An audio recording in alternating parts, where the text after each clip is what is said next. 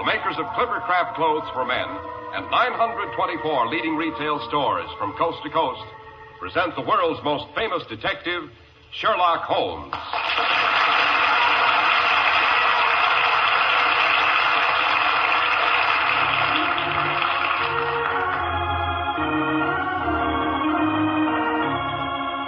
Our stories are based upon the character of Sherlock Holmes, created by Sir Arthur Conan Doyle. Sherlock Holmes is portrayed by John Stanley, Dr. Watson by Alfred Shirley, and the dramatizations are by Edith Meiser. Well, here we are, about to enter Dr. Watson's familiar study. Hello, what's this? We find the good doctor hanging up his Christmas holly. Not forgetting a sprig of mistletoe, Mr. Harris. Hope springs eternal, as they say. But here, help me down from this chair. My old legs aren't as agile as they were in the days when I followed Holmes through the dungeons and up the tower stairs of old Pendragon Castle. Here we are. Oh, thanks. That sounds suspiciously like the beginning of a Sherlock Holmes yarn, Dr. Watson. It is, Mr. Harris, it is. Holmes always called it the adventure of the Christmas bride. It concerns a ghostly lady in white who was supposed to have disappeared centuries ago. The honor of a noble family and a certain Father Christmas who suddenly sang bass. And now, while I fix us both a Yuletide toddy, suppose you'll tell our friends and listeners about a gift every man in our audience would welcome from Father Christmas, or as you Americans call him, Santa Claus. With pleasure, Dr. Watson. And not only from Santa Claus. A thrifty man can give himself a worthwhile gift anytime if he insists on Clippercraft. For Clippercraft clothes keep on giving for a long, long time. First of all, you've never seen such truly fine clothes at such really low prices. That means you pocket the savings. That's the first gift to yourself. And they also give you superb styling, perfect fit, and long wear. Clippercraft clothes give you so very much because of the unique Clippercraft plan, concentrating the buying power of 924 of the nation's leading stores from coast to coast. That means tremendous savings in manufacturing and distribution costs. And yours are the savings this brilliant plan makes possible. Clippercraft suits are only $40 and $45. Clippercraft top coats and overcoats only $40, and sport jackets only $26.50. Clippercraft values are so amazing, we urge you to compare them with clothes selling for many dollars more.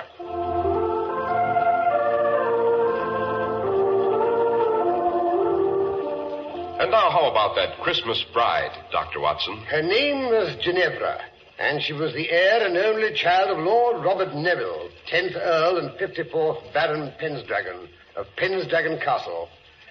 Yes, I shall never forget my first glimpse of that ancient and somewhat forbidding edifice. The walls grey and bleak, without their summer covering of ivy. The towers square and defiant, with the red or rouge dragon pennant angrily defying the winter gales. Well, as I was saying, a rather urgent message from Lord Neville on elegant embossed stationery had arrived at 221B Baker Street. Would Mr. Holmes and Dr. Watson do him the honor of a visit to Pendragon over the Christmas holidays?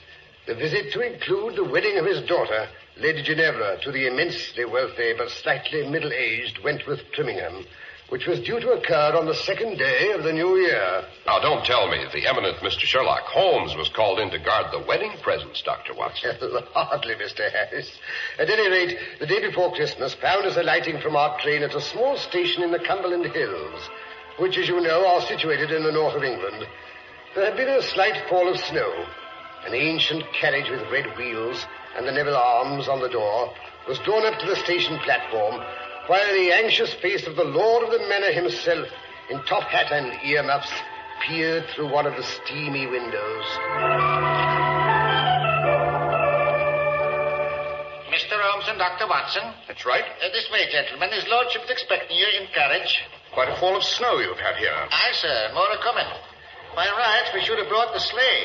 Only his lordship loaned it to the vicar for tomorrow night. Vicar always plays Father Christmas at the Hall on Christmas Eve, now knows. Mr. Holmes and Dr. Watson, sir. Good afternoon, gentlemen. Good afternoon. I'll hop in before you freeze to death. Thank you. Are you here, Mr. Holmes? Your friend opposite. And now then, Dennis, back to Pendragon as fast as you can. Aye, my lord. Mr. Holmes, you are doubtless curious as to why I've invited you and Dr. Watson to share our Yuletide celebrations at Penn's Dragon. To be quite honest, Lord Neville, I didn't think it was entirely for the pleasure of our society, although Watson is quite an asset when it comes to carol singing. Oh? Tenor? No, certainly not. Baritone. Oh, that's good. The vicar who leads the Christmas singing is rather proud of his tenor voice, and I may say he's not too fond of competition. No? Mr. Holmes, I have invited you to Penn's Dragon to make sure that nothing occurs to prevent the marriage of my daughter to Mr. Wentworth Trimmingham. Why is that marriage so imperative, Lord Neville? To be brutally frank, Mr. Holmes, the Neville estates are mortgaged up to the ears. If the marriage does not go through on the 2nd of next month, I shall be bankrupt, totally bankrupt. I see. Has anything occurred, Lord Neville, to make you fear that this marriage may not take place? Well, no, that is nothing definite. Perhaps the Lady Ginevra hasn't been able to hide her distaste for the match. Oh, no, nothing like that. Well, I wouldn't say it was a passionate attachment on either side. But they like the same things. She laughs at all his jokes. What better foundation could one ask for a marriage, Watson? Well, that's what I should have said. Well, everything was as smooth as silk until the Dowager Duchess of Terce gave the engagement dinner last month. It was at her suggestion that I sent you the invitation to Penn's Dragon. She's been decidedly edgy ever since Percy returned in the midst of the betrothal dinner 2 weeks ago. Percy? Yes, Percy is my cousin, although he's only 7 years older than Ginevra. He's our next of kin. See. As a matter of fact, he's an orphan and lived with us at Penn's Dragon until he went off to Canada to seek his fortune 2 years ago. If anything should happen to your daughter before she produced an heir, would Percy Neville inherit?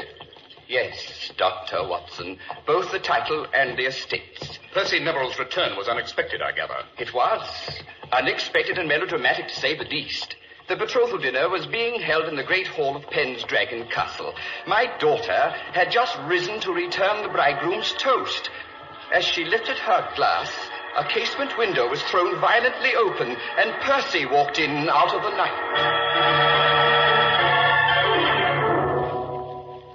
And now I should like to make a toast to my future bridegroom. Percy! What is it? Good heavens, Percy, is it really you? I'm sorry to make such an abrupt entrance, Lady Terce, but I came as soon as I received news of the engagement. Percy, why didn't you let us know you were coming? Let you know. Let you know when you never bothered to answer my letters. But, Percy, we never received any letters. We thought you'd forgotten us. I had forgotten. As if that would have mattered. Percy, that's not true. You know how fond we are of you. How touching. Percy, this is Wentworth. Wentworth Trimmingham, my future bridegroom.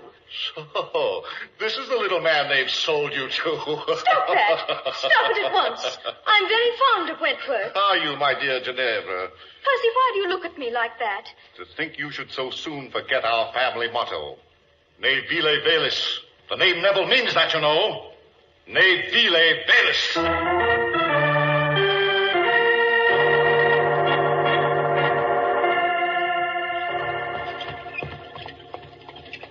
Ne vile velis. Latin, I take it, Holmes? Quite. It means stoop to nothing base, in case you've forgotten your Ovid, Watson. Oh, teach your grandmother to suck eggs. Tell me, Lord Neville, what happened after Percy quoted the family motto to your daughter? He stamped off to his old rooms in the tower and hasn't been out of them since. How does the Lady Ginevra react to this unfriendly behavior? Oh, she says let him sulk. It's no concern of hers. Lady Terce, on the other hand, is thoroughly unnerved by Percy's return. Oh? As she feels sure he'll do something outrageous the day of the wedding. Poor Wentworth is as edgy as a hen on a hot griddle. Well, of course, that may be due to his encounter with the White Lady. White Lady? Who's she? The ghost of the first Ginevra, you know, the bride who played hide-and-seek on her wedding night and was never seen alive again. Years later, her skeleton was found in her great dower chest, still dressed in her wedding gown. She'd hidden in there, and somehow the hasp must have fallen down, and she was locked in and smothered to death. Seems to me I remember a rather famous poem on the subject. Oh, yes. So all the Ginevras in the Neville family have been named after her. She's supposed to walk through the halls of the castle whenever a misfortune is due to occur. Oh, cheerful damsel, Holmes? When and how did Wentworth Trimmingham meet the lady? Well, Mr. Holmes, it seems it's his habit to knock on my daughter's door on his way to bed to wish her good night. Last night, the wind was rather high, and he couldn't seem to make my daughter hear. Suddenly, he heard a strange creaking noise down the corridor behind him. Looking round, he saw the lid of the dower chest rise slowly.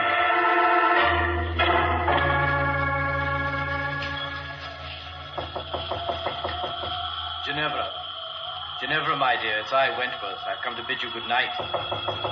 Ginevra, are you there? Ginevra! Who calls me? What was that? Good Lord, the lid of the chest is rising. There's something... A woman in white. She's rising out of the chest. Who are you? The first Ginevra. You call to me. So I have come to warn you.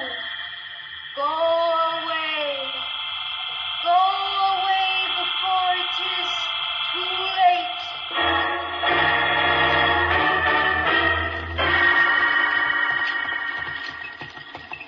Then what happened, Lord Neville? Nothing, Mr. Holmes. Apparently the white figure glided past my daughter's fiancé and disappeared up the tower stairs. What did the lady look like? Blonde, brunette? Wentworth says her features were hidden by the bridal veil. Yes, interesting.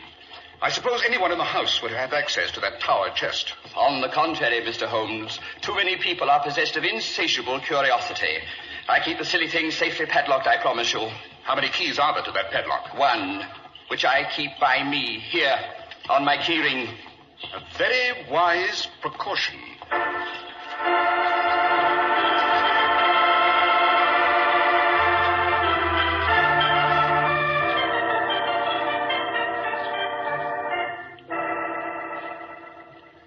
I say, Holmes, your bed is even larger than the one in my room. The butler tells me Queen Victoria slept there when she paid a visit in 1846. Don't look so superior, Watson. Queen Elizabeth, I'm told, slept here quite a few years before that. Oh. Come in. Oh, Lady Tuss, beautiful and charming as ever. Stuff and nonsense. Glad to see you, both of you. Something's going on here. Don't like it. What sort of something are you referring to, Lady Tuss? Don't know. If I did, shouldn't have sent for you. Ginevra looks as if butter wouldn't melt in her mouth. Bad sign. Percy looks like a thundercloud. That's worse. I thought Percy had locked himself in his rooms and refused to see anyone. I'd like to see anyone refuse to see me. Oh, but I'm Gavin. You'll want to view the premises. Yes. First of all, I'd like to inspect that dower chest. It might be interesting to investigate how a lady in white can emerge from a carefully padlocked coffer. Then you don't think it was a ghost. Neither do I. Well, what was she up to? We should be able to answer those questions better, Lady Tuss, after you've had a look inside that box. I wonder if you could persuade Lord Neville to lend us the key.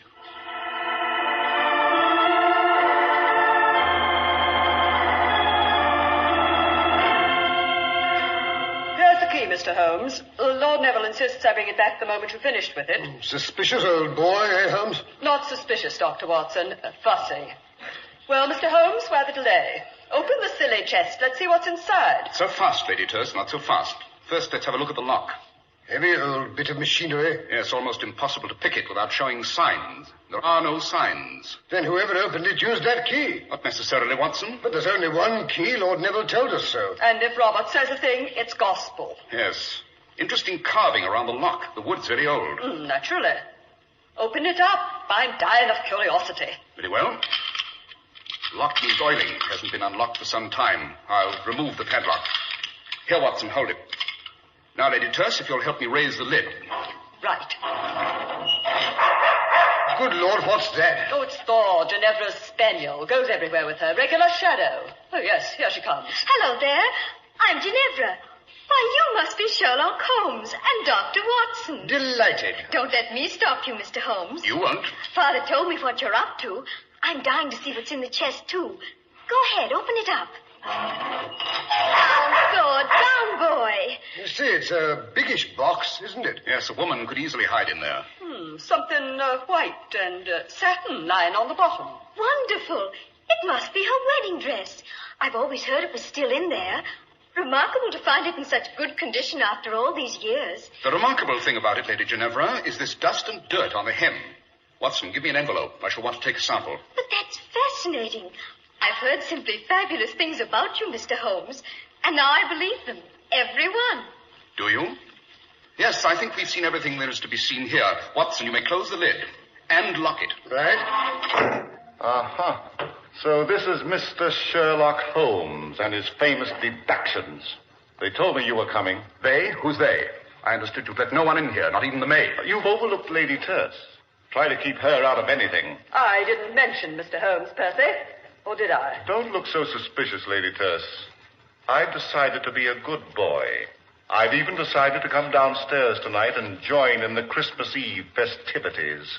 Percy, that gleam in your eye. I've known you too long. You're up to something.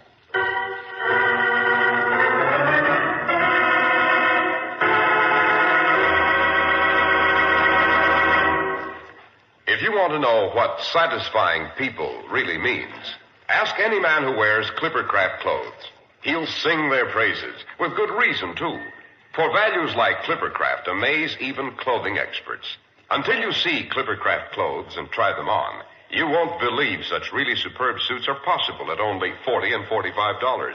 And such rich, long-wearing top coats and overcoats at only $40. Such very smart sport jackets at only $26.50. For just a fraction of what you'd expect to pay, you get correct styling, perfect fit, and long-wearing materials. An ingenious plan makes this all possible. The Clippercraft plan, which concentrates the buying power of 924 of the nation's leading stores from coast to coast. You get the savings that result from this group buying at your own local independent store, the store you can trust. Selling inexpensive clothes at inexpensive low prices at the nation's finest independent stores is the great big idea behind the Clippercraft plan. That's why men who know insist on Clippercraft clothes. So be sure to visit the Clippercraft store in your city. These leading stores in the metropolitan area are proud to add their names to Clippercraft in your suit, top coat, and overcoat. In Manhattan, John Wanamaker Men's Stores, Broadway at 8th and 67 Liberty Street. Saks 34th, Broadway at 34th. In Brooklyn, Abraham and Strauss. In Newark, New Jersey, Boulevard Men's Shop, Kresge Newark. And in Jamaica, the B&B Clothes Shop, 16408 Jamaica Avenue.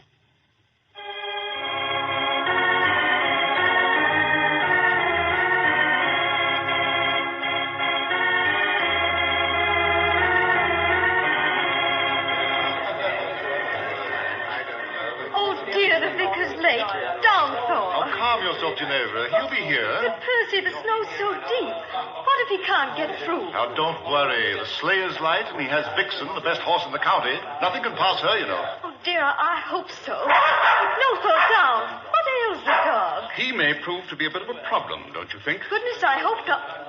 Oh, Mr. Holmes, I didn't see you behind that chair. An ancient wing chair often provides a good listening post, my dear. Now, look here, you meddling busybody. Percy, please, you promised. Suppose you allow me to solve the problem of the dog, Lady Ginevra. Would you? I mean... Listen, sleigh bells. The vicar's driving up. He's here. Father Christmas has arrived. Open the door, Paddleford. Now then, everyone. Good King Wenceslas looked down on the feast of Stephen when the snow lay round about. I declare I've never been so cold. My right ear's half frozen. Come along, Father Christmas. Percy will take you into the dining room. You can have a hot toddy while you get out of your racket. That's a good idea. A good idea. And better disguise your voice, sir, or all the children will guess who you are. That's a good idea, too. Gather round all. Bring in the Yule log.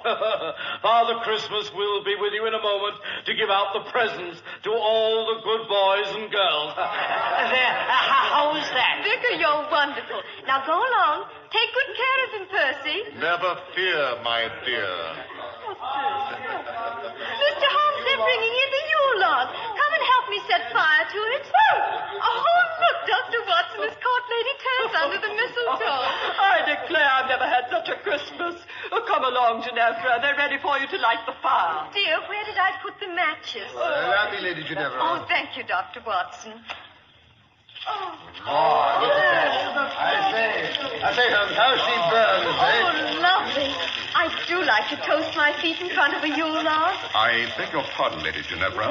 Haven't you raised your skirts a bit too high? Oh, my goodness. I forgot. Oh, Ginevra, my dear. Your fiancé is making quite an ass of himself. Runs into the library every other minute to see no one's lifted one of the wedding presents. Well, all that silver and your present, Lady Terce, the diamond tiara. I'll admit that tiara is a temptation. You shouldn't have given it to me, Lady Terce. It's wonderful. Oh, not at all. A confounded nuisance. Given me a headache for years. Glad to be rid of it. Oh, here comes Father Christmas. Gather around the punch bowl, everyone, and we'll have a drink also before we give out the present. I say, we should. That's the ticket. I say there, Vicar. Father Christmas, I mean. Start us off on a carol. Can't drink your eggnog without a song. Right you are, fair lady. God rest you, merry gentlemen, let nothing you dismay. Remember Christ our Savior was born on Christmas Day. Jolly, eh, Holmes? Nothing like a good old-fashioned English Christmas. Straight out of Dickens, don't you know?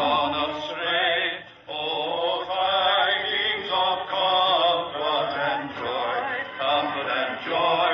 Oh, tidings of comfort and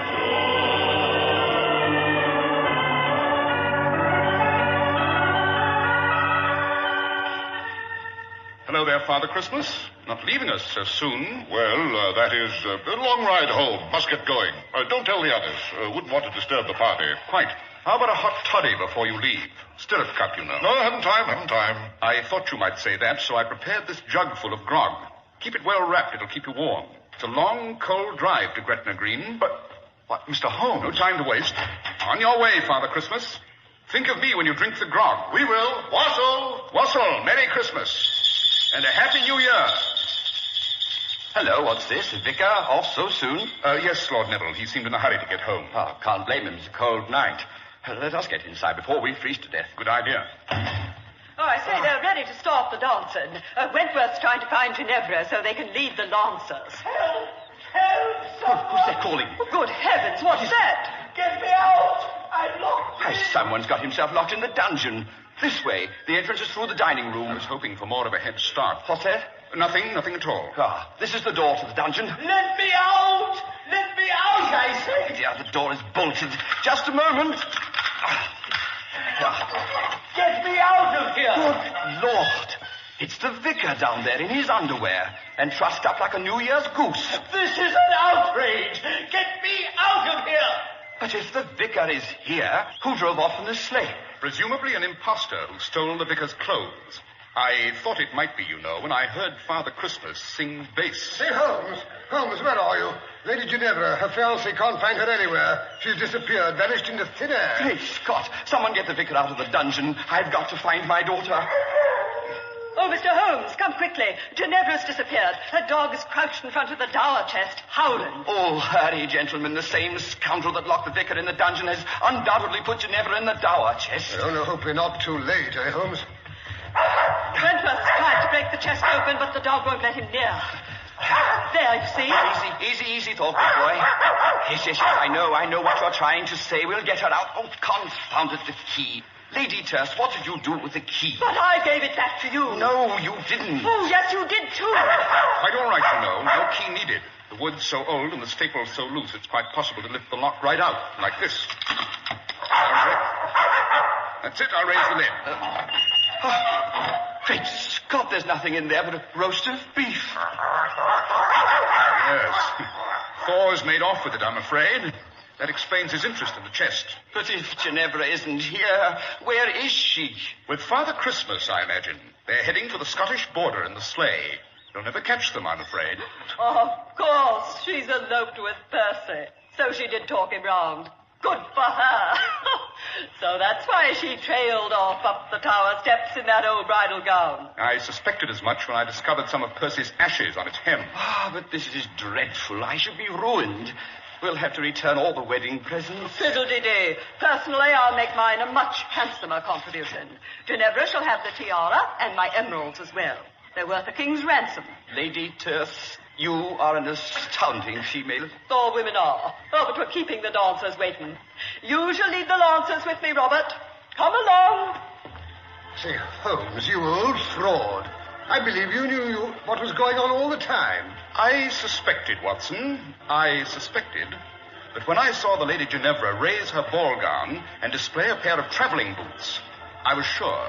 But come along, Watson. We shall have to go down to the kitchen and make peace with the cook. Oh, why that? For making off with Sunday's roast of beef. Something had to be done to keep the dog interested, or he'd have given the show away.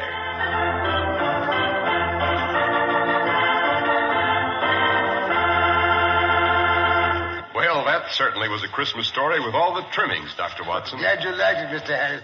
And now, while I fill up our glasses, so we can drink a Christmas toast to our listeners and our sponsors. Nothing would give me greater pleasure, Dr. Watson. Here's your glass, Mr. Harris. Thank you. And here's to our radio friends, young and old. Merry, Merry Christmas and happiness, prosperity and peace in the new year. Indeed, Dr. Watson, and warm greetings to all the makers of Clippercraft clothes. And now, Dr. Watson, how about just a small hint about next week's story? Next week, I think I should tell you how Holmes and I spent New Year's Eve off the Scilly Isles. New Year's Eve off the Scilly Isles? That sounds amusing, Doctor. Hair-raising is the word, Mr. Harris. We were aboard the luxury liner Gigantic, expecting that any minute she would burst into flames. There's nothing more terrifying, we know, than a fire at sea.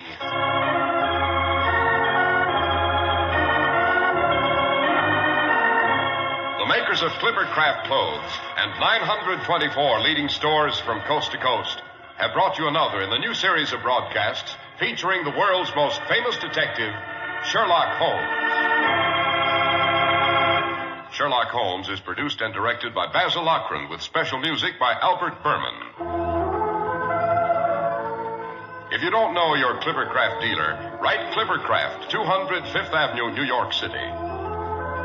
Christmas seals support the fight to prevent the spread of tuberculosis in this community. Buy and use Christmas seals on all your holiday mail, and be sure to mail your packages now. Be sure to listen next week to Sherlock Holmes in New Year's Eve off the Scilly Isles. If you'd like to attend the Sherlock Holmes broadcasts in New York, see your local Clippercraft dealer, and he'll tell you how to obtain your tickets.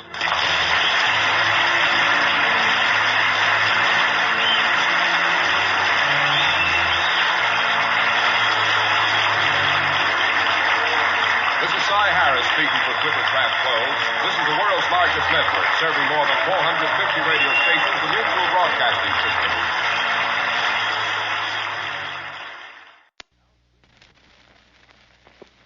Now, screen actor Frank Lovejoy comes to the NBC microphone as reporter Randy Stone on Night Beat. But first, let me tell you about some of our other mystery features heard on this station of the NBC radio network. This Sunday, the Falcon brings you mystery, adventure, and intrigue as he investigates the case of the Helping Hand. Later Sunday, make a date to hear Lloyd Nolan as he brings you thrill-packed listening as Martin Caine, Private Eye. And every Monday evening, you're invited to tune to this NBC station for Dangerous Assignment, starring Brian Donlevy. Now there's Adventure with Frank Lovejoy, starring on Night Beat on NBC. NBC presents transcribed Frank Lovejoy in Night Beat.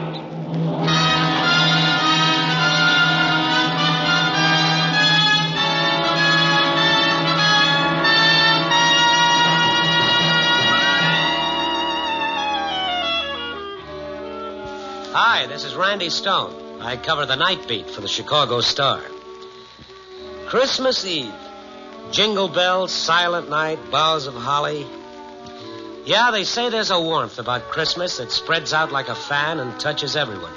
The holiday spirit, it's called. But right at the moment, I'm thinking of one character who was nearly left out in the cold last Christmas. None other than yours truly. Me, myself, Randy Stone.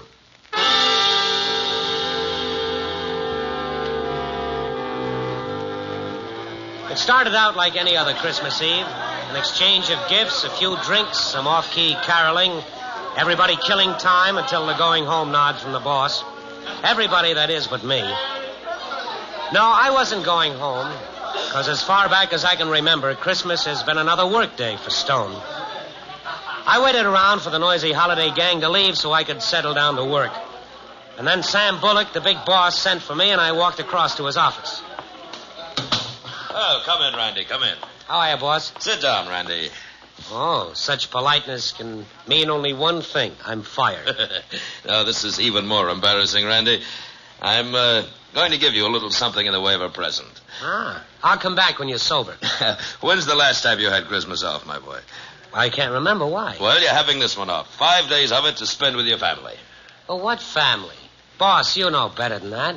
What'll I do with myself? Well, a man who knows as many people as you do, it'll be the best thing in the world for you. Hey, yeah. Yeah, it might really be something. Say, I could call Alex Stevens. He's been bothering me for 8 years to spend Christmas with his family. Sure. Or maybe Alice over in Classified. You know, I'm beginning to like the idea. Okay, well, you'd better beat it before this noble impulse of mine evaporates. Well, you hang on to it. I'm leaving now. And, Randy. Yeah? Merry Christmas to you. Right back at you, Chief. And thanks for the break. The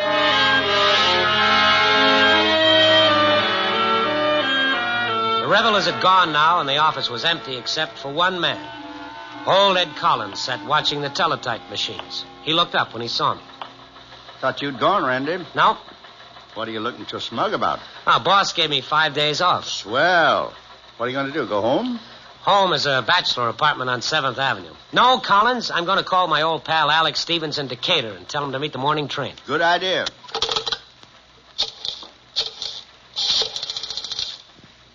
Long distance? I want to call Decatur, the Stevens residence. Alex Stevens in Decatur. I'll wait. Phone's ringing all right. Good, good. Oh, this little floor, Alec. 8 years he's been after me. Must have an old maid sister-in-law or something. Careful, Randy. Tried to marry me off once when I was younger. Should have answered by now. Oh, what's that, operator? Oh, no. No use ringing anymore. He must have gone out of town for the holidays. Gone out of town, eh? Yeah. I guess I'll have to settle for female company.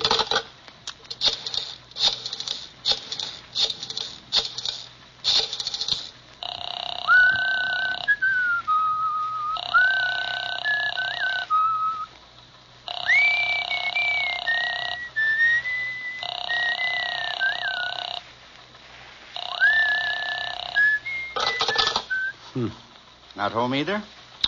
Well, that was a screwy idea. I don't know why I went for it. Phoning people the last minute like this. Guy, with the friends you have... Oh, sure. The friends I have, millions of them till I go looking for one. Oh, there's a Christmas card for you on my desk. Keep forgetting to give it to you. I'll get it later. Hey, my folks only live 40 miles out. Boy, would they be glad to have you spend a few days with them. I could call them. No, Ed, forget it. What's a guy like me want with a holiday on Christmas? I'm shoving off, Ed. How about that envelope on my desk? Later. Looks like I might be back to play a little pinochle with you. Now, my Ma, all I've got to do is phone No, her. I'll make out all right. See you later. And have yourself a time. Merry Christmas. Yeah. Merry Christmas. I didn't want to make any more calls in front of Collins, so I headed for the nearest phone booth. Well, I made another 3-4 calls. No dice. Randy Stone, a guy who couldn't walk a downtown block without saying hello to half a dozen people, couldn't find one lousy bum would be his friend tonight, Christmas Eve. I went back to the office hoping some big story had broken so that I could put myself to work. Nothing come in, Ed? Not a thing. Even the thugs are home tonight. Anybody phone me? No. Here's that letter I was telling you about. Oh, thank you. What's that, money? It's a 50-cent piece. What's he want, your autograph? It just says, God bless you, Mr. Stone, signed Catherine Malloy. I don't know any Catherine Malloy. Hey, this is all the earmarks of an office gag, and a pretty poor one at that. It's $50. Yeah, it'll buy a drink. Say, Randy. Yeah. I thought maybe you'd change your mind about going out to my folks' place. No, thank you, Ed. No, thank you. My Ma, she... No, I said no. Ed, no, thank you. Outside it was snowing, light and fluffy, like it had been specially ordered for the occasion. And the people went about their business humming and singing little snatches of song. You know, oh, what fun it is to ride in a one-horse open sleigh. Yeah, there was warmth and good feeling everywhere. But my mood was more than a match for it, and I was beginning to feel sorry for myself. Like an unwanted cat, I took my mood out to get it drowned at Bobby's bar. Randy, how are you, boy? How are you? Wow. What's with this place? It's like a morgue. Haven't you heard? It's Christmas. Yeah, I've heard. Will you put a dime in that thing and get something snappy? Okay.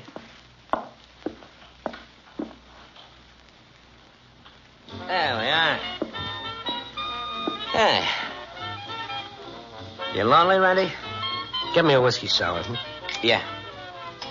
That's the way it is with me, too. I don't need nobody. Nobody needs me. It's all right, I guess, only 2 or 3 times a year you wish it was different. You know when it hits me? Christmas, Easter, and May 17th. That's the date my mother died. But Christmas and Easter was a big time in our house. You know, we had 11 kids. Look, why don't you write a book? You act like this was something new to you. To me, it's like this every Christmas. You know, the important thing is don't be alone. How much do I owe you? 50 cents. Here. You know, when you try and fight it, you gotta lose. Randy, are you going into a new business? What do you mean? Well, I thought maybe you might have gone into manufacturing. Manufacturing what? Coins. But, brother, if you are, you got a lot to learn. This is about the phoniest $50 I ever saw. Phony? Yeah. Give it to me. Yeah, That was somebody's idea of a gag. Some half-wit in the office. Ain't much of a joke, I'll tell you. Mrs. Malloy, huh? I'll fix those guys. You gone? Yeah.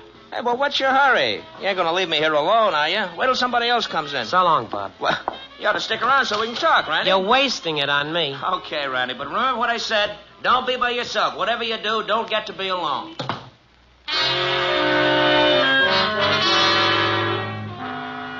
I stopped at the corner drugstore and bought a couple of magazines and went to my apartment ready to spend a quiet holiday. 7 o'clock. Great. Nice, long evening ahead of me. Lots of time to hate the world and feel sorry for myself. I poured myself a quick drink, and then somebody rang my doorbell. Yeah, just a minute. Hi. A 10, 11-year-old kid stood in the doorway looking up at me. His face was clean, but his clothes were patched and ragged. He wore a red pullover sweater at least 5 sizes too big for his skinny frame. Hello, Mr. Stone. Wow, what do you want? Don't you remember me? Well, I remember 10,000 of you. What do you want, a handout? I'm Jerry Malloy. Remember Mrs. Malloy? Who sent you up here? Whose idea was it? McFarland's, the office-wise guy? My mother sent me. Well, you go back and tell your mother not to send phony coins through the mails. And if your mother happens to be McFarland, tell him that... She said for me to give you this letter. I'm to wait for your answer. Look, kid, take your letter and beat it. Enough is enough. She said maybe... Will you take the letter? Now, come on. What are you waiting for? I'll leave it with you. No. Here's 2 bits for you. Now, go tell McFarland the joke is over. Now, beat it before I get mad. Mother said to wish you a Merry Christmas. Beat it. I no sooner slammed the door shut when I began feeling like a heel. Then I opened the door half hoping I'd find him standing there. But he was gone. But resting on the mat in front of my door was the quarter I'd given him. I picked it up and I stood there with the coin burning my fingers. I knew I wouldn't feel quite clean again until I'd found that kid and made it right with him. Somehow.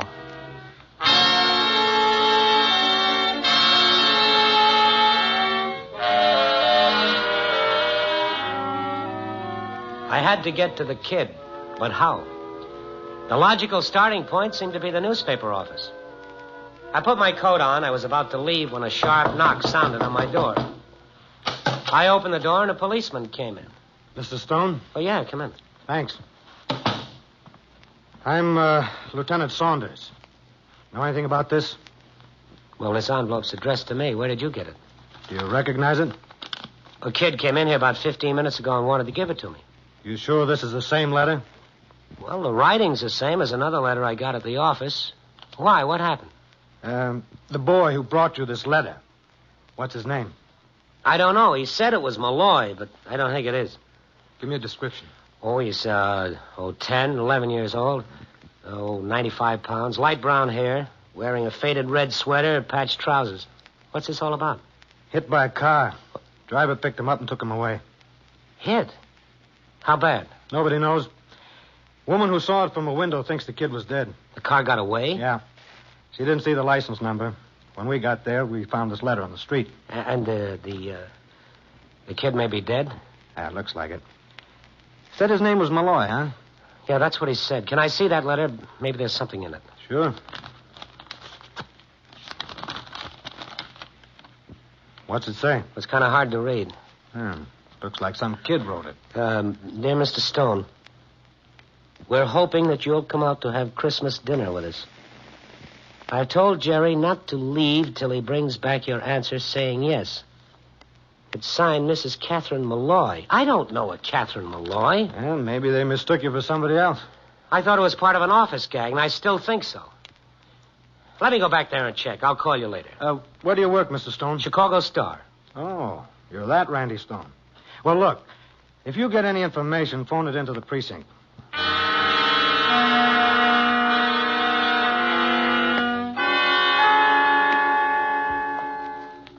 Hi, Randy. What's the matter with you? Look like you've been run over by a streetcar. Well, that's how I feel. Collins, you gotta help me. Well, if I can, sure. What is it? Now, first of all, tell me. Did anybody in the office plant a phony coin in an envelope and send it to me in a Christmas card? Well, not that I know of. Who'd pull a crazy stunt like that? I don't know. I gotta find out about that kid. What kid? Well, he came to my apartment with a message, and on his way home, he was hit by a car. Bad? A driver picked him up and took him away, and the cops think that he was dead. And you don't know the kid? No. He said his name was Jerry Malloy. He said it like it should have meant something to me. But it doesn't. I've never seen him before. Well, maybe it's someone you've forgotten. A guy meets a lot of people in this business. Yeah, that could be. I want you to do something for me, Ed. What? Check with as many of the boys you can reach at home. Find out if they know anything about the kid, and then phone the police and see if they've found him.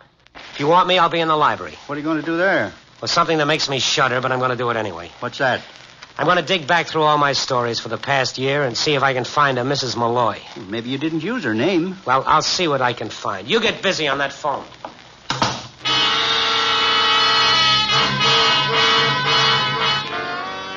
Collins left me alone, and I went to work. It's funny how inane some of the stuff you write seems after it's been buried. Only 3 of the bits offered any idea of who Mrs. Malloy might be. One about a woman who'd refused to leave a cat in a burning house. Another about a middle-aged lady bookie. And the last about a woman and her family who were being evicted from a slum apartment for lack of rent money. The story was about the bystanders and how they dug into their pockets and raised $40 so the woman could get back into her place. How you doing? Well, I'm not sure, but I think I've got something. Well, I called the boys. They don't know anything about the kid or the letter. You phoned the police? Yeah. Well? They want you down to headquarters. Me? What for? To identify the kid. They think they found him. Dead? Not much chance to live. Where is he? State hospital. It's a pleasant chore for Christmas Eve, isn't it? Dandy. Well, then I guess they want me to go and see his mother and say, guess what I brought you for Christmas. Oh, snap out of it, Randy. It wasn't your fault. Yeah.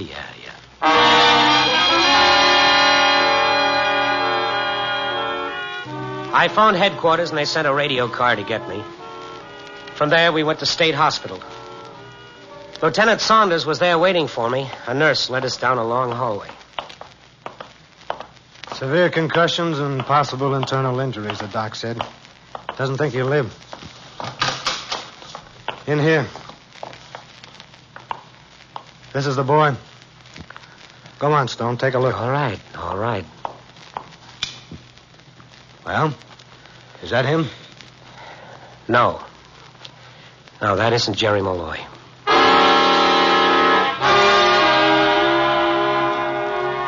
For a minute, I felt a sense of relief, but I knew I was kidding myself.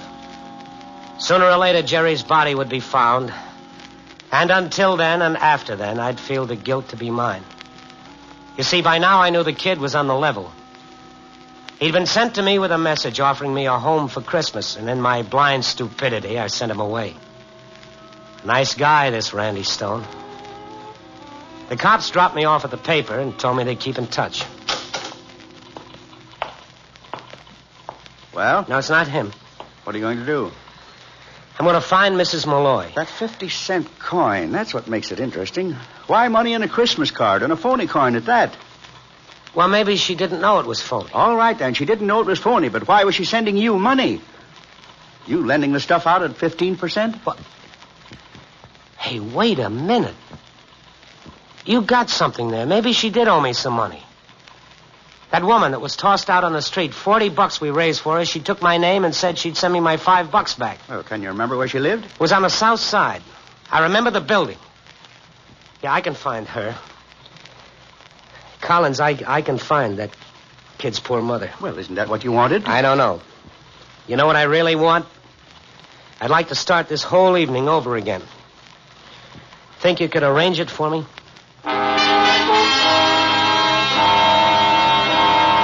I suppose I could have let the police handle it, but I'd developed a burning need to tell her myself. I hopped into a cab and went scouting for the building she'd lived in. I hoped I wouldn't find it, and yet I knew I wouldn't stop until I did. I found it all right. Right where it had always been, pressed between the ugliness of two warehouses. I hung around outside for 10 minutes before I could find the courage to go and face her. Apartment 6 she'd lived in. I stood in front of it and listened to the muffled sounds of a radio playing dance music inside. Well, hello. May I come in? I've got to talk to you. Oh, I'd like very much to have you come in, but my husband, he's a bouncer in the nightclub. Maybe some other time. Look, Mrs. Malloy, I've got to talk to you. What about Christmas Eve? Go away. Hey, what Mrs. did you say I was? Malloy, Catherine Malloy. I'm not Mrs. Malloy. I never was, never will be. My name's Mrs. Manty, Carol Manty. You know, the more I look at you, the more I wish I was your Mrs. Malloy. But I'm not. I'm really not. How do you like that? Well, I like it a lot more than you'll ever know. You know where I can find her? She lived in this apartment 4 or 5 months ago. Never heard of her.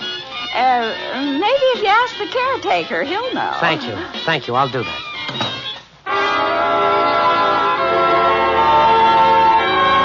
I was glad this woman wasn't Jerry's mother. I'd built a picture of Mrs. Malloy that didn't jive with a slightly tipsy frump staring at me out of hazy eyes. I called him the caretaker. Yes, Mrs. Malloy lived here, but she'd moved a couple of months ago, and he didn't know where to. He told me to try Kozlov's grocery store. The storekeeper there was a living city directory. Mr. Kozlov? None other. What can I do for you? I'm looking for a Mrs. Malloy who used to live in the Elkin Apartments. I was wondering if you knew where she'd moved to. Malloy? Uh-huh. Oh, yes, I remember her, but I don't know where she moved to. A good woman. Didn't owe me a penny when she left. I've got to find her. She was working steady when she moved. Wages every week makes difference. You think some of her neighbors would know where she moved to? Oh, they do a big turnover in some of those places. But with wages coming in regular, I think I know how you can find her. How? It's a pattern people follow. When things can't be worse, then they live in places like the Elkin Apartments. But when they're working and a little money is coming in, they move up a notch. That's the way it works. Where is this notch, this step up? It's a gamble. But if I was you, I'd try Blake Avenue, somewhere around 20th. That's the way it goes, from Elkin to Blake. Sometimes back to Elkin. Sometimes not.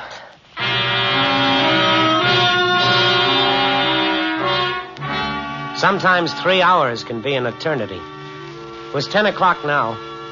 3 hours since the kid had knocked on my door. The streets were full of happy, smiling people, and the snow made everything look like a Christmas display window in one of the big stores. I'd have given 10 years' salary to be like the people rushing into the stores for the last-minute presents for Aunt Agatha. I went into the stores all right, but to ask them if they knew where I could find a dead kid's mother. Took me about 15 calls to locate her. A druggist gave me her address, 1461 Burkell Street, apartment 9. Before going there, I called the office. Hello? Oh, Ed, anybody phone? Nope. I guess I haven't found him yet. Well, how about the mother, Mrs. Malloy? You think she'd have called the police by now? Yeah, you'd think so. Well, maybe she didn't phone because she thought the kid was in good hands. Well, it wasn't your fault, Randy. Well, I've located her. And now comes the pleasant part of the job, telling her about it. How will I start? Merry Christmas, Mrs. Malloy, and a Happy New Year. May the New Year bring you all... Why are you going off the deep end like this, Randy? Yeah, I know. It wasn't my fault. I was just an innocent bystander. So long.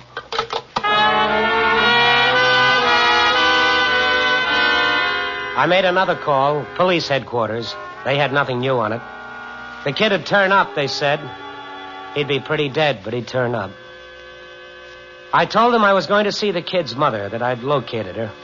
Lieutenant Saunders thought that would be a swell idea. I walked down the street to Mrs. Malloy's apartment house, and I stood there a minute. From where I was standing, I could see the sign on top of the Chicago Star building. Mrs. Malloy lived only 3 blocks from my smug little tower. From Star to empty apartment to Malloy and back to the Star. But that's the way it looked geographically as well as symbolically. Another 20 minutes wouldn't matter much, I thought. So I walked the couple of blocks it took me to get back to Bobby's Bar and Grill. Hi, Randy. You're not making the rounds of the bars, are you? No. Make it a double bourbon. Water. Double bourbon? Yeah, double. Not much trade tonight. Ah, later they come. Randy, why is it hitting you so hard? You scratch a little of the veneer off, and what do you find? A sentimental slob. What's bad about that? Well, then you find that you can't do things that have got to be done. Like what? What needs being done tonight?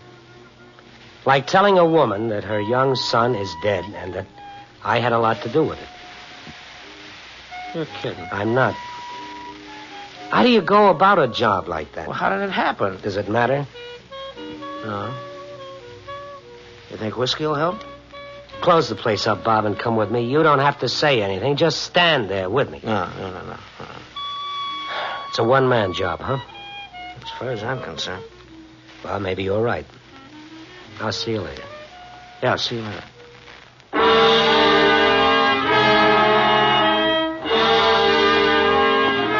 I climbed up the creaky old stairs. It was no better than a tenement house. Only one thing distinguished it from a slum, and that was a cool, clean smell. The walls were torn and the woodwork was scarred and marred, but it was clean. I know it's crazy, but I got a lot of courage out of that feeling of cleanliness. I stood in front of apartment 9, listening. And then I knocked on the door. Who is it? It's me, Randy Stone. Mr. Stone, how welcome you are. Come in. Thank you. I'll close the door to the children's room. They are only fallen asleep, and if they hear us, they'll be sure you're Sunday. She walked away to close the door, and I wondered how I'd ever come to forget Mrs. Malloy. Her face was overflowing with a deep spiritual beauty that lighted up the whole room. She came back and sat down near me. I'm so happy you hadn't forgotten me, Mr. Stone. I was afraid you might have. Then when I was able to make a small payment on that loan, I thought I would ask you to come to see us. God will never let me forget what you did for us that night, Mr. Stone. Mrs. Malloy, I don't mean to embarrass you, really, I don't. But I knew if you possibly could, you would share some part of Christmas with us.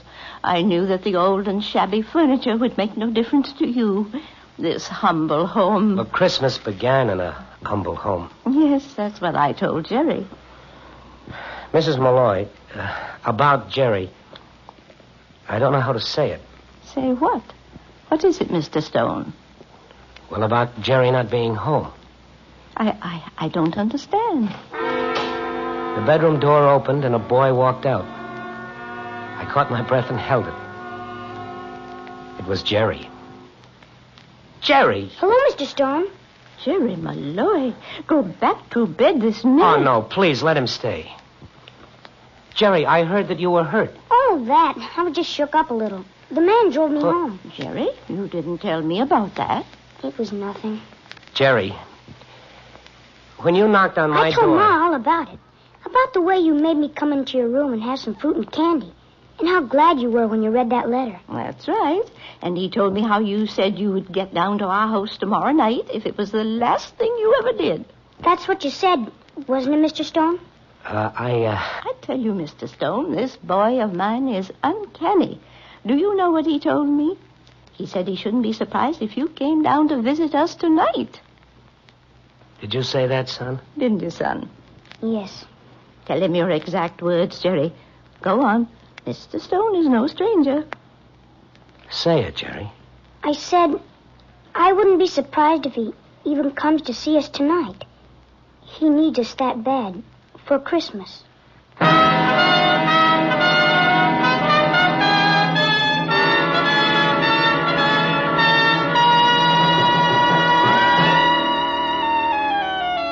In those 3 little rooms on the edge of the city's slums, I learned that human beings can find happiness. And don't listen to what your banker tells you. It's a thing of the spirit, not of the pocket. In that shabby little apartment with a cracked linoleum and a threadbare sofa, I learned the magic of the words. Merry Christmas. Copy, boy.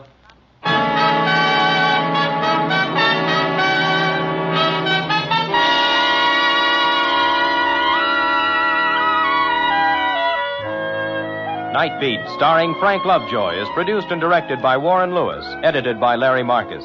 Tonight's story was written by Warren Lewis and Lou Rusoff, with music by Robert Armbruster. Featured in tonight's cast were Kate McKenna, Sammy Ogg, Ralph Moody, Jan Arvan, Bill Conrad, and Gail Bonney. Don Rickles speaking. Our star, Frank Lovejoy, and all of us on Night Beat wish you a very Merry Christmas. 3 chimes mean good times on NBC. Saturday morning, hear Mind Your Manners, and later the Somerset Maugham Radio Theater starring Peggy Ann Garner. This is NBC, the national broadcasting company.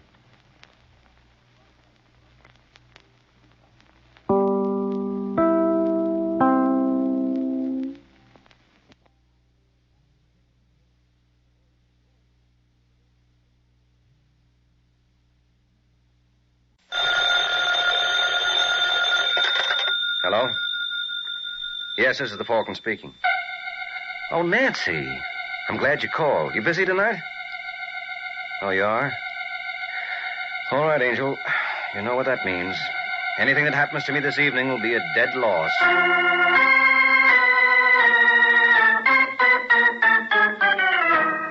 This is Ed Hurley, friends, inviting you to listen to The Adventures of the Falcon, starring Les Damon. You met the Falcon first in his best-selling novels. Then you saw him in his thrilling motion picture series. Now, join him on the air when the Falcon solves the case of the unwelcome Christmas present.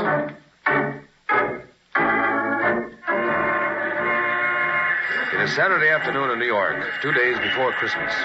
And on Manhattan's busy corners, gaily dressed Santa Clauses ring their bells while people rush to do their last-minute shopping. And one of those frantic shoppers is a man named Larry Sterling, but the prices in the store windows seem to frighten him. And as he shakes his head sadly, a small delivery truck pulls alongside. And the driver, after watching him for a minute, calls to him. Hey, mister. Mister. Huh? Me? Yeah. Come here a minute. What's the matter? You look like a nice guy. Oh, thanks. Now, wait. Don't go away. I want to talk to you. I'm sorry. I'm busy. Now, take it easy, mister. What's your name? Sterling. Larry Sterling. Oh, glad to know you. My name is Haynes. Walter Haynes. I've been watching you. So I noticed. You got a girl? What's it to you? Look, Sterling, I want to do you a favor. Well, don't bother. Okay, if that's the way you feel. Hey, wait a second. What kind of a favor? How would you like to give your girl a silver fox jacket for Christmas?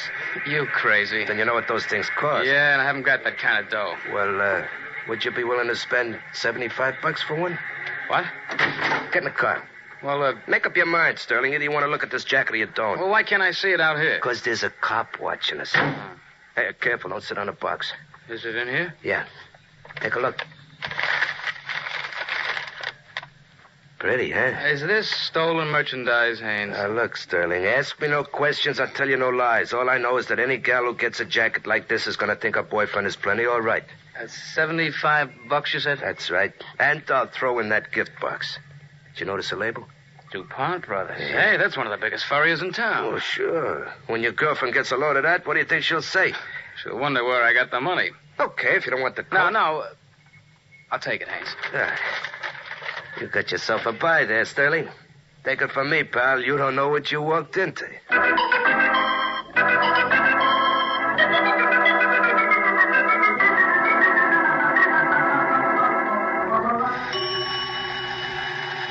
Hey, you better fill up the tank, Joey. I'm going out again. Only sold one silver fox today. Think I'll have to try lower Broadway. I wouldn't if I were you. Huh? Oh. Hello, Barney. Hello, Haynes. Where'd you drop from? Steve Ellis told me you kept your truck here. What's up? Mr. Raynaud is looking for you. Raynaud? Uh-huh. What for? Don't you know? No, what'd I do? It's what Reno thinks you didn't do. Oh, he's crazy. Do you want to tell him that? Oh, there's no talking to him once he gets an idea in his head.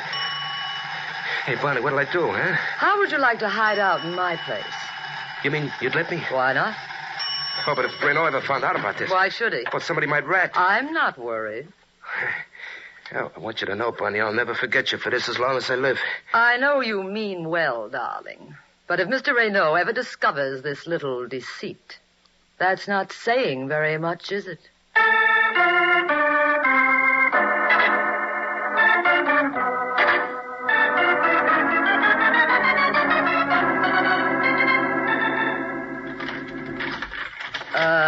Look, Haynes. Maybe it would be better if... If what? Oh, skip it. Go ahead. Thanks. Bonnie, for a minute there, I was afraid you changed your mind. Oh, there's very little danger of that. Reno. I'm delighted you remember me. Oh, Bonnie, will you please shut the door? So it was a trap? Yes, but you're very lucky, Haynes. Not every rat is offered such attractive bait. That was a very fine piece of work, Bonnie. Listen, Reno, you promised me nothing would happen to him if I brought him here. Did I? Well, let's not worry about it, shall we? Oh, Haynes, I believe you know Leonard. Sure he does. We're old friends, aren't we, pal? Cut it out. Bonnie's right, Leonard. That's hardly the way to treat a guest. Really, Haynes, I'm so sorry about this. May I offer you something? No, I don't want anything. Well, that's where we differ. Because I do. 2 weeks ago, you received your usual consignment of fur jackets. One coat was different. Where is it? In my truck? Leonard, will you be good enough to check? Sure. Never mind. I've already looked. It isn't there. It ain't? No. Yeah. It's something I must have sold it by mistake. Oh, you gotta believe me, Mr. Reno. Of course I do. Who was the lucky buyer? Well, that's just the trouble. I don't know his name. Leonard. I've been looking forward to this for a long time, Haynes. No. When I get through with you, your own mother won't know you. What was his name? I tell you, I don't know. Oh, for heaven's sake, Reno, keep Leonard away from him. He'll kill him. I hope not, Bonnie. But if he does, well, in our trade, death is always an occupational hazard. Carry on, Leonard.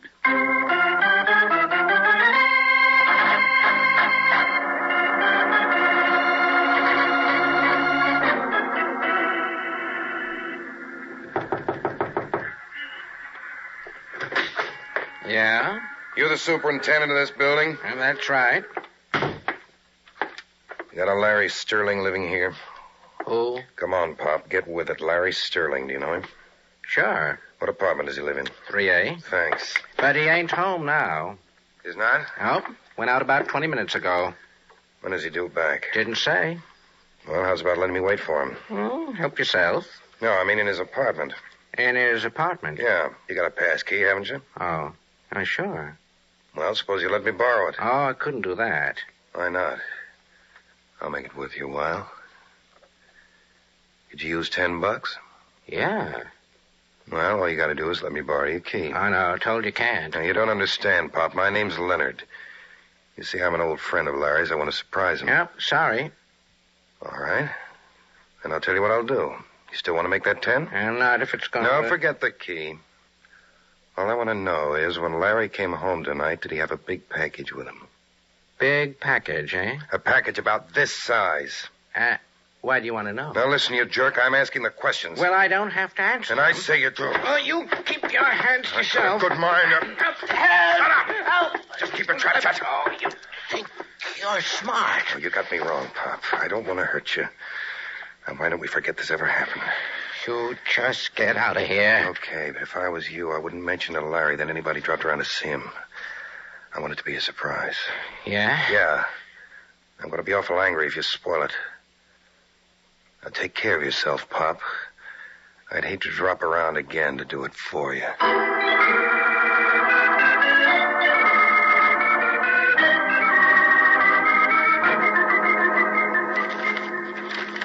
I shouldn't do this, Georgia. We promised we wouldn't open our presents till Christmas Eve. Now, Larry, 24 hours one way or the other won't make any difference.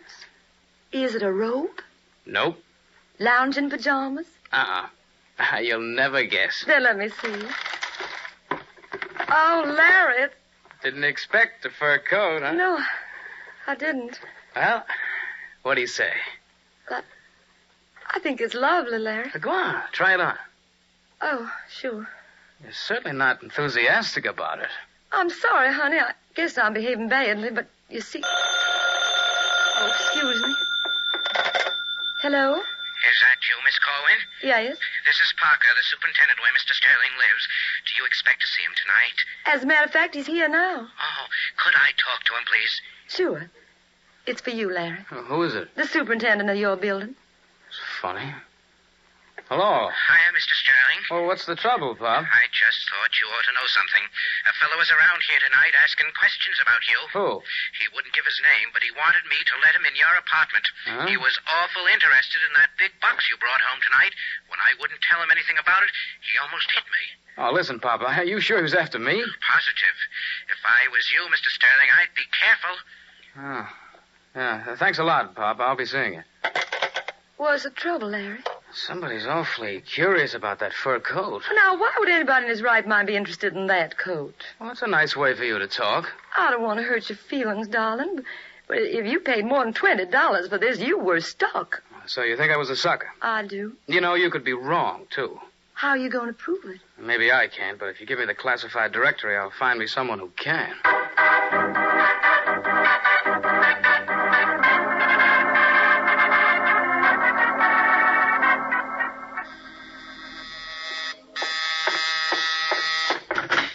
Yeah? I don't know whether I've got the right party. What apartment do you want? 12A? This is it. Are you, Mike Waring, the Falcon? That's right. My name is Larry Sterling. I hate to bother you, Mr. Waring. Quite all right. Come in. Thank you.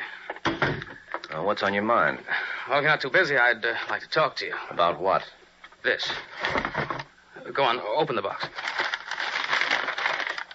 Oh, it's a fur jacket. Yeah, I bought it this afternoon from a man named Walter Haynes. Well, how come it's sporting the DuPont Brothers label? This guy Haynes led me to believe it was stolen. Oh, the old racket, huh? Yeah, there's a new one on me. Well, what do you want me to do? Get your money back? No, I was a sucker, Mr. Waring, and I'm willing to take my loss. Well, what's your problem? How much would you guess I paid for this coat? Oh, I don't know, $100? 75. But my girlfriend says it isn't worth 20. Well? Well, if this coat's worthless, why is somebody so anxious to get it from me? What do you mean? My superintendent told me several parties were making inquiries about me. Well, it doesn't mean anything. Funny they should all ask if I brought home a big, bulky box that looked like it might contain a fur jacket. Let me see that coat again. Well? Oh, it still looks like a skinned rabbit to me. But I've been wrong before. Let's see what the experts down at DuPont Brothers have to say.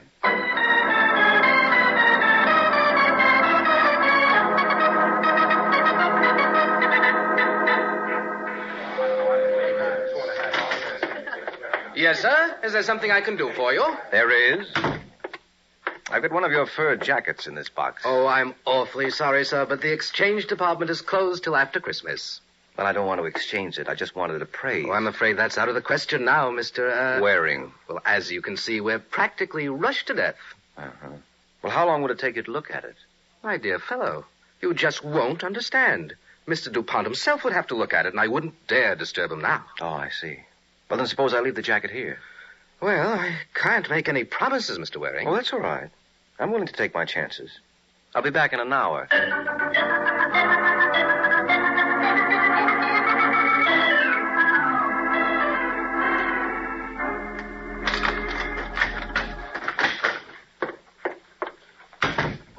Hello. Huh? Oh, hello, a lady burglar. Hope I didn't startle you. Not particularly. Well, if I'm in your way... Oh, think nothing of it. You must be Mike Waring, also called the Falcon. I guess I must be. And you?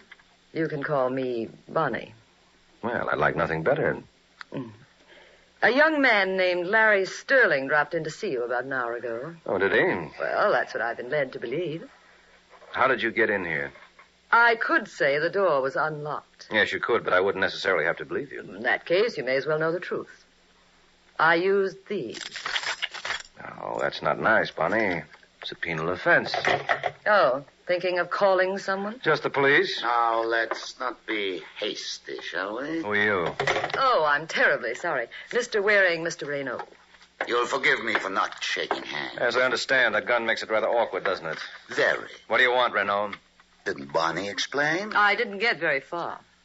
Mr. Waring, I have reason to believe that a young man named Larry Sterling left a fur jacket with you today. Why should he do that? Maybe he became suspicious. Maybe he had reason to be. Maybe. But that's hardly the point. Where is the coat, Mr. Waring? I haven't got it. I know. Bonnie and I were quite diligent in our search. Well, I hope you were careful in handling my shirts. You needn't worry about that. Well, then I haven't a care in the world. Not after you turn the coat over to us. I assume you can get it back at your convenience. Anytime? May I suggest there's no time like the present? And I'm afraid I can't agree with you, Renaud. My client bought that coat in good faith. In good faith? Yes, he gave $75 for it. I assure you neither of you will lose by this transaction. Well, I don't know. His girlfriend was awfully crazy about it. Shall we say $1,000? Shall we say nuts? Mr. Waring, I refuse to argue. Suppose I send one of my agents around. He's much more persuasive than I am. Come, Bonnie. Hold it. Where do you think you're going? Home, naturally. Have you any objections? Yes, several. You're staying here till the police arrive. You're overlooking one thing, Mr. Waring. What, that gun? Uh-huh. Well, somehow I've got a feeling... Look out, Reno! You stupid, blundering fool! Your type can never let well enough alone.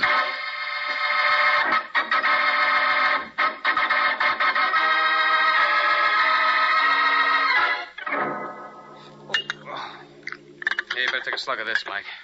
Oh, never mind, Sterling. I want to hear the rest of your story. Well, it's just like I told you. When I walked in here, I found you stretched out on the floor. I'll start back a little further. What do you mean? How come you decided to pay me a visit? Well, I know Renaud was on his way over. And you didn't think it necessary to warn me? I tried to call you, but there was no answer. Why did you tell Renaud you hired me? I didn't. Then who did? My girlfriend, Georgia Corwin. He found out where she lived, and, well, I guess it wasn't very bright of her, but Georgia told him I'd gone over to see you. Mike, that coat must be worth thousands. Mm-hmm. What was the name of that character you bought it from? Walter Haynes. Now get the phone book and see if he's listed. Don't bother, I can tell you. Where? He lives at 2719 West 93rd, apartment 2D. Oh, thanks. And you're... Leonard. I think Mr. Renaud told you I'd be around. Yes, he did. I want that coat wearing.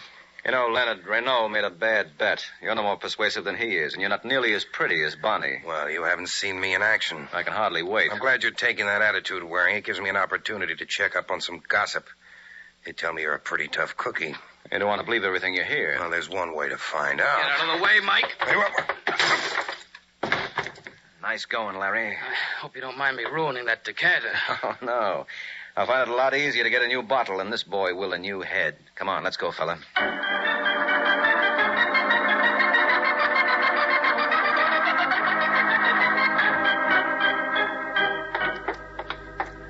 Apartment 2B. C, here we are. Are you sure this is the right place? The nameplate says Walter Harvey. That's probably an alias. Notice the initials are the same. Could be a coincidence. Yes, could be. But Leonard sounded as though he knew what he was... Uh-oh. What's the matter? Door's open. Careless of Mr. Haynes. Yes, that sort of thing can cost you your life. And in this case, it did. What? Isn't that a hand sticking out of that trunk? Yeah, I think so. Oh, no. Now, take it easy, Larry. Oh, look at his face. He was beaten to death, wasn't he? Yeah, that's a fairly safe assumption. Oh, poor Haynes. Mike, you gotta find out who did this. Why? Well, you can't let Renaud get away with this. Look, maybe we ought to take this from the beginning. Who am I working for, anyway? I don't understand. You came to my apartment this evening with a yarn that Haynes had sold you a hot fur coat. Well, it's true. Then if you were stuck, why didn't you write the whole thing off? Why did you bring me into this? Well, I told you that. Don't you understand, Waring? That coat must be worth thousands. All right. Let's assume for the sake of argument it is. What does that mean to me? We'll split the money. What money? You admit the coat must be stolen. Well, maybe there's a reward. Oh. Well, there's one way to find out. Suppose we see the brothers DuPont.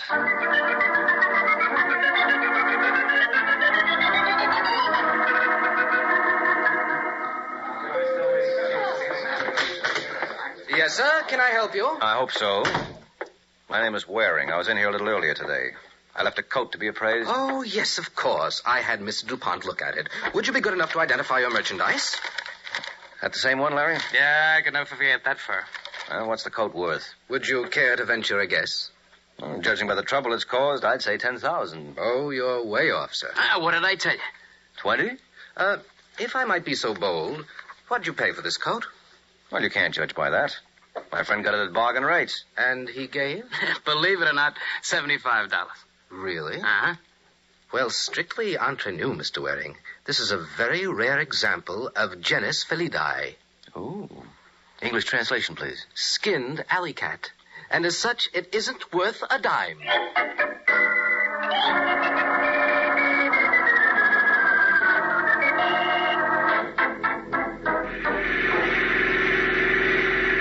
I don't understand it, Mike. You sure that's the same coat? Positive. But if the coat's worthless, why was Haynes killed? Now, don't ask me, Larry. I'm a stranger here myself. Maybe Renault doesn't know its value. Well, I doubt that. Renault, Leonard, and Bonnie are too slick a trio to get worked up over a phony fur piece. But it must mean something. Yes, obviously. And Brother Renault knows. Well, maybe he won't mind sharing his information with us. How are you going to find him? Through Leonard. You think he'll cooperate? If it's put to him the right way. Remember how you knocked him cold? Yes. Well, don't forget how you did it. I may want you to try it again.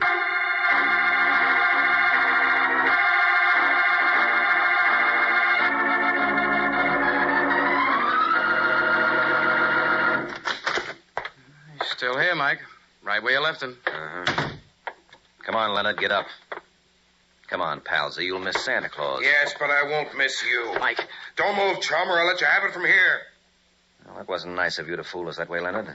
I would have sworn you hadn't moved an inch since we left. Now, don't feel too bad, Waring. I only moved 2. From here to where you left my gun and back. Where's the coat? Are you still harping on that? You're wasting your time. It's worthless. I don't mind. Hand it over. And if not... Don't be a sap, Waring. I'm not fussy. I'd just as soon take it over your dead body. I think he means that, Mike. Well, I don't. You're bluffing, Leonard. You shouldn't have called me, pal. Get down, Larry, you all right? Yeah, I think so. I didn't mean to frighten you, folks. Oh, that's perfectly all right, friend. Another second and this Falcon would have been cold turkey. What about him? He's dead. Well, to whom are we indebted? Yeah, who are you? What's the matter, Larry? Don't you know me? Mister, the way your face looks, I don't think your own mother would. Hey, buddy, you got a girl? Haynes. Sure. Mike, this is Walter Haynes. Wait a minute. If you're Haynes, who's the stiff in your apartment? Renault. Leonard killed him. Oh, the old double cross, huh? Yeah. Well, where have you been? Well, they kept me tied up in some dame's apartment. Bonnie's? Yeah, Bonnie's. After I got loose, I went to Larry's apartment, and some other dame told me I could locate him here. That must have been Georgia. What's this all about, Haynes? What's what all about? This fur coat. Believe me, Waring, I don't know. I got it in a consignment with my regular merchandise. I knew there was something screwy playing because Renault sent Leonard to buy it from me for $1,000, but I didn't want to get into trouble. So you sold it to me, figuring you could get it back any time. Oh, I'm sorry, fella. I didn't realize what I was letting you in for. Well, it all adds up except for one thing. Where does Bonnie come in? Right on cue, Mr. Waring. Bonnie. You want to do something about that door, Mike. Yes. Next time, get a spring so it'll close. Where's the coat, Mike? I want it. And if you don't get it? Don't be silly, darling. Nothing's going to stop me. Not even if I have to shed a little blood. I wouldn't be surprised if you meant that. I do. Well, what do you say, Haynes? I say give it to her. No. She's a pretty determined young lady, Larry. But if you'd care to stop her... How about that, honey? Well, I guess that settles that. Here you are, Bonnie. Wear it well. No, just drape it over the chair. I'll take it from there. You're the boss. And don't you ever forget it. Now, all of you stay put for the next 5 minutes.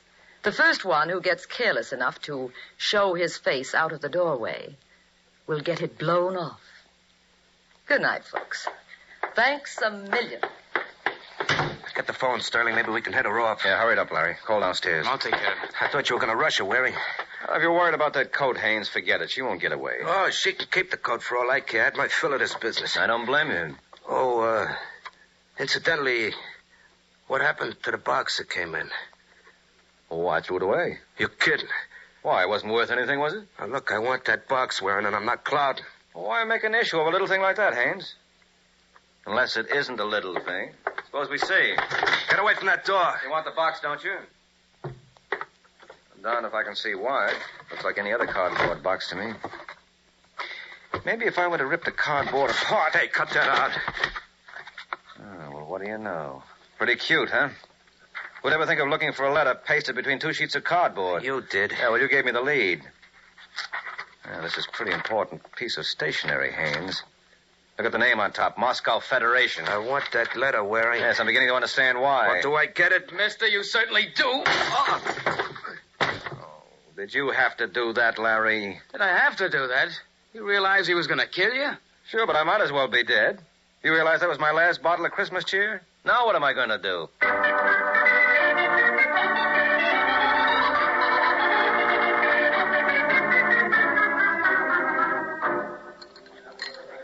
Waring, that was a real great job. Oh, thanks, Larry. Say, hadn't you better be running off to see a girl? No, not till I get the complete story on what happened from yesterday morning till last night. What was in that letter, anyway? Something the boys in the Department of Justice have been looking for a long time. You've heard of the international movement known as Moscow Federation? Yes, unfortunately. Well, that letter contained a complete list of outfits here and in South America that are cooperating with them. Well, how did it wind up in Haynes' hands? Renault had it originally. He was an agent for Moscow.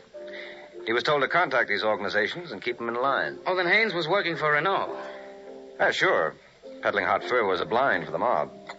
He was Renault's boy until he realized what a wonderful source of blackmail that list was. So he got you to hold the list for him while he carried out his plan. He killed Renault and messed up his face so it would pass for his own. Well, where did Bonnie figure in this? Poor kid, she didn't even know the score. She thought the coat was the all-important thing. How did you know it wasn't? That appraisal gave me the tip-off. And the one thing we'd overlooked in the case was the box that came in. Well, what made you realize Haynes was the killer? It was a story he told. He claimed he was beaten up and kept a prisoner in Bonnie's place, and he came to my house right after he escaped and learned where you were. But when I asked him about the corpse in his own apartment, he wasn't even surprised. Right off the bat, he knew it was Renault. I guess that'll learn me. Well, thanks a lot, Mike. I'll be seeing you. Say, wait a minute. Where are you rushing off to? Well, in case you've forgotten, this is the night before Christmas. My girlfriend Georgia must still be wondering what happened to me. Ah, yes, of course. But, what about you? Well, I guess this is my unlucky night. I don't have a date. On Christmas Eve? Mm-hmm. Isn't that irony for you? Me and Santa Claus are the only two guys in town who are left holding the bag.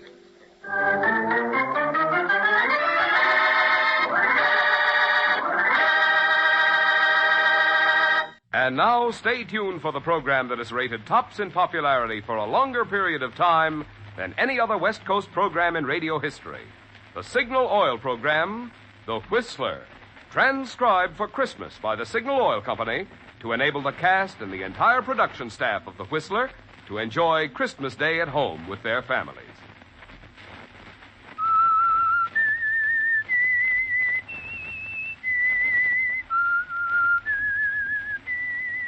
SIGNAL.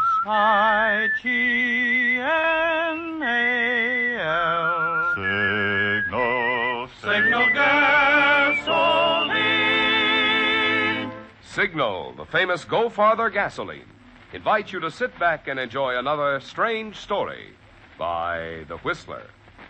For extra driving pleasure, the signal to look for is the yellow and black circle sign that identifies Signal service stations from Canada to Mexico. And for Sunday evening listening pleasure, the signal to listen for is this whistle that identifies the Signal Oil program, The Whistler.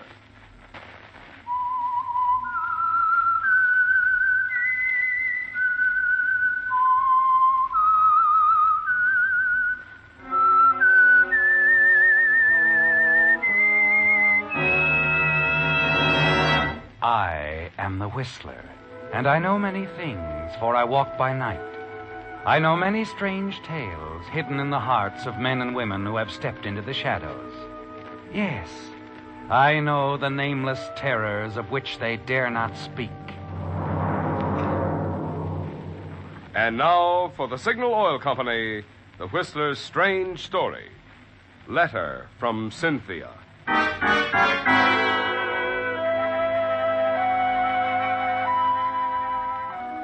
To the holiday staff on duty at the small hospital on the outskirts of a small town on the coast of Southern California, Christmas night was much like any other night.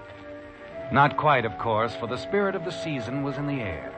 A tree austerely but beautifully decorated in a motif of silver and white stood majestically alone in the center of the reception lobby. The attractive receptionist at the desk, who doubled on the switchboard at night, glanced eagerly at a dozen festively wrapped packages and presents left for her earlier in the day by various members of the staff. From the church across the street, the soft melody of a Christmas carol floated through the open window on the far side. The sound of footsteps descending the stairs on the right caused the girl to glance up as one of the newer doctors who was serving his internship strolled casually to the desk. Thought I'd come down for a little breather. Kind of slow tonight, Patty. Is that bad for Christmas night? What do you want from Santa Claus anyway, Dr. Andrews? A couple of emergency appendectomies? No, I didn't mean that. I just meant it's kind of... Oh, sure, I know. And it suits me fine. I got 2 hours sleep today and 8 hours in front of me here at this desk. Oh, that's bad, Pat. You'll never see your grandchildren if you keep that up. People were dropping in all day long. You know how it is Christmas Day. Good night, Patty. Hope you had a nice Christmas. Oh, I did, Dr. Peters. Thanks for the nice present. You're welcome. Good night, Doc. Good night, Neil. Yeah, Patty, it's like I said. A gal like you needs 8 hours sleep a day. Did you get 8 hours sleep today, Doctor? 10. You would. You know, you're an odd man, Dr. Andrews. Odd? Well, how do you mean? I mean, I don't know. You act like there's something bothering you. Like there's something on your mind all the time. Oh, maybe there is. Well, everybody has things on their mind. You could still go out and dance, have fun, like the other doctors do. The single ones, I mean. Too busy. I'm still an intern, you know. Make it sound like a sentence. Yes? Outside line? Yes, sir.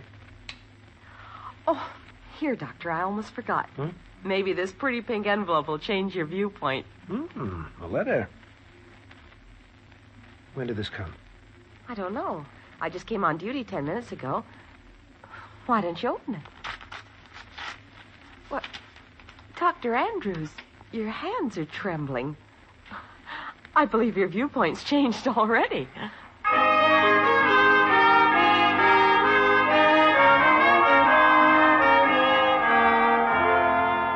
Yes, Neil, your hands are trembling as you recognize the handwriting. Read the return address on the envelope. The address of lovely Cynthia Walker. She's out of your life now, isn't she, Neil? No. She'll never be out of your life, will she? You're just out of hers. You walk across the lobby, choose a chair near a light, and stare into space for a moment. The memory of that last moment with Cynthia crowding every other thought from your mind. It isn't pleasant to recall, is it, Neil? The unfortunate accident that cost you your reputation, your position, and the love of Cynthia Walker at the very beginning of your career as an intern in an important hospital. You remember Cynthia's thoughtless, angry words that followed. Yes, looking back to that day more than a year ago, it's hard to believe now that a few hours could have made so much difference in your future. But they did. And as you try to read the words on the scrap of paper, Cynthia's letter in your hand, you know that one man is responsible for it all. Charles Arthur Bennett, the man who lied when the truth would have cleared you. Charles Arthur Bennett, the man who called himself your best friend.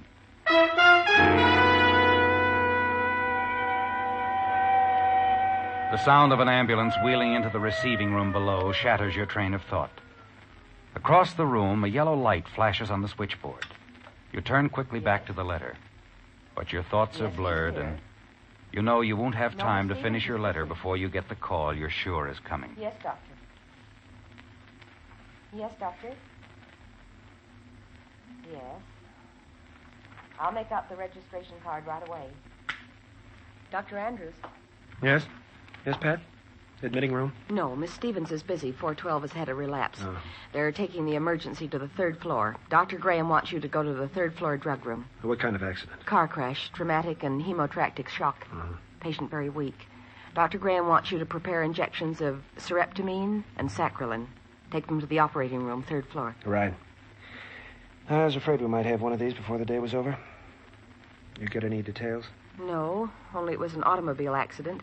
The man's unconscious, but according to the identification card in his wallet, his name is Charles Bennett, salesman.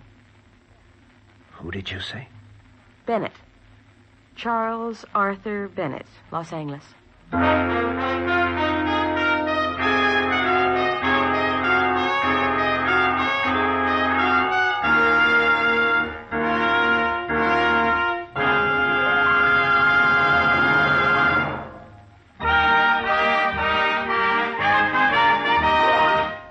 Because this is Christmas Day, Signal Oil Company has asked me to skip the regular message about Signal gasoline so that we can enjoy a few extra chuckles over Christmas limericks sent in by you Whistler fans.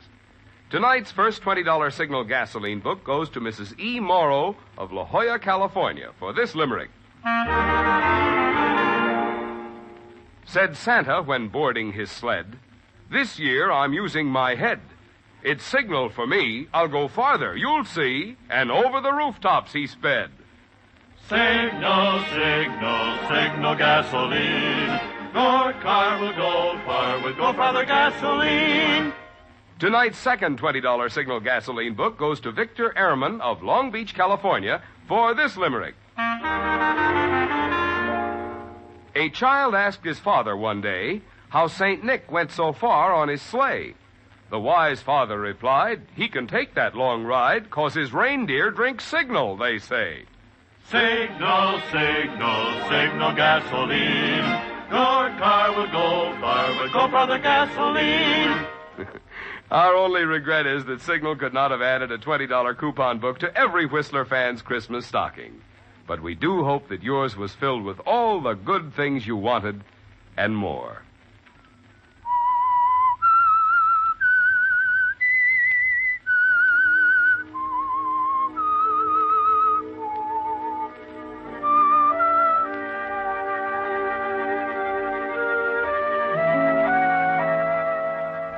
Yes, Neil, it's a shock, isn't it, to realize what's happened.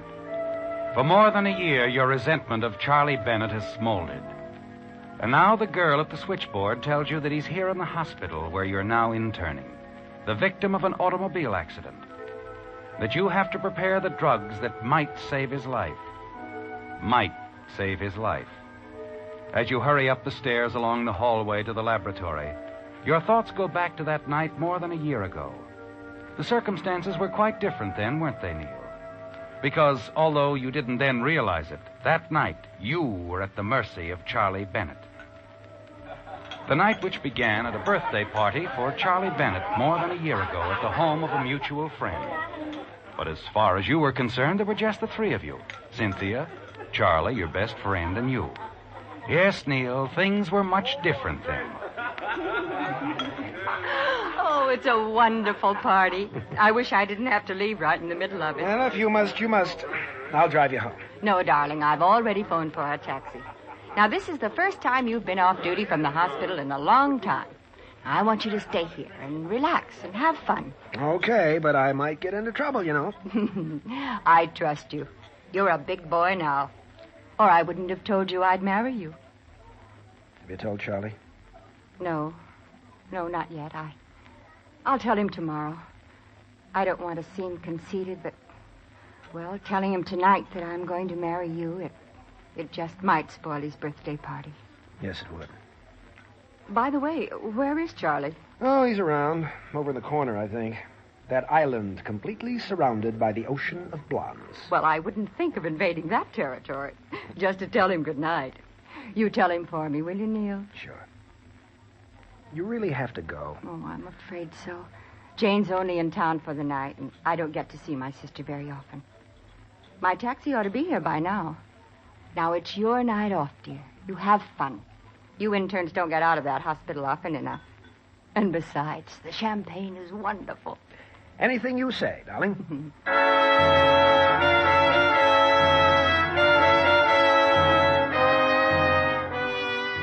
Reluctantly, you see Cynthia to a cab and come back to the birthday party for Charlie. You take Cynthia's advice, too. Enjoy a little champagne. Make party talk with other friends, and you do have a good time, Neil. You relax for the first time in weeks. In another hour or two, most of the crowd is gone, and finally you even convince Charlie that it's time to go home. And in the lobby going out. Why don't you leave your car here, Charlie, and go home in style, like I am? What do you mean, in style? Leave your car here. Get a taxi. Hey, what's the idea? I can drive. Oh, don't tell me the good doctor's in his cups from a little champagne. Oh, no, not really, but I just don't want to do any driving, that's all. Well, you don't have to do any. A little bit of champagne didn't bother me. Look, tell you what. We live close to each other. We'll use your car, and I'll pick mine up tomorrow. I'd sure rather take a taxi. Oh, aren't any taxis around anyway? There's a stand about 3 blocks away. Not at night, Neil. Oh, besides, you'll need your car to get to the hospital in the morning. Come on, Neil, boy. I'm okay. All right, if you're sure. Let's go. But take it easy now.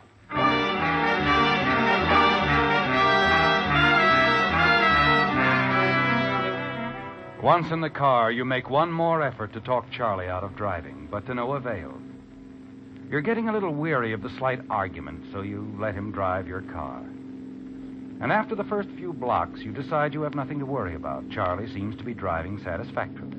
Slightly over the speed limit, but everything seems to be all right until he suddenly turns a corner sharply. That's the last you remember for a little while. When you open your eyes, you feel a dizziness, a dull pain at your temple, and someone's talking somewhere. Come on, fella. That's it. Come on, boy. Come on. Here. Are you hurt? Hurt? Oh, no, no, officer. Not much, I guess. Just a bump on the head. Hey, that lamppost made quite an impression on your car, though. What's the idea of driving like that? Oh, me? Charlie was driving. Oh, Charlie was driving. Yeah, he's gone. He sure is absent. Say, you're a little on the woozy side, friend. Charlie, where's Charlie? Hey, come on, chum. That's enough about Charlie. Now, how much have you had to drink, anyway? I haven't had much to drink. Look here, officer. Charlie was here. I know he was here. No one was here, chum. I heard the crash around the corner and came straight here. No Charlie, no nobody. Just you. And the little man who wasn't here. But he couldn't have gone. Charlie! Yeah, that's all, chum. We got a swell place downtown where you can sleep on it, huh?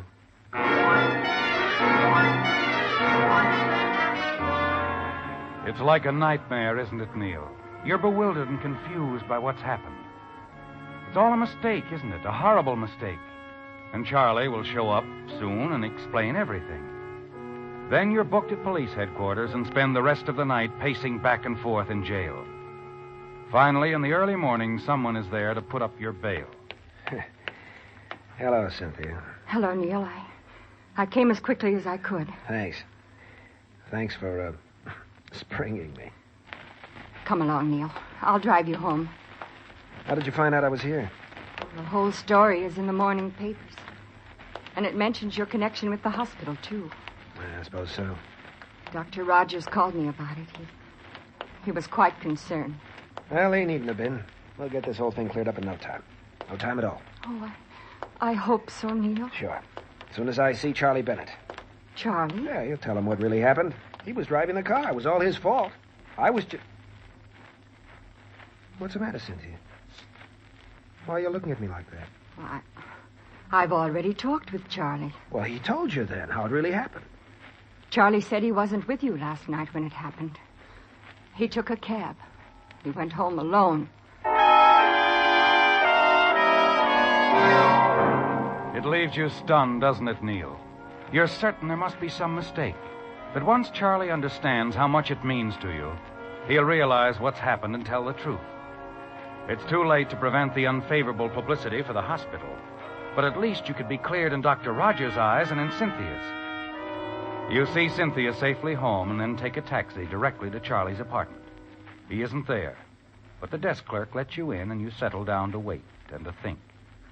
Nearly 2 hours later, a key sounds in the door.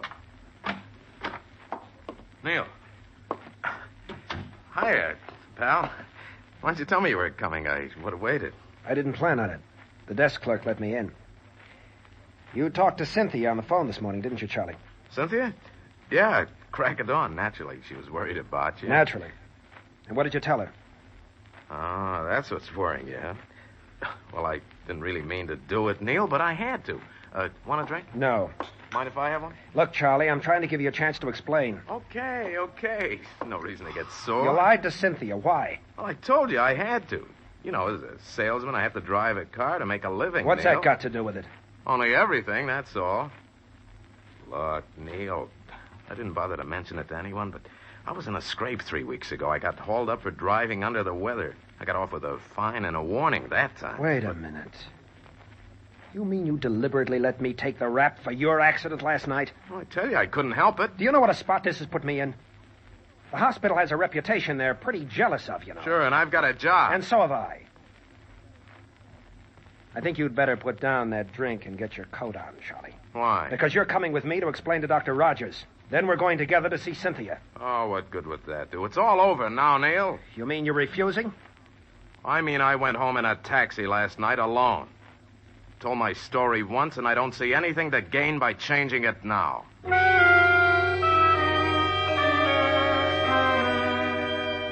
Suddenly it occurs to you that Charlie has a more important reason for lying. His job is only part of it. He's always wanted to marry Cynthia, too, despite your long friendship. He believes that anything's fair in love or war. It's as simple as that. And with you out of the way, he's sure he'll have a clear field. And Cynthia, after all this, what about Cynthia, Neil? You have to be sure. Can you be sure of Cynthia now? Neil, I just can't understand it. You don't believe me, do you? But you do believe Charlie. Why would he lie about a thing like this? Because with me out of the way, he thinks he could marry you. Neil, I've known Charlie for years. He wouldn't do a thing like that.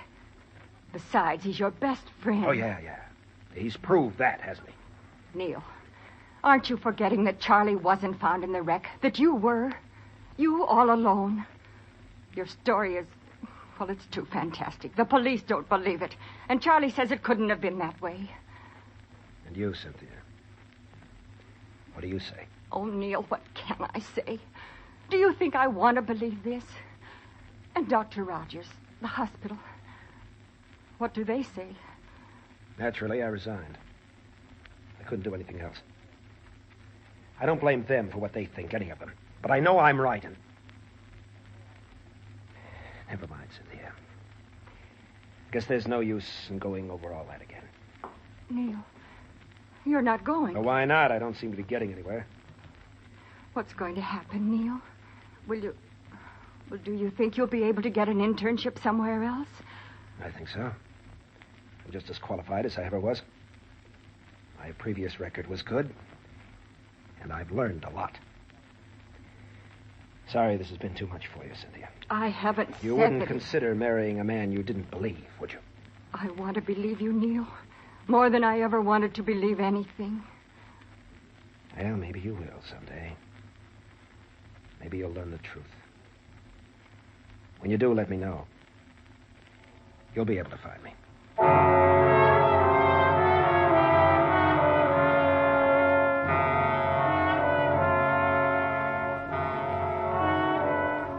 Yes, it all happened more than a year ago, didn't it, Neil? You cut off all contacts with your friends in Los Angeles. You've often wondered if Cynthia ever married Charlie. And every time you've wondered, your hatred toward him has grown deeper. You've often thought of killing him, haven't you? Yes, often. And now on Christmas night, more than a year later, in a small, out-of-the-way hospital, fate places the life of Charlie Bennett squarely in your hands. The switchboard operator has told you that he's in the operating room unconscious, seriously injured in an auto accident. And you've been assigned to prepare the medication which will spell life or death for him. Just a little too much, or not quite enough. It's almost too easy, isn't it? Not the slightest suspicion will be attached to you. You smile as you enter the drug room and find another intern there. What's the emergency, Neil? Car wreck. You assisting? No, just preparing the sereptamine and saccharin shots. Well, it must have been a pretty bad accident. Yeah, I'm afraid so. You ever stop to think about the power of these drugs? Just the right amount means almost certain recovery. And too much or too little, oblivion. Do you always get this philosophical at Christmas? No, but I guess this case made me think about it more than usual. You see, I know the guy. Oh, friend? You said it. What a friend. Oh, kind of an unusual situation, isn't it? A very unusual situation.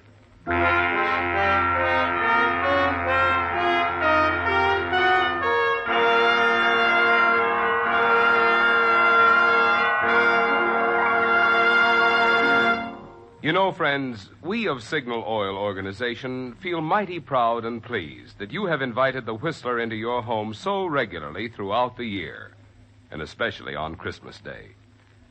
For all of us of the cast, I want to express our own sincere appreciation, too. During the 7 consecutive years that the Whistler has been broadcast by Signal Oil Company, many of us have had the pleasure of celebrating Christmas with many of you a number of times. And believe me, we feel it a real honor that you consider us a part of your entertainment family. Tonight, on behalf of Signal Oil Company and the independent signal dealers who serve you in the states of California, Oregon, Washington, Idaho, Nevada, and Arizona, I want to say we hope that your Christmas has been a merry one. May your new year be filled with peace, prosperity, and the good health with which to enjoy the many blessings of living in the good old USA. Well, Neil, the die is cast, isn't it? You've donned your sterile mask and gown and prepared the injection, carried them to the operating room, where you place them on the instrument tray, without even a glance at the masked, sheet-covered patient. You note Dr. Graham's nod of dismissal and quietly leave the operating room, where Charlie Bennett's chance for life or death lies squarely in your hands. You never dreamed you'd have such an opportunity, did you, Neil? After removing your mask and gown, you return to the hallway. Wait by a window near the operating room as the melody from the church again drifts in through the window. You wonder whether you're glad or sorry at what you've done. Then you remember the disgrace Charlie Bennett brought on you, your shattered hopes, the happiness you might have had with Cynthia. And you know the answer. Even if you could, you wouldn't change the situation in the slightest. You pause under a ceiling light and decide to finish Cynthia's letter. And now, as another Christmas approaches, I realize how hasty I seemed in my judgment. Suddenly your heart beats faster as you realize she's still Miss Cynthia Walker. You can almost hear the words as the melody of her voice haunts your memory. But you were even more hasty in your action. Your sudden, abrupt leaving, not letting me know where you were. I know now how wrong I was to doubt you. But even when my doubts were deepest, I loved you. You told me once a woman loves in spite of a man's weakness, not because of his strength. Remember, Neil? Well, so it was, and is, with me and you. I haven't changed, and I can't believe that you have. Merry Christmas, Cynthia. You turn away, stare out the window. Suddenly you're horrified and ashamed that you, a doctor, bound by the sacred oath of Hippocrates, have allowed your hatred for Charlie Bennett to bring you to the point that it did. Finally, the door to the operating room opens. The still form is wheeled silently past you. You continue to stare out the window. You light a cigarette and wait for Dr. Graham to emerge from the operating room. As he opens the operating room door and enters the hallway, you walk slowly toward him. How's the patient, Doctor? Well, patient's going to be all right. I'm glad you were around. Sereptamine's a godsend. May I have a cigarette, Andrews? Oh, sure, Doctor. Oh, thank you. I wish sereptamine had been available when I first started practice. Matter of fact, I wish I were young like you, just beginning. Oh, you'll be a great doctor one day, Andrews. Will I? I'm sure of it. You're honest. Duty comes first with you. Why, you could no more evade it than commit murder. No, I guess I couldn't. But I almost made a terrible mistake a little while ago. A mistake that could have been fatal to your patient. But you didn't. No. No, and I don't think I'll ever be tempted to make a similar mistake again. I'm sure you won't, whatever it was. No, the practice of medicine's in your heart, above everything. Yes, I guess it is. Oh, it is. I've always known that. That's why I appointed you. Thank you, Doctor. When can I speak with Mr. Bennett? Oh, any time you wish. He's lying down in my office. Bennett wasn't seriously injured, just knocked out temporarily. He was driving the car. You mean someone else was... Oh, our patient was the young lady with him. It seems they were on the way out here to the hospital to see one of our interns. She'll be okay. Doctor, who was she? Well, her name's, Walker. Cynthia Walker.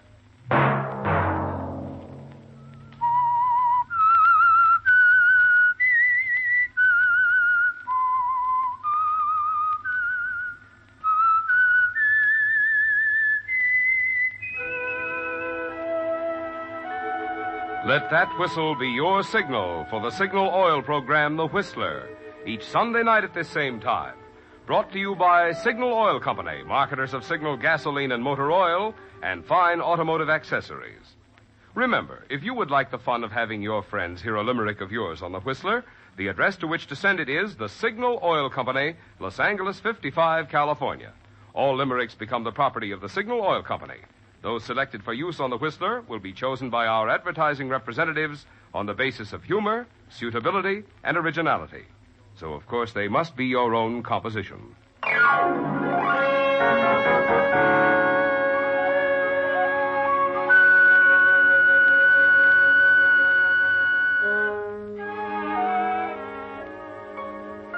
Featured in tonight's transcribed story were David Ellis, Isabel Jewell, and Paul Frees. The Whistler was produced and directed by George W. Allen, with story by Edward Bloodworth, music by Wilbur Hatch, and was transmitted to our troops overseas by the Armed Forces Radio Service. The Whistler is entirely fictional, and all characters portrayed on The Whistler are also fictional. Any similarity of names or resemblance to persons living or dead is purely coincidental. Remember, at this same time next Sunday, another strange tale by The Whistler.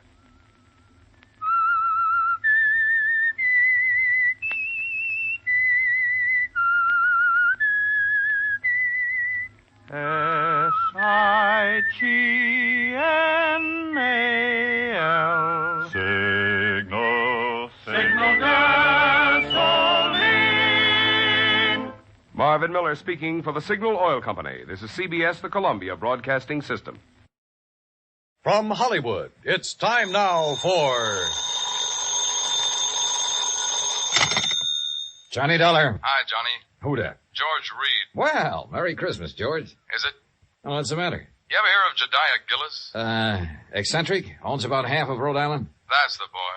A couple of weeks ago, he wrote a special policy on an item he wanted insured. And it's up and disappeared, huh? How'd you know? Oh, just a wild guess. What did he lose? I hope you're sitting down, Johnny. Yeah? Why? Because the insured item is a mouse. House? Mouse. What?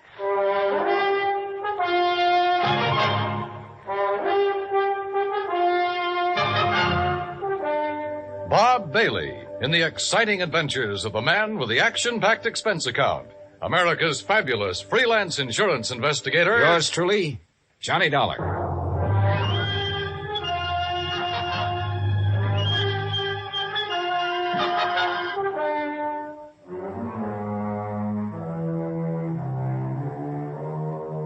Expense account submitted by Special Investigator Johnny Dollar to Floyd's of England, American Branch Office, 443 North 15th Street, Hartford, Connecticut. The following is an account of expenses incurred during my investigation of the missing mouse matter. Expense account item 1, 85 cents. Taxi from my apartment to George Reed's office. He was on his feet waiting for me. His Ivy League suit looked as though it had been slept in, and he needed a shave. Close the door, Johnny. Yeah, sure. Johnny, I'm going to level with you. This thing has me going. Well, it serves you right. Anybody who'd insure a mouse deserves what he gets. Yeah, but it isn't an ordinary mouse, Johnny. No? Not according to Mr. Gillis's original application. Yeah, take a look. Item to be insured. One unusually talented grayish-brown mouse. Unusually talented? Like how? I don't know. What? I tried to find out, but Gillis wouldn't tell me. And still you issued the policy? Well, you know our company, Johnny. We have a reputation for insuring almost anything, but we have to draw the line occasionally, and we would have here, except for one thing. What's that? And believe me, it better be good. It is. Gillis carries all of his insurance with us. Yeah, but even so. Just one of his several policies is a straight life for $350,000. Wow, king-size premiums, huh? Exactly. So when he called asking us to insure this fellow's mouse for a few weeks... Wait a minute. Gillis doesn't own it? No. Well, who does? It belongs to a friend of his, a man named Glazer. He's spending the holidays with Gillis. Gillis didn't want to be responsible if something happened to Glazer's mouse while he's there, so he asked us to write the policy. How much did you insure it for? All the company would allow, $5,000. Oh, now, George, you think I want to get all worked up over a lousy $5,000 loss? What kind of a commission can I possibly make on that? Look, give me a chance to finish, will you? All right, but only because it's Christmas. All right. Late last night, I received a call from Gillis. He wanted to know whom we considered the best investigator in this part of the country. When I told him, he told me about the mouse and insisted I send you up to help look for it. No, George, I'm sorry, but I'm going to pass. I've handled some screwy cases in my time, but this is... Please wait till I finish, will you? I told Gillis you wouldn't be interested. That's when he started putting on the squeeze. Squeeze? How do you mean? He said if I didn't get you, he'd cancel his policy. Oh, come on. You don't believe that, do you? I don't know what to believe. Gillis is a screwball of the first water. We've known that for a long time, and frankly, I'd rather not take a chance. Well, you've got to. Maybe not. I've received an okay from upstairs. On this one, you can write your own ticket. Well, why didn't you say so in the first place? You didn't give me a chance. Look, there's a train for Providence at 3:30. Here's Gillis's address. He wants you to stay with him. That'll cost more, Georgie. It figures. Merry Christmas, Johnny. Same to you, Santa Claus.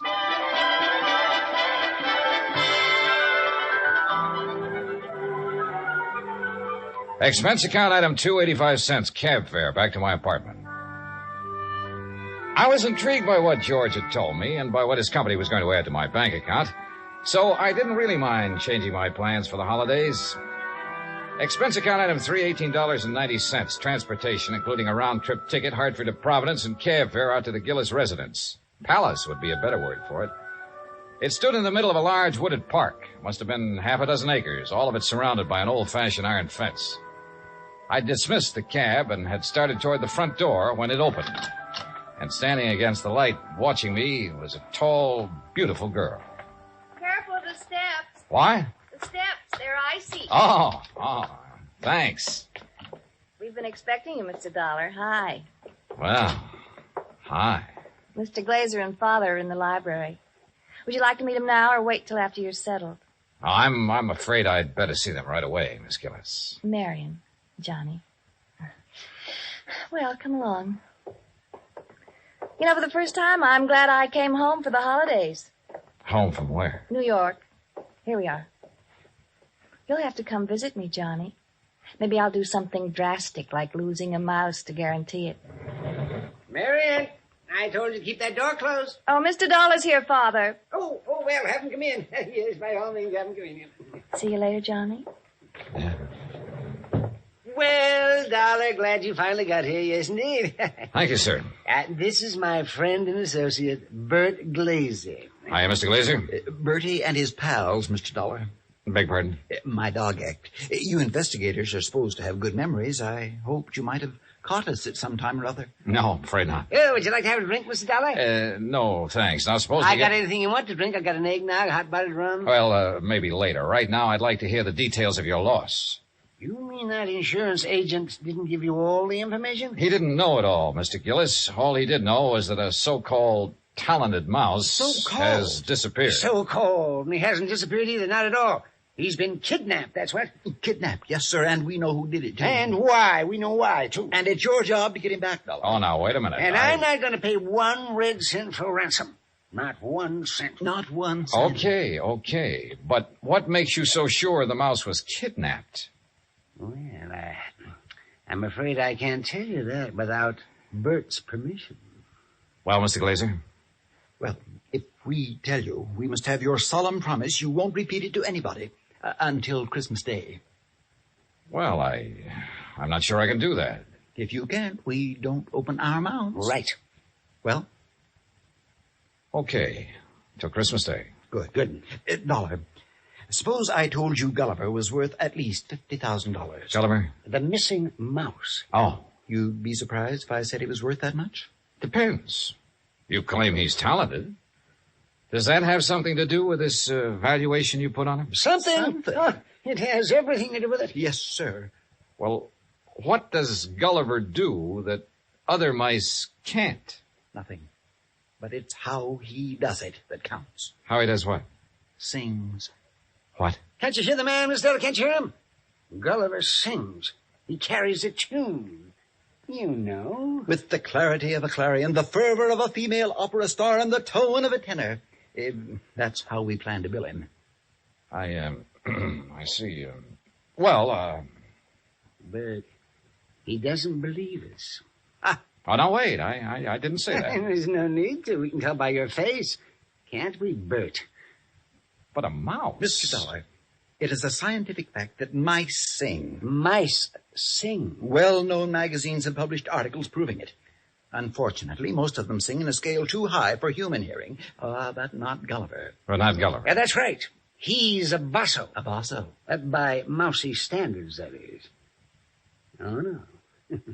No, Bert, he still doesn't believe us. Very well, Jediah, there is only one thing to do. There's only one thing to do. You follow us, Dollar. We'll erase the doubt in your mind forever. I took a good look at Bert Glazer, then reluctantly followed the two of them out of the library and down a long hall. At the moment, this thing had all the earmarks of a good old-fashioned con game. Or better still, a benefit on behalf of Bert Glazer with Jodiah Gillis and Floyd's of England as the sole cash contributors. We wandered for what seemed like blocks through the old mansion and finally reached a large playroom. On top of one of the billiard tables was a small brass cage. In it were two small grayish-brown mice. Glazer opened the cage and let them out. Mr. Dollar, allow me to present Hecuba and Esmeralda. Oh, how do you do? I suppose they sing, too. Oh, they certainly do. But not nearly as well as Gulliver. Just don't have the instrument, you know. Instrument? The voice, Dollar, the voice, the vocal cords. Oh, yeah, I see. But, now, where did you keep Gulliver? In here with the others. Bert didn't want to separate them. That's right. I originally started to make the three of them into a singing, trio, like the Andrews sisters. But Gulliver advanced so rapidly, I decided he should be a soloist. Oh, sure. You aren't afraid of mice, Mr. Dollar? No. No, well, that's fine. They sense it if you are, you know. It upsets them. Upsets them. All right, now, Hecuba, move over a bit. Give Esmeralda some room. That's it. Now, up on your haunches. Up, Esmeralda. There we are. Now, what would you like to hear, Mr. Dollar? Oh, anything at all? Oh, Bert, how about my favorite, Over the Waves. Good. Yeah, da. You got it, Esmeralda? Over the Waves. That's it, Hecuba. All ready, then? Good. That'll be fine. Ready now? 1, 2, 3. 1, 2, 3. Oh, that's it. Oh, beautiful, Esmeralda. Beautiful. Yeah, da.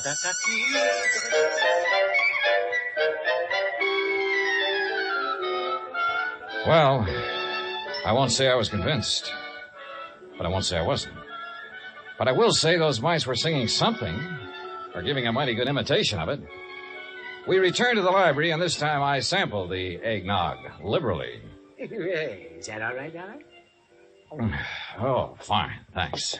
Well, Dollar, you know now why we believe Gulliver was kidnapped? Well, I'm not sure.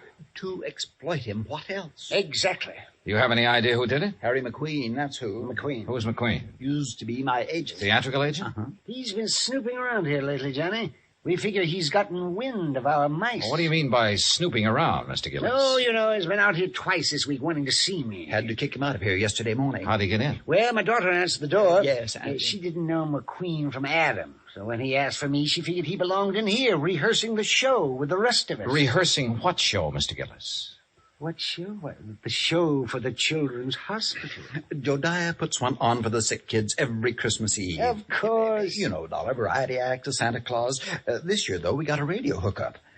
Go all over the state. And Gulliver, well, he was going to headline. And that's why I sent for you, Dollar. I figured you can get him back by tomorrow afternoon if anybody can. How long was McQueen in here before you noticed him? Long enough to lift Gulliver. This was our dress rehearsal, Dollar. We'd asked some of the kids from around the neighborhood in to watch, so it was pretty crowded. Where were the mice during the rehearsal? Well, that's where I made my mistake. What do you mean? We were keeping them a secret till the real show. Well, where were they? In their cage, over there on the mantel. Now, we were using this part of the room for the stage, so McQueen could have just reached in and taken Gulliver without us seeing him. Now, what makes you so sure McQueen did it? We told you. Besides, who else would want him? Who else? And it was right after I kicked him out of here that I discovered Gulliver was missing. What'd you do then? I called off the rehearsal and started searching for him. McQueen? Dick Gulliver. And I put in a telephone call to the Providence house where McQueen was staying. Did you talk to him? Nope. They said he checked out. After questioning them for a while, I finally had a nightcap with Jediah, then went to the phone in the hall and made some calls, including one to George Reed. Well, how's it going, Johnny? It's not. That's why I'm calling. Look, they think a theatrical agent named Harry McQueen stole the mouse. He has offices in Boston and New York. I placed a person-to-person call to both offices, but with tomorrow Christmas Eve, he might not get the message. So, what do you want me to do? Find out his home number. Ask him to call me here. Okay. Anything else? Hello? Johnny? Johnny, you there? Yeah. And so is a cat. What? A big yellow cat. What's so unusual about that? Oh, nothing. Except he's got a grayish-brown mouse between his two front paws.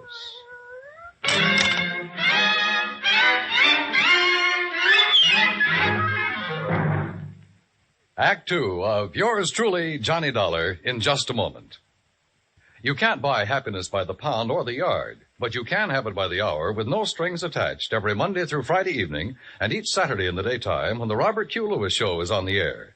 Join him and his fun-loving gang 5 nights a week and Saturdays in the daytime on most of these same stations. Now, Act 2 of yours truly, Johnny Dollar, and the Missing Mouse Matter.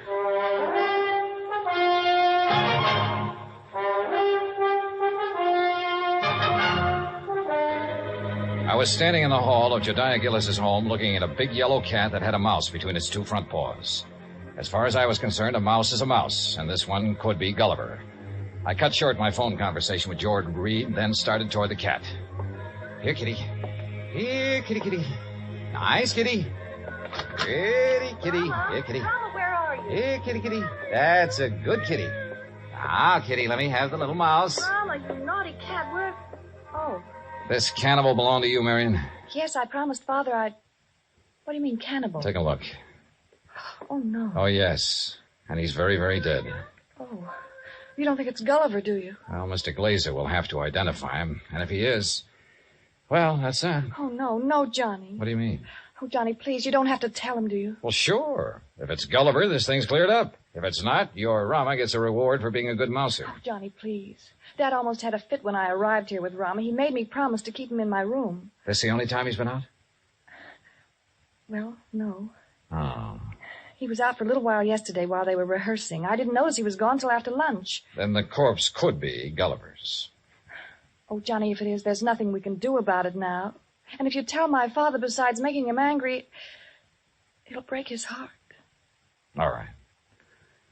I won't say anything until tomorrow night. Oh, thanks, Johnny. Night. Good night.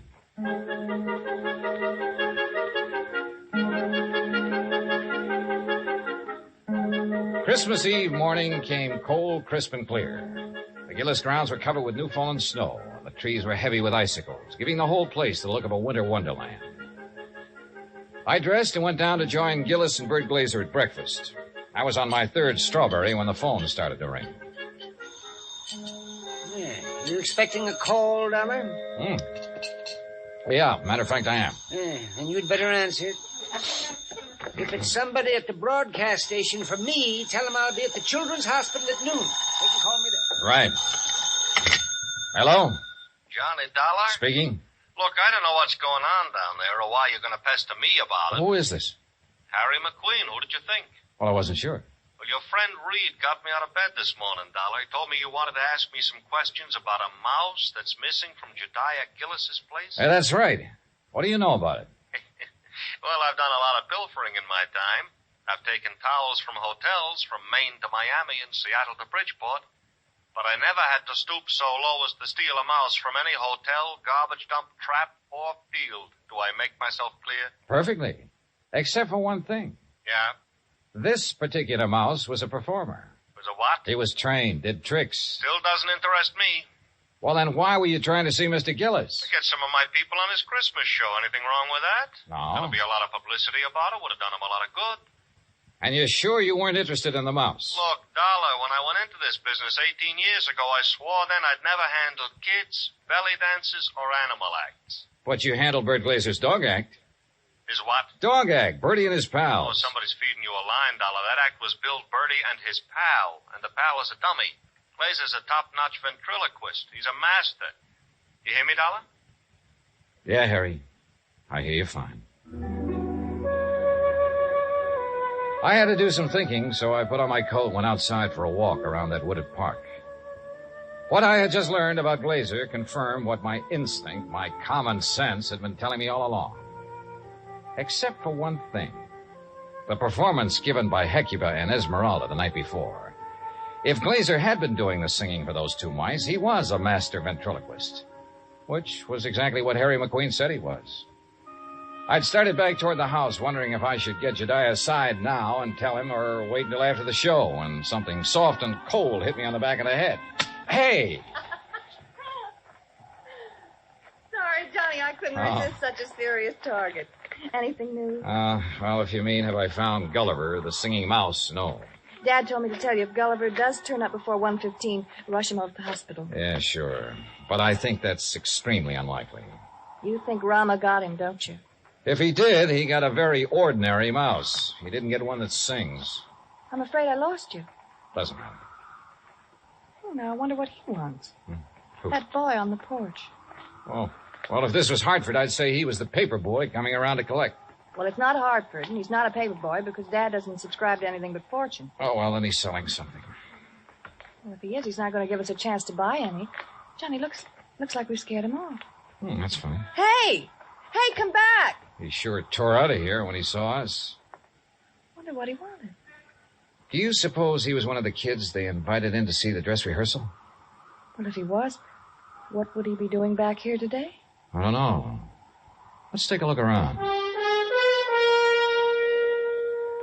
We found it in the playroom, near where Gulliver's cage had been. It was a roundish metal clamp, the kind of boy wraps around his trouser leg when he's riding a bike.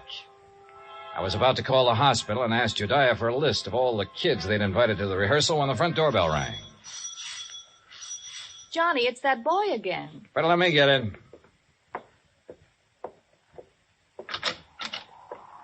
Hi. Hi. I was over here to see the show the other day. Oh? Yeah. You see it? No, I wasn't here then. Oh. Jeez. Sure is cold, ain't it? Yeah, sure is. Oh, why don't you come in and get warm? Oh, no, that's okay. No, come on. Nobody's here. No? Oh, okay. Yeah, sure, come on.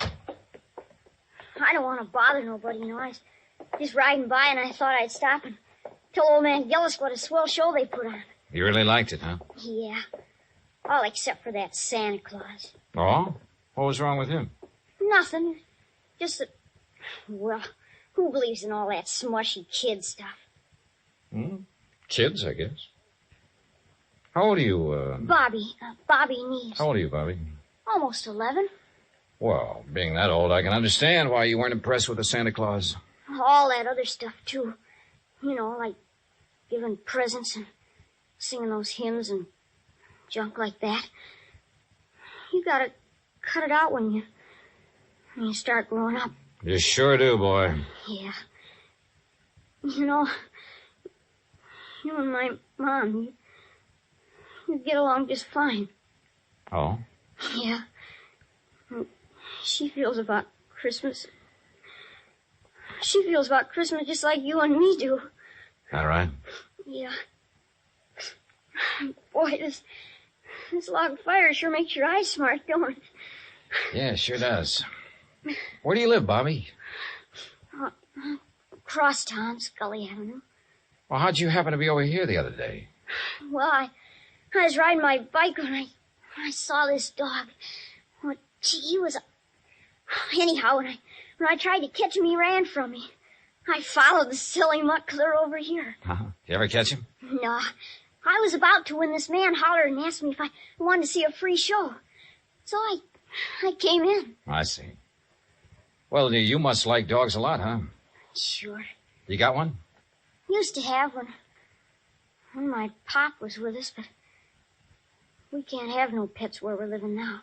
Oh, that's rough. Yeah. You know that poem? Which one? You know, about all through the house not a creature was stirring, not even a mouse. Yeah? Well, that fits our place. Especially now. How do you mean? Well, I didn't think he'd miss it, you know. Man with a house as big as this one and all. So when I saw this cute little fella up in that cage, well, I didn't really mean to take him on whole, Bendy, but when he got under my sweater and was real quiet, like he liked me, well, you know what I mean. Yeah, Bobby. I know. But I got to thinking and decided to bring him back. So would you give him to the old man, to Mr. Gillis for me, please? No, I think you'd better do that yourself. Oh, no, please. He might be awful mad at me by now. No, Bobby. In fact, you're going to get a reward. Yeah? Word of honor. Now, what do you say we go down where Mr. Gillis is putting on that Christmas show and see it? Okay? Oh, sure. Bobby, Yeah? did you notice anything unusual about this mouse? Yeah, I sure did. What was it? He got some white on his right hind foot.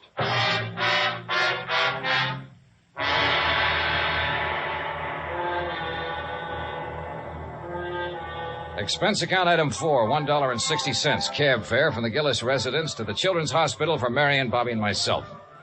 Inside, we followed the sound of children laughing and reached the auditorium. Marion found a seat among the nurses, and I took Bobby backstage. When Jediah saw Gulliver, his face lit up like one of the trees he'd had delivered to the war. Oh, Gulliver! By golly. I knew if anybody could do it, you could, Dollar. I didn't do a thing, Mr. Gillis. All the credit goes to Bobby. Oh, to Bobby. Well, I'll speak to you after the show, young man. Yes, sir. Bert, look, he's back. So glad to go, Master. Oh, Gulliver, I do declare I have never been so glad to see a person before. You better hurry, Bert. He's scheduled to go on in just a minute. Oh, he will. Well, I'll go check on the microphone when everything be just so. Don't go away, Dollar. No, he won't. Bobby, why don't you sit over there where you can see the stage? Yes, sir. Bert, you think Gulliver will sing today? Think? I know he will. Oh, get ready, Gulliver. But that boy had Gulliver all day and all night, and he didn't sing once. Did the boy ask him to? Ladies and gentlemen, boys and girls, for the first time in a while, one of the wonders of the world, Gulliver, the singing mouse. Hey, Mr. Dollar, can that mouse really sing? That is what we're going to find out, Bobby. Exciting, isn't it, Dollar? Sure is, Mr. Gillis. All right, thank you, folks. Thank you. And now for Gulliver's first number, he'd like to sing with... what's that, Gulliver? I see. He's going to sing Jingle Bells. But he wants me to get off stage so everybody will know it's really him doing it and not me. Thank you. Is he all right, Bert? Oh, fine. Just feeling his out. Well, why doesn't he start? He's going to. Listen.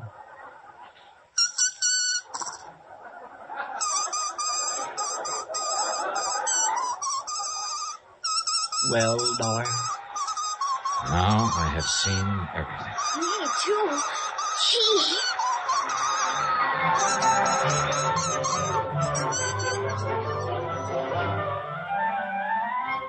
Bert Glazer had a logical answer for having lied about his old vaudeville act.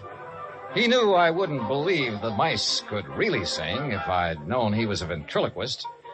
And you know, well, after all, yet sometimes...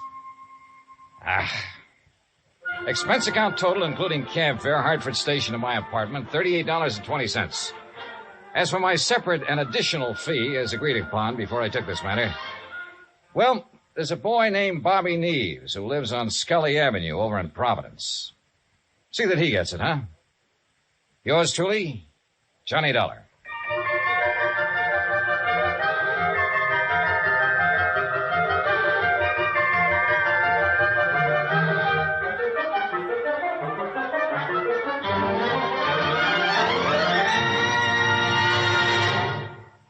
Our star will tell you about next week's story in just a moment. Meantime... Hey, Dan, I'll make a deal with you. Oh? Let me have the mic for a second, then you can tell them about next week's story. By all means, be my guest. All right. I just don't want to pass up a chance to do two things. First, well, Pam and Eric and Fran, Mr. and Mrs. Froelich, Helen, Will, Scotty, all the rest of you nice people who've written in to tell us how much you like the program. Thanks. I really appreciate hearing from you, and believe me, I'll answer your letters just as quickly as I can. Second, well, I'm sure you know what this is, and I want you to know it comes from the heart. Merry Christmas to you. God bless you.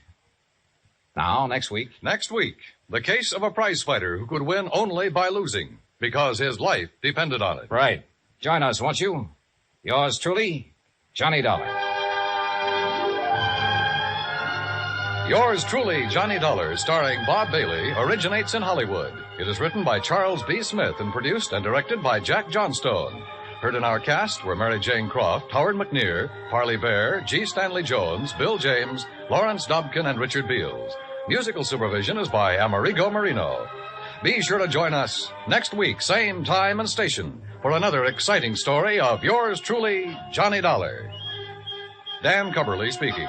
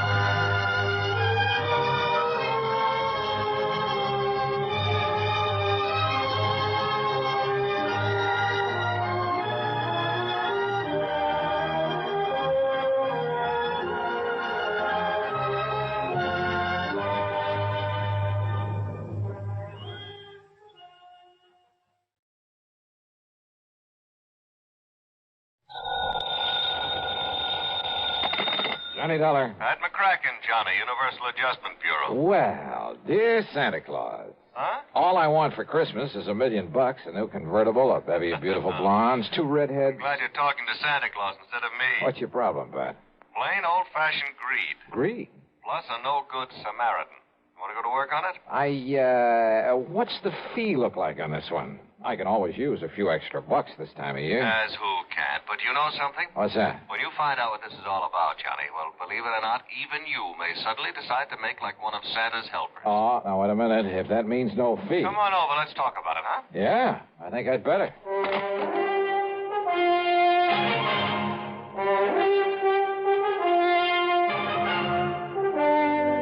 CBS Radio brings you Bob Bailey in the exciting adventures of the man with the action-packed expense account, America's fabulous freelance insurance investigator. Yours truly, Johnny Dollar.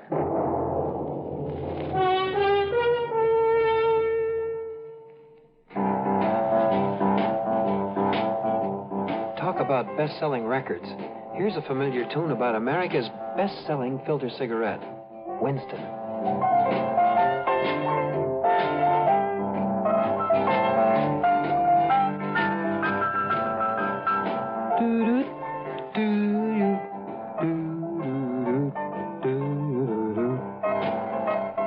Winston gives you real flavor, full, rich tobacco flavor. And you know, that's because only Winston has filter blend up front. Choice, flavorful tobaccos, specially selected and specially processed for filter smoking. No wonder Winston tastes good. Like a cigarette should. Smoke Winston. And now, Act One of yours truly, Johnny Dollar.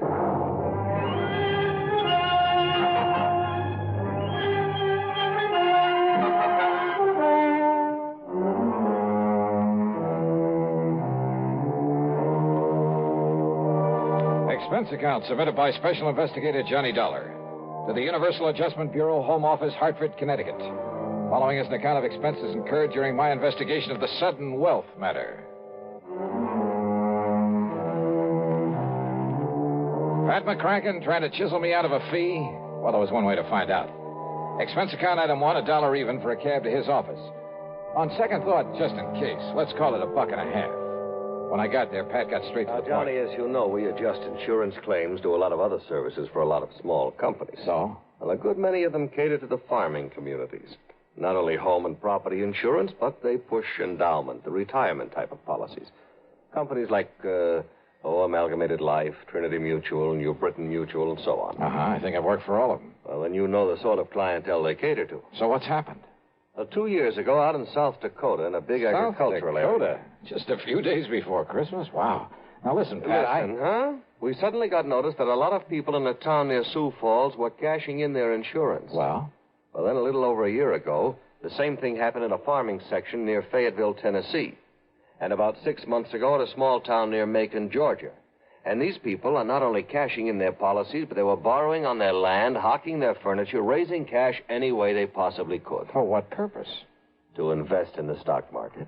Oh, well, maybe you can't blame them. Johnny. Own a few shares myself, some AT&T, Sure. GE, some Union Carbide. Yeah, but you buy those blue chips, and through a legitimate broker. Well, doesn't everybody? Not these people.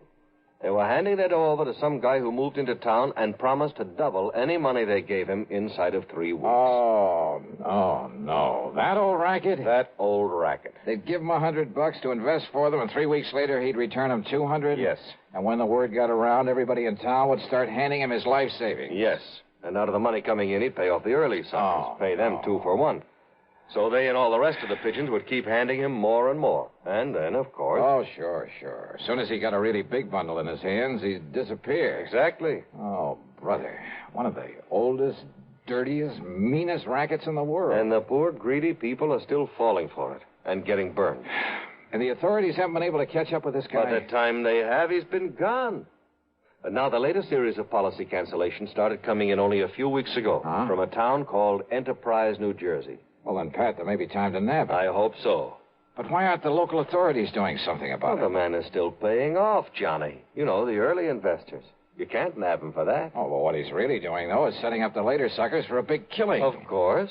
But isn't anybody wise to what he's up to? Who knows? Maybe there are a few who were smart enough to get in at the beginning during the big build-up. Yeah, but they'll get their money back. Why, sure, doubled. But then, when he gets enough new money... Well, aren't the police wise to him? Suppose they are, Johnny. What can they do so long as he keeps paying off as promised? Oh, brother. Of all the dirty, rotten... Well, you want to go look? I sure do, Pat. And you can pay my expense account, but that's all. You know, on account of Christmas or something. I kind of thought you'd feel that way about it. Yeah. I'll be in touch.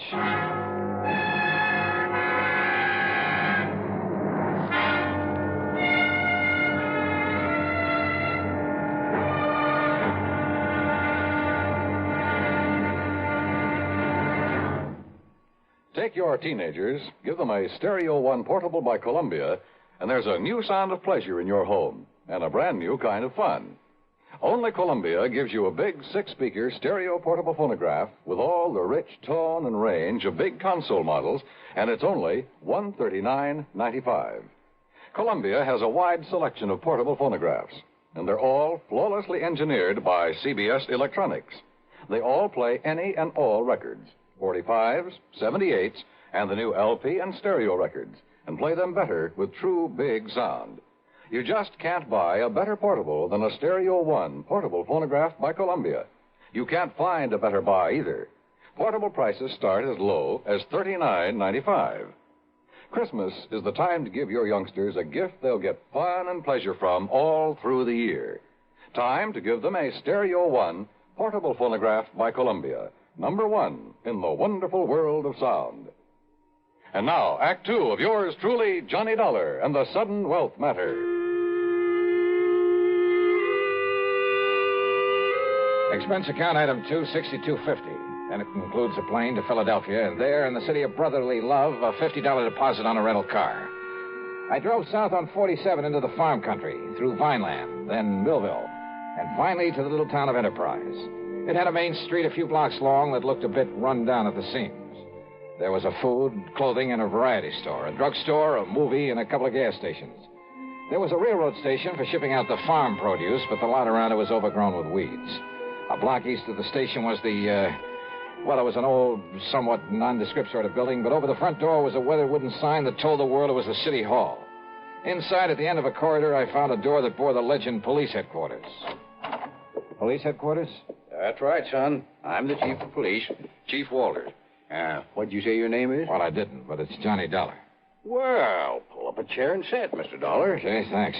Yeah. Now, what can I do for you? Chief Walters, I'm an insurance investigator. Huh? Oh, sure, Johnny, sure. I know all about you. I hear all about them cases you investigate on the radio. Yeah, I catch it on WCAU in Philadelphia. Good. Well, now, listen, I hope you didn't bother coming down here just on account of I took some cash out of my policy. You did? Well, tell you the truth, Johnny, a lot of people did. Oh, you know how it is. Something special comes along, you can use some extra cash. Oh, but now don't you give it a second thought. Oh, why do you say that? Well, a few more weeks from now, the folks in this town will be buying up more insurance than ever. They'll be buying more of everything. Uh-huh. You mind telling me why? Well, because we'll all have a lot more money, that's why. In spite of what Mr. Lowry says. Oh, who's Mr. Lowry? Oh, he runs that piddling paper. You know, the Gazette. What he says about what, Chief? Well, I'll tell you this, Johnny. He puts any of them things that he says about Mr. Morgan in his paper, the folks won't buy it anymore. Morgan? John D. Morgan. Yeah, he's the man that's putting this town on its feet again, now that the farmer's dropped off. John D. Morgan. One of his grandpappy's relatives on his mother's side was a Rockefeller, and another one was a Morgan. Big financiers, just like he is. Uh-huh. Yeah, see, he belongs to that New York Stock Exchange. He told you that? That he did, son. Well, then I have a sneaking suspicion he's the man I came down here to see. I would if I was you. Why, Johnny, when he come here, Jerry Chisholm give him $20 to invest for him. 3 weeks, and he give Jerry back 40. Yeah, I've heard about this. And then the widow Pasquale give him 25. So, 3 weeks later, he gave her 50 back. Yes, sir. So now she's going to dig up some more to invest. Well, just like everybody else in town, including me. Uh-huh. Has he told you why he's being so good to you folks? Yeah, sure has. And it's a mighty fine thing. Why? Well, because it was right here that one of his ancestors got his start. His name was Josiah Morgan. Josiah Morgan? Yes, sir. Back in 1800 something. I see. So he's come here to show his gratitude for the town that gave his family a start. That's what. Oh, yeah.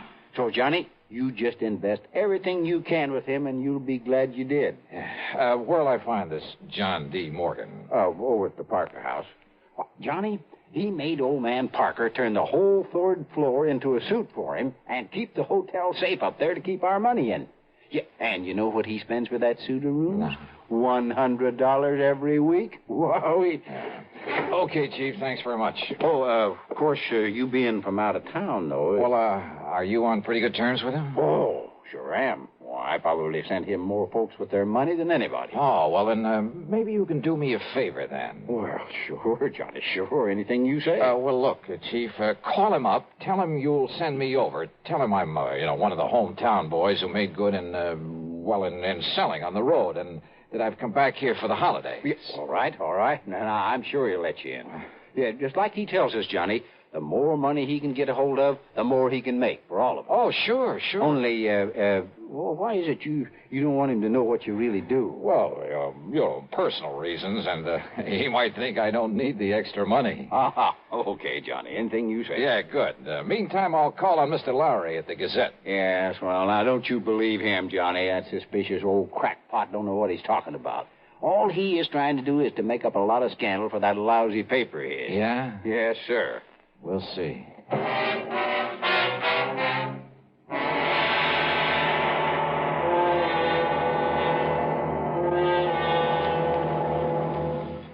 Act 3 of yours truly, Johnny Dollar, in a moment. Meet star Stuart Irwin. Nothing's worse for an actor than a nasty cold. To feel better quickly, I take wonderful 4-way cold tablets, the fast way to relieve cold distress. Right. Tests of all the leading cold tablets proved 4-way fastest acting. 4-way starts in minutes to relieve muscular pains, headache, reduce fever, calm upset stomach, also overcomes irregularity. Take my advice.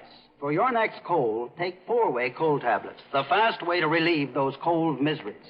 4-way, only 29 cents. And now here's a word about another fine product of Grove Laboratories. Does dandruff dull your hair, leave scalp itchy? Get Fitch Dandruff Remover Shampoo and get rid of unsightly dandruff in 3 minutes.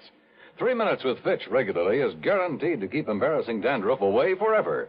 Apply Fitch before wetting hair, rub in 1 minute. Add water, lather 1 minute. Rinse 1 minute. Every trace of dandruff goes down the drain. 3 minutes with Fitch, unsightly dandruff's gone. Fitch can also leave your hair up to 35% brighter. Fitch Dandruff Remover Shampoo. And now, Act 3 of yours truly, Johnny Dollar.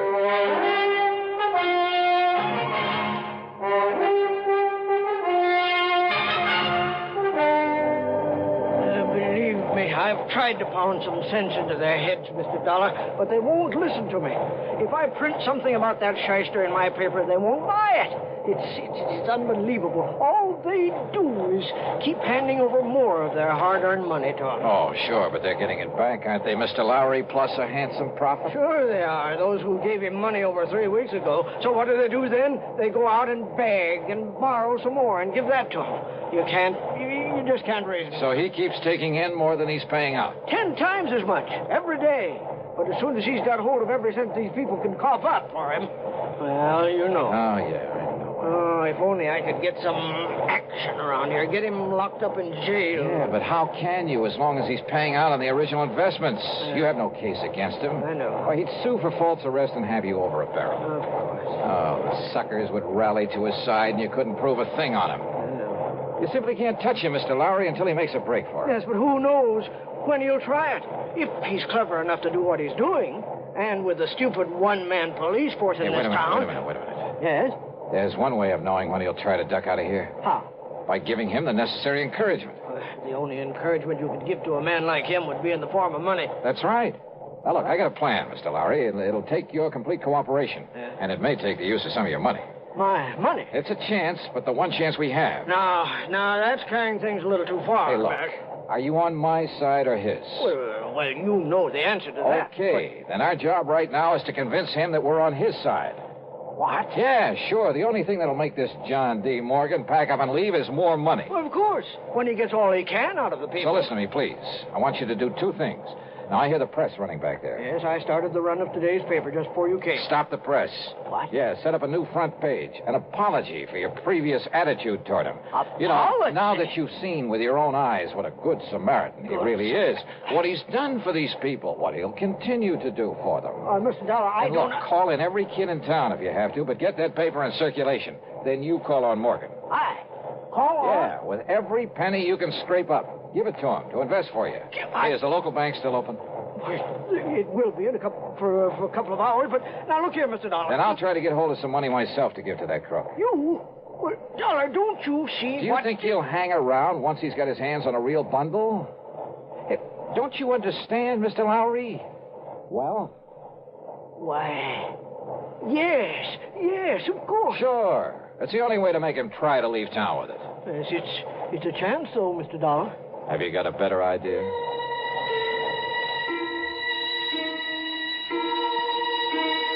While Mr. Lowry set up a new front page and got the paper back in the press, I went over to the city hall. Under protest, Chief Walters went through the old town records. And when he found no record of any Jodiah Morgan, he kind of changed his mind about John D. Then I spent item 3, $1.50 for a call to the Securities and Exchange Commission in New York. They'd never even heard of our shyster friend. Chief Walters' protest then was because I wouldn't let him go straight to the hotel and slap the cuffs on John D. Morgan. And he is a crook. Lowry over at the Gazette was right. Well, sure, of course he was. But look, if you try to arrest Morgan now, you'll only make trouble for yourself. Until we get proof, we have... Bang that dirty crooked. What can I do, Johnny? Well, I got a plan going, Chief. I'll tell you about it on the way to the bank. Oh, what kind of a plan? Did you phone Morgan I'd be over to invest with him? Yes, sir. Good. And when I said your name, Well, he made me repeat it for him. But I didn't tell him who you really are. I mean, what you do. Good. Now, you can help some more by taking everything you have out of the bank. Huh? Sure. To invest with John D. Morgan. What? Come on. I'll tell you what it's all about. At the bank, I laid the whole thing out to the president, a dignified old man by the name of Peterson. He, too, agreed to cooperate. Item 4, then 2 1/4 for a call to Pat McCracken back in Hartford. $10,000? Yeah, wire it to my account right here at this bank. Now, Pat, immediately. And you're going to hand it over to that crook? That's right. Well, Johnny, if something goes wrong, if he gets It's away... a chance we gotta take, Pat. Well? Okay, Johnny, whatever you say. Attaboy. Now, Mr. Peterson. Mr. Dollar, my own wife has just gone to see Morgan with $5,000 for him. Oh? And if that doesn't, well, I guess flush him out is Yeah, conserved. good. And yet, I wonder. Yes. Well, I just hope we aren't overdoing this thing now. Enough to make him smell a rat, I mean. No, of course not, Johnny. Ain't you seen the Afternoon Gazette? Precisely. With the paper now supporting instead of fighting him, more people than ever have gone there to give him money. Yeah, but if he does get suspicious, I think I'd better go over there and see him. Whatever you say. But until Pat wires me that $10,000... Oh, here, Mr. Dollar. Here's $1,000 in cash. Huh? From my own personal account. And if you need more... No, thanks. But this ought to be enough to convince him I'm sold on him. Hope I'm not too late. Not unless he were to find out who you really are. Come on, Chief, let's... Hey. Yes, Mr. Dollar? How does Morgan get around? Johnny, you mean you ain't seen that beautiful limousine, that brand new... Where does he keep it? He rents the garage back of Miss Goodwin's house on Wood Street, a couple of blocks west of the hotel. Okay, Chief, then I'll meet you at Morgan's hotel room. Okay, Johnny. And don't, for heaven's sake, tip him off about this. I'll go along with the chief. Yeah, do that.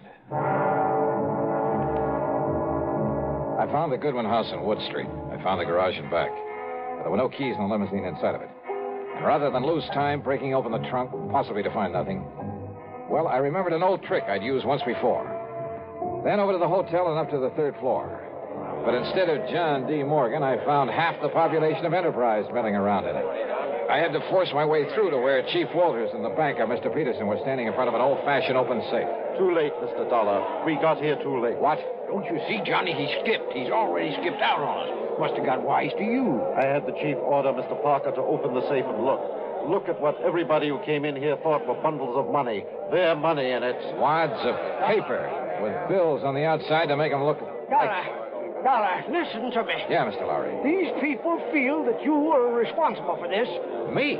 And after making me give my last penny to them a while ago, Dollar, I can't help wondering myself. Oh, now look, use your head. Listen to me, listen. All right, I'm listening.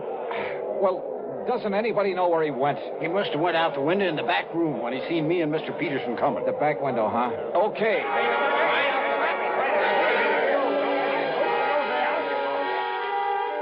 The very eagerness of that crowd to stop me was the only thing that let me get away and safely down the fire escape.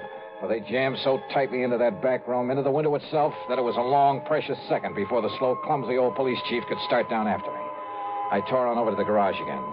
And there, sitting in the car, was John D. Morgan. One hand on the starter key, the other with a Colt 38 level at my head. You, huh?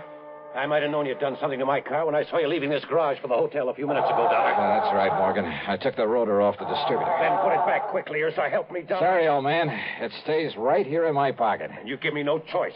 I'll have to kill you and take it away. All right, wait a minute, Morgan. Look out there on the street.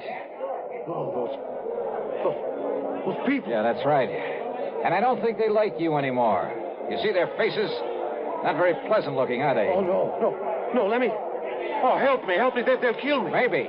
You had that money for him? Well, yes, it's in the trunk of this car, all of it. Then you'd better open it up and be ready to give it back to them. Yes, tell them I will. I'll give it all back, all of it. After you let me have that gun. What? Come on. I'd hate to think of what they might do if they saw you waving that thing around. Oh, here, take it, please. Okay. Now get out and open up that trunk for him.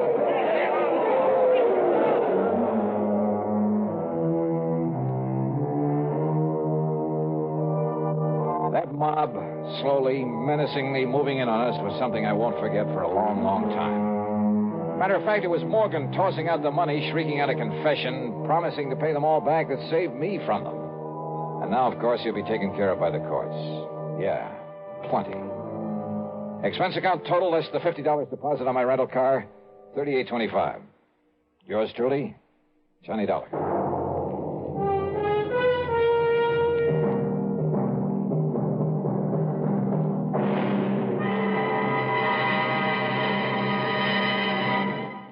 Our star will return in just a moment. How's your Christmas shopping coming? Not leaving everything for the last minute, we hope.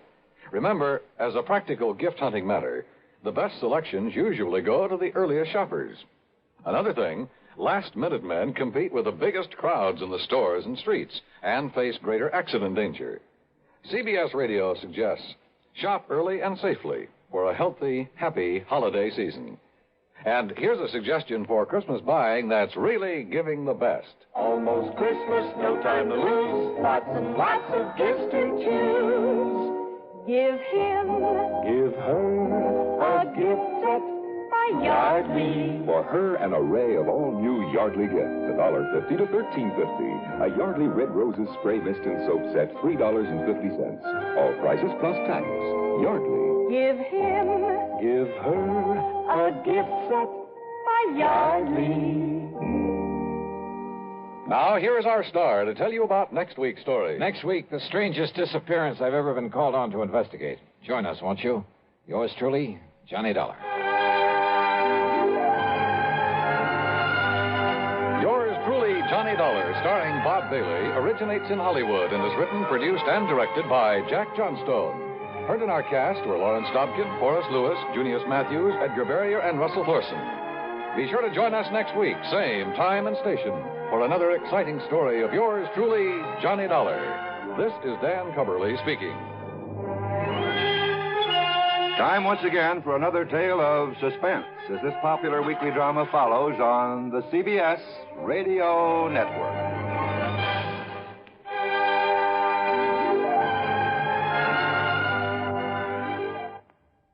As you smoke a Duke, you get a sense of ease and comfort that grows with every puff. Because new king-size Duke is king-size in the filter, where it matters most. According to figures from the National Safety Council, 4,400 youngsters under 15 were killed last year in traffic accidents. Your first reaction will probably be that these accidents were the driver's fault. In many cases, you would be absolutely right. But the drivers are not the only ones to blame for this needless toll. Parents, too, have a great responsibility to see that their children don't get into situations that could result in tragedy. Parents have perhaps the greatest responsibility and the greatest loss when they don't live up to those responsibilities. Do you, as a parent, know precisely where your child is at this very moment? Is he fully aware of the dangers of playing near traffic? Is he of school age? And do you know the route he takes to school? Is it the safest route? When you walk with him, do you yourself use the same safety rules you hope he follows when you're not around? These are important questions. Ask yourself. Radio 59 WROW, first on the dial. Extra, extra, get your illustrated press. Read all about the new Rinso. It's anti-sneeze and it washes clothes whiter. Extra, extra, read all about Rinso.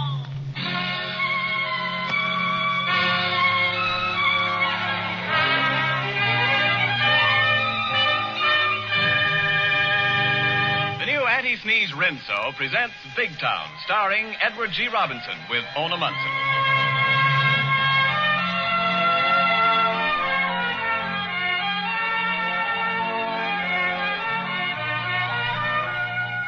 Good evening, folks. This is Ken Niles. We are happy to announce that this broadcast is being made available to our armed forces based overseas. You know, an old proverb that I just thought of says, if you want a whiter wash well done, just leave it to Rinso. And how true that is. Why, those quick-acting Rinso suds are tough as nails on dirt and grime, yet safe for washable colors. And with Rinso, you can hustle through a load of clothes with as little as a 5-minute run in your washer. How's that for saving your clothes and easing up on your trusty machine? That washer's got to last for the duration, you know. And if I were you, I'd have it checked right now by a reliable dealer. And I'd certainly get the new anti-sneeze Rinso tomorrow. And now, Big Town.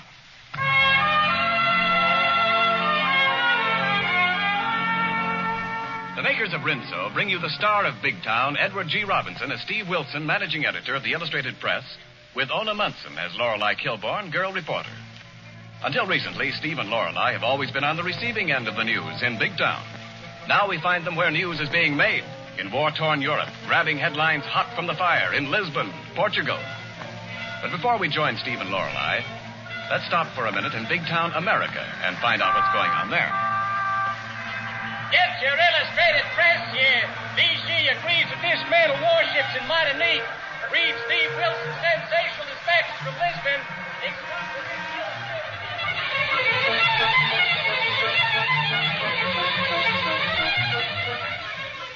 Hello, transatlantic operator. Big Town calling Lisbon. This is Lisbon.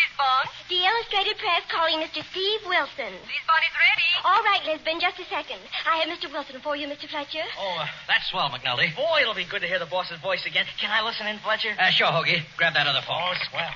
Hello? Are you there, Steve? Sure. You don't have to shout like that, Fletcher. Just like talking to Brooklyn. Oh, I see. Well, here's what I called about. We've been getting some mysterious letters from Paris, all addressed to you. Well, how could that be? No mail is reaching the United States from Paris. Well, these letters are smuggled out and mailed in London. Oh, they're full of dynamite, Steve. Red-hot news about the underground revolt in occupied France. We've been running them in the Illustrated Press, and circulation's up 20,000 a day. Well, who wrote the letters? Well, they're unsigned, but they're written in English. And in every letter, we find a certain phrase repeated over and over again. A phrase I think you'll remember. The words, by the same token. Who does that remind you of? By the same... Well, Art Mason. Of course. Art Mason used to be our Paris correspondent. You remember how we used to kid him about using that phrase in all his dispatches? Yes, you bet I do. Why, I haven't heard from Art since we got into the war. Not since I burned the cables begging him to leave his beloved Paris and come home. Well, he's using that phrase now to identify himself. He's still there in Paris and still sending. Steve, do you think you can contact him? Well, not from Lisbon. Mm-hmm. Lorelei and I will grab a plane for Vichy today. Maybe Art has an underground connection there, and I'll try to get word to him. Oh, swell. Give our love to the gang. So long. Well, goodbye, Steve. Take good care of yourself. We'll try to. Goodbye.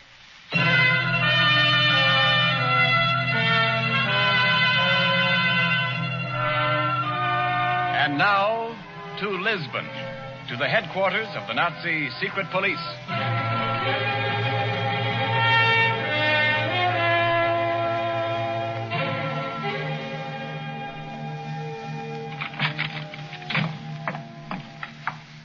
Captain Heinrich? Yeah, Ritter? We have just listened in on an interesting transatlantic telephone conversation between the American Steve Wilson and his newspaper, the Illustrated Press. So? Wilson and Fräulein Kilburn are flying to Vichy today. They will try to contact a man named Mason. Mason? If we could only lay our hands on him. Ritter, I want a complete transcription of Wilson's telephone conversation with America. Yeah, well, Excellent. I also want to know the plane on which his reservations have been made. I'll call our headquarters in Paris. They may have some special instructions concerning our American editor.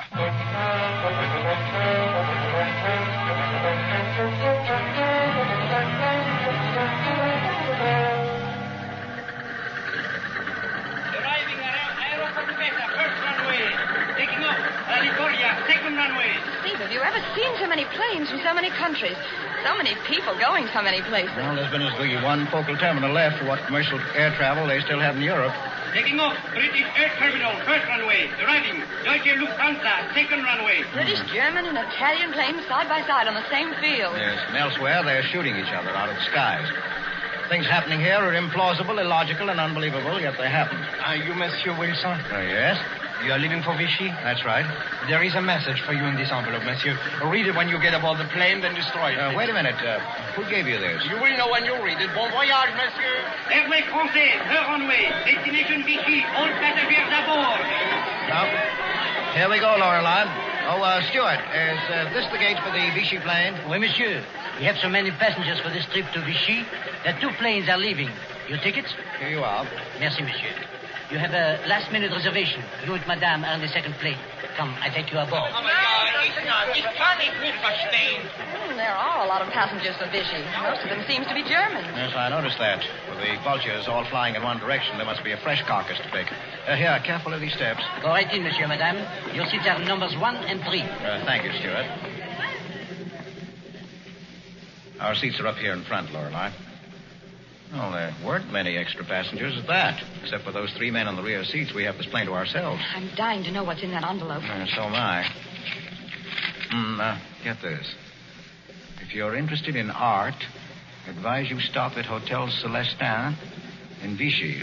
Others interested in art will contact you. Try to get the picture entitled France Will Rise Again. There's no signature.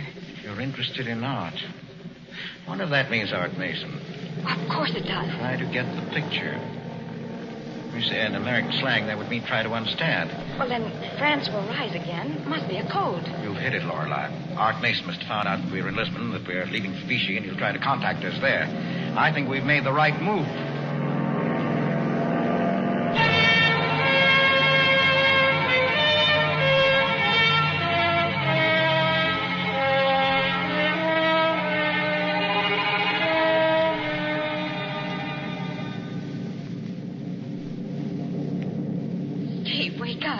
Wake up, Steve. Oh, yeah. Hello, Lorelei. Hello. Where are we now? Oh, we're almost there. You've been sleeping like a baby. Yes, so I have. Look out the window. You can see Vichy ahead. Oh, so that's the capital of France. Must have grown since I was here last. See, that's strange. What is? The lights are out all over the city. You're right, they are. I didn't know they had blackouts in Vichy. Well, it could be a practice blackout, although it wouldn't do them much good with that full moon overhead. We're losing altitude, getting ready to land. Hey, look here, there's something wrong, Lorelei. Oh, what do you mean? Well, Vichy has no river running through the center of it. Unless I've gone crazy, that's the Seine. Seine? But that's in Paris. Well, of course it is, and that's just where we're about to land, in Nazi-occupied Paris. How could that happen? Well, that business of steering us into another plane was a trick of some sort. The steward who showed us aboard must have been a fake. They put one over on us. Exactly, Herr Wilson, and there's nothing you can do about it. Ritter Engel, keep an eye on them. I am Captain Heinrich of the German military police. Yeah, was it you who had this plane routed to Paris? Yeah. But why? We're not spies. We're American citizens, traveling from one neutral country to another. Dangerous citizens who must be put away.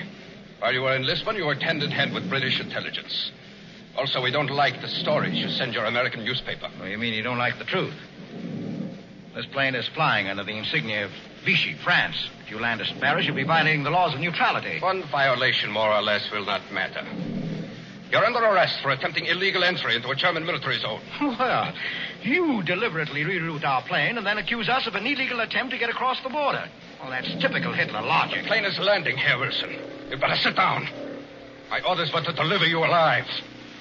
Please let me carry them out.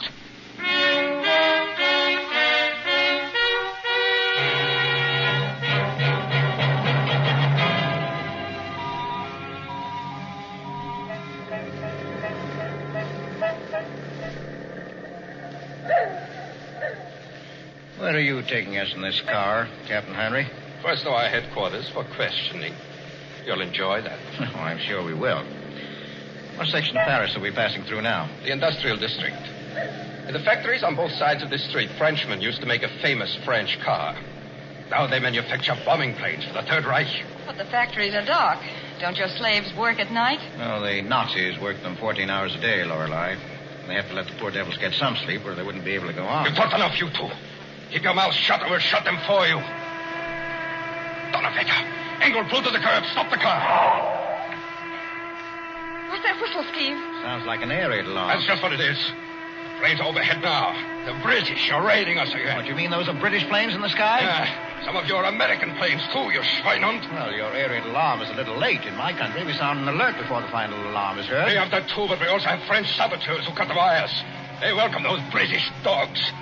Get out of the car, both of you. We've got to find shelter. If you try any tricks, we'll shoot you down. Keep close to me, Lorelei. This may be our one chance to get away from them. Look out! It's coming! Get down, you fools! Get down!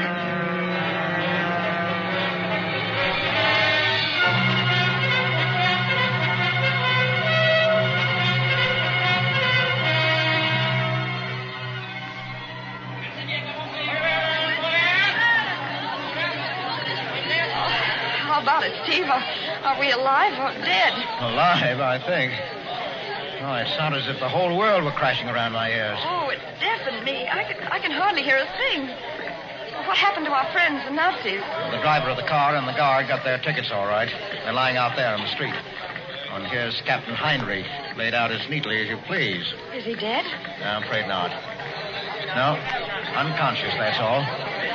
Boy, look at those factory buildings burn. Steve, there's some German soldiers coming. Yes, I see them. Don't get excited. Just keep moving. But where on earth can we go? I don't know. Paris is crawling with Nazis. We may get caught any minute. Somehow we've got to find Art Mason. He's our only hope.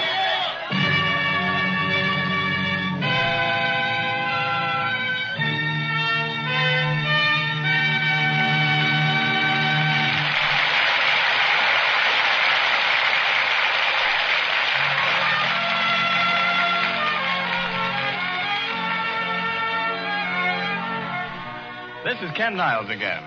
We'll return you to Big Town in just a moment. But first... Oh, boy, am I glad to see you. To get clothes lily white with ease, be sure to get new Rinso. You'll fly through wash day like a breeze if you get Rinso. Yes, sirree. The Rinso sisters, Lily White and Addie Sneeze. Well, what's doing, Pets? A deep, dark plot. Sensational. We've got the inside dope on a big expose. What? Well, but how? Well, we're plotting to expose those old-fashioned soaps that let your wash get dingy and yellowish. And give you wash day hay fever, too. So we're going to tell the world about new Addie Sneeze Rinso, how it has 2 special ingredients to prevent yellowing and graying of clothes, and how white things come gleaming snowy white without hard rubbing, scrubbing, or boiling. And say, Rinso's a lifesaver for clothes. Why, with Rinso's fast-acting suds, as little as a 10-minute soaking will do the trick. Then a few quick rubs on the extra soiled places, and wham! Just look at the gorgeous Rinso wash. Colors fresh and bright, white things dazzling Rinso white. And Rinso's anti-sneeze. You said it, girls. And now sing it. For Rinso's anti-sneeze, you know, it saves your wash day sorrow. You spell it R-I-N-S-O. Get some tomorrow. Please stay tuned in at the end of this program for exciting news about next week's show. And now back to Steve and Lorelei in Paris.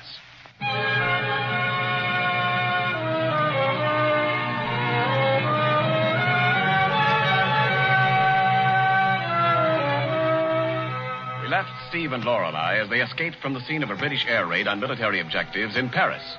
2 Americans in desperate need of a hiding place with enemies all around them. Now we find them in a cab being driven through the Paris streets. Well, lucky thing we found a cab driver who didn't suspect my French. Well, at least he didn't appear to. You know, he's a dear old thing. Did you ever see such a lovely mustache? Makes him look like a walrus. Oh, sweet old walrus. Are we being followed? Oh. No, I don't see any sign of it. But you never can tell. Oh, ma chérie. You have arrived, monsieur. 422 Rue Washington. All right, driver. You wait in the cab, Lorelei. This is the house where Art Mason and I used to share a room together. Probably isn't here anymore, but the landlady may know where I can find him. Oh, look, Steve, there's a woman just going into the house. Pardonnez-moi, madame. Oh. Oui, monsieur. I'm looking for Madame Perron. Would you call her, please? That would be difficult, monsieur. Madame Perron is dead. Dead? Oui. She was among the refugees who were killed on the highways as they tried to escape from Paris. Oh, I'm terribly sorry to hear that. Well, what about her little son, Pierre? What happened to him? I do not know. Pierre is gone, too. Oh, poor little devil. Well, are any of Madame Perron's old lodgers still living in this house? No. German officers live here now. Well, France will rise again, Madame. Shh. Be careful where you say those words. Who are you? I'm a friend of France. I'm looking for an old comrade, an American, Arthur Mason. Do you know him? I know of him. He's not here now. Go to the Hotel de Capture on the Boulevard de Strasbourg. Ask the night clerk at the desk. That is all I can tell you. Merci, Madame. Hotel de Capture.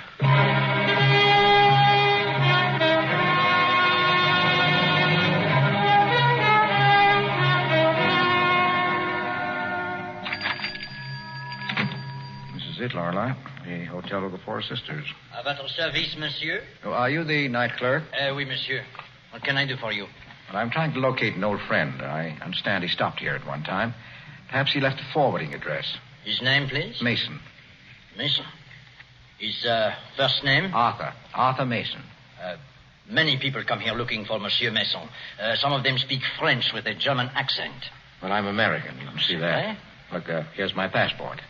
Oui. This lady and I are in trouble, and we've got to find Mason tonight. We don't mean to do him any harm. Quite the contrary. We need his help. I think I understand. Attention.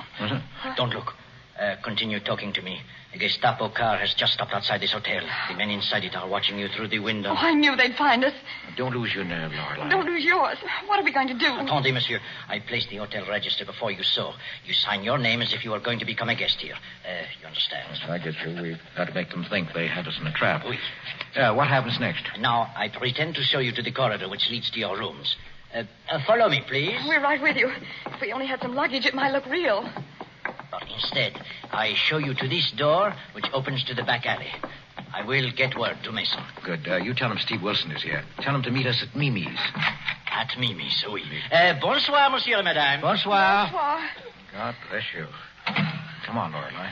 Oh, that was a narrow shave. We're not out of it yet. Yeah, watch your step. It's as black as the ace of spades in this alley. What's the matter? There's something lying here on the ground. I think it's the body of a man. I nearly fell over him. Wait a minute until I strike a match. Don't light a match. Hey, it's Scott. Who are you? The driver of your cab, monsieur. The man lying on the ground is an agent of the Gestapo. He was waiting here for you. You will wait no more. What did you do to him? Does it matter? One Nazi less to bleed France. My cab is waiting at the end of the alley. Hurry. Well, why should you risk your life to help us? The Gestapo wants you. That is enough for me. Are you English spies? No. We're Americans. We're hunting for another American, a good friend, Art Mason. We've got to find him tonight. Here's my cab. Get in quick. You should have told me you wanted Monsieur Mason. Well, how could we know you were to be trusted? The little people of France are still to be trusted, monsieur. They are still fighting for liberty. I believe that, driver. Take us to the park, the Bois de Boulogne. But you told the clerk you'd meet Mason at Mimi's. I know. That's where she is, in the Bois de Boulogne.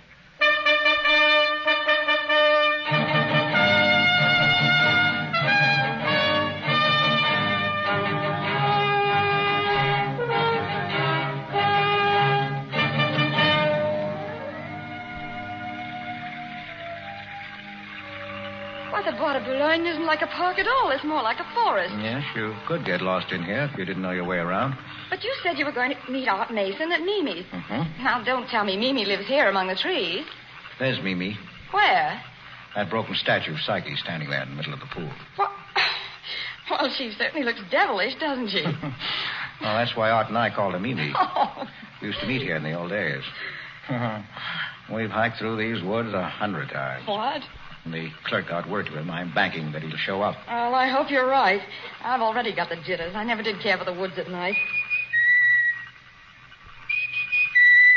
What's that? Bonsoir, monsieur, madame. Holy smoke, a kid. Don't you remember me, Monsieur Wilson? I am Pierre, the son of Madame Perron. Pierre? Well, I'd never know it. Well, you've certainly grown since I saw you last. Oui. These days in Paris, a fellow gets to be a man very quickly. But I am 12. I beg your pardon. This is Lorelei. Hello, Pierre. Well, forgive me for saying it, but you don't look as if you get enough to eat. I think I have never had enough to eat, mademoiselle. There are thousands like me here in Paris. Boys whose fathers and mothers have been killed by the Nazis. They call us the wild boys of the streets. I am the leader of my own gang. Well, have you got your gang with you?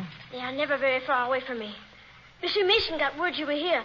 He could not come himself, so he sent me to get you. You know where he is? Oh, but of course. My boys and I, we work with him. We help to deliver his underground newspaper, La Liberté. We are working for Free France. And you can take us to him tonight? Oui, mademoiselle. At once. You come with me. It's just what we're waiting to find out. The Gestapo! Quick, Bender, grab that boy. I've got him, Excellence. Boy! Let me go! Quiet, you. Oh, you filthy beast. These wild boys must be controlled, Fräulein. Their bite is poisonous. I trust you haven't forgotten me, Herr Wilson, Captain Heinrich. I'll never forget you. We lost you once tonight, but we won't lose you again. We've trailed you from one place to another, knowing you'd lead us to Mason. No, that's where you made a great mistake. We don't know where he is. Ah, but the boy knows, and I don't think we'll have much trouble with him. We have methods that make even strong men tell all they know. You can torture me, but I will never tell you. I think you will, gutter rat. Bring him along, Bender. Jawohl. You're coming with us, Wilson. You too, Fräulein. Our car is waiting down the road. Start moving. À moi, mes braves, à moi. Vive la France! It's the wild boys. There's a mob of them, Excellence. They are shooting us. Take shelter, Bender. Fire on them. Drive them back. Monsieur Wilson, mademoiselle, now is our chance. Follow me. We will steal their car. Yes, the Gestapo car. That's a swell idea.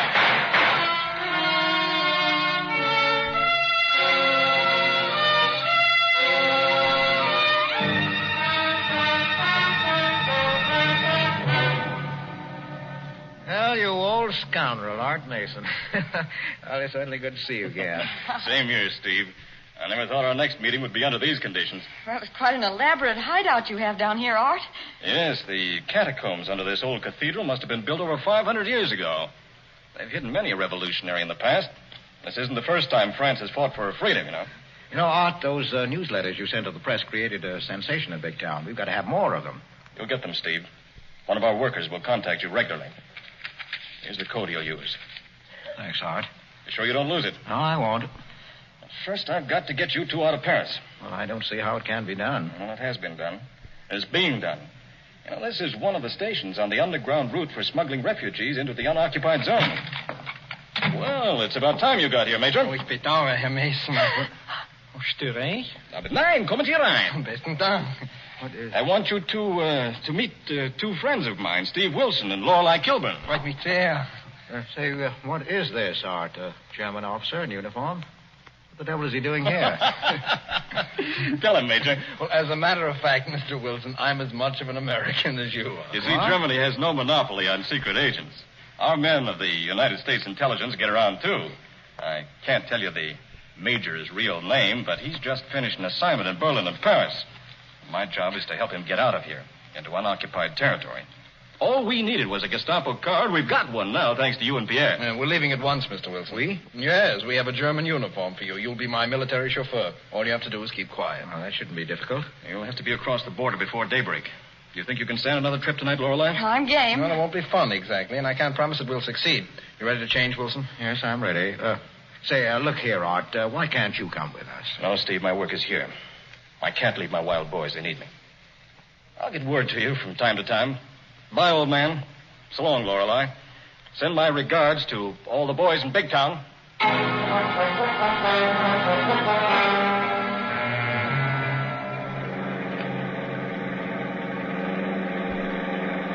Slow up, Wilson. Here's the border of unoccupied France. The last station under German military control. Sit tight, both of you. Say nothing unless you have to. Your name, Major? Reinhardt, 3rd Division, en route to Vichy. Here are my papers. Thank you, Herr Major. Very good. Everything is in order, Herr Major. Thank you. Proceed, driver. One moment, please. We have a description of this car. It was stolen from the Gestapo last night in Paris. Wait till I see the number. Yes, it's the same. You'll have to come inside until you report this to my captain. Oh, come inside. Nothing. We're late already. It's my fault, Herr Major. The car ordered for this trip broke down last night, and I found this one abandoned on the street near the Bois de Boulogne. Knowing you had to leave at once, I commandeered it in your name. Oh, you stupid fool. You should have reported this to me. My apologies to the Gestapo, Sergeant. Tell them I sent their car back from Vichy, huh? But I can't let you go on, Major. My orders are very strict. My orders supersede any that you may have received. I'm on the business of our failure. I'm not to be delayed, understand? But, Herr Major, at last, let him call my captain. Get out of our way or we run you down. Drive on, you idiot. Drive on. Yeah, Herr Major. Oh, boy. I never thought we'd make it that time. Hey, it's a lucky thing for us there were no commissioned officers out of bed yet. Oh, I'm just about ready to collapse. Well, we're in the unoccupied zone now. Keep going, Wilson. Well, don't worry, I will. Goodbye, Paris. I hope I'll see you again someday. Someday when you're free.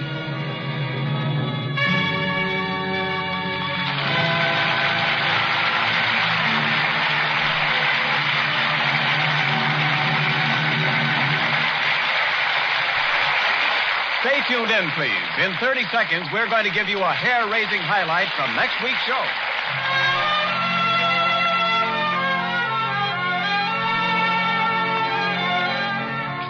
Morning, evening, noon, and night. There are dishes to wash and grease to fight. And that's where the new anti-sneeze Rinso is tops. I'm telling you, ladies, with those rich go-getter Rinso suds in action, the stubbornest grease-coated platter emerges from the pan with a dazzling sparkle. And Rinso's easy on your hands. It doesn't get them all rough and red. Yes, it's all that and thrifty, too. Costs less than a cent a day to do your dishes the Rinso way. So get new anti-sneeze Rinso tomorrow. And now for the preview of next week's thrilling show. An adventure laid against the romantic background of Tangier in Spanish Morocco. A story of Steve matching wits with a dangerous spy. From the Wilhelmstrasse in Berlin, the news leaks out that Jason, the Nazis' master killer, is on the loose again. It's night in Tangier. A narrow alley between two high walls. Steve and Lorelei hidden in the shadows of a doorway. We've got him, Lorelei. Do you think he's still here in the alley? He's got to be. There's no exit at the other end. He's hunting us just as we're hunting him. Now, no matter what happens, I want you to stay right here where you'll be safe. Shh, listen. I can hear someone scraping along the side of the wall. You're right. He's coming this way. Get back. There he goes. Stay where you are, Lorelei. Steve, come back. It may be a trap. Oh, you fool, don't follow him into that dark room. What did I tell you? There's a snap lock on the door. I can't get it open. Steve! I knew it would happen. I knew it. Now they're fighting in there. Oh, what can I do? Help! Help! Steve! Is that you? Steve, why don't you answer me? Was it Steve? Or was it Jason? Remember, that's the scene from the middle of the story, not the end. Same time, same station, next Thursday night.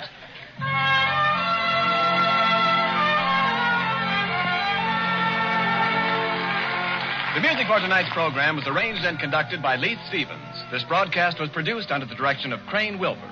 All the names used in Big Town are fictitious, and any similarity to actual persons and places is purely coincidental. There's nothing so dismal as a foghorn. Unless it's somebody with...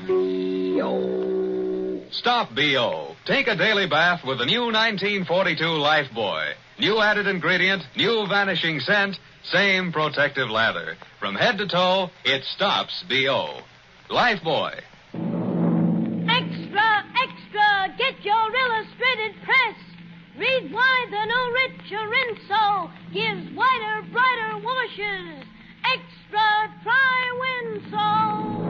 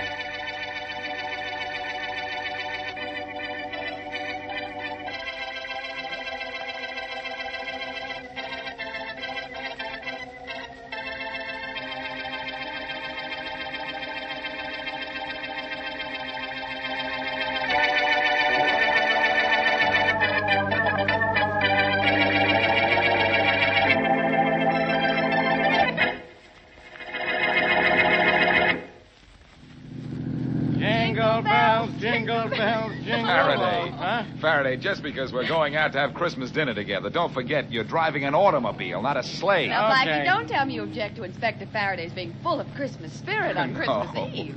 No, Mary, I just object to his voice. Very amusing. Blackie, I know now what I should have given you for Christmas. A sense of humor. If I didn't already have one, how could I tolerate you? Well, somebody should give you both a book of instructions on how to get along. And especially he, him. You know we're only kidding, Mary. We are. Stop that man!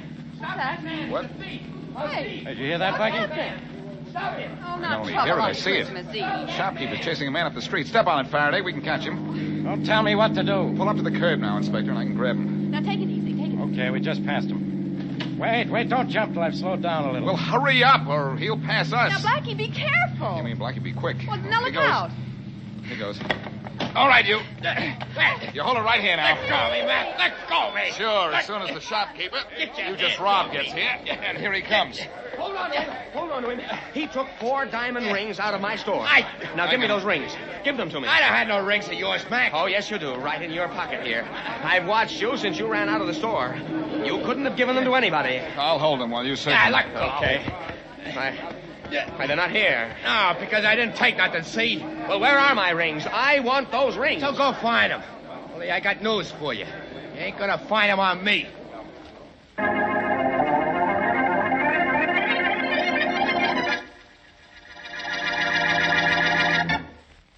And now on to Dick Calmer as Boston Blackie. enemy to those who make him an enemy, friend to those who have no friend.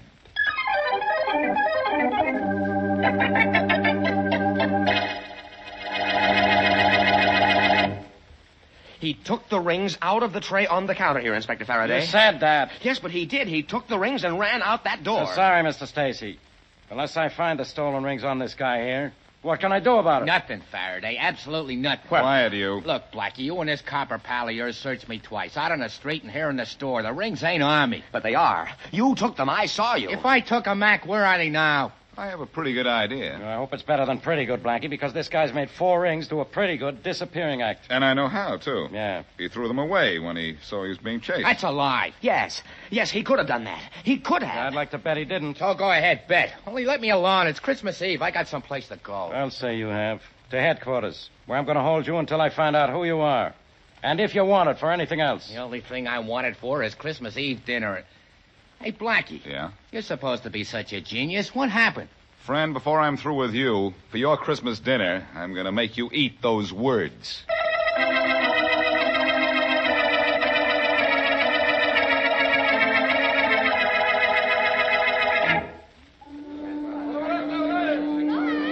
All visitors back behind the ropes, please. The passengers are coming down the gangplank now. Hey, guard. Yes, what is it? My name's Clark. I'm here to pick up a guy who don't speak English, say not a word of it. Would you help me find him? You know what he looks like?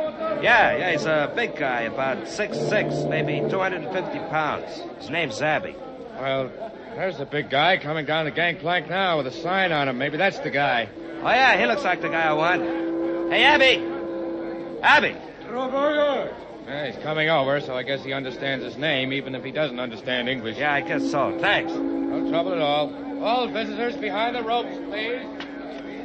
He took you for a ride. Sanya Abby. Bolo Grino. Retsim Clark. Ratsim Clark. Braga. Sitaba Abby, you big jerk. Braga. Ratsim Clark. All right. You don't know what I'm talking about, Abby, because you don't know a word of English. But you use a gun good. Pretty good, they tell me. And if you do, we'll be speaking the same language, all right?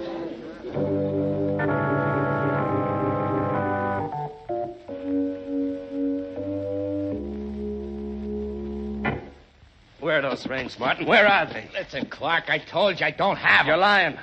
I know you took them out of the store because I saw you run out of the place and beat it up the street. Well, if you'd hung around, you'd have seen me nabbed and hauled off to police headquarters. If you were caught by the police, you'd still be in jail. Not me. I ain't got no record, remember?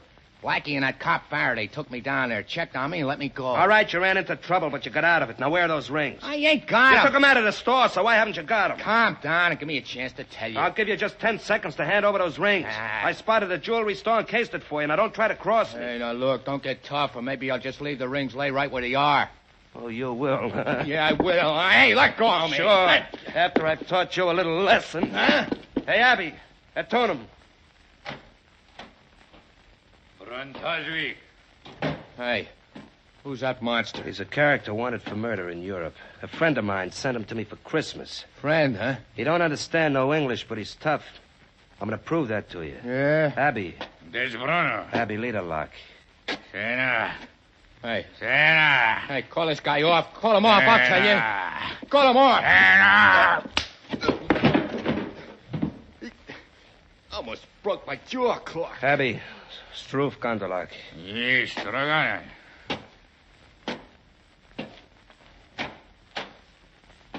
You lay off now, Martin. That is, unless you still have the idea you're not telling me what you did with those rings. Sure, I'll tell you. When the jeweler was chasing me, I see a Santa Claus up the street, ringing his bell and collecting stuff. So? So when I passed him just before Blackie grabbed me, I threw the rings in a big iron pot the Santa Claus had. Nobody saw me, and I know how to get them back. You better. No, I thought for a minute there that you was going to be the only guy in history who gave Santa Claus a present.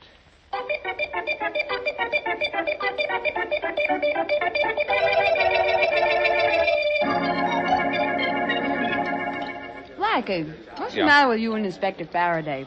Everybody else in this restaurant's having fun, but look at you two. Oh, I'm sorry, Mary. And I don't like what that guy Joe Martin did to us this evening. And I don't like the fact that we had nothing on him in the file at headquarters. No, eat your dinner, both of you. All right. This is Christmas Eve, and we're supposed to be having a party. When we let Martin go, my appetite went with him. Well, Blackie, what did he do with those rings? Who knows? He took them according to the jeweler, but he got rid of them somehow without being seen. Apparently, he didn't throw them away because we searched the street. well, when you two see Santa Claus, tell him that what you want for Christmas is an explanation of how Martin got rid of those rings. Hey, wait a minute, Mary. That's not a bad thought. Really? No. I know how those rings were hidden and why they haven't been found. Oh, now, wait a minute, Blackie. What's Santa Claus got to do with that? Martin gave the rings to Santa Claus. What? Blackie, haven't you heard? There ain't no Santa Claus. There was one ringing a little bell on the corner near the jewelry store. Yes, and Martin passed him just a few seconds before I caught up with him. Yeah, but how would Martin give those rings to Santa Claus without Santa Claus knowing it? By tossing them in his collection bucket, Faraday. Come on, we're getting out of here. Blackie, that Santa Claus won't still be there. No, but all those street corner St. Nick's are working for the Welfare Society. Yeah, so? I'll call them, and they'll tell me where we can find the guy. You think Santa Claus still has the rings, huh? Yeah. If Martin hasn't found him by now and taken them back, in which case we'll find Santa Claus has been clipped.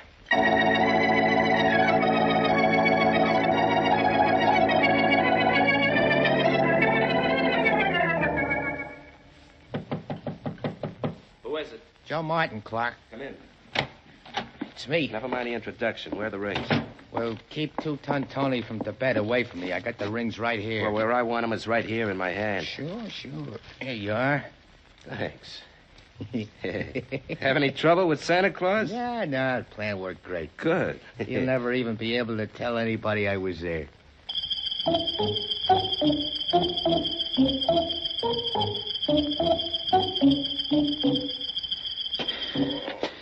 Now, be a good little boy.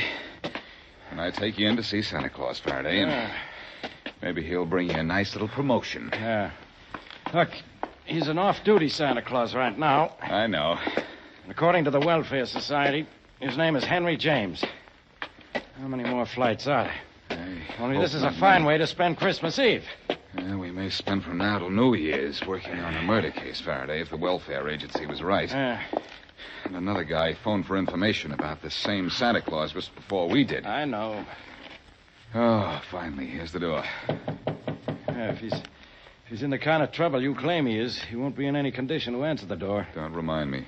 You and your theories. You had no right to think he's dead. I hope I'm wrong. But I'll guarantee you, if he's not dead, he's tied up or unconscious or both. Yeah, well, if you're so smart, you have that all figured out. You ought to be smart enough to know the only way we'll get in is to open the door ourselves. Brilliant deduction, Inspector. Yeah, that's all mine. I'll try the door to see if it's locked. Blackie, how do you think up such wonderful ideas? Uh-oh. Somebody's opened it for us.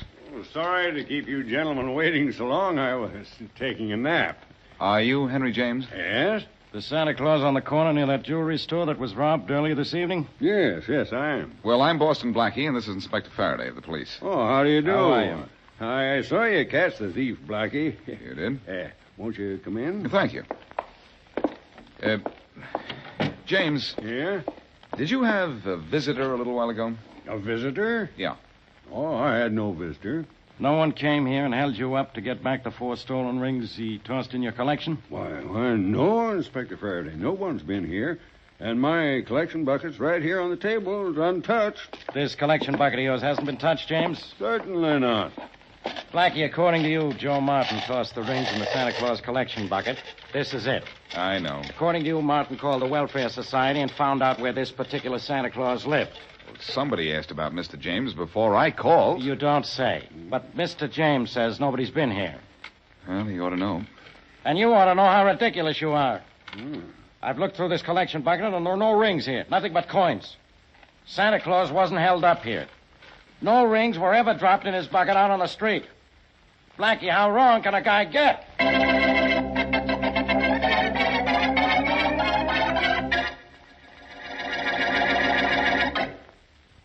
And now, back to Boston Blackie.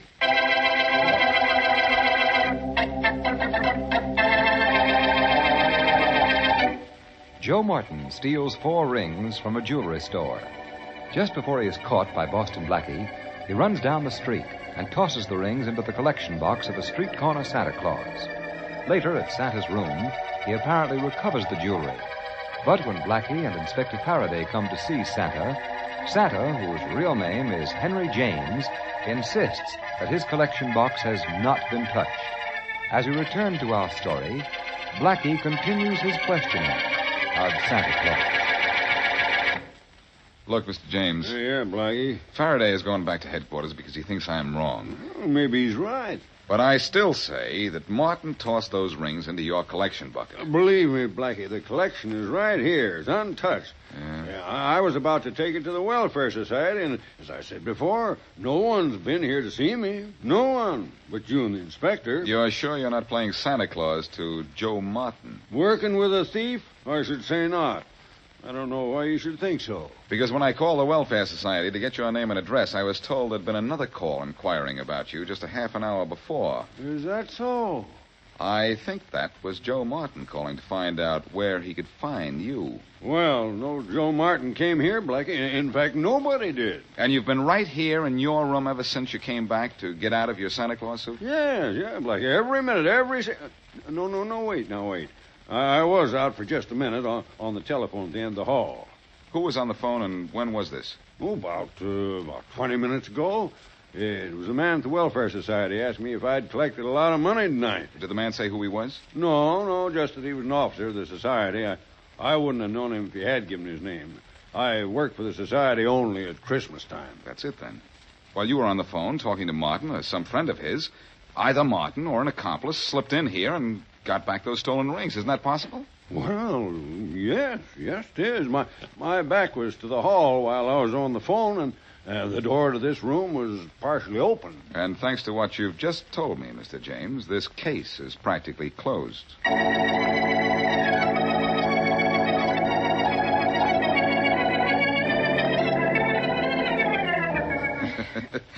Now, Mary, don't stuff me so full of pillows that I can't stand now, up. Blackie, you want to look like a big, fat, jolly Santa Claus, don't you? Yes, but not like an overstuffed chair. There.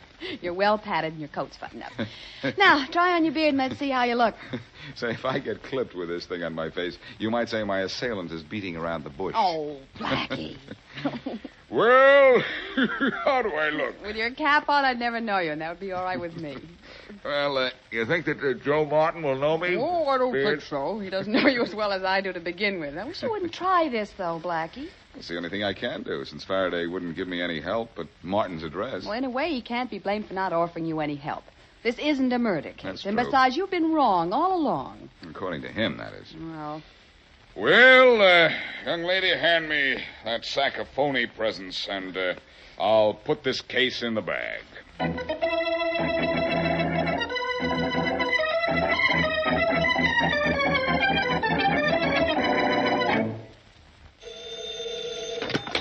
Faraday, homicide. Hello, Inspector. This is Mary Wesley. All right, let's have it, Miss Wesley. Have what? Blackie's newest theory on how to make me waste my time. Blackie's newest plan isn't going to waste any of your time, Inspector. In That's fact, new. you may not have enough time to get down there and help him. Get down where? Well, after you gave him that fellow Martin's address, he got dressed in a Santa Claus suit and went down there alone. What's he bothering Martin for? Well, we haven't got anything on him. Well, Blackie is positive that Martin retrieved those stolen rings from Santa Claus's collection bucket. And I'm positive Blackie's positively out of his mind. Well, anyway, I think you ought to go over to Martin's right away. You know the way Blackie's little schemes sometimes get him into trouble. This time I hope he gets himself into plenty of trouble. Well, gee. Maybe it'll get him out of my hair.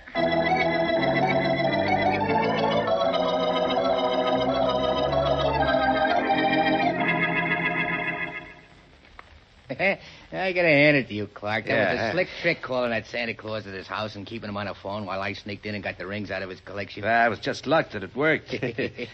What would we have done, Martin, if he'd taken his collection right down from his corner to the Welfare Society? Yeah, that would have been just too bad, I guess. Too bad for you.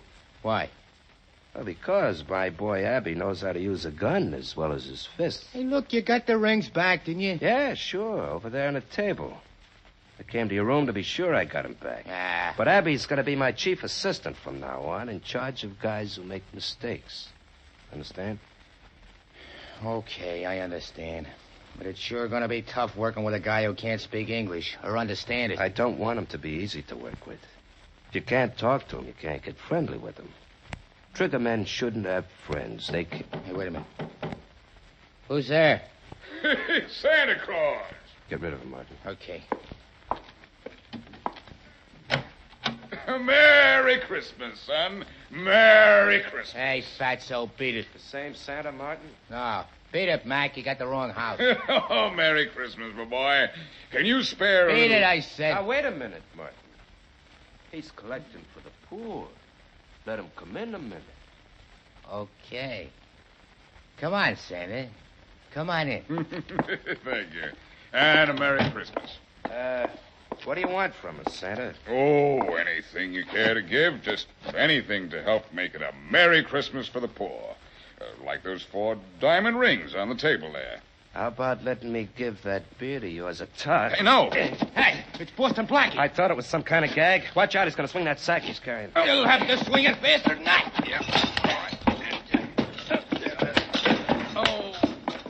Good work, Martin. You really flattened him. Now get him up on his feet. I've got a gun on him. Sure. Oh. Come on, Blackie, get up. Thanks. Hey, what are you going to do with him? You can't kill him here. I'm going to turn him over to Abby and let Abby take him for a little walk. Hey, Abby. This is pretty dangerous, Clark. Be a whole lot more dangerous if Blackie stays alive. Don't forget he's seen the rings, and I'm wanted for murder out west, and Blackie can describe me. I sure can. Hey, Abby. What's the matter with that big hunk?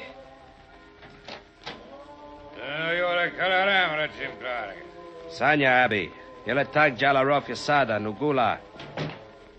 Sena. Okay, Martin, he knows. Just what kind of language is that? Quiet, Blackie. All you have to know is that Abby's taking you for a walk with a gun in your back. Oh, that's pleasant. Abby Uka.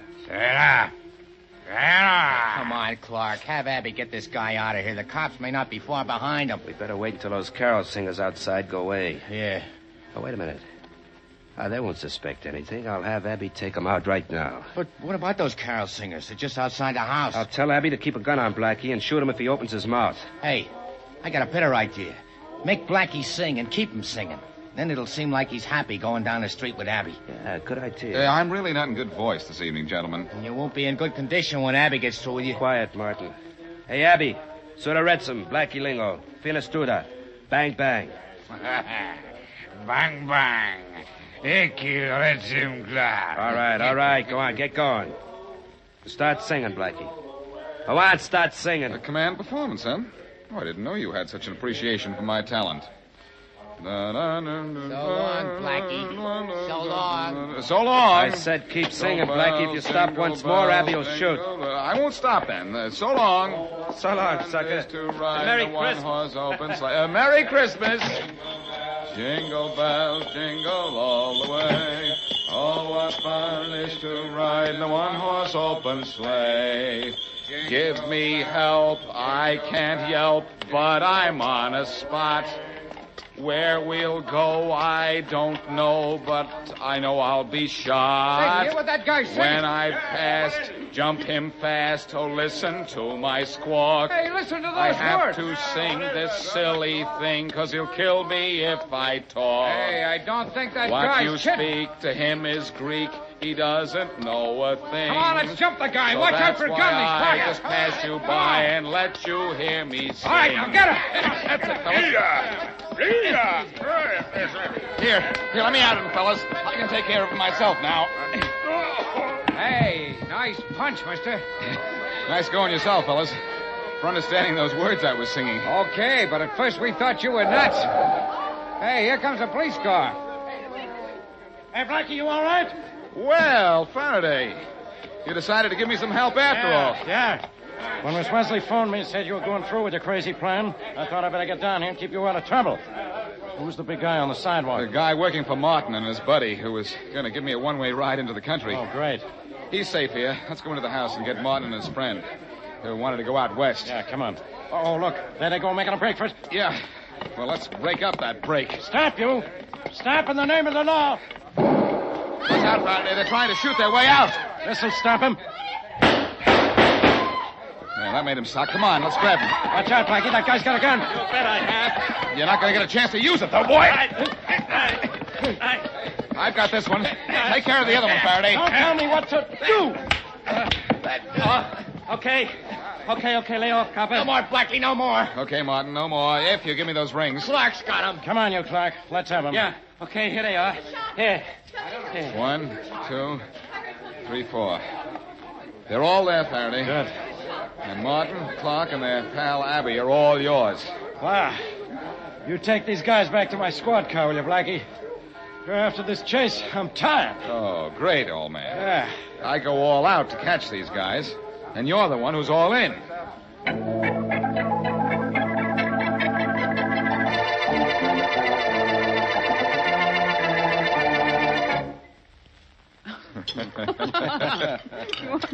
More on turkey, Inspector Faraday? Yeah, a little bit, Miss Worthing. And Blackie, how about you? Oh, I'll have more of everything, Mary. You. Yeah, if turkey were brain food, I'd say you had plenty of room for it, Blackie. Now, Inspector, this is Christmas Day. You and Blackie promised not to fight. Mary, he's still upset because the case we just worked on didn't involve a murder. You talk as if I like murder, Blackie. You must like it, Inspector. The way you've murdered that turkey. Very droll. You mean very drool, don't you? Now she's telling me what I mean. This thing must be contagious. You know, Inspector, I'm glad the stolen rings case wasn't more complicated than it turned out to be. Yeah, I'm glad we got it solved before Christmas was over. Me too. Well, Inspector, men generally put a ring on a finger. But because Clark and Martin stole some rings, we put the finger on them.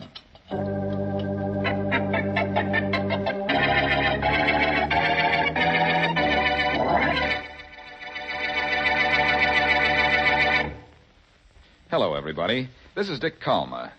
Every week after we finish one of our Boston Blackie shows, I indicate what I hope we'll be doing the following week. Look, Blackie. Now, just a second. This time, it's going to be a little different. Blackie, what's with you? What is going on here? Just a minute, Faraday, please. Mm-hmm. Friends, I said I'm not going to tell you what we will be doing next week. That's good. I'm going to tell you what we hope you will be doing. Very confusing. Isn't almost everything confusing to you, Inspector? Listen, everybody. What for? Now, patience, Faraday, patience. Next week, I hope you and everyone you know and love will be enjoying the best holiday season you ever had. Yeah, now... That the next year will be a great year for all of you. Could I say something, Blackie? You, Inspector, can say anything, and you probably will. All I say is Merry Christmas to our listeners, Blackie. Merry Christmas to them all. Well, Genius, how about one of your usual taglines? Not this time, Faraday. Mm-hmm. All I say to everybody from Mary Wesley and all our cast is, until our next meetings, season's greetings.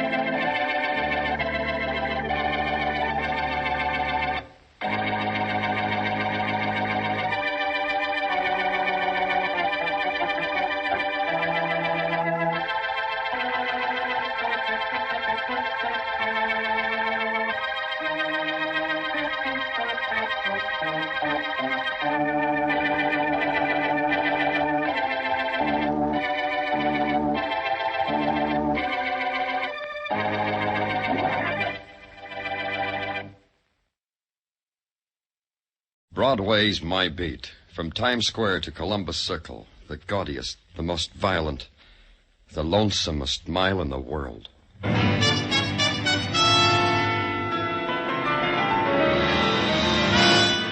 Broadway's My Beat, with Larry Thor as Detective Danny Clover.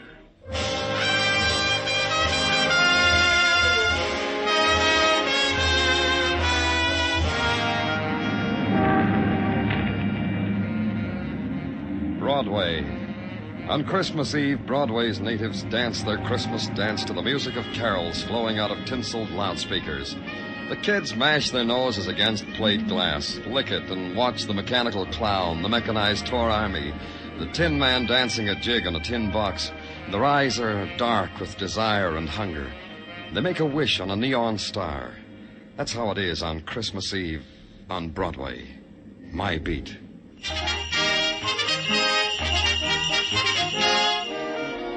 On the morning of the day before Christmas, creatures are stirring at police headquarters. There's the patter of tired feet and the sound of manly giggles as little gifts are hidden in desk drawers or poured into Dixie cups or slipped under the police blotter.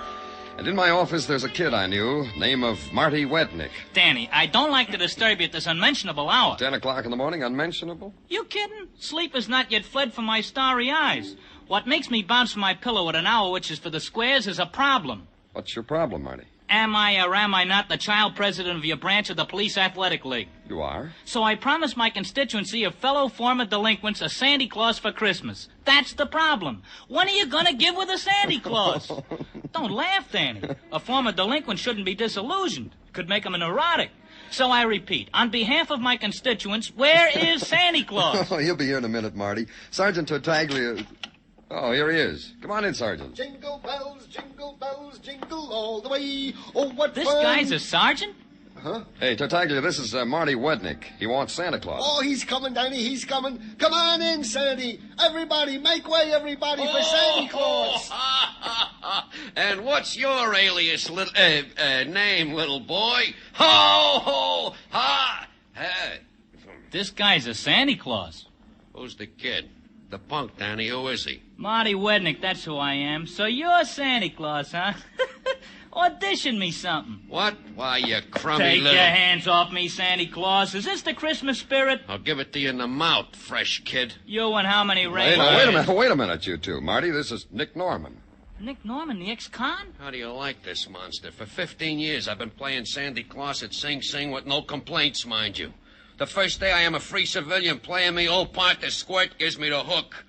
I resigned from Santa Claus. I didn't get treatment like this even from the guards. Take it easy, Nick. Marty didn't mean it. Did you, Marty? How was I to know that Santa Claus here was the world-famous light-fingered safecracker? Ex-light-fingered, world-famous safecracker, you. Well, does he meet with your approval, Marty? Well, the costume is sloppy, the beard's moth-eaten, but... yeah, he'll do. Don't do me no favors, punk. You want to know something, Nick? What's something? I like you. I think you are the best Santa Claus it has ever been my privilege to present to my constituents of the PAL. This is from the heart, Nick. Oh, that's better. You gotta show respect for Santa Claus. What time's your party? 8 o'clock tonight. You'll be there? I'll be there. Well, so long, Danny, Sergeant, Santa Claus. See you at the party. Merry Christmas. That's a good kid. Appreciates the finer things. Feels good to be out, huh, Nick? 15 years is a long night without sleep, Danny. Yeah, feels good. And thanks for the job of Santa Claus. I would miss it after all these years. The deal we made. That feels good, too, huh? Oh, yeah, the deal, sure, Danny. I'll keep my promise to you. That's good. You won't forget what happened 15 years ago on Christmas Eve. How can I forget? It was like today. I was all dressed up like Santa Claus. I had a few idle hours, and right in front of me there just happened to be an idle safe. So I cracked it. So I got caught. Uh-huh. Now, what are you going to do now, between now and 8 o'clock, the time the party starts? Walk the thoroughfares and wish everybody joyous tidings and pat kids on the head. And leave their mothers' purses alone. Oh, Danny, how can you talk to Santa Claus that way? I promised you that... Sure you did. Hey, Tartaglia. Yeah, Danny. Tag along with Santa Claus. Fresh air will do you both good. Oh, gee, thanks, Danny, thanks. You know, the fresh air will do us both good. Yeah, but hold his hand, Tartaglia, so he won't get lost. We don't want him to get lost, do we? Oh, no, Danny. No, because what's Christmas without Santa Claus? Have fun, boys.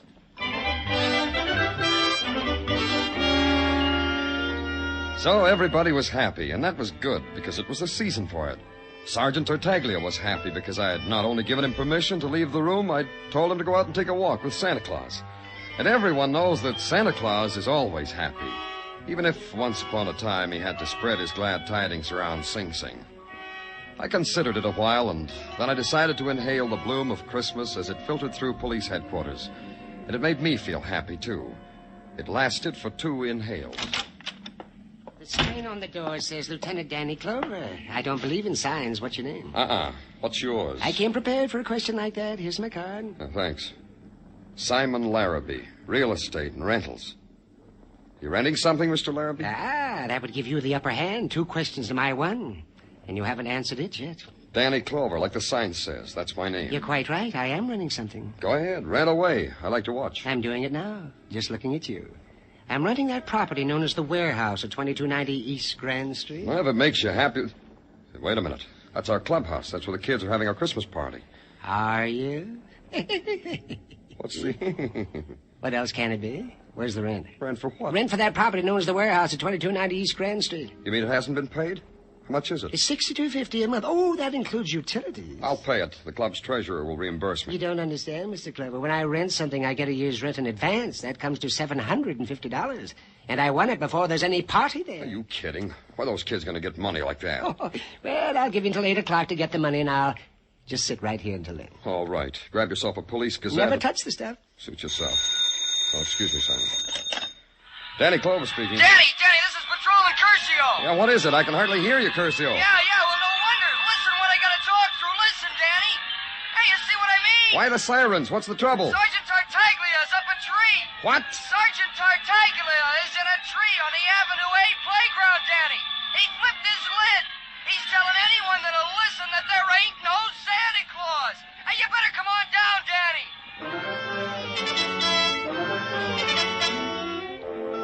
When I got down to the Avenue A playground, it was having the Christmas party of its life. A 30-foot tree, complete with tinsel, candy canes, colored popcorn balls, firemen, and a scared sergeant policeman, forlorn and lost, pinned to its top branch. The fire department finally convinced Tartaglia that a ladder was a safe invention for getting down out of tall trees. At the bottom rung, he almost believed it. When his feet touched the ground, they gave him a blanket because he was suffering from shock. He was about to tell the newsreel boys his ordeal when I faced him.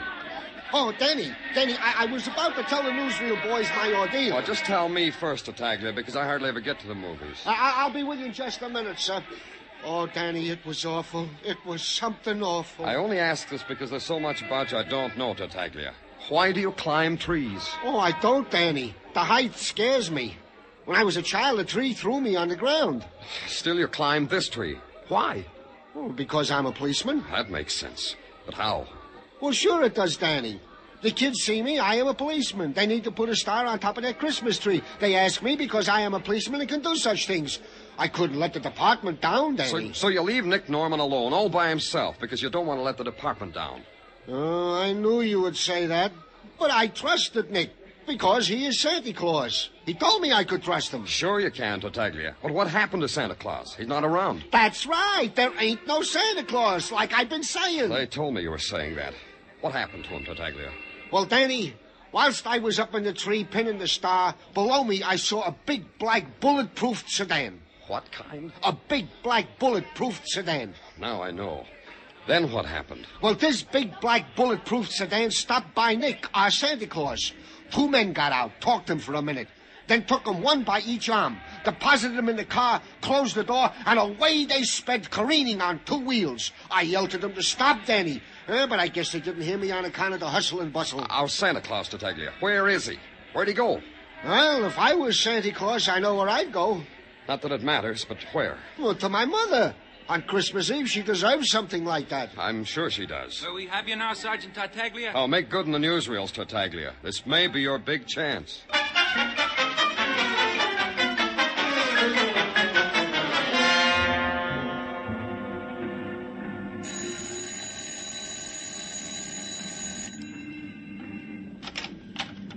Yeah?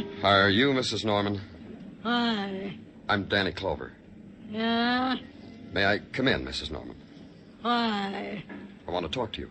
About what? About Nick, about your son. Come in. Thanks. In here, in the parlor. Sit down. Thank you. No, not on that seat, that one. What do you want to talk about Nick? Do you know where he is? No, you don't tell me no more. One day when he was 9 years old, Nick said to me, he said, Ma, don't ask me where I've been no more, 'cause I'll lie to you. That's what he said. Then you don't know where he is. Don't make me go through that again, Sonny. Say, who are you to ask me questions? I told you I was... Yeah, you did. You said you's Danny Clover. That don't mean nothing to me. Oh, you must be the guy come about, I am. That's why I came. Well, you tell me what you come here for. For, you know, just as you said. Oh, this I like. This lets me play cagey like in the old days. What are you talking about? You know your son, Nick. You gotta squirm more than that, kiddo. What about Nick? We want him to be our Santa Claus. Bingo. That's good. Oh, it must be a good feeling, a young man like you. Big, strong, looking for Santa Claus. Me? I just sat here in my rocking chair. Mrs. Norman. Thinking about the times we had, me and Big Ed, my husband. The time... I have to go now, Mrs. Norman. Where's your son? Oh, you made me go through it again. One day, when he was 9 years old, Nick said to me... Yeah, well, thanks, Ma, Mrs. Norman. don't ask me where I've been.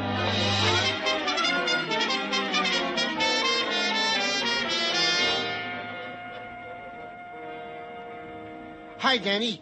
Did you find Santa Claus? No, Tartaglia. What are you doing about it? Me? Nothing. That's good. Anyone to see me? Yeah, in your office. Hey, Danny, what are you angry at me for, huh, Danny? Hey, Danny, what's this I hear about Santa Claus taking a powder? You'll get your Santa Claus, Marty. You still here, Simon Larrabee? Yes, I'm waiting. Just as I told you, I'm waiting for my $750 rent. Can you imagine this kind of Danny? On Christmas Eve, he wants his rent. This is a Christmas, no Santa Claus, no party. What am I going to tell my constituents? It'll work out, Marty. We'll get the money someplace. By 8 o'clock, Mr. Clover. Oh, shut up, Simon. But, Danny, no Santa Claus. Hold it, everybody. I got the solution.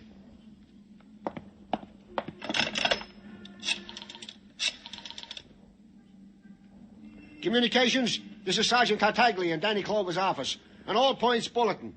Pick-up man. Description as follows. Height, 5 feet 11. Weight, 235. When last seen was wearing a red suit, a red hat with bells, and black boots. Identifying marks. Has a long, snow-white beard. What's his name? Santa Claus!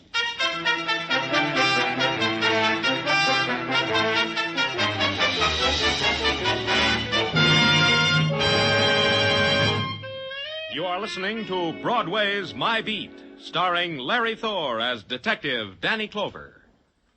$51,000 in cash and wonderful prizes. Danny Seymour might play Santa Claus to you tonight, and he might fill up your stockings with that 51 grand if you can identify the phantom voice. Listen in just a little later tonight to Sing It Again.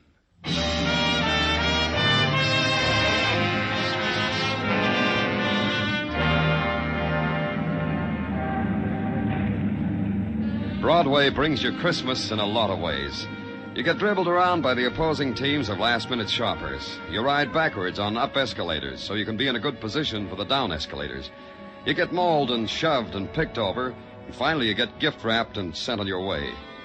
My way was out to lunch and back to police headquarters, holding my Christmas stocking in my hand. I had two things, no rent and no Santa Claus. Two nothings which made for an empty holiday.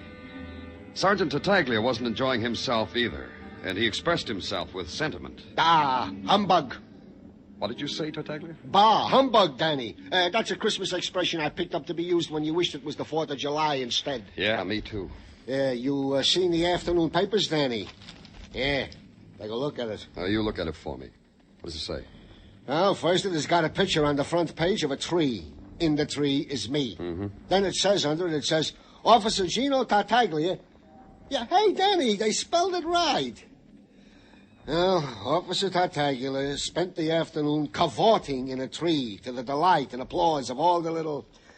Well, it runs on like that. Oh, forget it. It wasn't your fault. Then that's what I tried to tell Mrs. Tartaglia. Doesn't she believe you? Danny, she called me on the phone. I said, hello? She said, Signor Tarzan. Then she started laughing, hysterical. I can't get her to talk. Every time I pick up my phone, all I hear is Mrs. Tartaglia laughing. I got my problems, too. Yeah, this is probably the first time in the history of Santa Claus that he's ever heisted from his appointed rounds. Maybe.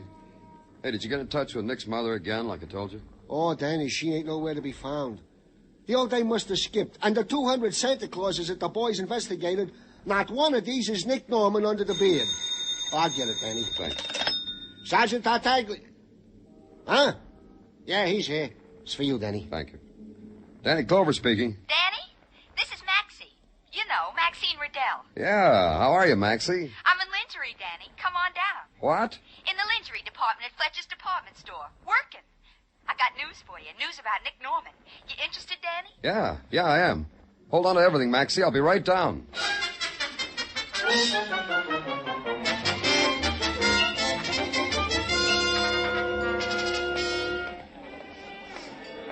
Here, mister. Take this black nightgown over to that girl over there. She'll gift wrap it up. Hi, Danny. How am I doing? Great, Maxie. Only great. How long you been working here? Only for the Christmas season, Danny. But the way I've been operating, I think maybe they'll keep me on. No questions about your background? You mean about me being a shoplifter? Uh-huh. That's the reason I got the job. The way I was lifting things, I told them it'd be cheaper for them if they put me on the sales force. So they did. So for $22 a week, I'm an honest mouse. Anyway, it's steady. Keep it that way, huh, Maxie? Anything you say, Danny. Well, now that we've had our tea, I guess you want to know about Nick. Yeah. Breaks my heart to be a stoolie. You know how it is, Danny. Me with my former alliances. But it's different now. Yeah, different. I want it to be different for Tussie, too. You remember how it was between me and Tussie. How was it? It was gorgeous. That's why I'm being a pigeon, Danny. If Nick made up his mind to be a kosher citizen, he should stick to it. Not fall back into the arms of a mob like a doll who says mama. Which mob, Maxie? Tussie Carnes.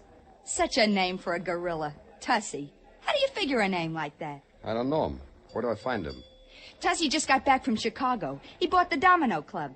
I happened to be passing there on my lunch hour, and I saw Nick in a Santa Claus suit drinking grape juice with Tussie. Oh, excuse me, Danny, a customer. Yes, madam. Something for yourself. Thanks, Maxie. For what? We have some gorgeous outside girdles, madam, for everyday wear. They're right over here.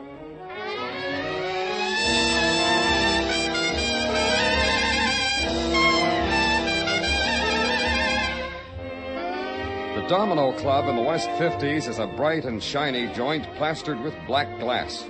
It stands close to the ground between two peeling brownstones. When you walk into it, you have the feeling you're walking into the mouth of a beetle. Its walls are lined with black mirrors, and its ceiling is draped with folds of scarlet silk. And at 6 o'clock of a Christmas Eve, the boys, complete with Christmas-wrapped girls, are beginning to gather. You ask a busboy in white tie and tails, where's Tussie Carnes? And he lifts an eyebrow to a guy standing near the bandstand. A guy grinning like an alley cat, while a girl pins a sprig of mistletoe to his lapel. You wait till she kisses Tussie. Then Tussie kisses her. But his eyes are open and flicking around the joint, so he sees you and pushes the girl away. Beat it, Blitzen. I got company. Merry Christmas, stranger. You want something from Tussie, boy? Same to you. I want Nick Norman. Oh, that's a big desire on a holiday. Why you want Nick? Tell Tussie, boy. Maybe I gotta explain. I'm Danny Clover, a cop. I want him. Don't everybody? Come with me, Sonny. Santa's right down at the end of this hallway.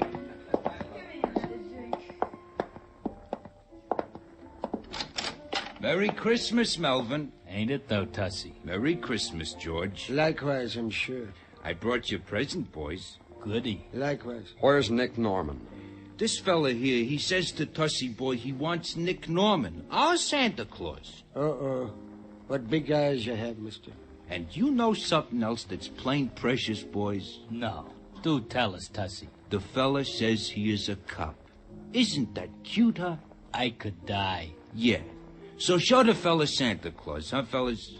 Merry Christmas, Danny Clover. Oh, Tussie boy said that, didn't he? Stay away from me. But first we want to wish you on a star. Like... You too crazy. Stay away from me. I think that was not enough stars. I'll give him another package. You know that Tussie's good to us. He gave us the best Christmas present two fellas could ever have. Don't be greedy, Melvin. Leave some for me. Oh, look at that. It's all gone.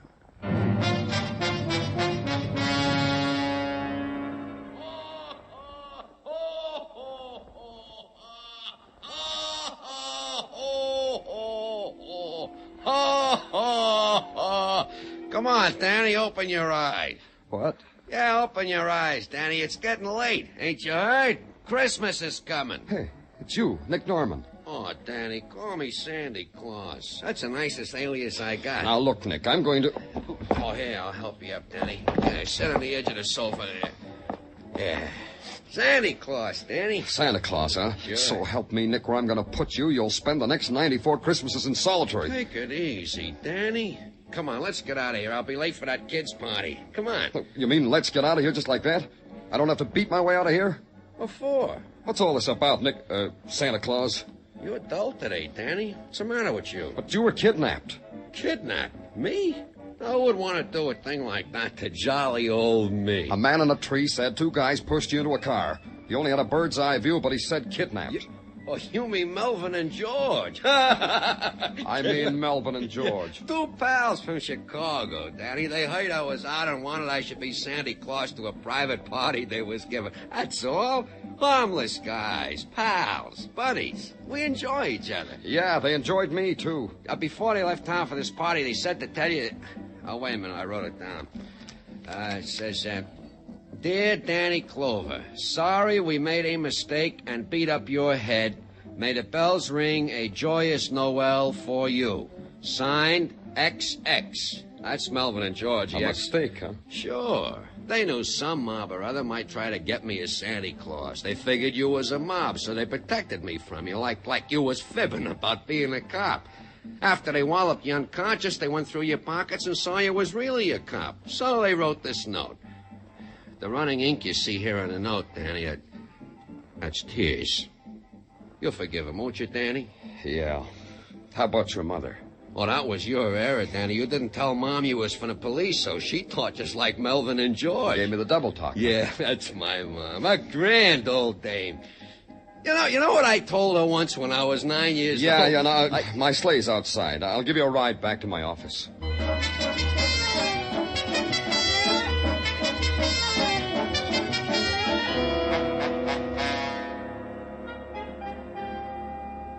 Well, that means the whole thing was an error in identification and motive, as they say, huh, Danny? That's right. Isn't that right, Santa? Sure. I'll tell it to you again if you want. No, never mind.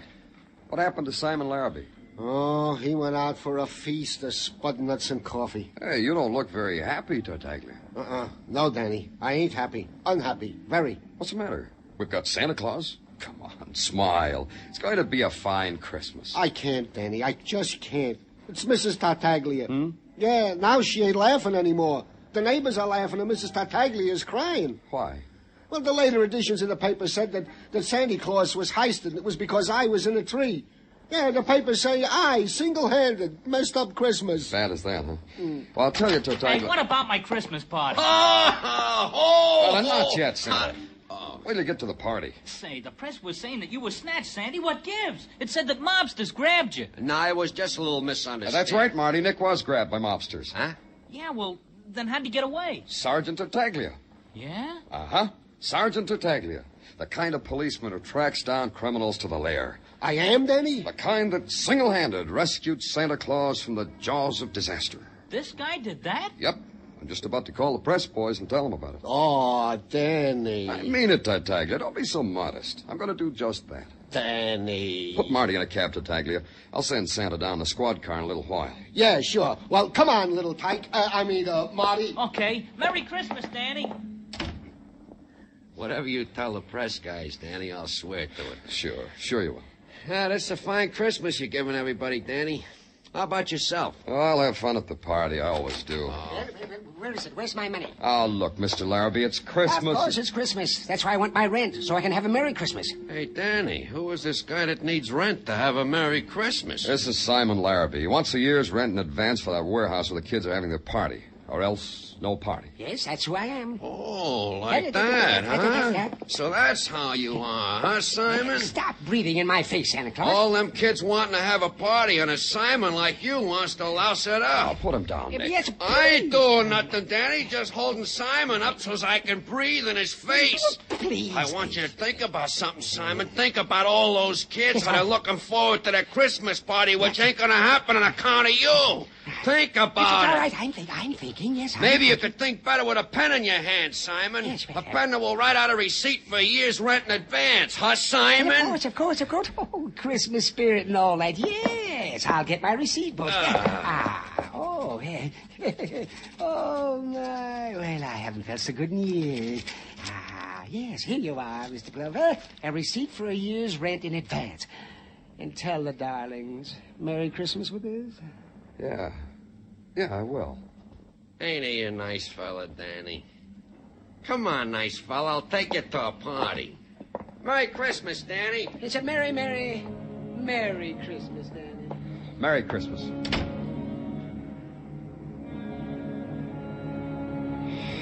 Yeah. Merry Christmas.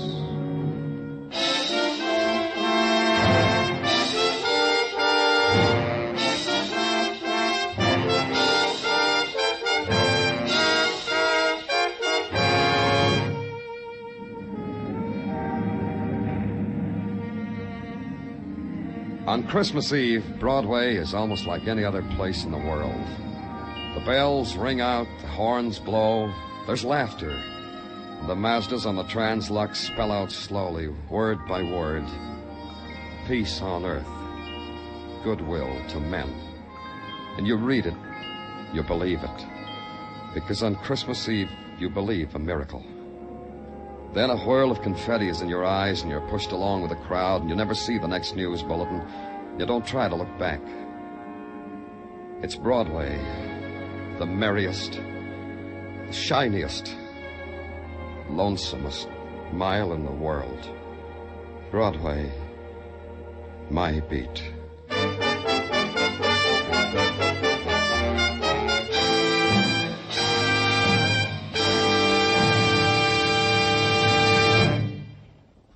Broadway's My Beat stars Larry Thor as Detective Danny Clover and is written by Morton Fine and David Friedkin. The musical score was composed by Alexander Courage and conducted by Wilbur Hatch, and the program was produced and directed by Elliott Lewis.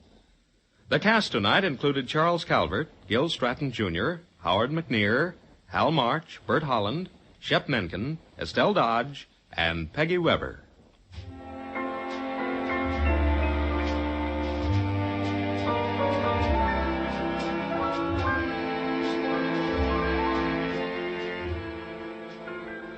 On Christmas afternoon, Jack Benny will be heard as guest star in a full one-hour version of the comedy The Man Who Came to Dinner. Charles Boyer, Gregory Peck, Rosalind Russell, Dorothy McGuire, Henry Fonda, John Garfield, and Gene Kelly will be starring alongside Jack in this special holiday hour. Then an hour later, Jack will be back with his own Sunday night gang for 30 more minutes of holiday hilarity. In fact, the best idea really is stay tuned to CBS all day Christmas Day. Now stay tuned for Sing It Again, which follows immediately on most of these same CBS stations. Joe Walters speaking. This is CBS, where you find Broadway is My Beat every Saturday night, the Columbia Broadcasting System.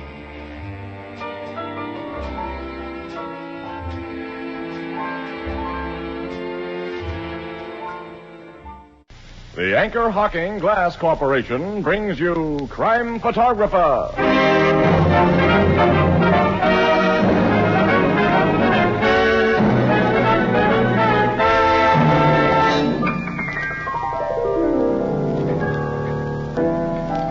Hey, Ethelbert. Oh, hello, Casey. What's Tony Marvin worrying about over there? Why, he's writing a holiday poem. And he's stuck for something to rhyme with Christmas stocking. But, Ethelbert, are you kidding? Certainly not. Oh, you mean anchor hocking. Oh, gee, fellas, that's wonderful. Anchor hocking. A great name in glass.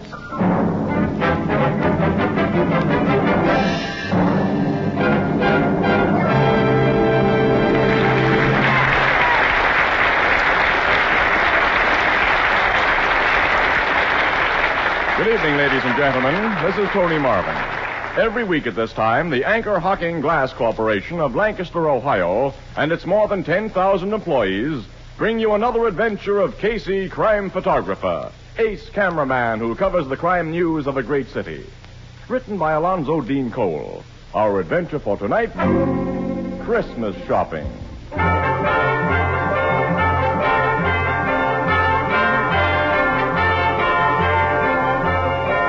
Late afternoon, a crowded aisle in one of our city's largest department stores.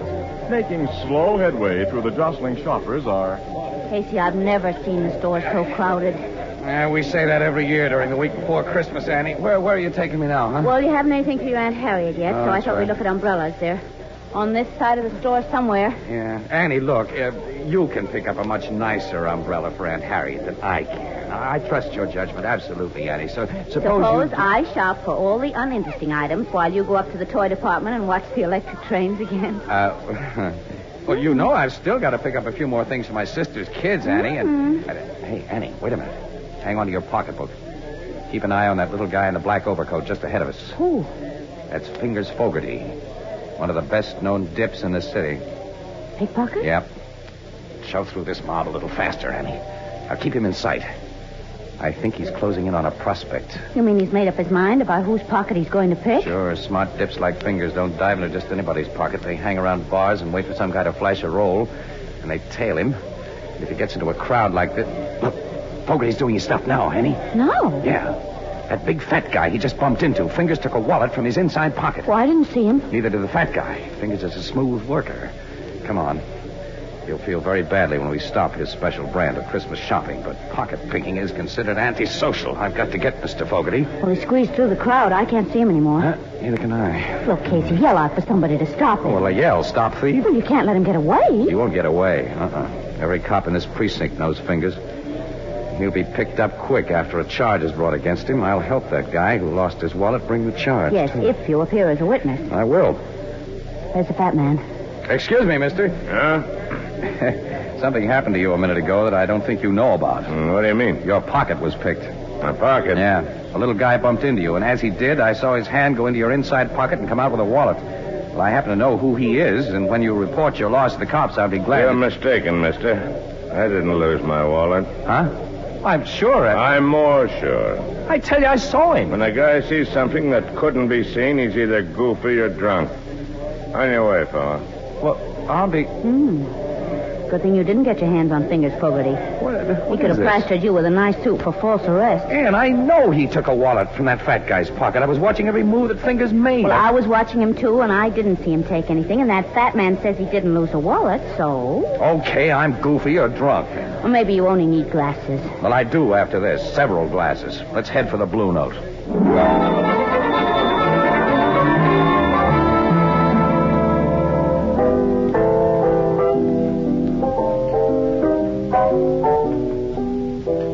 You and Casey get your Christmas shopping done this afternoon, Miss Williams? Well, I accomplished quite a lot, Ethelbert, but not Casey.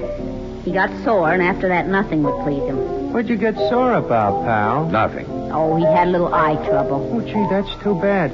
Did you see spots floating in front of you, Casey? My eyes are okay. Now fill that glass up again, Ethelbert, and don't ask so many silly questions. Mine, too, Ethelbert. Right away, Miss Williams. Oh, now, Casey, don't you think it's about time you snapped out of your grouch? Well... It's pretty silly to get yourself all burned up just because you made a mistake. I didn't make a mistake, Annie. Fingers Fogarty took a wallet from that fat guy's pocket. What burns me up is I didn't find out why the fat guy denied it. Well, how could you find out? Oh, I don't know. But I'm supposed to be a newspaper guy, Annie. Well, we may have missed a story with pictures. Here's your refreshment, folks. Oh, thanks, Ethelbert. Say, have you stopped into your office since you finished shopping? Say, bartender, Who's the boss here? Well, what do you want? You want to buy a nice Christmas tree? You got some nice ones? A wagon full of them, fresh from Nova Scotia. Let's see one. Well, I'll be right back. Say, Casey, have you two stopped in at your office since you finished your shopping? Certainly not. This is our day off. Then you ain't heard the big news yet. What big news? One of your police reporters, Jake Birkin, was in a few minutes ago and tipped me off about it. Gee, was all excited. What happened, Ethelbert? About half an hour ago, the cops arrested the kidnapper and murderer of Gregory Walters. They did? Where? Well, where'd they get him? Well, like you know, before the Walters family paid over that $50,000 ransom to the kidnapper, the FBI made a list of the serial numbers on the bills, which they circulated all over the country. Of course, we know all that, Ethelbert. How's this tree, mister? Nice and bushy, huh?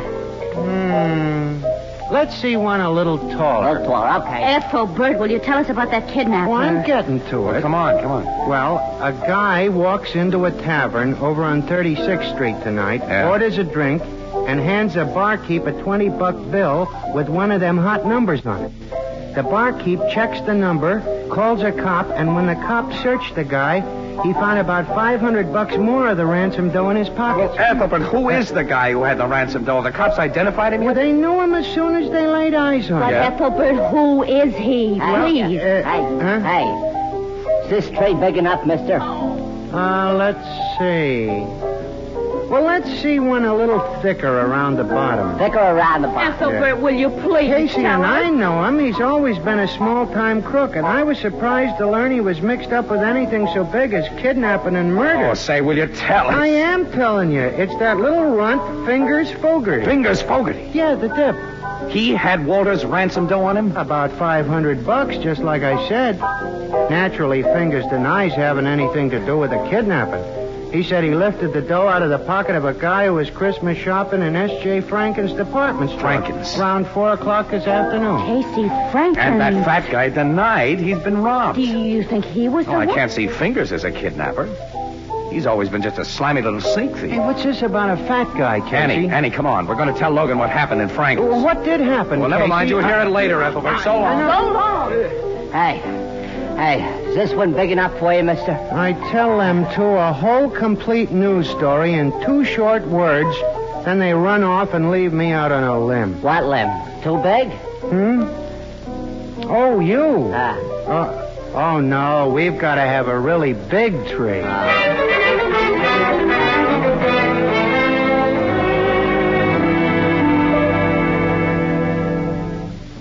So you think Fingers Fogarty may be just the victim of circumstances, Casey? Circumstances peculiar to his profession. Miss Williams and I have told you what happened, Logan. You can add it up. Captain, have you got anything on Fogarty outside of the $500 found in his pocket? Not yet, Miss Williams. The joint he lives in is being searched, but we don't think he was chump enough to hide the rest of his ransom money there. Well, if he lifted the 5 C's from that fat guy, he has no rest of the dough to hide. Now, look, Casey.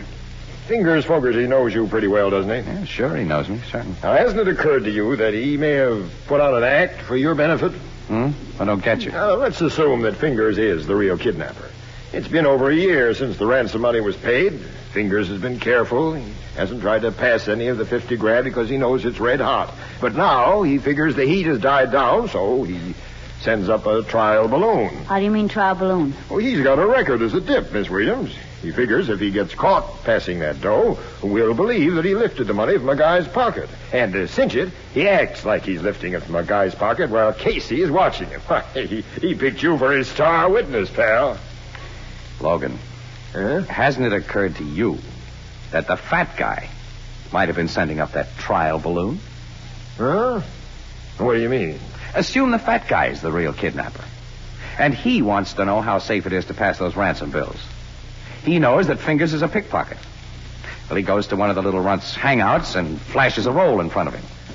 And then he leaves the joint, saunters into a crowded store where it'll be easy for Fingers to work, and Fingers does exactly what's expected of him. That's a reasonable theory, Captain. Why, sure. If Fingers gets caught passing that dough, the kidnapper learns about it from the papers and continues to let the money cool off. Also, Fingers has a long record. You cops won't believe anything he tells you. You'll tag him as the Walters kidnapper, which will leave the real one sitting pretty. The only thing the real kidnapper didn't figure was that someone might see Fingers take his wallet. Well, maybe you got something there, Casey. You and Miss Williams have never seen that fat guy before? Mm-hmm. No, but we'll know him if we see him again, though. Definitely. Your description might fit 1,000 guys in this town. I want you two to go up to the record room and look at some pictures we've got in the files. Oh, great. That'll only take us about 4 or 5 hours, Logan. Oh, Casey. And this was to have been our night off.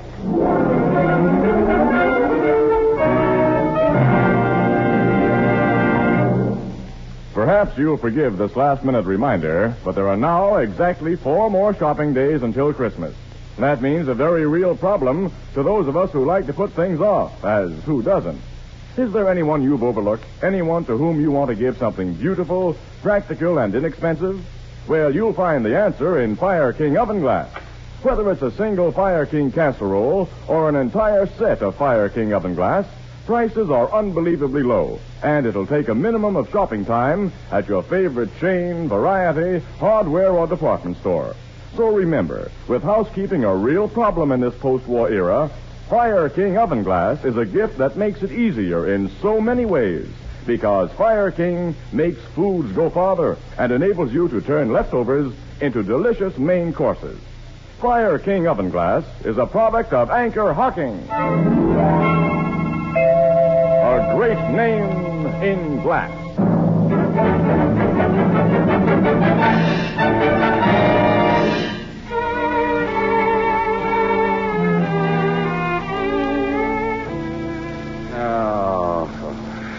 I don't recognize any picture here, Logan. Oh, me either.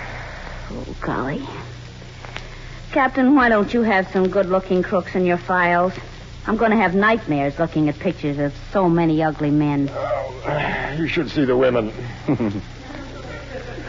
Logan, you know, there's one picture here that bothers me. It resembles the guy a lot, but well, look at the description that goes with it. Nick Pensa, Woolstock Prison, discharged 1944, armed robbery. Age 30, height 5 feet. Well, you said your fat guy was a 6-footer and at least 45 years old. Yeah. He weighed a good 250 plus, too. This Nick Pence's weight is given as only 135. Well, they can't be the same man, then. No, not a chance. Funny, though, there is a resemblance. Well, we need more than that. Let's all go home and get some sleep. Me for that. Me, too. I'm so tired I can't think. I'm falling over. I'll murder anybody who wakes me up before noon tomorrow.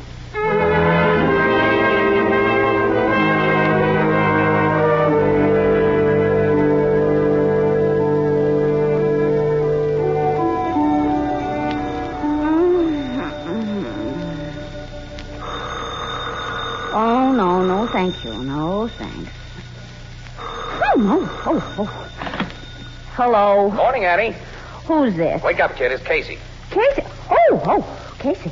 Yeah, Casey, you remember me, don't you? Yes, I do, and it's only 9 o'clock, and what is the big idea? Annie, look. I think I know where to look for that fat guy. You do? I certainly do. The old beam wasn't working last night. But when I woke up a few minutes ago, I had it. The strong resemblance between that young half-pint crook, Nick Pensa, and our big, fat, 45-year-old guy can't be just coincidental, Annie. They must be relatives, maybe brothers. Mm-hmm, go on. Well, I've looked in the phone book and found only one Pensa listed, John Pensa, contractor, who lives and does business out on Dudley Road. I thought you might like to drive out there with me and see what John Pensa looks like. Why don't you have the cops go out and look at him? Annie, you're not awake yet. Only you and I can identify that fat guy.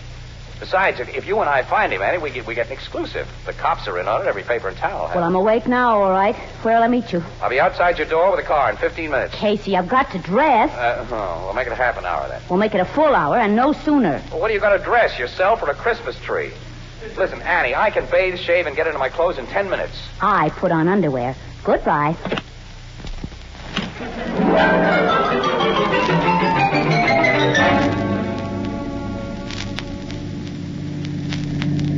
We're getting close to that address, Annie. Yeah. This isn't a very attractive neighborhood. No. John Pensa, contractor, can't be much of a concern. And John Pensa, contractor, may be no relation whatever to the Nick Pensa in the police files. The name's very unusual, Ann. I have a hunch. Uh-oh. There's the place. Yep. I'll stop here so we can look the joint over.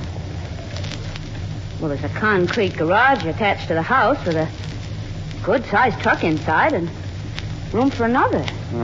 Concrete mixer in the workyard. Oh, Casey, established businessman. Don't go in for kidnapping. I think we're on a wild goose chase. Annie, that guy coming out of the garage. What about him? He's just a skinny little... Annie, you need glasses and more photographic memory. He's the man of that police picture. Of course, Nick Pencer.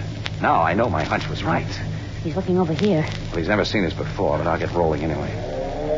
Now, how can we find out if he has a fat brother? Well, drop into one of these neighborhood stores and make a few inquiries. Then what?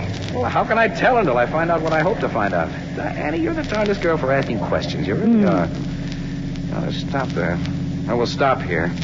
We'll go into this little drugstore right here. The druggist usually knows everybody in the neighborhood. Come on. Okay, but I think it would be simpler and more sensible to make inquiries at the precinct police station. I don't want the cops in on this until we know where we stand. Here, let me do the talking. It's your party, wise guy. You handle everything. What can I do for you young people? Hello, Pop. We're going to have, what kind of ice cream soda do you want, Annie? If I must have an ice cream soda, chocolate. Chocolate. Same for me. 2 chocolate sodas. That's right. Oh, by the way, I'm looking for a party in this neighborhood by the name of Pencer. I imagine you know the family well. Pencer? Yeah. Never heard the name before. You never heard of it? Change my order to raspberry. Yes, miss. 1 raspberry. I'm just a stranger here. Come down from upstate to handle this place while my son's away hunting. Maybe my granddaughter can tell you what you want to know. Say, Katie. Yes, Grandpa? Come here. Fella's looking for a party by the name of Penner. Penner? No, not Penner. Pencer. Oh, I know the Pencers. All of them. You do? That's swell. Eh? Mr. Pencil lives down the street. Over his office. He's a contractor. What's he look like? Is he, Is Mr. Pencil short and skinny, and his first name's Nick. well, Nick Pencer's not the contractor. Yes, he is. Ever since he got out of prison a couple of years ago. You say somebody's gone to prison, Katie? No, Grandpa. They've come out. That serves him right, then. The man's reformed now. Oh, that's bad, very bad. Grandpa's a little deaf. Yeah, I can see that. Sister, I understand that my friend, Nick, has a brother or a cousin. No. Maybe an uncle? No. Here's the sodas. Who gets the raspberry? He does. Here you are, mister. Thanks. And Mr. Casey, you have earned it. Sister, you mean Mr. Nick Pencer has no relatives at all? He's got a sister and a nephew. Oh, that's a great help. How old's the nephew? About 10? No, ma'am. It's the funniest thing. Mr. Gus Pencer's a lot older than his uncle. Huh? Mr. Gus is Mr. Nick's partner, I think. And he comes in here all the time. What does Mr. Gus Pencer look like? Well, he's tall and fat, and in the face he looks like Mr. Nick. Annie, give me that chocolate. You take the raspberry. Here's Mr. Gus now. Oh, Casey. He's our fat guy. Mr. Gus, these people were just asking about you. They're friends of Mr. Nick. Oh, that's bad. Is that so? He recognizes us, Casey. Yeah. Wasn't it lucky I dropped in here when I did to find friends of Nick's? Grandpop, go back to your back room and put me up 2 bits worth of turpentine. 2 bits worth of turpentine? Go along and help him, Sissy. He can never find anything. I'll show him, Mr. Gus. So you two were asking about me. You've been told that we were. I noticed a car outside with a press sign on it. Yours? Yeah. And you were looking for me because of what you happened to see in Franken's yesterday. If I said no, you wouldn't believe me. Right. This hand in my pocket has a gun in it, mister. So do exactly as I tell you. Okay. Remember, and don't pull anything. Here's a bottle of terps. Thanks, Grandpa. Here's your 2 bits. Come on with me, folks. You said you wanted to pay Nick a visit. Casey. We got no choice, Annie. Right. So long, Grandpa. Hey, ain't you folks going to finish your sodas? No, we lost our appetites. You didn't take even a sip of your raspberry, mister. That's what you think, sister. Get into your car. Both in the front seat. You drive, fella. I'll sit in back with this gat. Well, I drive, too? Just down the street to Nick's place. Mine. He and I are partners in everything. And he'll be tickled to see old friend.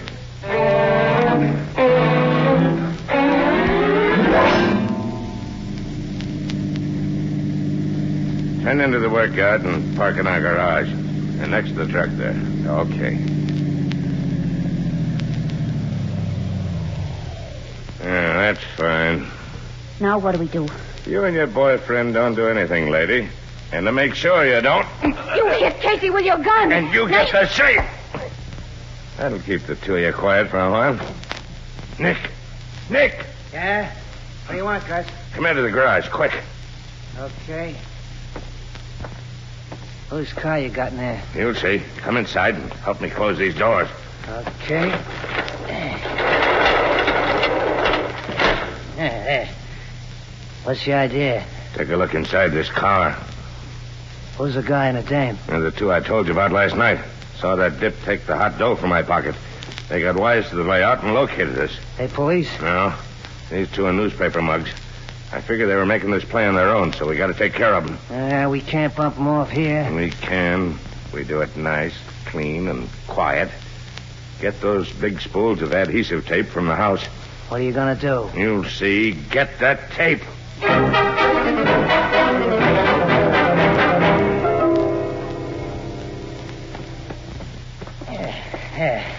Got the gal all tied up, Gus. And help me with this guy. Yeah. Wrap some more tape around his ankles. Okay. Yeah. He's fixed now and solid. All right. Now climb into that truck and start the motor, Nick. Oh, the carbon monoxide treatment, huh? Yeah. Nice, clean, and quiet. We just lock them in this closed garage to breathe the gas. Tonight when it's dark, we get rid of their bodies in their car. Start the motor.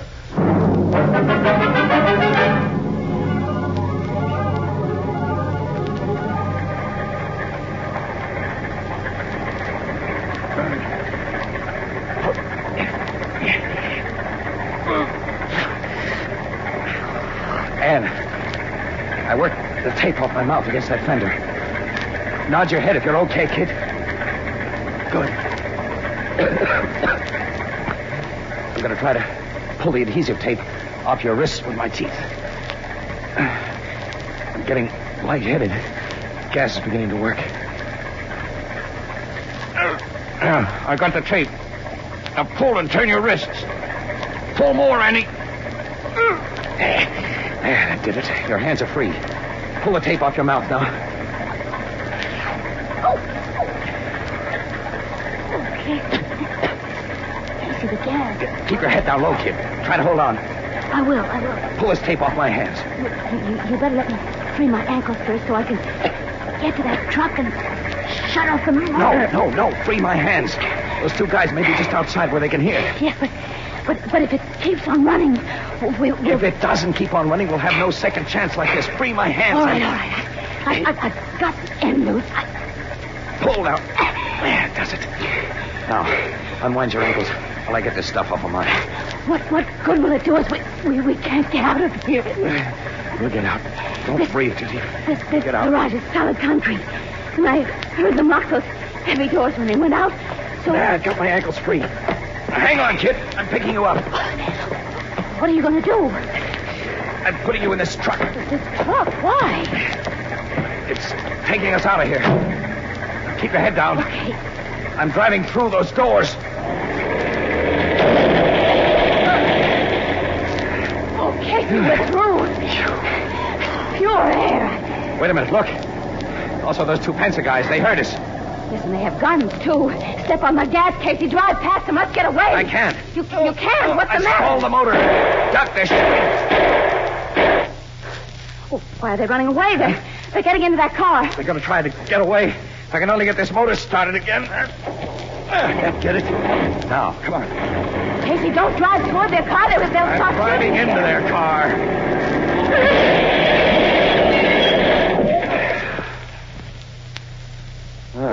This 10-ton truck does a nice job when it hits a tin can like that. Oh, Casey. My nerves will never be the same again. I'll never recognize mine either. Come on, let's call City Desk. Get the cops out here so we can get to the Blue Note. I need another pair of glasses. The kind you fill.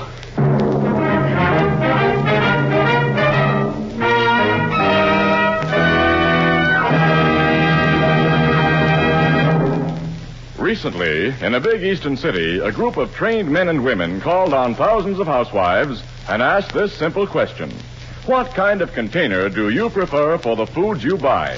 An overwhelming majority of housewives said they preferred to buy food packed in glass. Among them were a great many mothers of small children, and by a ratio of more than 8 to 1, these mothers said they insisted on prepared baby foods packed in glass. They gave many reasons, as you might expect, but here are the 3 reasons mentioned most frequently.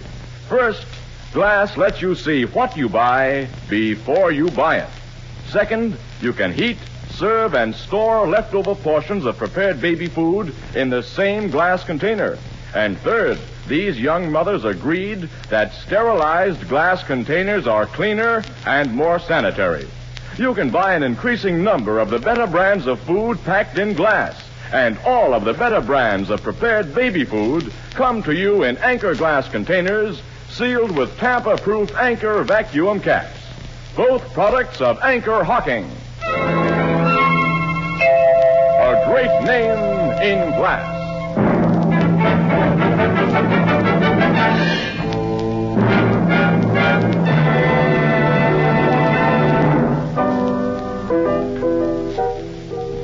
You didn't kill them 2 kidnappers when you threw that truck at them, Casey? No, Bethelbert, no. The cops pulled him out of the wreckage in fairly good shape, considering. They'll be able to walk to the chair. How about the ransom money? Did the cops find it? Yeah. Gus, the fat guy, confessed the Walters kidnapping and told where he and Nick had hidden the dough. Gee, and all because you and Miss Williams did some Christmas shopping. Say, what happened to the little dip, Fingers Fogarty? Well, in trying to clear himself of the kidnap and murder charge, Ethelbert, Fingers made so many admissions about his own specialty that the cops can keep him in jail until 1999. Gee, 1999, huh? Good heavens, Casey, what's that coming in the door? What on earth? What do you say, mister? That's the biggest tree I got on the wagon, okay? Yeah, Yeah, now that's what I call a real Christmas tree. Ethelbert, what are you going to do with such a big tree? Well, you couldn't get a little tree in that big room.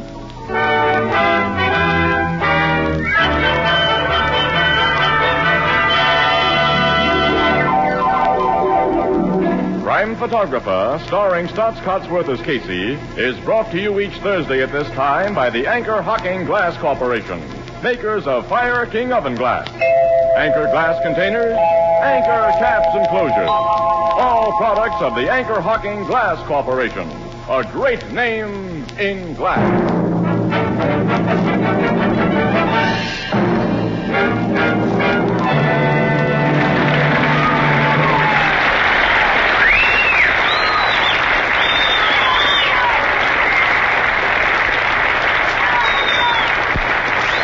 Photographer, directed by John Deese, is written by Alonzo Dean Cole and is based on the fictional character of Casey, created by George Harmon Cox.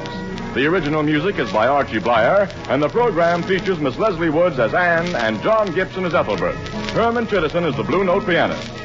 Thursday night on CBS is the biggest show in town, so stay tuned for exciting dramatizations on Reader's Digest Radio Edition, which follows immediately over most of these stations. Now, for our sponsor, the Anchor Hocking Glass Corporation, and all of us on the show, this is Tony Marvin wishing every one of you a joyful and happy holiday at this Christmas time.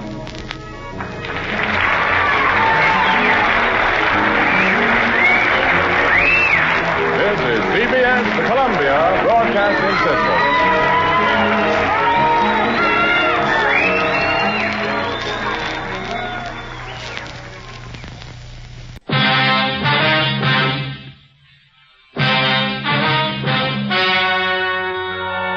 Ladies and gentlemen, the story you are about to hear is true.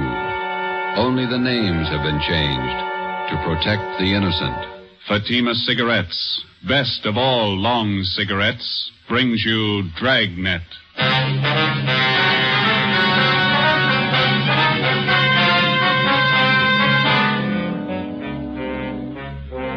You're a detective sergeant. You're assigned to homicide detail. A small boy is reported missing from his home. His age, 9 years. Foul play is suspected. Your job, find him. Dragnet, the documented drama of an actual crime. For the next 30 minutes, in cooperation with the Los Angeles Police Department, you will travel step by step on the side of the law through an actual case from official police files. From beginning to end, from crime to punishment, Dragnet is the story of your police force in action. It was Thursday, December 22nd. It was cold in Los Angeles. We were working the night watch out of homicide. My partner's Ben Romero. The boss is Thad Brown, chief of detectives. My name's Friday. I was on the way into work, and it was 3:55 p.m. when I got to room 42. Homicide. Hi, Joe. Ben, what's doing? Oh, pretty quiet. How's your mother? Oh, that cold's still hanging on. Bad cough. Doc says nothing serious. My kid's got the same thing. Must be some kind of a virus going around. Yeah. Is that a new suit you got on? Oh, yeah. Ma figured I needed one. Let me see. Oh, yeah, that's a nice shade of blue. Where'd you get it? Quincy's down in South Fig. Look okay? Turn around. Oh, yeah, that's a good fit. Did you get all the reports on the Webster case yet? Yeah, all taken care of. Let me get it. Homicide, Friday. Well, this is Levinson, Unit 113J. Got something for you. Yeah, Harry, what's doing? Doherty and I are out here on Collis Avenue, 4656. Trying to track down a 9-year-old boy. What's the story? The kid's missing. Suspicion of foul play. How long's he been gone? About 2 hours. Looks like a job for homicide. How do you figure? Kid was last seen playing in the backyard of his home. Yeah? We checked over the yard. Find anything? Bloodstains, lots of them. They look new. Ben and I left a message for Chief of Detectives Thad Brown. Then we went over to the crime lab, picked up Lieutenant Lee Jones, and drove out the Arroyo Seco freeway to Collis Avenue. It was an average neighborhood. Number 4656 was a one-story green stucco residence situated on the corner of Collis Avenue and Harrison Drive. Beyond the backyard was a tract of undeveloped land covered with scrub oak. Harry Levinson from Highland Park Juvenile was waiting for us in front of the house. Back this way, fellas. I'm coming, Lee. Wait till I get my bag. Okay. Who notified you that the boy was missing, Harry? The mother said she went out to do some Christmas shopping about 11 this morning, left the boy home. She came back about 2 this afternoon. He was gone. What's the name? Johnstone. Kid's name is Stanley, 9 years old. Mm-hmm. Was this gate open like this when you got here? Oh, yeah. I haven't touched the thing.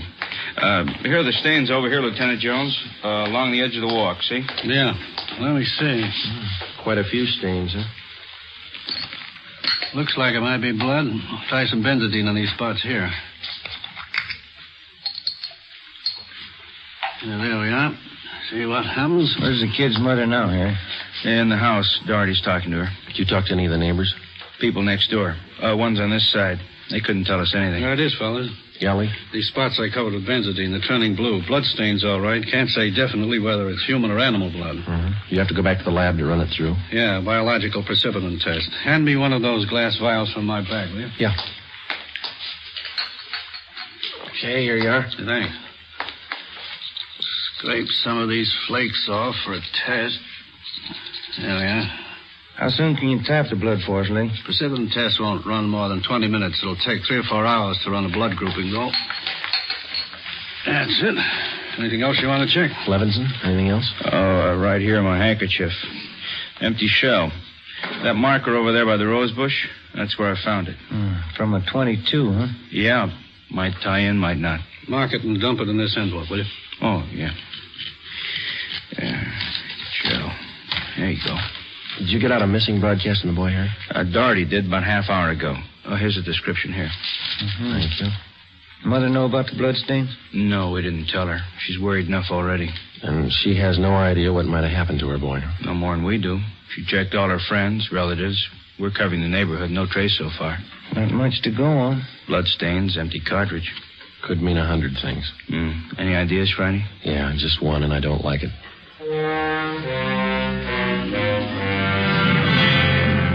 4:30 p.m., Thursday, December 22nd. The neighborhood search for 9-year-old Stanley Johnstone continued.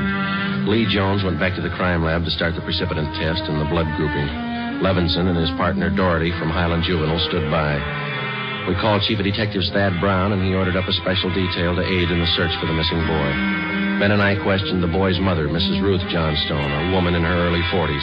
She seemed fairly calm under the circumstances. Miss Johnstone, Is your boy Stan in the habit of wandering off without telling you where he's going? No, he's not in the habit of wandering off, but he has done it before. When was the last time, Miss Johnstone? You don't have any children, do you, Sergeant Friday? No, I'm not married. Well, there comes that time in every young boy's life when he feels that it's time to leave home, to go out on his own.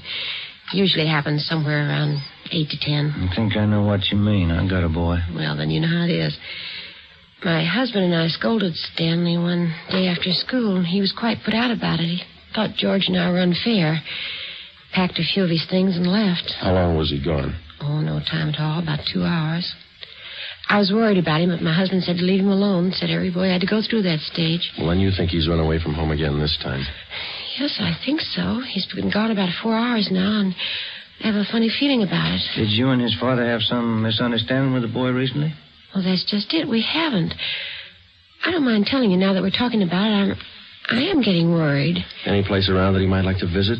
Hobby shop, playground, where he might be? Yeah, there's Jensen's model shop and little Shanna Burrows, but I've already called them, and he hasn't been seen all day. I called all his friends. They have no idea where he is either. We'd like a list of all his friends and the places that he was known to frequent. Oh, yeah? All right, I'll give them to you. Where do you suppose he is? Where's your husband now, Miss Johnstone? Oh, he's at work. George works for the city. He's a fireman. What house is he stationed at? Engine Company 12. He's working the A platoon. He'll be home tomorrow morning. I haven't told him that Stanley's gone. Was there any chance that the boy might be down at the firehouse with his father? No. No, he seldom goes down there anymore. No, I don't think he's there. I'm awfully worried. May I call my husband? Certainly. Go right ahead.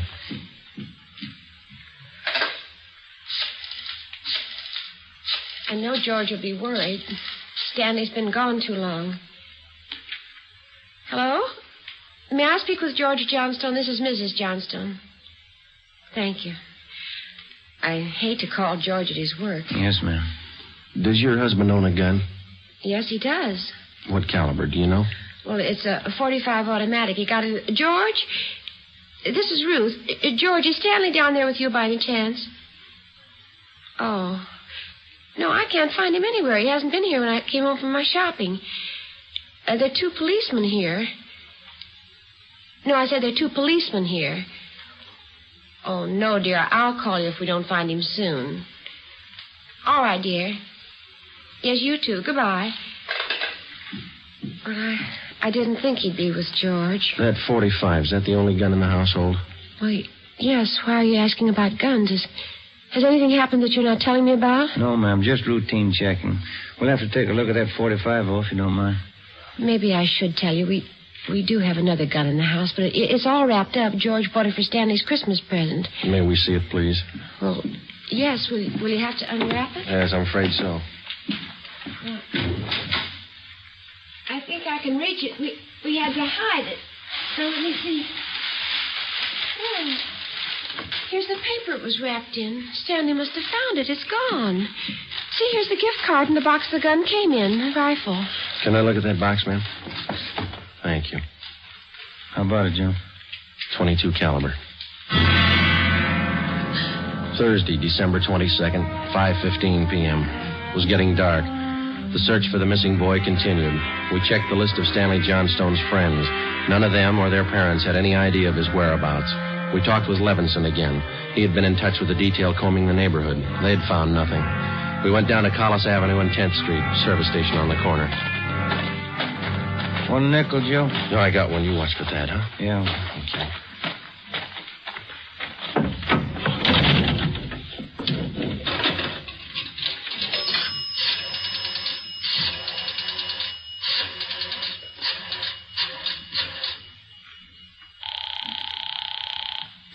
City Hall. 2667, please. 2667. Crime Lab, Jones. Hi, Lee. Joe Friday. Yeah, Joe. Any sign of the Johnson kid? No, not yet. How are you coming? Finished the precipitin test. It's human blood. Yeah? Working with a blood group now. Do you know what type the Johnson boy has? Well, we didn't want to upset his mother. Thought we'd wait till the last thing. We're still in the neighborhood. Check with the family physician. That way you won't disturb him. Yeah, we figured on that. Oh, just a minute, Lee. Yeah, Ben. Boss just pulled up. Okay. Thad Brown's out here now. I'll check you later, Lee, huh? Yeah, right, Joe. All right, goodbye.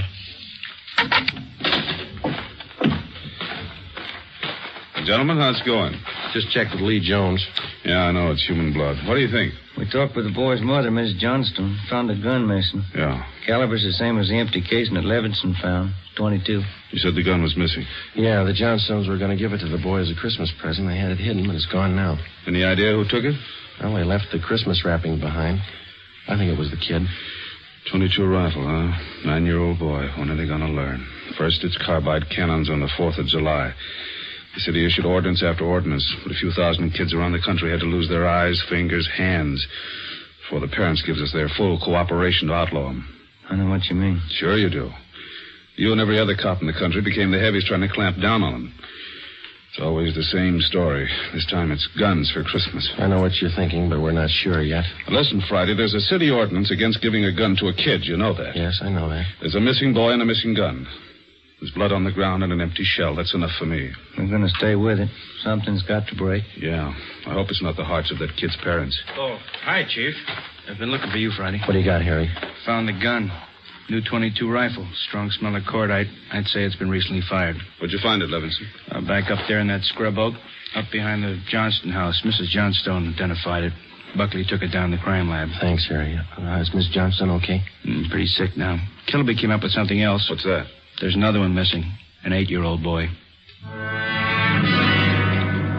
6:30 p.m. We talked with Officer Kilby about the other missing boy. He told us that his name was Stephen Moorheim, 8 years old. His family had just moved into the neighborhood, and it seemed that no one besides the Moorheim family knew that the boys played together.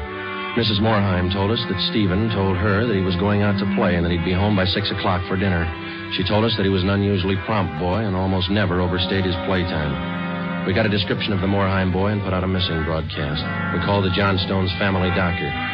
He told us that Stanley's blood was type O. At 7 p.m., we talked again with Mrs. John Moorheim. Are you sure Mrs. Johnstone doesn't know where the boys are? She has no idea, Miss Moorheim. It's terrible. It's just awful.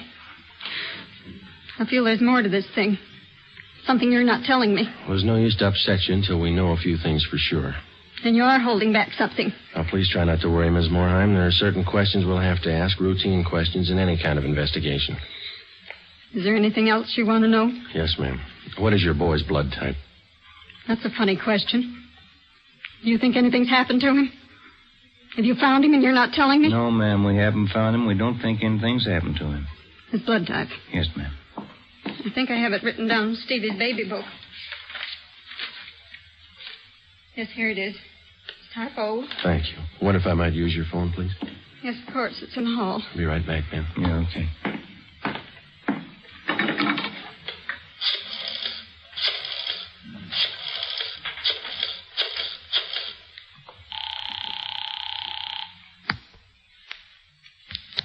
City Hall. 2667, please. 2667.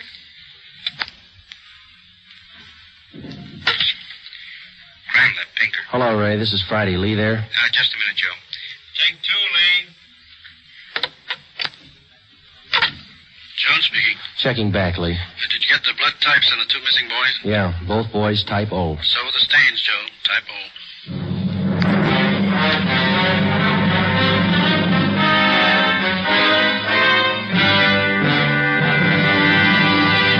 You are listening to Dragnet for the solution to an actual case from official police files.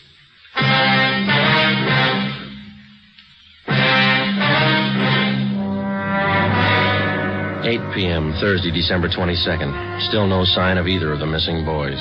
Chief of Detectives Thad Brown went back to headquarters to direct the search from there. He dispatched another detail of 50 men to aid in the hunt for the missing youngsters. 8:30 p.m. It was getting colder. The citrus growers were warned to expect a freeze. We went up the block to see Mrs. Johnstone. Her husband had quit work early and returned home. We talked with him. He could tell us nothing more than we already knew. We still had not informed either of the families about the bloodstains and the empty cartridge casing which had been discovered in the backyard of the Johnstone home. It was more than possible that they had a right to know about our findings, but Ben and I felt that there was no cause to add to the distress of the two families at this time. If the two missing boys were found alive and well, then the bloodstains in the cartridge case would be of no concern to the relieved parents. At 8:40 p.m., Ben and I left the Johnstone house and went to the home of Mr. and Mrs. John Moorheim. Miss Moorheim, you said your husband worked at a market? Yes. He telephoned about 15 minutes ago and said he was closing up right away. He'll be here any minute. I do wish Stevie would call or come home. It's so cold out tonight. All he had on was a thin cotton jacket. Please try not to worry. We're doing everything we can. He's going to be all right. Stevie's father's such a sensitive man. He and the boy are so close. I know he's terribly upset. No, you're sure there's no place you might have forgotten? Someplace where the boy might be? No place. No. If anything happened to the boy, it'll just kill Joe. No. You sit still. I'll get it, Miss Morgan. Joe? Hi, Harry. The Johnstone kid. He's been found.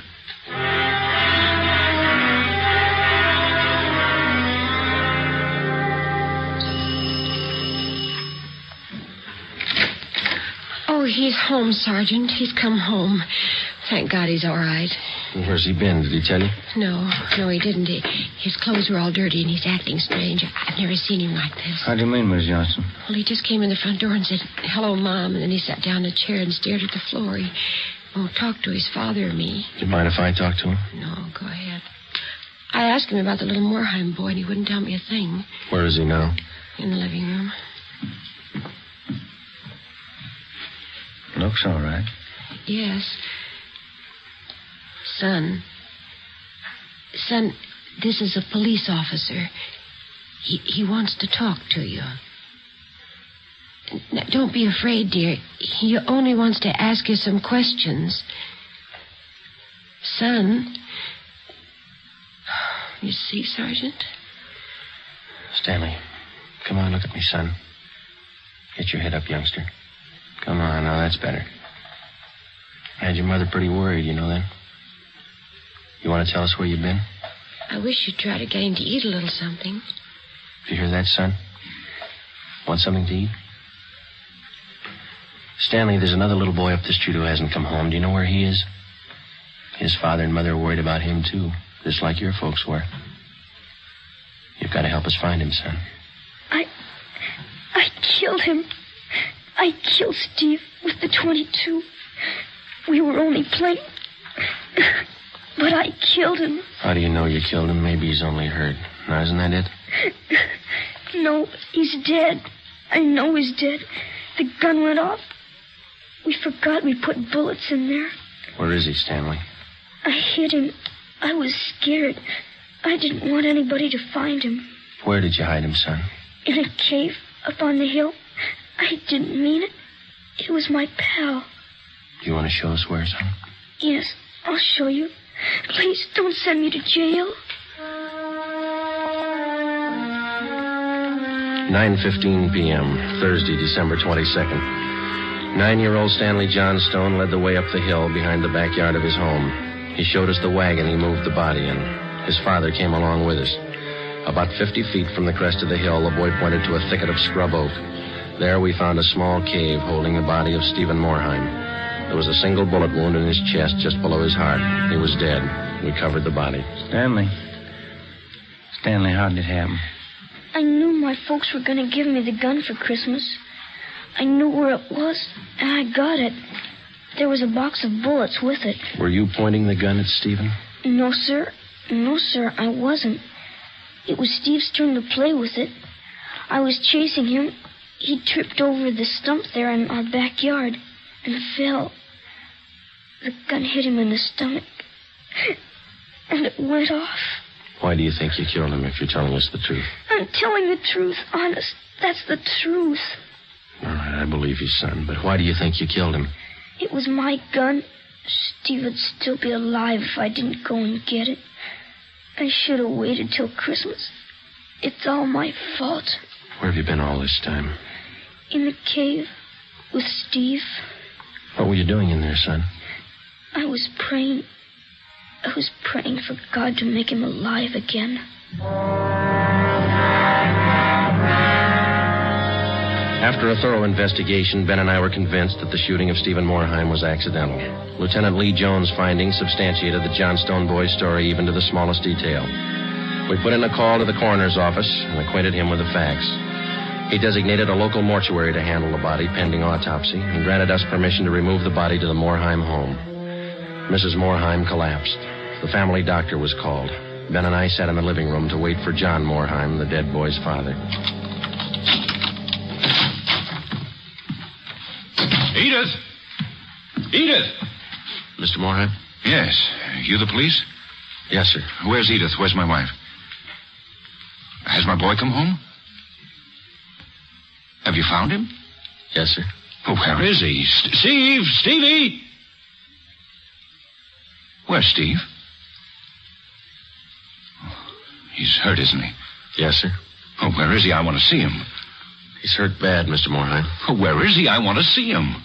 He's in his room. How bad? Pretty bad.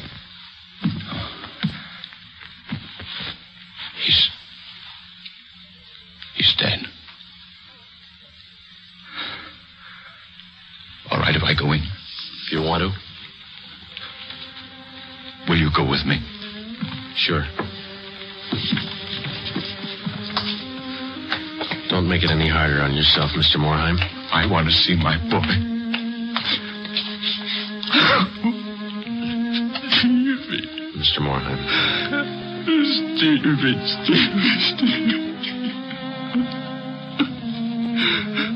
Listen to me, son. We've got you a lot of nice things for Christmas. Everything you wanted. I got you the 3 new cars for the train. The one with the searchlight is really works.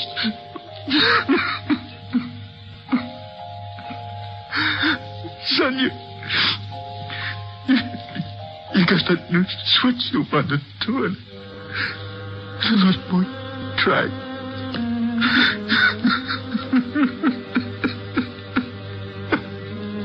Oh, Steve. Now you can have a big payout. You know that new baseball that you saw? Well, I got it for you. Steve.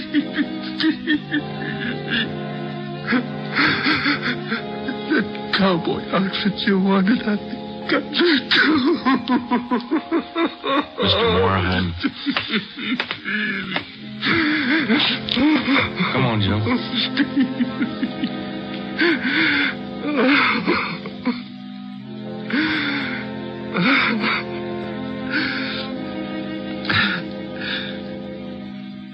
What happened? It was an accident. He was playing with the Johnstone boy up the street. Playing with a gun. He went off. What was the other boy's name? Stanley Johnston. It was an accident. Mr. Moorheim, where are you going? I want to see that boy. We had no idea what the dead boy's father had in mind. We didn't feel that we should try to restrain him. We went along with him up the street to the Johnstone home.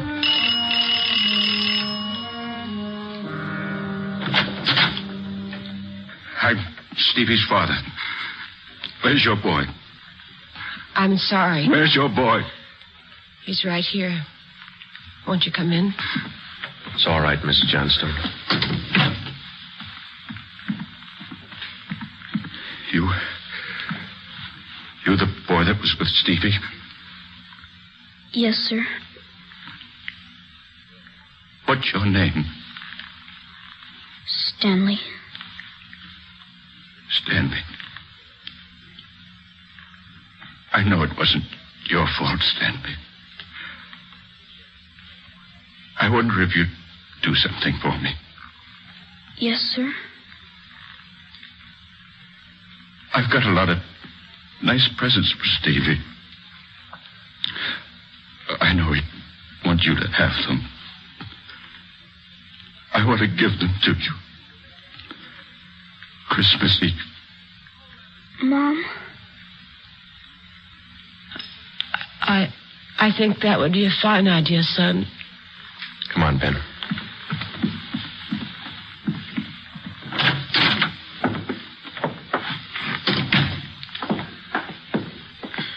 Well, what does it all prove, Joe? You don't give a kid a gun for Christmas.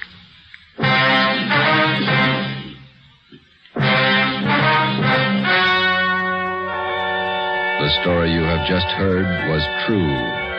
Only the names were changed to protect the innocent. On December 24th, 1948, a coroner's inquest was held in the county morgue, city and county of Los Angeles, state of California.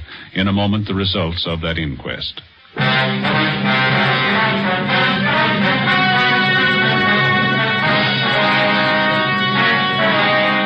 At the coroner's inquest, it was officially recorded that Stephen Morheim's death was the result of an accident. Stanley Johnstone, age 9, was absolved of any legal responsibility for his friend's death. You have just heard Dragnet, a new series of authentic cases from official files. Technical advice for Dragnet comes from the Office of Acting Chief of Police W.A. Wharton, Los Angeles Police Department. Dragnet honors Hennepin County, Minneapolis, state of Minnesota, and the men of the Hennepin County Sheriff's Office, another of America's great law enforcement agencies.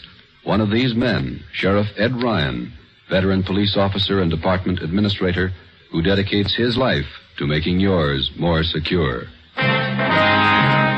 Fatima Cigarettes, the best of all long cigarettes, has brought you Dragnet, portion transcribed from Los Angeles. Be sure to hear songs by Morton Downey tonight on NBC.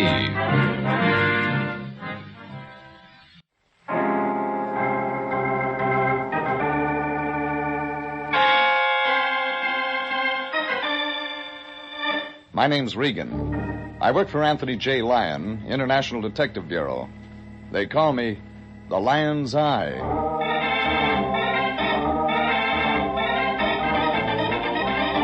Wednesday at 9, and CBS brings you Jeff Regan, Investigator, starring Frank Graham as Regan with Frank Nelson as Anthony J. Lyon.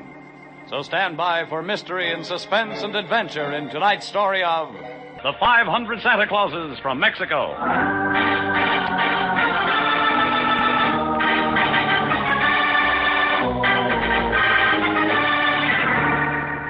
Like my boss, the Lion, said, it got you into the Christmas spirit early, all those Santa Clauses. But what it got Judd Brown into was the morgue. Judd Brown was the 6-foot-tall part-time Santa Claus from Jensen's department store. What got him into the morgue was one of those 6-inch-tall Santa Clauses from Mexico. Well, the thing teed off for me when I walked into the Lion's office. He was looking at somebody's picture.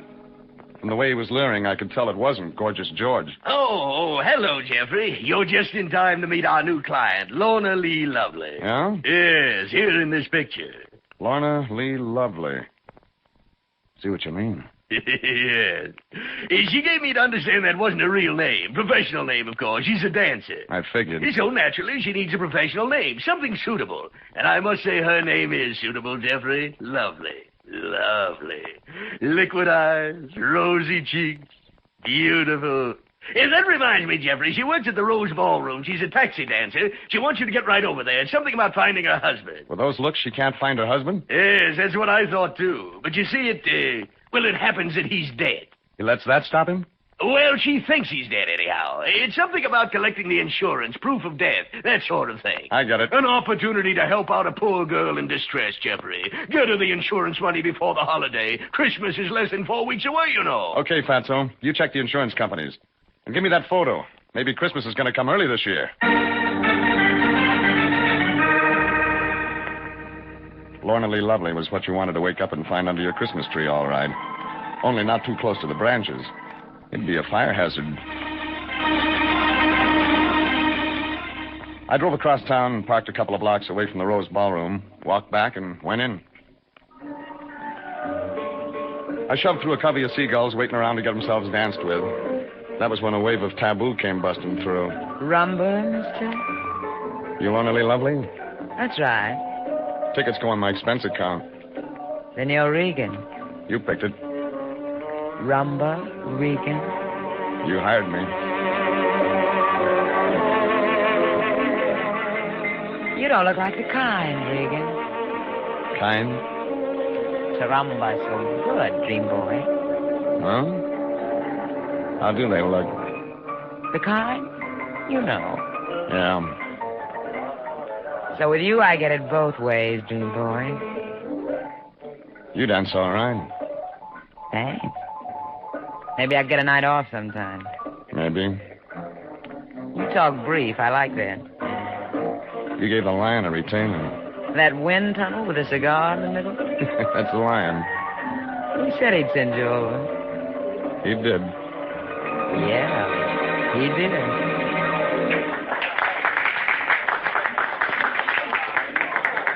What do I do, lady, for the $50? I'm looking for a husband. For $50? There's 100 more in it if you find him dead. Dead? Dead. Dance, Regan? I used my ticket. It's on the house. No, thanks. I'll see you around. Oh, wait a minute, Regan. I'm not hiring a gun. He's dead already. Well, then we can talk. Over here. Manager's office. Won't he object? He's not here. He hates joy. This way.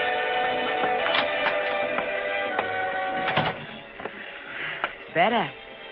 Now we can have privacy. That's what I thought. How do you know your husband's dead? He's married to me, Regan, and he hasn't been home for 7 weeks. He's dead. See what you mean. And he was insured for $10,000. So I prove he's dead, you collect the insurance. They don't all dance like you, Regan. 10,000 clams, I kiss off the Rose Ballroom for the rest of my life. Your husband's name? Judd Brown. Brown? My real name's Lorna Brown. Description? He's 6 feet tall, dark hair. Scar on the right hand, he got fishing. Got a hook in his hand. He's nuts about sports, baseball, football. If I find a corpse in the stand at the Rose Bowl game, I'll let you know. What else? Nothing that'll help. Oh, yes, one thing. At Christmas, he sometimes works as a department store Santa Claus. That's nice work. When you can get it. Where does he get it? Around. Where they want him. I'll check. One question, Mrs. Brown. Yeah? What if I turn your husband up alive? Tail him, Regan. Find out where he lives and what he does. And phone me. Anytime, day or night. Live at the Sunrise Motel, Glendale Boulevard. Don't lose him, Regan.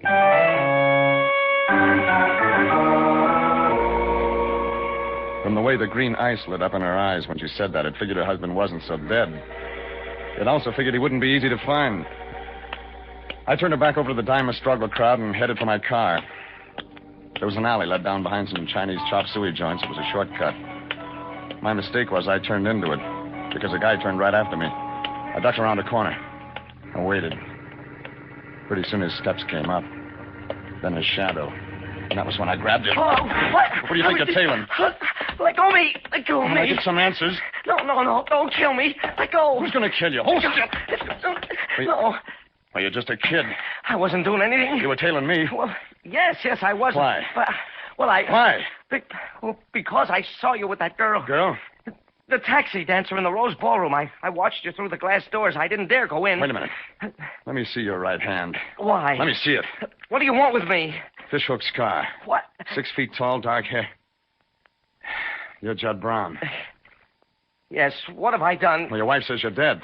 Wife? Lorna Lee Brown, alias Lorna Lee Lovely. I'm not married to her. I never saw her till this week. Yeah, and you hate sports.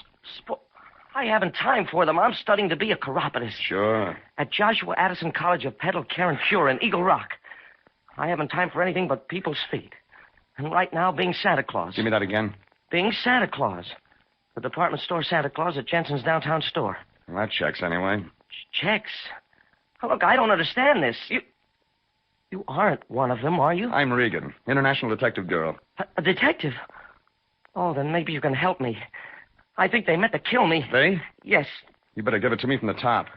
Well, last Friday, I went to work at Jensen's weekends. As Santa Claus? I needed the extra money. Go on. I worked Friday and Saturday, and then Sunday I studied at the college library on the tibiotarsal articulation in digitigrade animals. Get to Monday. Well, Monday, that was the first time I saw her following me. Lorna Lee Lovely? Yes. Then that same night when I was leaving the Metatarsal Foundation, somebody grabbed me in the dark. Who? I don't know, but I fought and I got loose. At first I thought it might just be a holdup. Something changed your mind? Yes. Tuesday somebody tried to break into my room at the boarding house, so I moved out Wednesday. And hid out? Yes, Mr. Regan. I moved into the New Canton Hotel, and I didn't come out till tonight. Yeah, but you knew exactly where to find Lorna Lee Lovely. Well, yes, I saw her picture in the Rose Ballroom advertisement in the Examiner. I thought that if I hung around and she didn't see me, I might find out why she was following. Mr. Regan, behind you, look out! I turned too late and got one alongside of the head. I thought I was seeing light from the naked bulb at the end of the alley, but the light began to spread like an orange bruise.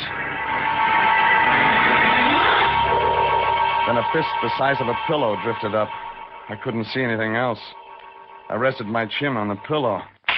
I shouldn't have done that.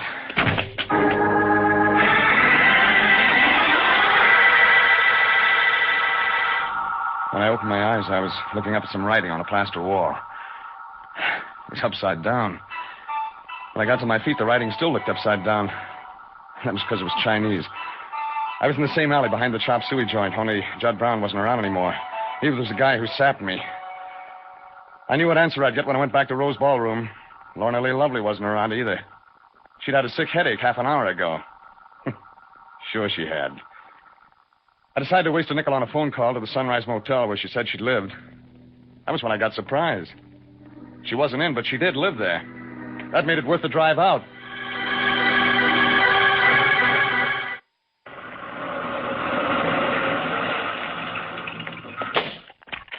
Help you, mister? You work here? Huh. Manner of speaking, I do. My place, I own it. I'm looking for Lorna Lee Lovely. Left. Over that way? Gone, I mean. Yeah? How long? You ain't lucky. Maybe 3 minutes. Checked out. Left no address? Left no address. She alone? You ask questions, mister. I like answers. Maybe you're a cop. Private style. Yeah. Here's my identity. Huh? Never seen a private detective except in the movies. Well, what can I do you for? Let's have a look where Lorna Lee Lovely lived. Oh, that cottage over there. This way. Mind the grass there. Don't grow good out here in California. No rain. Never no rain. Just smog. Gets in your eyes. All that. Smog commissioners. Yeah. Look, anybody ever come over to see her, Thorne? Oh, one guy. Walrus. Me and the old lady call him. Big guy. Black eyes. Walrus mustache. Dark skin. Maybe Mexican. You know his right name? Felipe, she called him. Felipe, huh? Yeah. Here's where she lived. Kind of left in a hurry, didn't she? Oh, the old lady ain't gonna like it. This is a mess. All these paper cartons around? Oh, them. Them's what them Santa Clauses come packed in. Santa Clauses? Christmas sidelines. She sold them to department stores. Walrus would bring them. The guy she called Flippy. Yeah. Hey, here's one of them right here. Down in these papers. A busted Santa Claus. Somehow when I say it, I don't like the way it sounds.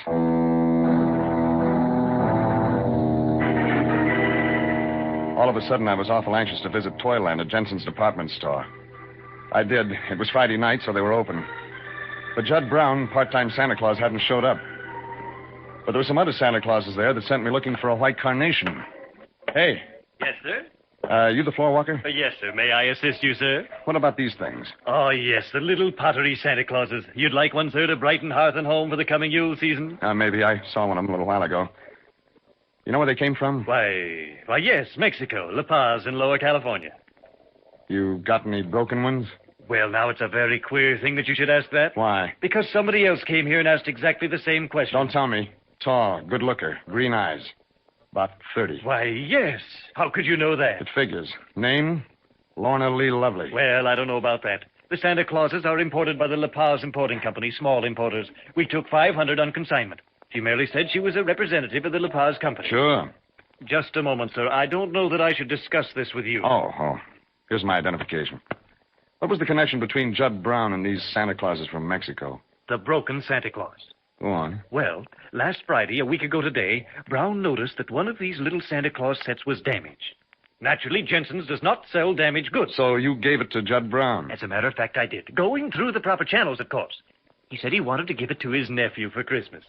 You gave the broken Santa Claus to Brown? Yes. Then Lorna Lee Lovely shows up. On Monday. And asks about the broken Santa Claus.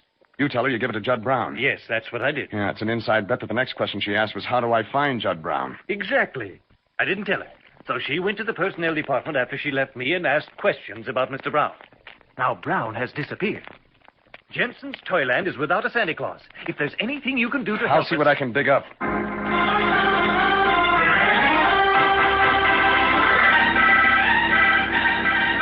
But dig up was too true. I got down to the street in front of Jensen's store, and the late editions of the papers had hit the stands. They had a big story, front page, colorful. A broken Santa Claus had been found on the railroad tracks near Union Station. Only this Santa Claus was real, or used to be. You guessed it, Judd Brown.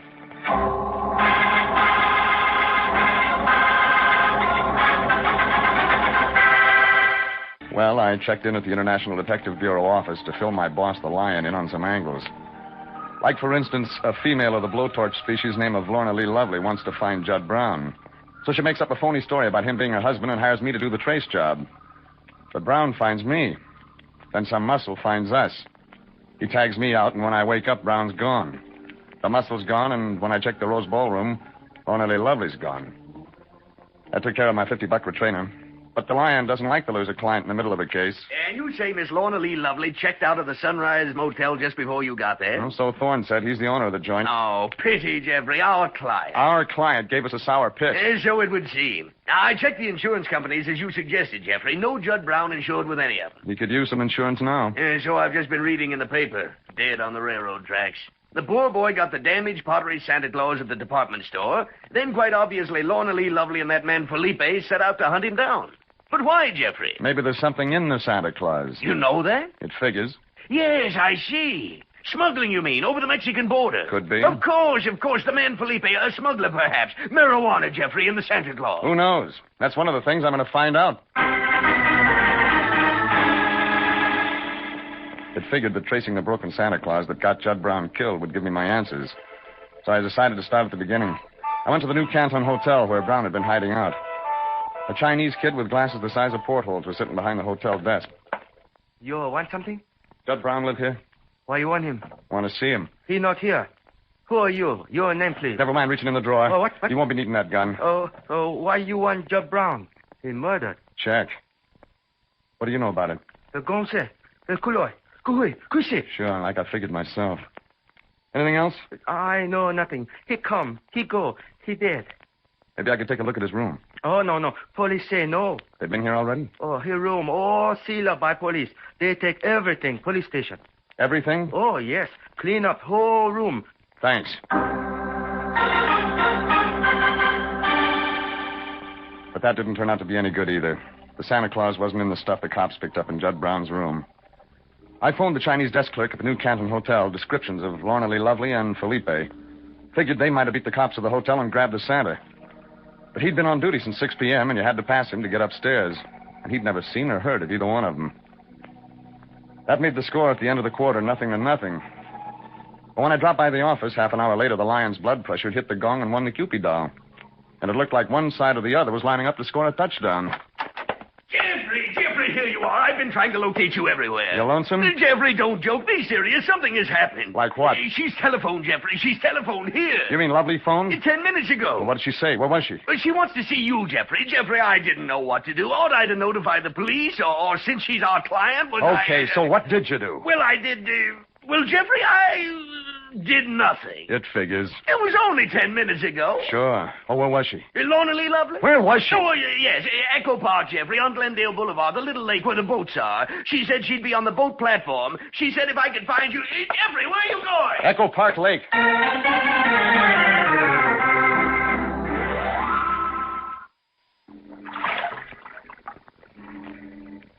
Need both hands to paddle, dream boy? Maybe I do. Maybe you don't. Dream boy, you do everything so good. Thanks, Regan. Why are we here, baby? On the lake? Talk. Nobody can see us. Like the law? Sure, that's right. You want to talk business? Got another dead husband you want a tail job on? So I lied to you. You killed Judd Brown? Felipe. Tailed him and you to the alley past the Rose Ballroom. Got scared maybe Brown could identify him. So? Yeah. Dream boy. Yeah. Who's got the Santa Claus? That turns out to be the 6 feet under question. Maybe you got it, So that's why you want to talk business. I'm the next Judd Brown. Oh, not you, dreamer. That'd be a waste. Now, you're too good to go. I was thinking partners. I got a lot. Yeah. What have I got? Regan, you got the Santa Claus. Sorry, baby, not my line of work. Change your line. You like big dough? You seen the guy who doesn't? Okay, bring me the Santa Claus. Sorry, baby. Sorry, Regan. It could have been nice. Put that gun back in your purse. Where's the Santa Claus, Regan? I want it real bad. Sure. Those pearls would look good around your neck. Did you get that? That there were pearls in the Santa Claus? You just told me. You're a wise guy, Regan. Thanks. So there are pearls in the Santa Claus. The lion figured it was marijuana, but it was just one Santa Claus you were after, sister. But there wouldn't be enough marijuana and one to be worth the trouble. What comes from La Paz that's worth a lot of dough? Pearls, baby. I figured pearls. Now, do you want to go partners? There were 12 Santa Clauses that had pearls in that shipment of 500. A match string worth $60,000, Regan. The broken Santa Clauses had the pearls. They weren't ever supposed to get into the store, but one got away. And Judd Brown got it. And now you've got it. Maybe not. Who else? Think fast, Regan. I'm not scared to shoot. Nobody'd hear the shot. Backfire from the traffic. That's what they'd think. Sure they would. I shoved you over the side of the canoe. It was dark. Nobody sees there. We're going back to the dock. I'll shoot, Regan. If you won't get me, I'm in too deep. I'll shoot. That wouldn't get you your Santa Claus even if I had it. I'll shoot, Regan. Okay, shoot. Regan, you stinking rat. Okay, give me that gun. No, you... Give me it. Oh, but then the canoe's getting... Oh, Regan! Regan, help! Help me! I'm drowning, Regan! I'm drowning! What's the matter, baby? Help me! I'm drowning! In 4 feet of water? Put your feet on the bottom. You're not in as deep as you think you are. You loud! But you're in deep enough. Philippe is accomplice of the murder of Judd Brown. Come on, baby. You're going to jail to dry off.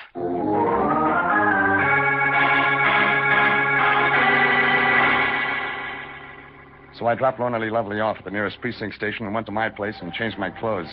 I still had 2 things to turn up, Felipe and the toy Santa Claus with the pearls in its belly. It figured this way. If one thing can't have happened, but nothing else could have happened, then the thing that can't have happened must have happened. See what I mean? So I went to where the missing Santa Claus had to be. Hey, wake up. Yeah, Ma. No, Shouldn't Ma. sleep on the job, Pilgrim. Oh, you're detective. You come back. They work you long hours, don't they? Oh, yes, long hours. You've been on duty here at the desk since 6 p.m. Oh, yes, true. Nobody can go up to the rooms without walking past you. No, cannot do it. Like I figured. Okay, where's the Santa Claus? Oh, no, Santa Claus, don't have it. You got it. You took it out of Judd Brown's room before the cops got here. Yeah, but broken. Santa Claus all broken, nothing. Yes, you saw Brown's picture in the paper and read he'd been murdered. So you went up to his room for a look around, but you saw the Santa Claus, figured Brown wouldn't be wanting it. Santa Claus are broken. Nothing. I want for only small sister. You arrest me? Nobody's going to arrest you, because you're right.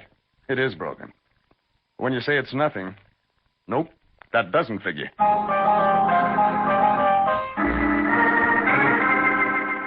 The Chinese desk clerk got me the Santa Claus he'd borrowed out of Judd Brown's room.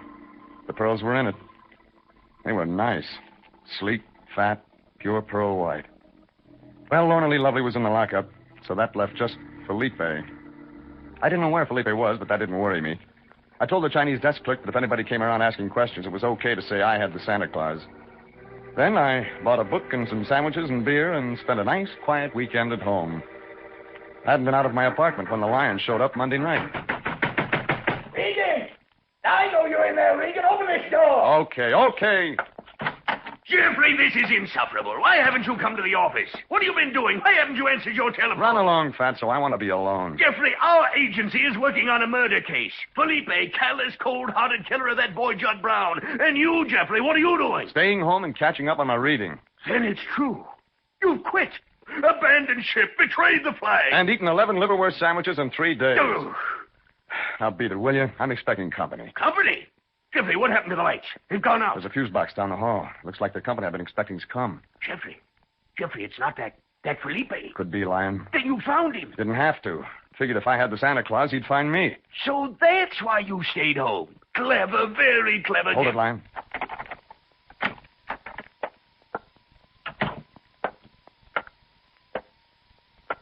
Who's that? Stay still, Lion. Who's there? Look out, Jeffrey! I got him!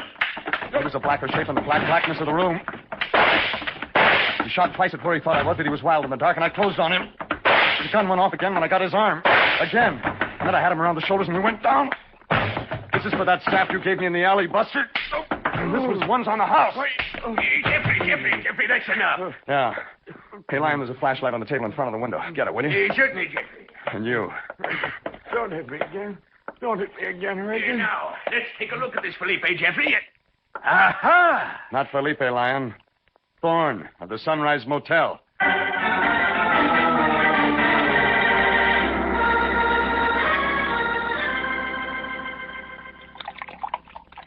Yeah, have a glass, Jeffrey? No, thanks. You know, ever since I've had this mountain spring water dispenser put into the office, I've been feeling better and better. Oh, splendid for the health. Or perhaps I feel good because of the way we solved the Santa Claus case. The way we solved it? Thanks, Fatso. So that Sunrise Motel man Thorne was Lorna Lee Lovely's partner and the murderer of Judd Brown after all. That's right. Felipe was just a name he made up. And then she followed his lead. The non-existent suspect. The police, the gentlemen of the press, searching 3 days for an inhabitant of the kingdom of Macomacum. Give me that again. In the kingdom of Macomacum. What does it mean? I don't know, Jeffrey. I don't know. I believe I heard the expression somewhere. Wind tunnel with a cigar in the middle. What's that mean? I don't know, Fatso. Just an expression I heard somewhere.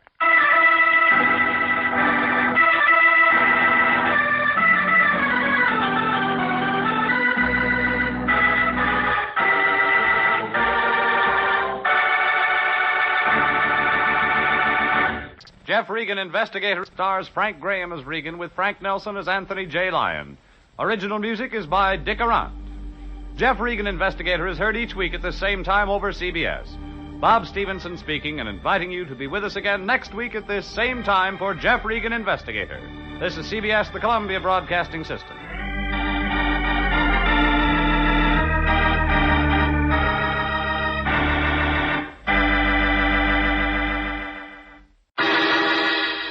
Personal notice, danger's my stock and trade. If the job's too tough for you to handle, you got a job for me, George Valentine. Write full details.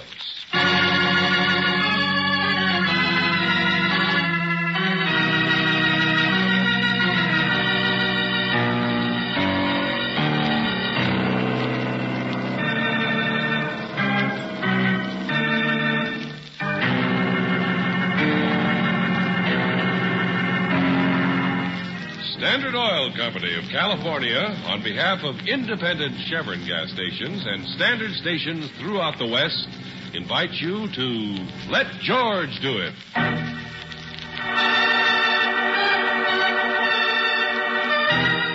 Christmas in January, another adventure of George Valentine.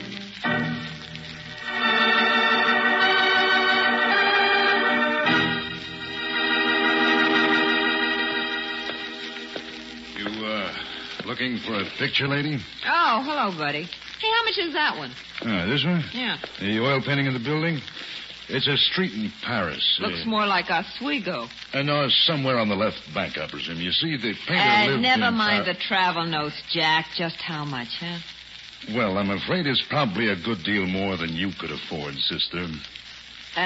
Buddy, you see that big white convertible out there at the curb? Well, is it yours? Oh, well, I didn't mean it. What do I gotta do? Wear tights? The name's Charity Dufresne. I'll buy you a seeing-eye dog. Oh, Mr. Frayne. Yeah. Oh, I'm awfully sorry. Gosh, I've even got pin-ups of you myself. Holy smoke. I guess I've seen every one of your pictures 3 or 4 times. Well, then you should pay more attention to details, like my face. Now, come on, fan club. How much, huh? Huh?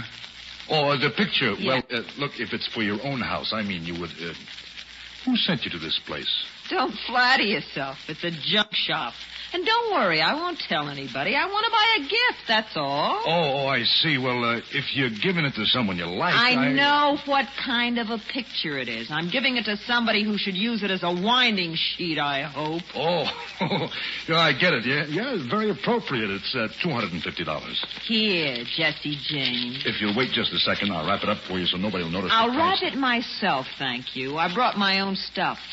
This, buddy, is going to be something real special. You know who it's for? An octopus. You know what it's for him for? A Christmas present. Yeah, in January.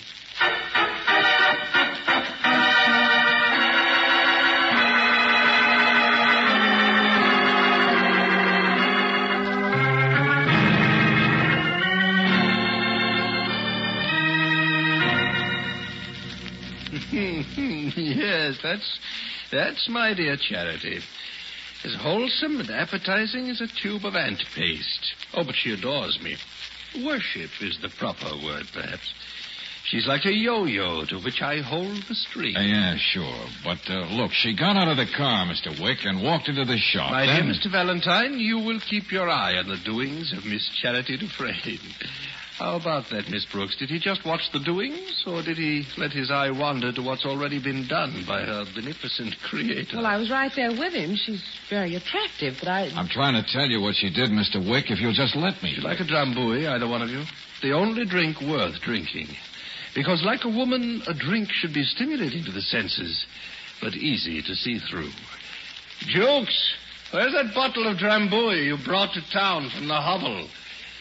My country place, Mr. Valentine. Well, no, thanks. Really, Mr. Wick. How should I know, boss? I've been busy with the lights. Look, Mr. Wick, I'm trying to give you a report. Of course you are, my dear man. Of course you are. You heard her call me an octopus, you said. Isn't that wonderful, Duke? Yeah, I guess so. You mean one of them things Don't you wish you had thought of it? Jukes is so prosaic when he calls me names. Used to be a mule skinner's apprentice, I believe. I was a male nurse. I was studying to be a pharmacist. Yes. Let's not bore the people, Jukes. Just run and fetch them a brandy. My name is really Anthony. Of course, dear boy, they understand. Mr. Valentine knows a Jukes when he sees one. Now, hop. All right, boss. I'll see what I can find. My companion. Isn't he delightful? The jester, the court fool. And I'm tied to him like a millstone. I've been ill, you know, so my wife hired him to fetch and carry. And then when I was helpless and at his mercy night and day, she ran away. Makes a rather charming story, don't you think? I call it the Frau's Revenge. Yeah. I didn't even know you were married, Mr. Wick. Oh, miserably. Don't you ever read my column? Good heavens, man, let me inform you. It's the sort of rounded anecdote Walcott would have adored. She was my secretary, you see, in years past, until in my bestial fashion I decided I could save a good bit of expense if I married her and stopped her salary. However, fate in his hairy-handed way... Never mind. I've heard enough vocabulary for one day. I'm a busy man, Mr. Wick. You don't want to check over my report? Okay, forget it. Goodbye. I could recite your stupid report by heart, Mr. Valentine. I asked you to observe the suspicious actions of Miss Dufresne. Look, she only bought a picture. I wouldn't have taken the job if I'd have known you just wanted me to snoop. An original oil painting of a Paris building and street. Now tell me, there was a lamp in the background, wasn't there? And two children rolling a red hood. Well, yeah, that's right. Of course, I don't suppose you noticed the name, the artist's signature. Well, it was kind of a funny painting. Didn't mean anything to me. Something like Petrillo, that's all I read out of it. What? Huh? Oh, yeah. Oh, Mr. Valentine. Oh, my poor little yo-yo will be spinning so fast she won't know what hit her. What on earth are you talking about, Mr. Wick? It will all be in print, dear one. I never give away the end of a story before it's written. Tell me, do you think green lights will look well on a blue Christmas tree? A what? Mr. Valentine, you have your check. Goodbye. Out at the hovel tonight, it's Christmas, didn't you know? Yes, in January. Now, get out of here. Run along. I'm a busy man. Not so fast, Buster. Not so fast, please. What's the big joke in this picture deal? What kind of a stunt are you up to? You dragged me into being a party to something I know nothing about. Curious. Life and death, Mr. Valentine. The death of pride. The world is a yo-yo, didn't you know, for a man like me? So read about it tomorrow in my obituary column.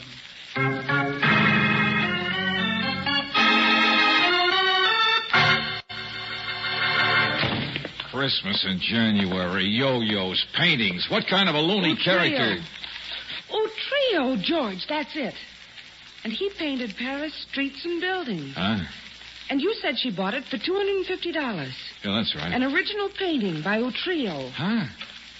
Would you like to find out just what kind of a snide story Mr. Wick is getting ready to write? that I'm afraid we helped him to write? Now, look, don't rub it in. What don't I know, besides everything? Come on. We're going to a real art store, George. Huh? Because you want to bet the lead in his story will be all about Miss Charity Dufresne buying a fraudulent painting? Well, darling, a real Utrillo should sell for at least $15,000 or $20,000. And not just on Christmas.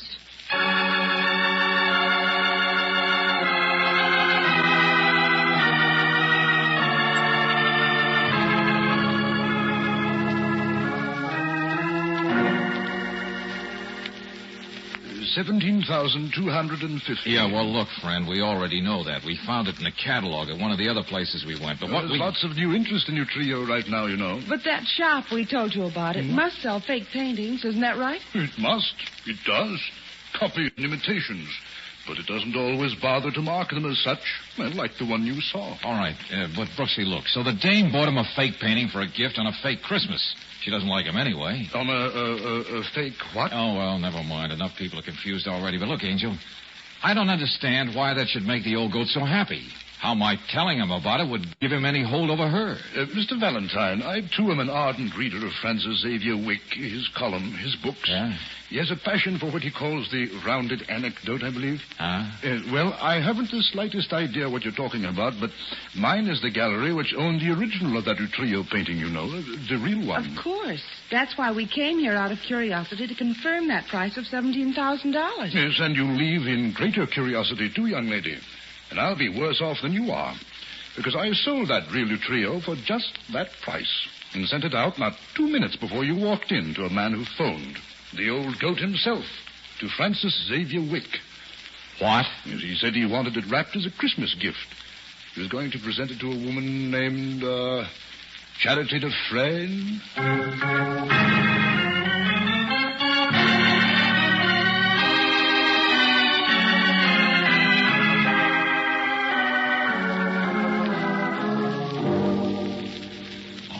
Brooksy, we're out of order. Curiosity killed a cat. George, that woman's coming back. Mr. Valentine, Mr. Frayne seems to be busy right now. She's on the hall telephone, talking to an art dealer back in town. Oh, yeah, well, we only came out here to the hovel to find out... Oh, you're quite welcome.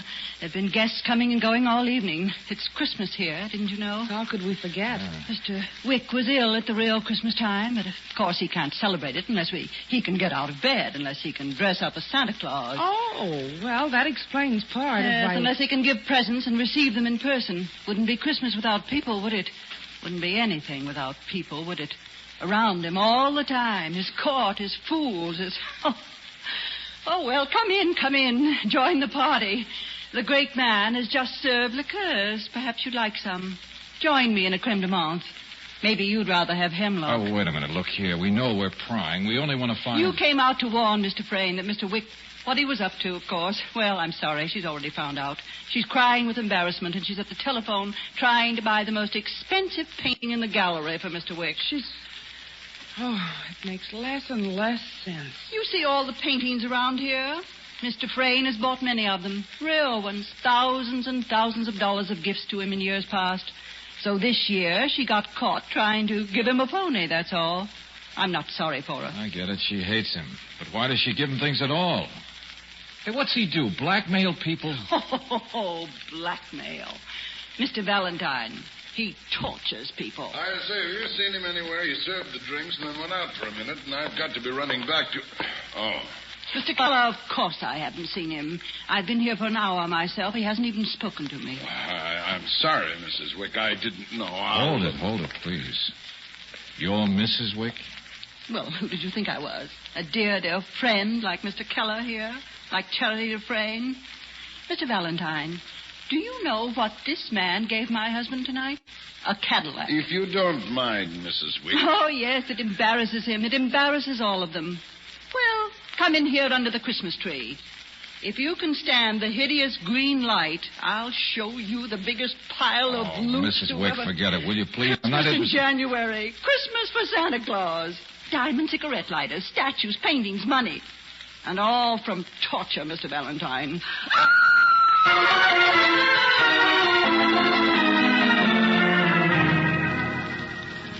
Just lying there. I saw him just lying there at the door to the bathroom. And that hideous Santa Claus. Be quiet, Mr. Frame. Lying on his face, the side of the door. Wick. Francis. Here, I'll give you a hand. If I could turn him over, he must have fainted. Wait a minute. Yeah, we'd better move him. But if his pulse means anything, Santa Claus Wick is dead.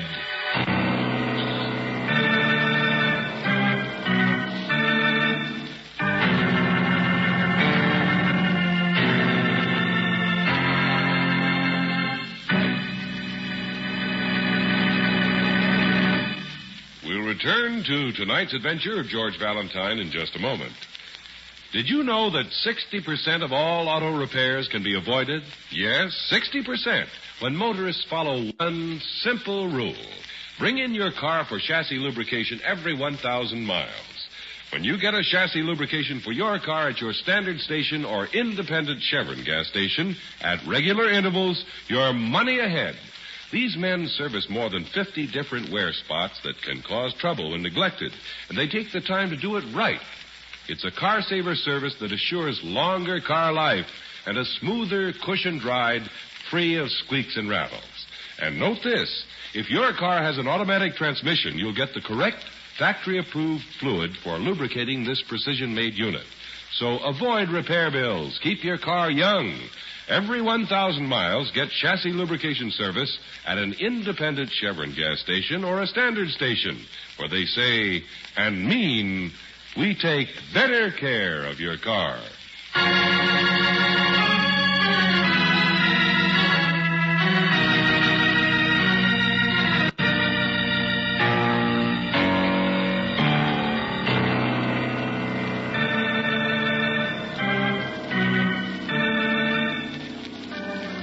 Now, back to tonight's adventure of George Valentine.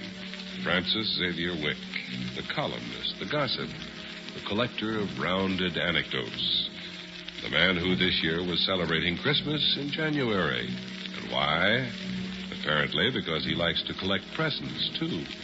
He wouldn't miss Christmas for anything. Well, if your name is George Valentine, you wouldn't either. Yes, by now you've learned enough about the man in the Santa Claus suit to know that his vast collection of friends and retainers are not exactly loyal to him. In fact, one of them has just murdered him. Murder, George? Well, there's no blood, Angel. No marks on the back of his head under the cap. Don't touch him, Mr. Keller. I'll do that. Whatever you say. It wouldn't be surprising if he were murdered, I suppose. People all around him, always with him, and yet easily the most disliked man in the world. You should know, Mr. Keller. I understand you gave him a car tonight as a gift. I'd rather not incriminate myself, if you don't mind. Well, I don't like to disturb the mask and whiskers, but... George! Yeah. His face. It's not Mr. Wick at all. It's the court jester, the fool. It's Jukes who's been murdered. Poisoned. Look at his face. But where is Francis Xavier Wick?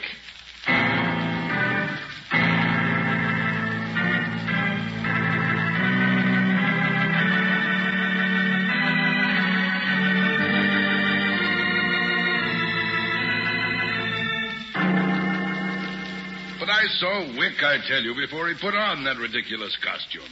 Or rather, he had just part of it on. When was that? Half an hour earlier, I suppose. I don't know. It was before Mr. Frame got here. What about the other guests?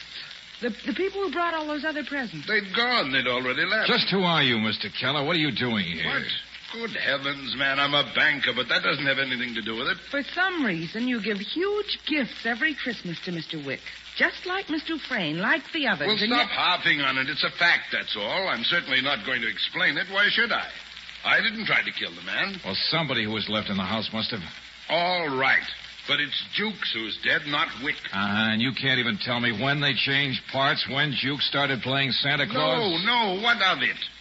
Charity Dufresne told you where we all were, and now confirm it. Mr. Valentine. Yeah, right here, Mrs. Wick. The little summer house. The studio. Out where he does his All right, writing. come on, I'll get your breath. What's the matter? I found him. You what? My husband. He's unconscious.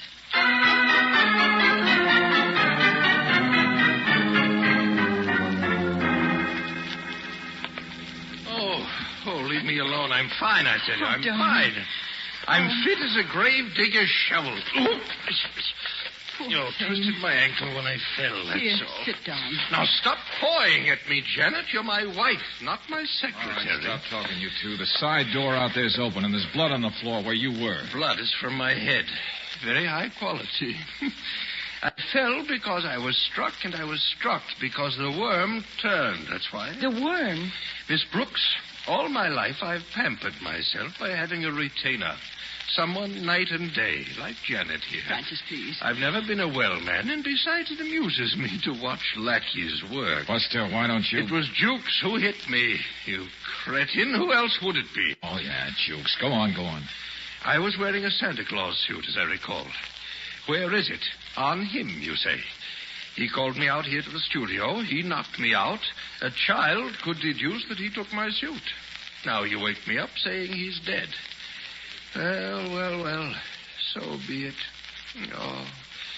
Wretched, rash, intruding fool, farewell. Thou wert taken for thy better.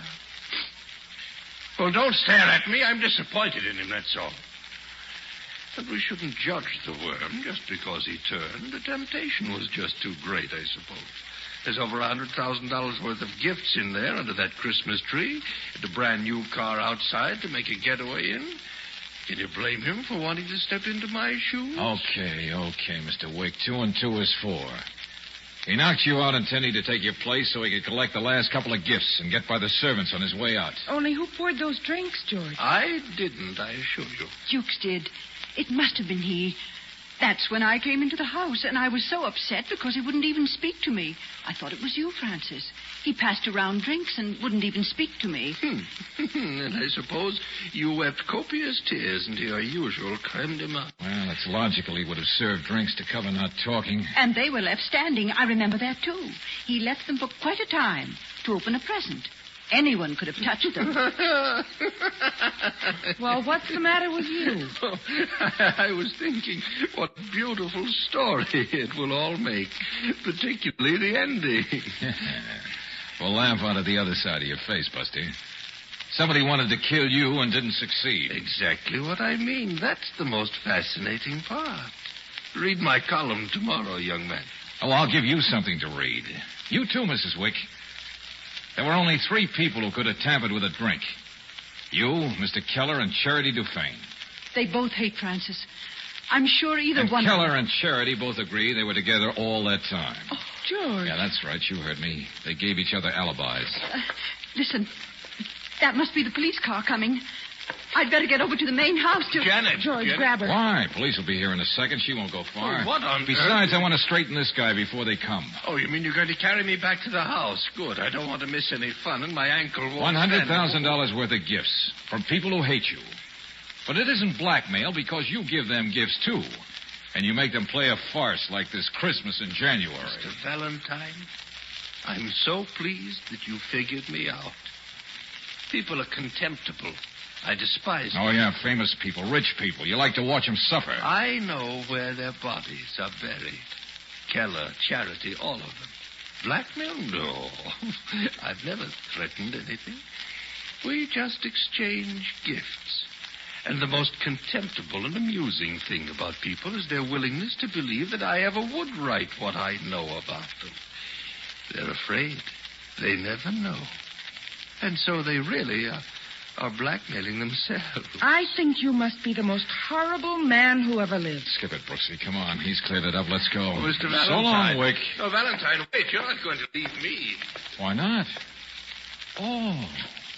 Because somebody still wants to kill you? What? Well, that doesn't bother you, does it? You were laughing about it a minute ago. Ridiculous, of course not. But now, see here, with this ankle... You're comfortable. Just relax. Police will get around to you later on. No, Maybe. Valentine, no, you don't. See you in the morning. Read my column for the last chapter. Well, Brooksy, this is one case that I don't particularly care if I ever... What's the matter, George? I don't know, listen. Just the police car in the driveway, that's all. Oh, I'm way wrong. That guy's quicker than I am. What? Oh, wait a minute. Here. George, there's somebody. Oh, no. All right, Mrs. Wick. George, look out. She's got a gun. Drop that thing, lady. Drop. That's better. Leave me alone. You get out of my way. Going back out there to that studio with a gun, huh? He can't do things like that to people. He can't treat them. What? You mean he can't treat you like that? I don't care about me. I just look at her eyes. Mrs. Wick, listen to me. You're going out there because you think he killed Jukes, isn't that right? You don't know how he could have done it, but somehow you think he must be responsible. You said yourself the other two had alibis. And if you knew that you didn't do it, then you assume that he has to be behind it, like he's behind everything else in the world, sticking in pins. Let go of me. I've got to know. Well, come on, then. I'll take you there, without the gun. We'll wrap this up before anybody else gets hurt. Francis, Georgie's on the floor. What's the matter with him? Perfectly all right, young lady. Francis, you're white as a sheet. Don't go pawing at me again. This stupid man running off. I'm not stupid anymore, Buster. But here, get up.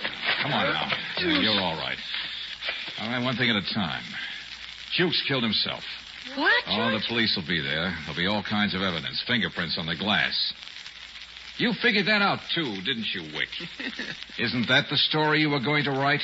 We're laughing about? Valentine, I shall write my friends in Scotland Yard about you. No, wait. Why on earth would Jukes kill himself? Mrs. Wick, do you drink green creme de menthe? What? Oh, well, yes, but... Jukes took over Santa Claus' beard in order to get away with his sack full of loot, right? He'd already slugged your husband here. Well, how do you think he felt when you walked in the door? George, I don't get it at all. Mrs. Wick, it was only a matter of minutes before he knew you'd recognize he wasn't the right guy, despite the pillows and beard. So maybe the ex-pharmacist got a little desperate. You never drank your drink, by the way, did you? I remember you holding it. You mean it was poison? You mean he was Janet, will you let the man talk? His syntax is execrable, but his logic... It's all a guess, but it's a good one. The connoisseur here likes Stromboli. Like women, it should be strong to the senses, but easy to see through. Oh, quote. But Jukes would know about that. Playing Wick, he'd make his own liqueur, Drambuie. But he left the drinks for a few minutes, you said. And the drinks were in by the Christmas tree. George, what in the name of the world are you talking by about? The Christmas tree, Brooksy. And when he picked one up, he picked up the wrong drink. The creme de menthe meant for you, Mrs. Wick. Oh. Well, we can check. We'll find out. But how could he mistake a green creme de menthe? I know, yeah. Drambuie is almost white. But there were only green lights in there on that Christmas tree. Don't you know what happens to anything green when it's matched by a green light? The color cancels out. It turns white. Bravo, Mr. Valentine. A very well-rounded story. White Christmas in January. Yeah. And much to my regret, there's probably nothing I can hang on to you, Mr. Wick. All right, come on, Mrs. Wick. Oh, no, you don't, Janet. He doesn't have to order you around, you know, not anymore. What? Janet. Maybe he wouldn't have to pick on other people if you could control him, the people he despises so much. Janet, come back here. Don't leave me. You know, he'd already figured this crime out. So a few minutes ago, why did we find him so scared? Why? Oh, Janet, will you do as I say? The acid bath man who's had a lackey attend him night and day all his life. Always people. Janet, don't listen to me. Haven't you ever wondered about that, Mrs. Wick? And why his hatred of people? You've been his wife, but I'll bet you haven't even noticed. He never gave you a chance to. All you'd ever have to do to gain the upper hand is just walk away from him. Janet, come back here. Don't leave me. Come back. I must go back. Look, he's a case. Can't be without people. Terrified of being alone. Janet, remember that. Okay, Mrs. Wick, go on back. You can have him.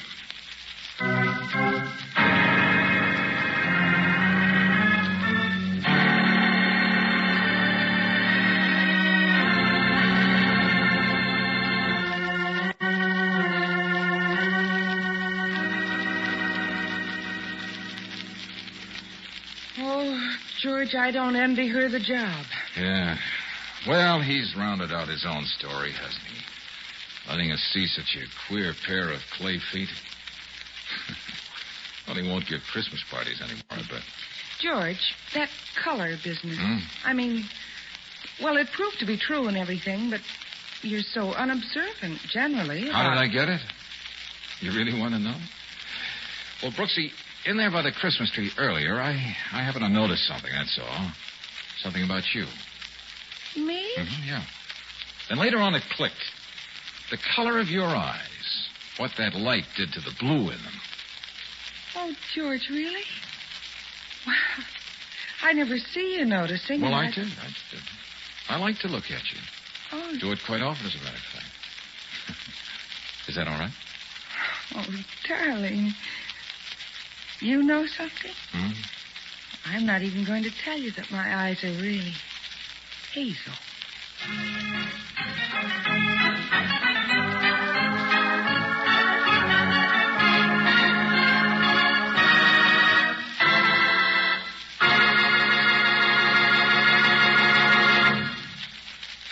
Listen to the difference. In a few seconds, you'll hear Geiger counters measuring automobile engine wear. The engines are equipped with irradiated piston rings, which make it possible for the Geiger counter to detect wear as it occurs. You will hear authentic scientific proof that new RPM motor oil cuts in half the wear rate of critical engine parts, doubles the life of the average auto engine between major overhauls due to lubrication. First, let's listen to the Geiger counter slowly click off the low wear rate of new RPM. Now, the much faster wear rate of a premium type oil as designated by the American Petroleum Institute. Now, new RPM again. You have just heard Geiger counters clicking off the scientific proof that new RPM motor oil is years ahead. Yes, years ahead. New RPM doubles engine life between major overhauls due to lubrication. Try it. Sold with a money-back guarantee of satisfaction at independent Chevron gas stations and standard stations where they say and mean, we take better care of your car.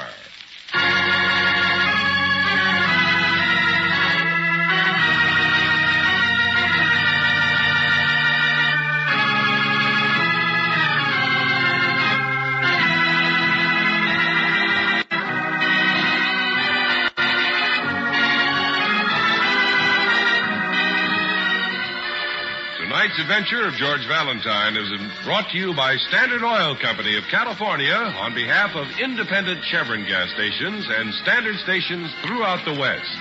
Robert Bailey is starred as George with Virginia Gregg as Brooksy. Let George Do It is written by David Victor and Jackson Gillis and directed by Don Clark. Larry Dobkin was heard as Wick, Lee Patrick as Janet, Shirley Mitchell as Charity, John Daner as the salesman, and Ted DeCorsia as Keller. The music is composed and presented by Eddie Dunstetter. Your announcer, John Heaston. Listen again next week, same time, same station, to Let George Do It. Let George Do It is heard overseas through the worldwide facilities of the Armed Forces Radio Service. This is the Mutual Don Lee Broadcasting System.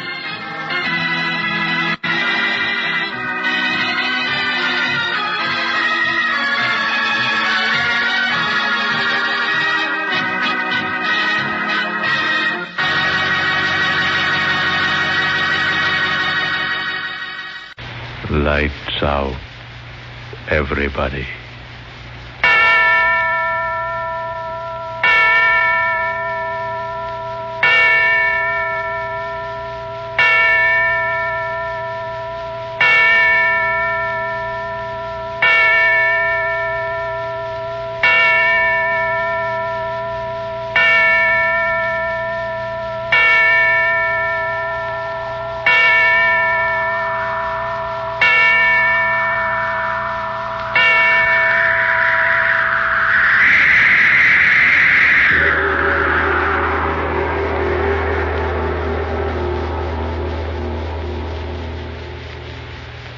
This is a tale they tell of another Christmas.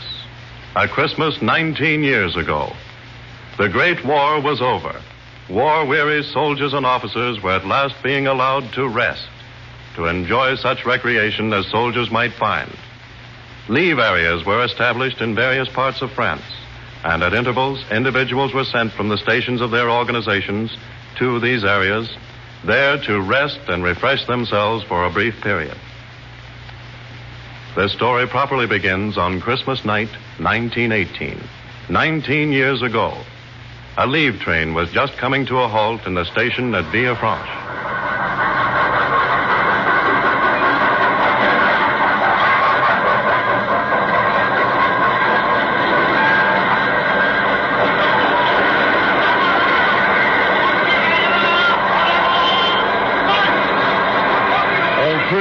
À cet compartiment-là, monsieur, il y a seulement un officier. C'est un Français. C'est première classe, monsieur. Oh, merci, monsieur. I choose the brighter mind. Here you are, mate. tough. Merci, Monsieur Langlais. Merci. I'm not an Englishman, old chap. Australian. Anzac. Compris? Oui. Vous êtes Australien, n'est-ce pas? Right, Joe. And Merry Christmas, old chap. Un joyeux Noël, Monsieur l'Australien.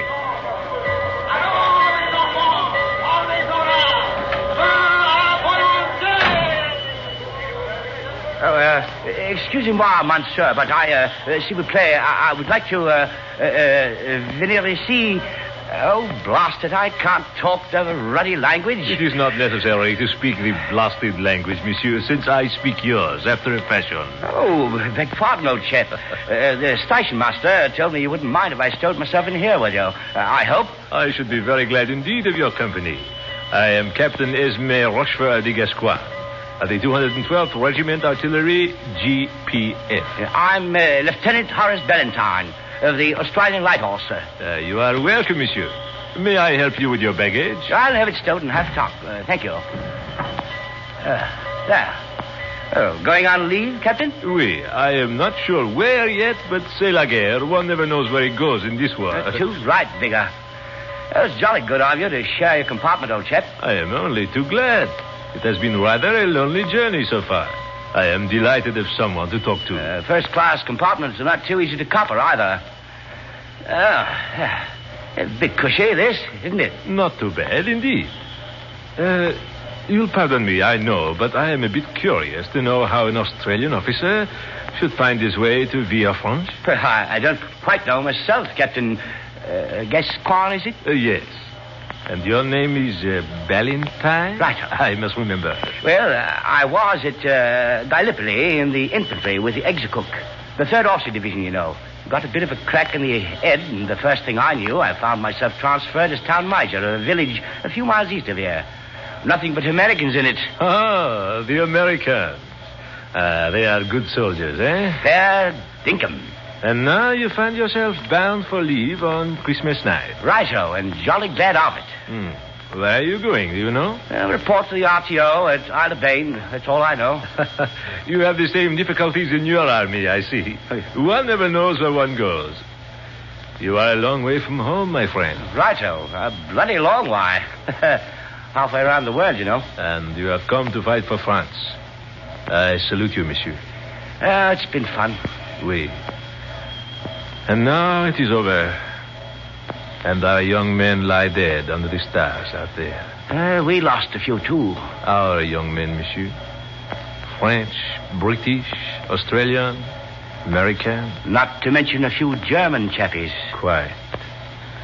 Eh bien, one cannot make the omelette without breaking the eggs. A bloody lot of good eggs, friend Gascoigne. Oui. I wish the blasted train would start. It is always a mystery how they control these trains. Particularly when one wishes to go somewhere in a hurry. Oh, American chap out there. Looking for a place, I fancy. Perhaps we could invite him in here if you do not mind. Well, why not? If it's all right with you. Oh, he is a comrade and there is little room on the train. Righto. Oh, Yank. Yank there. This way, Yank. He comes? But strike me pink now. The blighter's black. And an officer, too. So? I have heard that the Americans have 2 divisions of Negroes, and they have many officers who are, as the Americans say, colored also. But I have never seen one. You don't mind if I ask him in? My dear Ballantyne, why should one mind? Is he not a man, an ally, an officer? Do we dislike one another because I am French and you Australian? Good chap. We've lots of blacks in our unit. What the devil's the difference? What difference does it make what color the blighter's skin is? Yank. Room here. Do you mind awfully, Lieutenant? Not much room anywhere else, old chap. Oh, come in. We've room for one. Thank you. I was afraid I was going to be left behind. My name's Ballantyne, Lieutenant Australian Light Horse. I'm Captain Melvin, 370th American Infantry. Delighted, Captain. And this is Captain... I have to help the chap out, Captain. I am Captain Esme Rochefort de Gascoigne of the French Artillery, Captain. Welcome.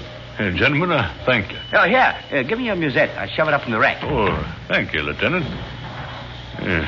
Feels good to get that thing off my shoulder. Sit down, Captain Melvin. Thanks. Been standing around there all day long on one foot and then on the other waiting.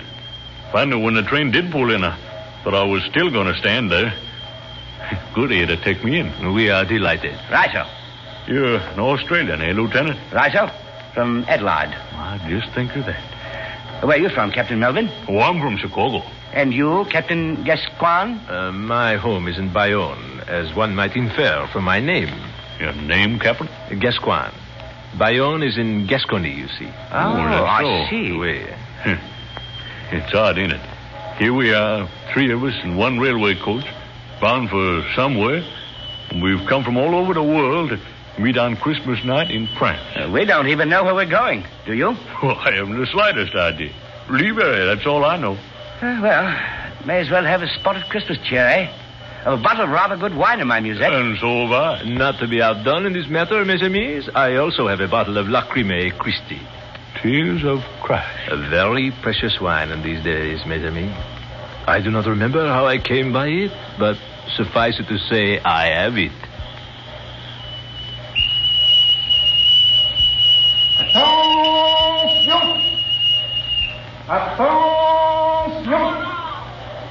Ah, we are about to start, huh?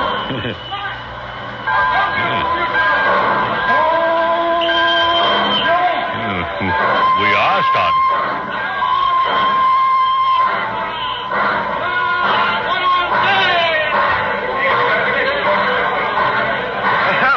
A ruddy, happy crowd out there at the station.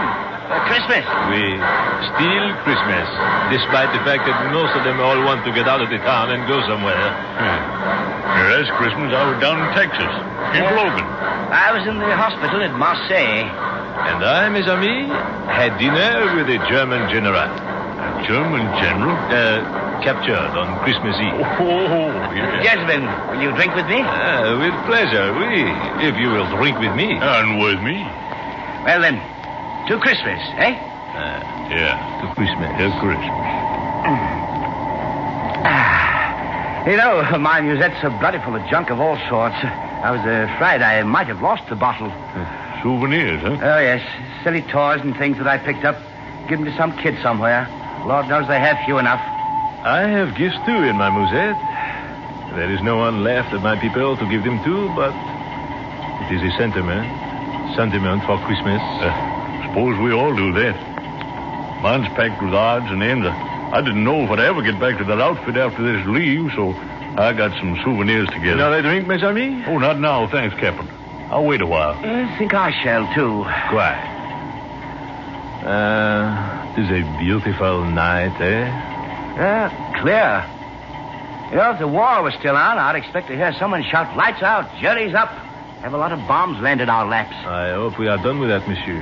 Amen. No moon, though. Yeah. But look at them stars. Oh, see that one over there? You might imagine it to be the Star of Bethlehem. Very bright, isn't it? Oui. Nearly 2,000 years ago. I wonder if that same star still shines upon the earth. If it does, we wouldn't know it. Not us. Fight wars and deny the name of the man that was born under it. Oh, religious chap? No, not at all, Lieutenant. A long way from it. I'm not a religious chap either. But used to have some jolly times as a kid at Christmas time, though. Church things and all that, candles, whatnot. One is not religious, save when one sees the star shining down on him. I wonder if that could be the star. And why not, my friend? Our earth changes, but the everlasting stars change not. Yeah, be funny if it is, wouldn't it? Bonjour. Oui. But our journey is long, gentlemen. If you wish to sleep... You sleepy, Captain?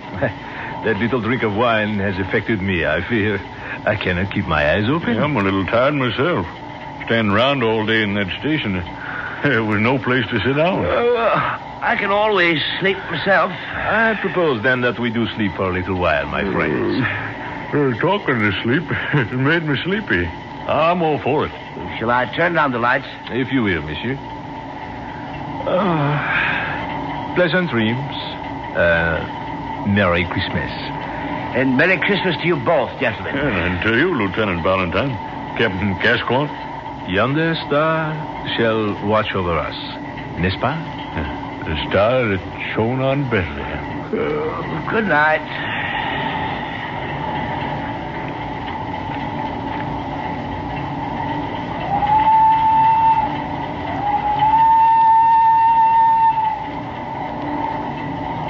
Are you asleep?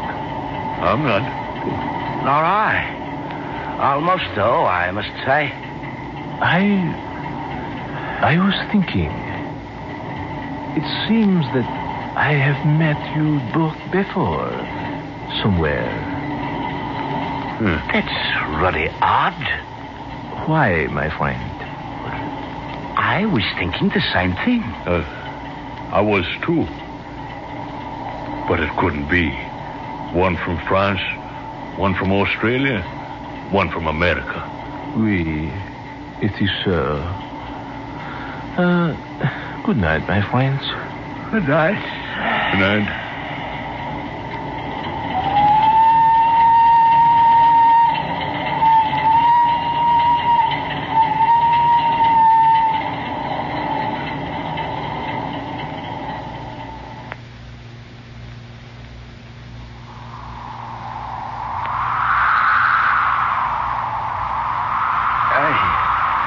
Friend Gaspar, we have journeyed far, and the sign that thou didst promise to us is not yet. Peace, Balthazar. We have not yet come to the end of our journey. Behold, Melchior crieth not out. Canst thou not study his patience to be like unto him? Yet thou art tired, Melchior. I am tired and weary. Yet must we go on. No man knoweth what the end of his far journeying shall bring him. Dost thou see, Balthazar? Thou must needs have faith. I have faith, friend Gaspar. Yet my burden upon my shoulder is cruel heavy, and I would fain rest. Have faith, O Balthazar. Have faith, I conjure thee. Faith. I lead on, O Gaspar. Whither thou goest, there will I follow thee. And also I, Gaspar. For I know that thou art inspired of God, that his hand doth lead thee. Yet not even I know what miracle he will do before our eyes. No matter. We will follow, and thy road lead to death. Now, which road takest thou? That to the right hand or to the left? I know not. Wilt thou not call upon God, Gaspar? Aye. Kneel down, brethren. O Lord, Father God, lead us, thy servants, in the way thou didst set out for us. For know, Lord, Father God, that we are poor, and our eyes know not the right, and we would follow the way that thou wilt have us follow. Therefore we pray thee humbly, dear Father. A miracle. Miracle? What sayest thou, Balthazar? Behold, Gaspar, a sign from the Lord, Father God. There is no sign. Behold, in the sky. A sign. A star that burneth brighter than all the stars of the heavens. O Lord God, we thank thee. The way is before us. We follow thy will. Behold, Gaspar, the star shineth upon the pathway to the left. Forward, forward, brethren. For the end of our far journeying is at hand. Certes, this is a sign from God. Behold, Gaspar, beyond the hill, the lights of a village. 'Tis so. Now we are come to our destination indeed. Haste, friends, haste. Knowest thou what town is that, O Gaspar? Nay, I know not, save that it be the end of our long journey. Oh, travelers, have ye seen the star? Who calls? Who art thou? It is a shepherd. See the flocks of sheep beyond the road? Seest thou the star, travelers? Knowest thou its meaning? Aye, we have seen it, O shepherd. Yet we know not its meaning, save that a miracle of the Lord Father God is nigh unto us. From the blackness of the sky it sprang into blaze, traveler. Dost thou think it portends the end of earth? Nay, friend, not the end of earth. Say rather its beginning. What sayest thou? Behold, shepherd, the mantle of the Lord is upon him. He speaketh of miracles. Aye. And a miracle will come to pass. Haste, friends, haste, for this night will hear the voices of angels chanting, and the sound of many great wings. Peace on earth, peace, goodwill to men. Glory to God in the highest. Verily, ye speak as men that understand the workings of the will of God. Say now, shepherd, how is yonder village named? Surely, if ye know what shall come to pass because of the star, how is it ye know not the name of the town? We have come from far lands, shepherd. Aye. What matters it if we know not such trifles as the name of a little hidden village, when we know of a miracle to be wrought in the name of Almighty God? Aye, 'tis so. What miracle shall come to pass? It is hidden from our ken, O shepherd. Yet it shall come to pass. Fear not. Aye. And such a miracle as shall set all the world to singing praises, lifting up their voices unto the heavens, crying in a loud voice, Mighty, mighty is the Lord God of hosts. Ye be not of Israel? Nay, I am from the land of the Greeks, and these my companions be also from far lands. Melchior from Ethiopia, Balthazar, a wise man of Egypt, a soothsayer unto the king. Ye have come far. Aye, so. Since many days our feet have trod the pathways of hidden, unknown places. Yet always have we set our faces unto the east, obeying the bidding of a voice unheard, the guidance of a hand unfelt. And ye go now into the town? Thou hast not told us its name, shepherd. Certes, all men know that yonder town is called the town of the house of bread, even Bethlehem. Know ye that I, even I, am of Bethlehem, where was born 1,000 years agone David, son of Jesse, that was king of Israel. 'Tis well. For now I speak with the tongue of the Lord, the wisdom he hath put into my mouth. Behold yonder Bethlehem, whence came David, king of Israel. Now this night shall be born in Bethlehem that Messiah, that very Son of God, which the ancient prophets have foretold. And this is the miracle that shall come to pass. For he shall be born of a virgin immaculate, and his name shall be Jesus, called Christ. O thou Lord God, Father, I give thanks unto thee that thou hast appointed me and my companions, that we shall be witnesses before all the world that the Son of God is born. Haste, my friends. We must on, for the miracle is at hand. The Spirit of God is upon him. He speaketh with the tongue of the Lord. Haste. O holy man, may I not go with thee, seeing thou knowest not the village, and I with my brethren was born there? Aye, thou mayest come with us, but haste, friends, haste. Behold the star, how it seemeth to beckon us on. Lo, it cometh down from the heavens and standeth above the rooftops of the town. It is the doing of God. Aye, praise God. Praise God. Praise God. Sling thy burthens from thy shoulders, friends. Haste, haste. I marvel also that there should be lights abroad in the town. The hour is passing late, yet there is a light in every house. Perchance the men of Bethlehem rejoice that the Messiah is born. Nay, not so. For he is hidden from men, and they of Bethlehem know him not. Then what? The feast of Hanukkah is but lately over, my masters. The feast of the lights in memory of the Maccabee, and many remain. Also are there others in the town who have come to deal with the men of Herod, the tetrarch of Galilee, even the tax collectors, and thus is the city full, even all the inns. Dost thou know where we shall find him, O Gaspar? Hath it been revealed unto thee? All in good time, my friend. We follow the star.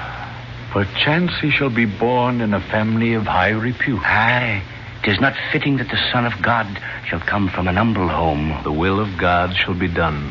The child Jesus be born in the wide fields under the star, my friends. Haste. Behold, these be the walls of Bethlehem, O wise man. Yonder lieth the gate. Perchance the soldiers of the tetrarch may refuse us admission into the city, Gaspar. Nay, they are gone away, Melchior. Aye, they all lie in the inns and public houses and carouse of the people of the town. Gaspar, Art thou sure indeed that we shall find him in Bethlehem? Dost doubt the word of God, Balthazar? On. Now, whither do we go, O Lord Gaspar? Name me not Lord, shepherd, for we are all humble men in the sight of God. Praise God. Praise God. Behold how the rays of the stars shine down upon this certain street. It is the way, friends. Follow.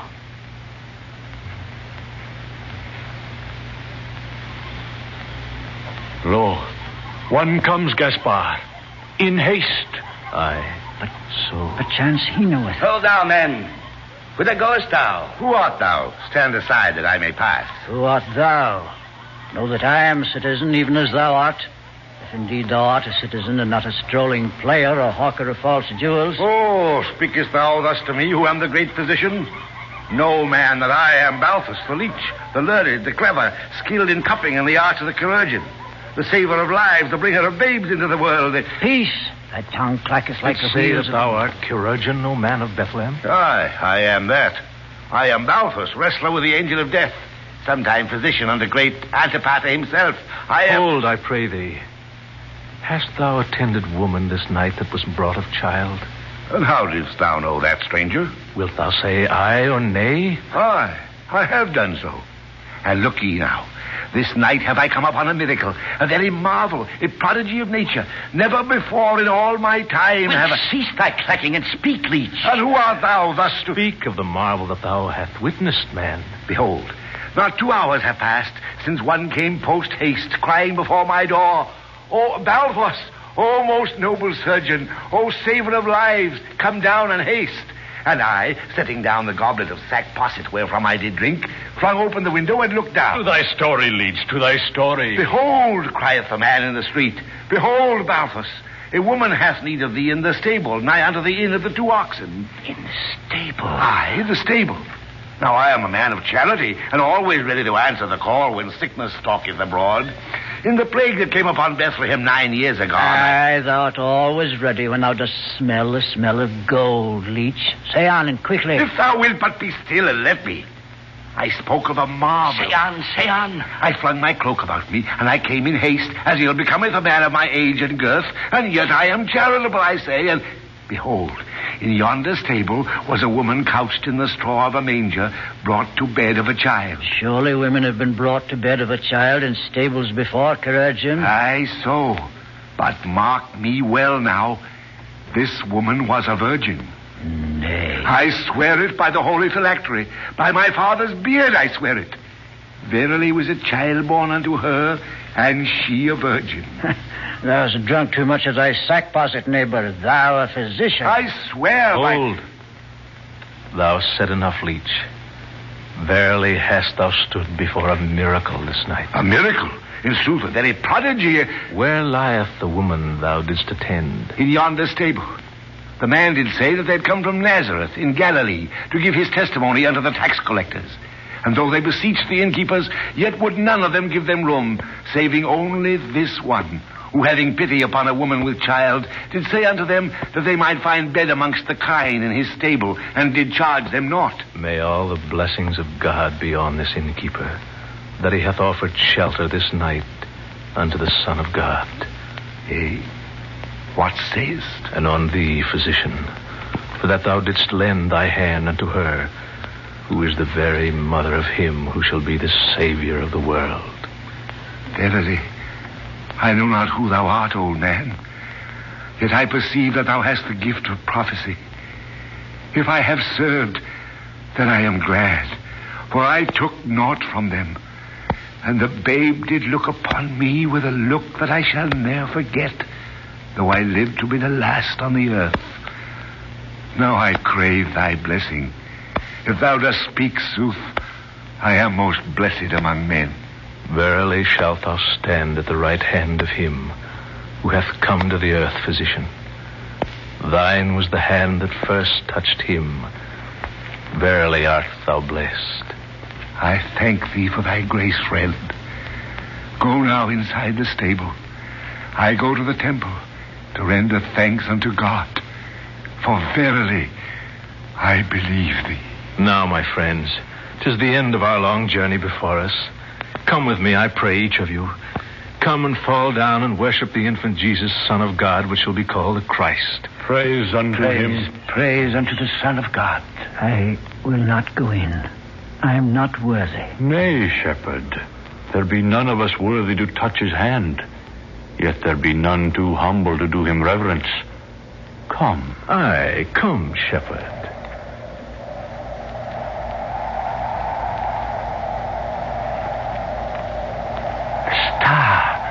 The star waneth a little. Shadows fall upon us.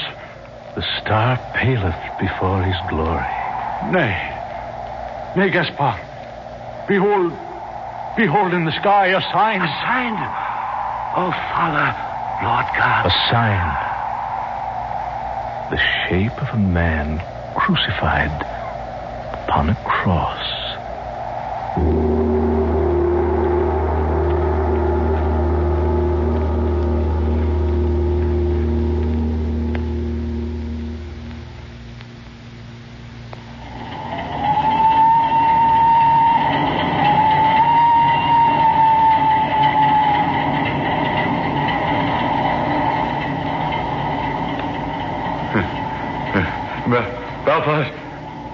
Valentine. Gascoigne. Didst cry out unto... I say, what's the matter? I was dreaming, I guess. Well, where are we? It was a dream, but I saw you too. You saw us? It's hard to remember, but I... Did you dream of 3 men, Melvin? Yes. I did too. Gaspar? And Melchior? And Balthazar. Gascoigne? And Melvin? And Valentine. Good heavens. Look at our shoes. All of us. What? Straw. Where did... Straw. From a stable. And that smell. What? Gentlemen, I have been in the East. I know what that smell is. It is myrrh and frankincense.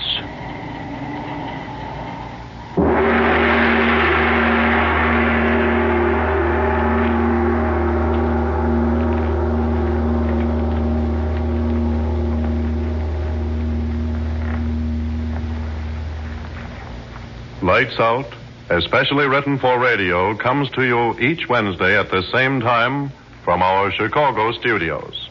This is the National Broadcasting Company.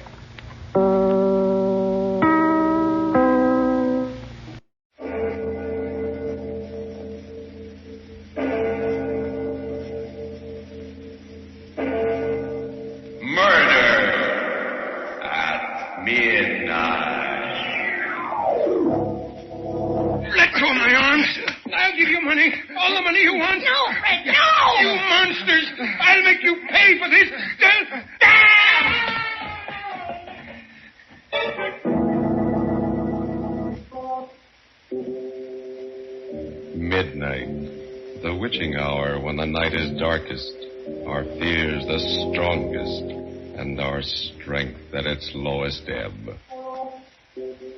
Midnight, when the graves gape open and death strikes. How? You'll learn the answer in just a minute in Murder's a Lonely Business.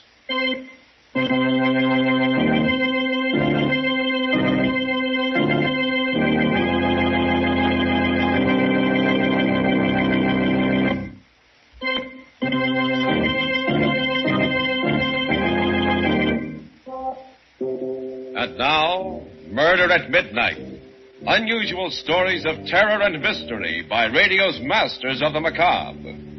This tale, a study of murder in duet, is by William Morwood. Its title, Murder's a Lonely Business.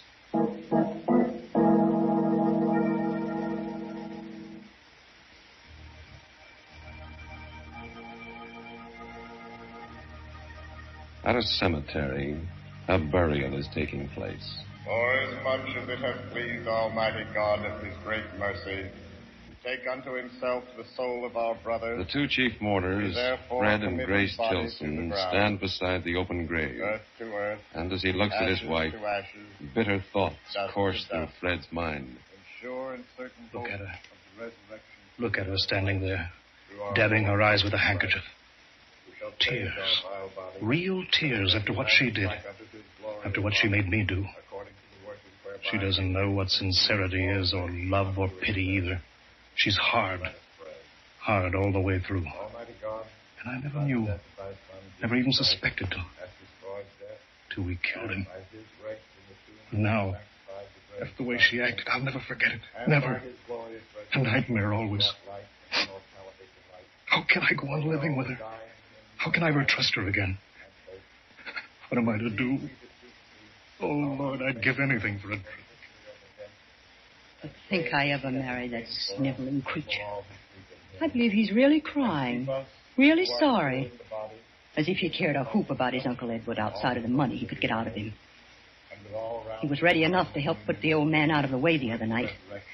Now his nerve's gone. All he can think about is a drink. That's the only time I feel safe with him. When he's drunk. And not always then.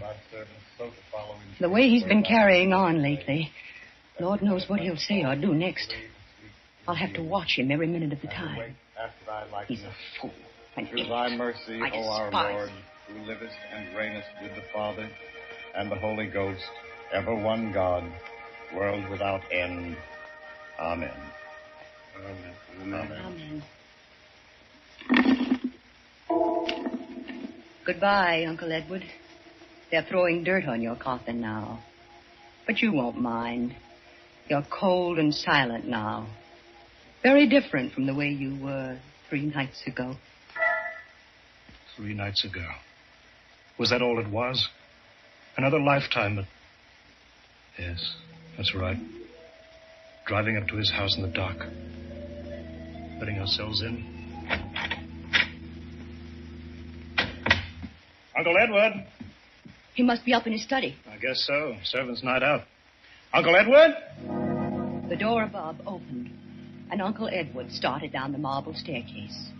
In my mind's eye, instead of Uncle Edward, I could see my friends, a whole crowd filling the room, and myself in a gorgeous gown descending to greet them. A much more fitting picture than the stodgy form of Uncle Edward as he came down toward us. Well, this is a surprise. I thought we'd drop in, Uncle Edward. It's been a long time. 6 weeks to be exact, Fred. How are you, Grace? Wonderful, thanks, Uncle Edward. I'm glad to hear it. You look a little off your feed. Come on into the library. You'll be more comfortable here. Oh, a drink, Fred? Why, Don't be polite. From what I hear, you're rarely seen without one these days. You sound as if you'd had spies watching us, Uncle Edward. It's entirely possible. I've certainly been interested in your activities. For instance, I hear you can be found at a gambling house almost every evening, Grace. Oh, only the fashionable ones, where everybody goes. You've got to keep in the swim nowadays. If you can afford it. You can't. Not on Fred's salary. That's the trouble. well, frankly, Uncle Edward, that's why we've come here tonight. We're in a jam again. Money? What else? And you want me to bail you out, huh? Well, I'll be equally frank with you. This time, I'm not going to do it. Just But, Uncle I'm Edward- sorry I've helped you out of messes often enough in the past. Each time, I hoped you'd pull yourself together, settle down, and lead solid, respectable lives. But each time, you disappointed me. Now, I've given up hoping. Uncle Edward, I promise you... Too late, Fred. I can't believe your promises anymore. I've given you and Grace every chance. Now I'm washing my hands of you. You can't expect help from me ever again. Now or in the future. Exactly what does that mean? My lawyer's coming here tomorrow, and I'm going to cut Fred out of my will. Cut him out entirely. Uncle Edward... Every cent I have is to be left to charity. Why, you're not serious. You can't be. Why, it's not fair. I'm your only nephew, and There's no use talking, Fred. My mind is made up. Now, would you care to discuss the weather? No. I thought you wouldn't, Grace. Come along, Fred. Uncle Edward, I advise you to change your mind about this. I beg your pardon? Because if you don't, you may live to be sorry. went outside. Grace was in a white rage, and I was all jumping myself. We walked around the garden paths, trying to get hold of ourselves before we started back to town. You know what this means, don't you, Fred? The end of everything. We'll never be able to get credit once it's known that Uncle Edward's cut us off. Yes, I know. Somehow, some way, we've got to stop him from changing his will. But how?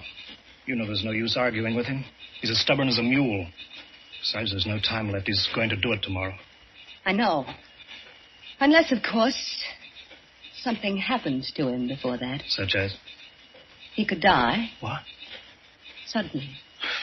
Some chance he's as healthy.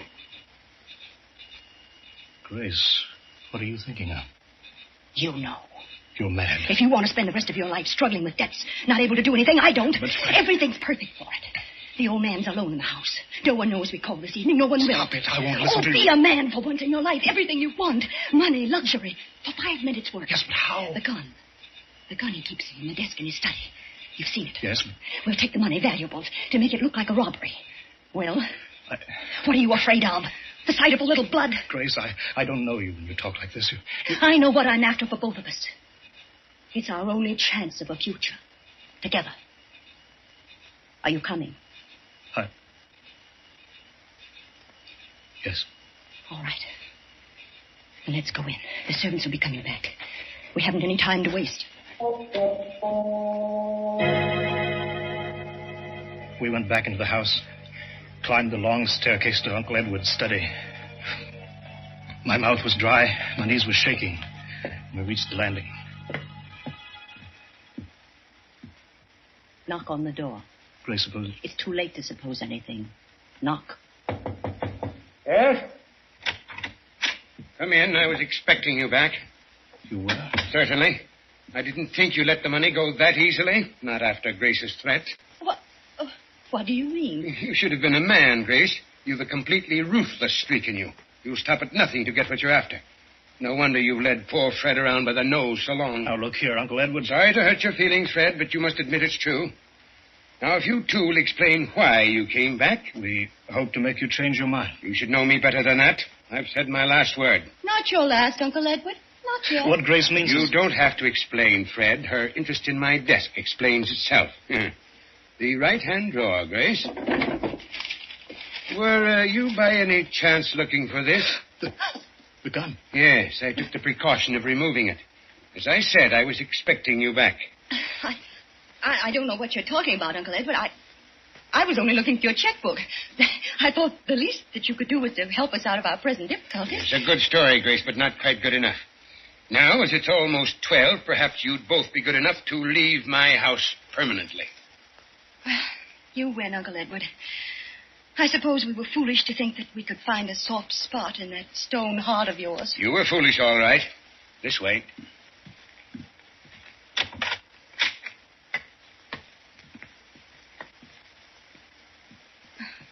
This reminds me of the old days, when Fred and I were first married, when we used to come and visit you. You used to see us to the head of the stairs when it came time to go. Just like this. That was a long time ago. I wish those days could come back. Impossible. Well, good night, Fred, and goodbye. Well, aren't you going to shake hands with your only nephew? Well, since it's for the last time, goodbye, Fred. Hold him, Fred. No, Fred. Let go of me, Grace. No, Fred, get him. What? No. I'll give you money. All the money you want. No, Fred, no. You monsters. I'll make you pay for this.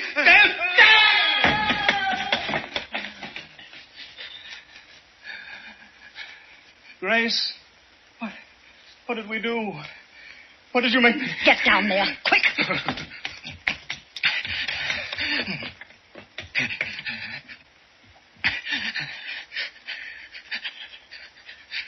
There's no pulse. His heart... He's dead. Grace, when did you find him? An accident. The old man tripped on the stairs and broke his back. The money's ours, Fred. Everything we wanted. What's that? What? Grace, you hurt? Oh, you fools.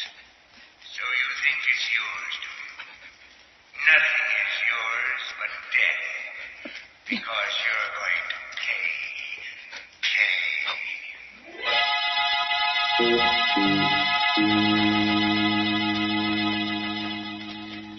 A dead man lying at the foot of the stairs, and a white-faced couple staring at each other. Did they hear a voice from beyond? Is it possible for the dead to make the living pay for murder at midnight?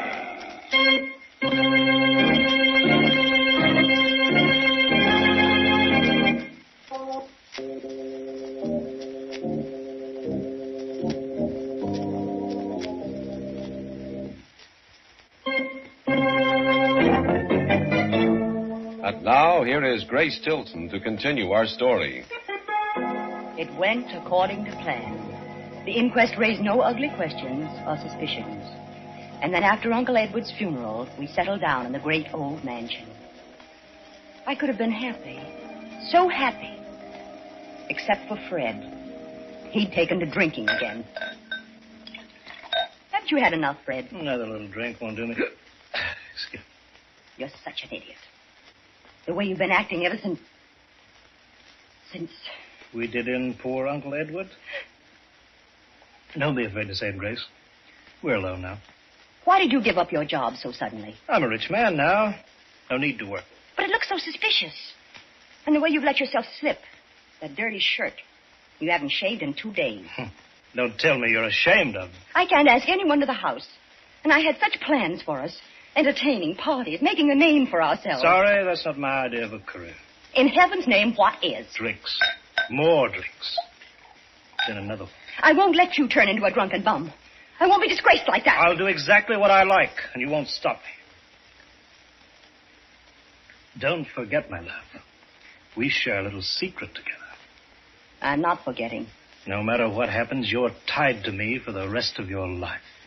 I wouldn't be too sure of that, Fred. If I get a chance at what I want, you won't stand in my way. Nothing will. What did she mean by that? I thought about it, brooded over it, couldn't forget it. Then one evening as we sat together in a nightclub, things became clearer. Did you hear me, Fred? What? I said I wanted a cigarette. Oh, certainly, Mother. Here you are. Match?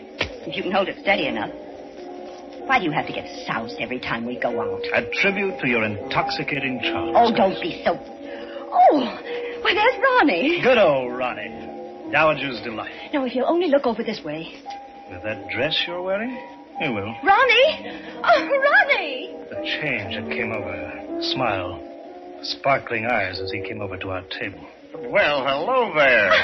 This is a pleasant surprise, bumping into you again, Tilson's. Getting to be a regular routine. The theater, the races, everywhere I go with Grace. Yes, we seem to share a lot in common, Fred. Sit down, Ronnie. What do you have to drink? Oh, nothing, thanks. I've had my quota for the evening. Well, I'm glad someone knows when to stop. Maybe Ronnie's got other vices. I have, Fred. One of them's dancing. Do you mind if I take Grace out on the floor for a turn? Why ask me? I'm sure Grace will agree to anything you say. Fred, now what kind of a nasty... Oh, come on, Grace. Fred didn't mean anything. Well, see you later, old boy. They danced well together. As I watched them, I remembered the things I'd heard about Ronnie. Of his rich wife who died so conveniently. And the fortune he'd run through. I saw Grace look into his eyes. Their lips moved. The suspicion grew on me till it became a certainty. They were plotting my death. The veins stood out in my forehead. My hands grew cold. But I knew exactly what I had to do. I had to strike first. I had to kill them before they killed me. If only I knew what they were plotting. If only I could hear they were whispering to each other. Oh, Grace, darling, you're so silent. It's Fred. How dare he act that way? Oh, he's a very unpleasant person. Of course, he's under the weather. But that's no excuse. Just means he doesn't give a rap for you. Never has. Well, don't let's talk about him. Right. Music's lovely. Yes. So are you. Ronnie. You dance like an angel. I could hold you in my arms forever. Oh, we're just made for each other. You know that, Grace, don't you? I'd rather not think about it. But you must. Have you considered what we talked about the other day? It's impossible. Why? I love you more than anything in the world. We have the same tastes and ambitions. We could be a wonderful success together. But... You love me, too, don't you? Oh, yes, yes. Well, then what's stopping us? What's so precious about the life of a drunken bum? Fred's my husband. Husband? Do you love him? Even respect him? No. I did feel sorry for him, but not anymore. Not after tonight. I hate him. That's more like it. Well, then there's nothing to interfere. Except... The danger? Leave that in my hands. You have just one job to do, Grace. And that? Get Fred up to my place in the mountains for a vacation. I guarantee he'll never come back.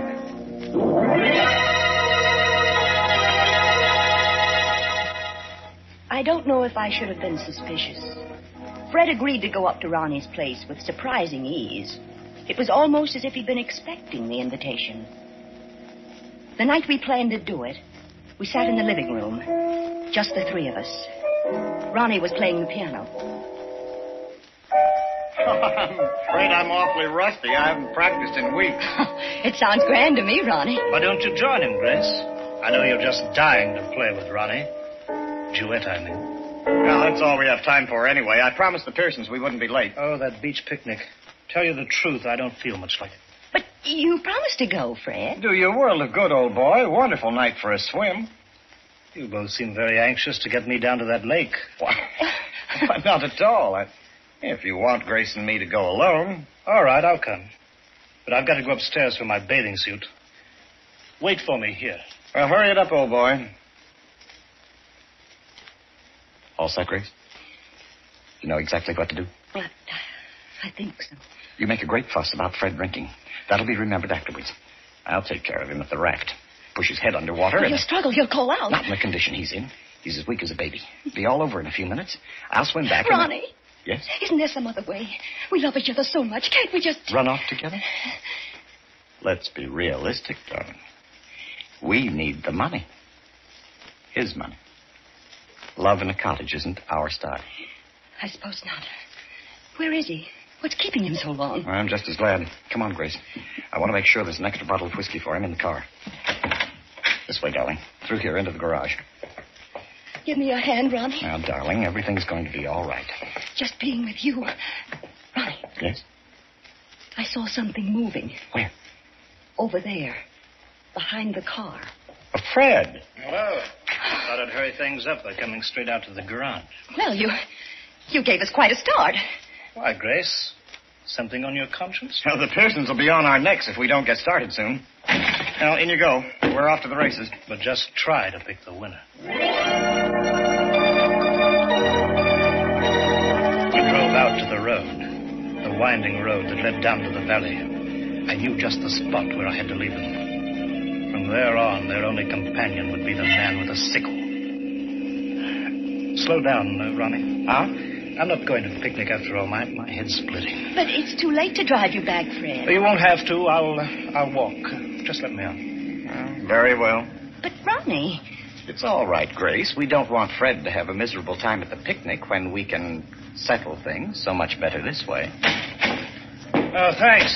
I hate to run out on you, but I've got my health to think of. Oh, sure. Oh, incidentally, there's a short cut back to the house through the fence there. I don't see it. Go on ahead. I'll turn the headlights on it. Oh, thanks. Oh, so long. Have a good trip. Where are you going? Fred, look out! Shut up!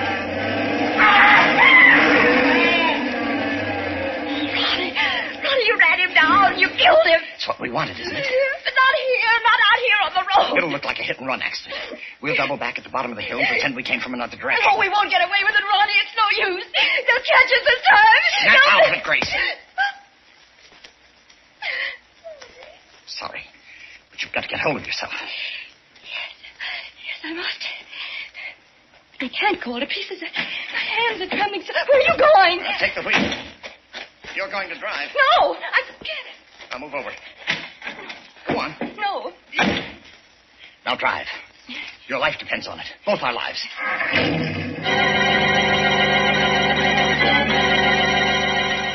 I started down the steep zigzag road, and slowly my nerves relaxed. As the car swooped round the curves, I felt a strange acceleration. Easy on these curves, Grace. It's a sheer drop if we go over the cliff. Oh, are you scared now, Ronnie? Well, I want to keep my neck in one piece. You needn't worry. I'm a good driver. Fred always... Fred... What's the matter? Nothing. Keep your mind on the road. There's a hairpin bend ahead of here that... Hey, look out. Okay, I see it. I pushed on the brake. The pedal went all the way to the floor, but nothing caught. Nothing. No, Grace. Now, do you know what I was doing there in the garage? I disconnected the brakes. He did it! Fred! The fence, Grace. The He fence. disconnected them! Yes, Grace. I meant to kill you and Ronnie before you... Grace, slow down. Oh, Ronnie, for heaven's sake, do something! Slow down. Slow down. It's too late now. A long drop to the rocks. Ronnie! See you soon, Grace.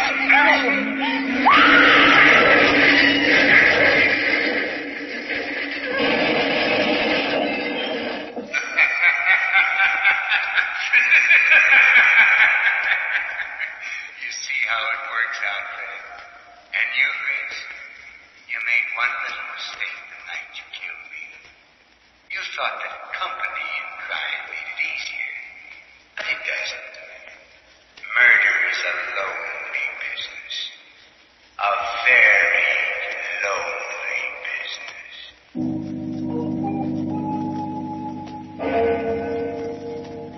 One body lying crumpled in the middle of the road, and two more in the shattered wreckage of the car at the foot of the cliff.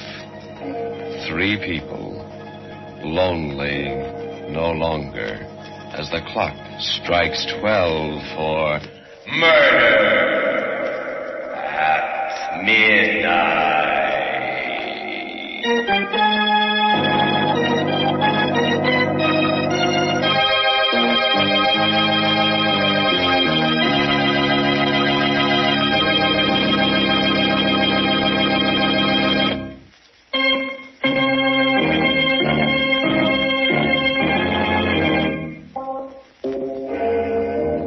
Remember to be with us again when death plays host and the clocks strike 12 for Murder at midnight.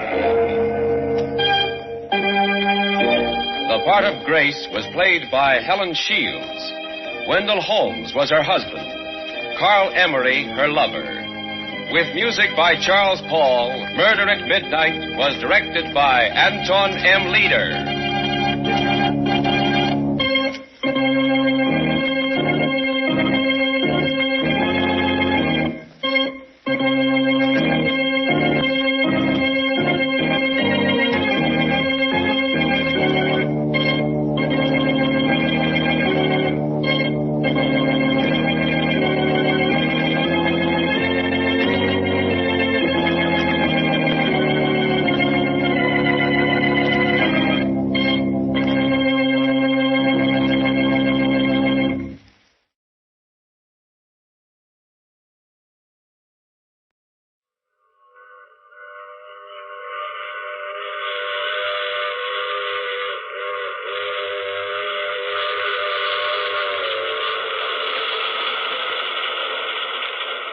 The Mutual Broadcasting System presents The Mysterious Traveler. Written, produced, and directed by Robert A. Arthur and David Cogan. And starring 2 of radio's foremost personalities, Leon Janney and Ann Shepard, in Christmas Story.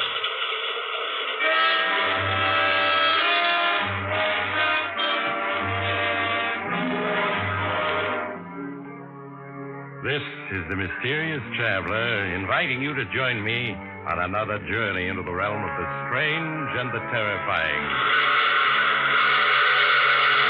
I hope you will enjoy the trip, that it will thrill you a little and chill you a little. So settle back, get a good grip on your nerves, and be comfortable, if you can, as we hear the tale of an enterprising young man. It's the drama I call Christmas Story.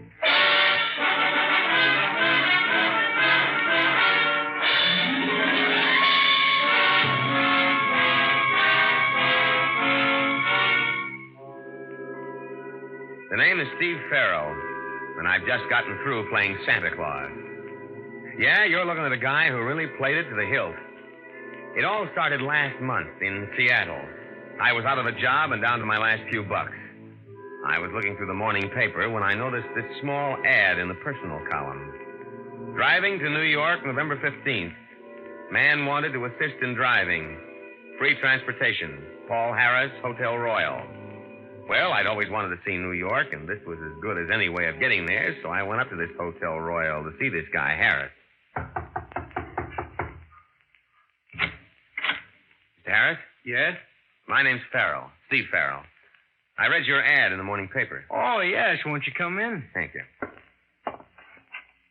If you haven't already found someone to help you drive to New York, I'd like to offer my services. Well, as a matter of fact, I haven't. Can you leave for New York a day after tomorrow? Sure, anytime. Well, good. Then why not come around at 9 in the morning and we'll get off to an early start? Okay, Mr. Harris, 9 it is.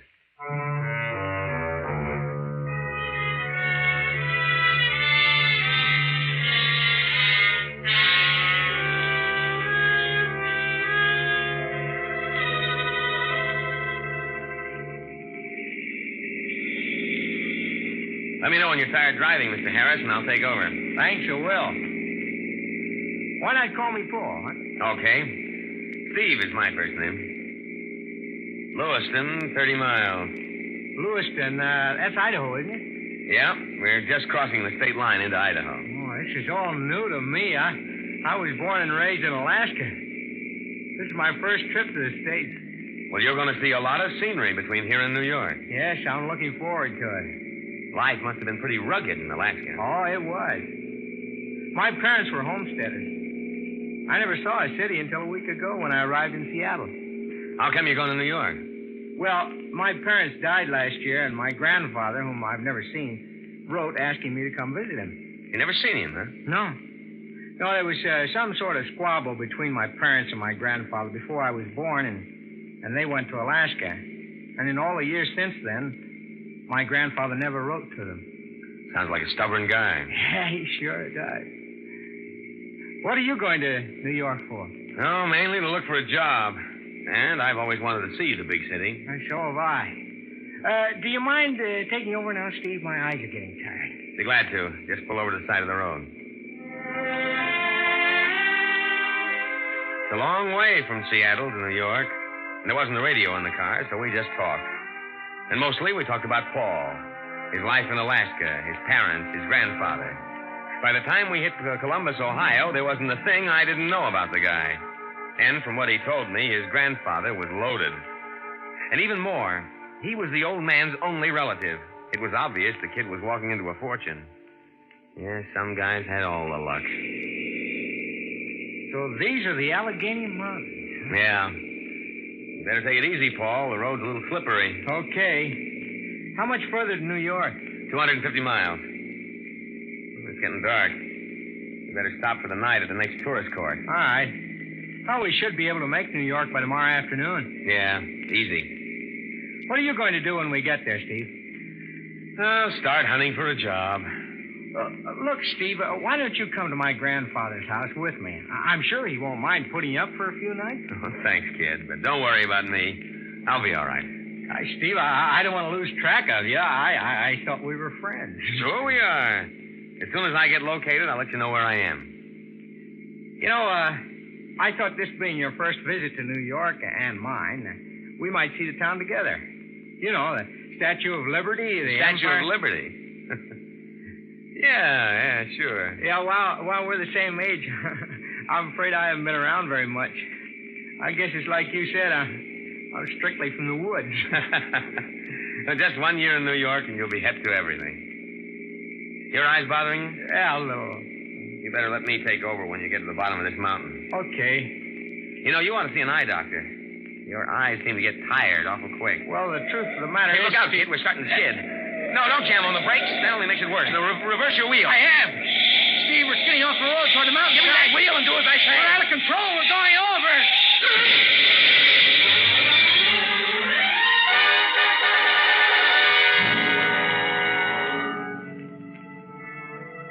When I regained consciousness, I was lying a few feet from the car. We'd rolled 300 feet down the side of the mountain, and the car was completely wrecked. I crawled to my feet and felt for broken bones.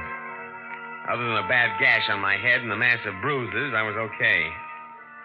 I limped the few feet to the overturned car and looked in. Paul was still behind the wheel. Even before I reached for his pulse, I had a feeling he was dead. Paul's luck had run out. He'd never see all that dough that was waiting for him in New York. Yeah, it was then that it came to me. I hadn't wished the guy dead, but now that he was, and nobody in the States knew Paul or what he looked like, and on the other hand, I knew everything about him. Well, it was a gamble, all right, but there was a fortune in the kitty. I went to work switching our clothes and all identification. Just as I finished, a state police patrol car came along the mountain road and spotted the wreck. They took me to headquarters, where I made a complete statement. A couple of hours later, I grabbed a train for New York.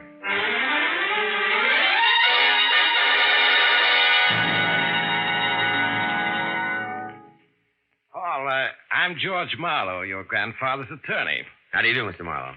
The Pennsylvania State Police informed me of the dreadful accident you had. I understand a man who was with you was killed. Yes, a fellow by the name of Steve Farrell. I met him in Seattle. He assisted me with the driving. Too bad, but thank heavens it wasn't you. It would have been your grandfather's death blow. How is he? Weak, very weak, but eagerly waiting to see you. All right, come along. Yes, sir. How's that gash on your head? Oh, not too bad. It was treated by a doctor at the state police headquarters. Look, you can only spend a few minutes with your grandfather, and excitement must be avoided by all means. I understand. And here we are.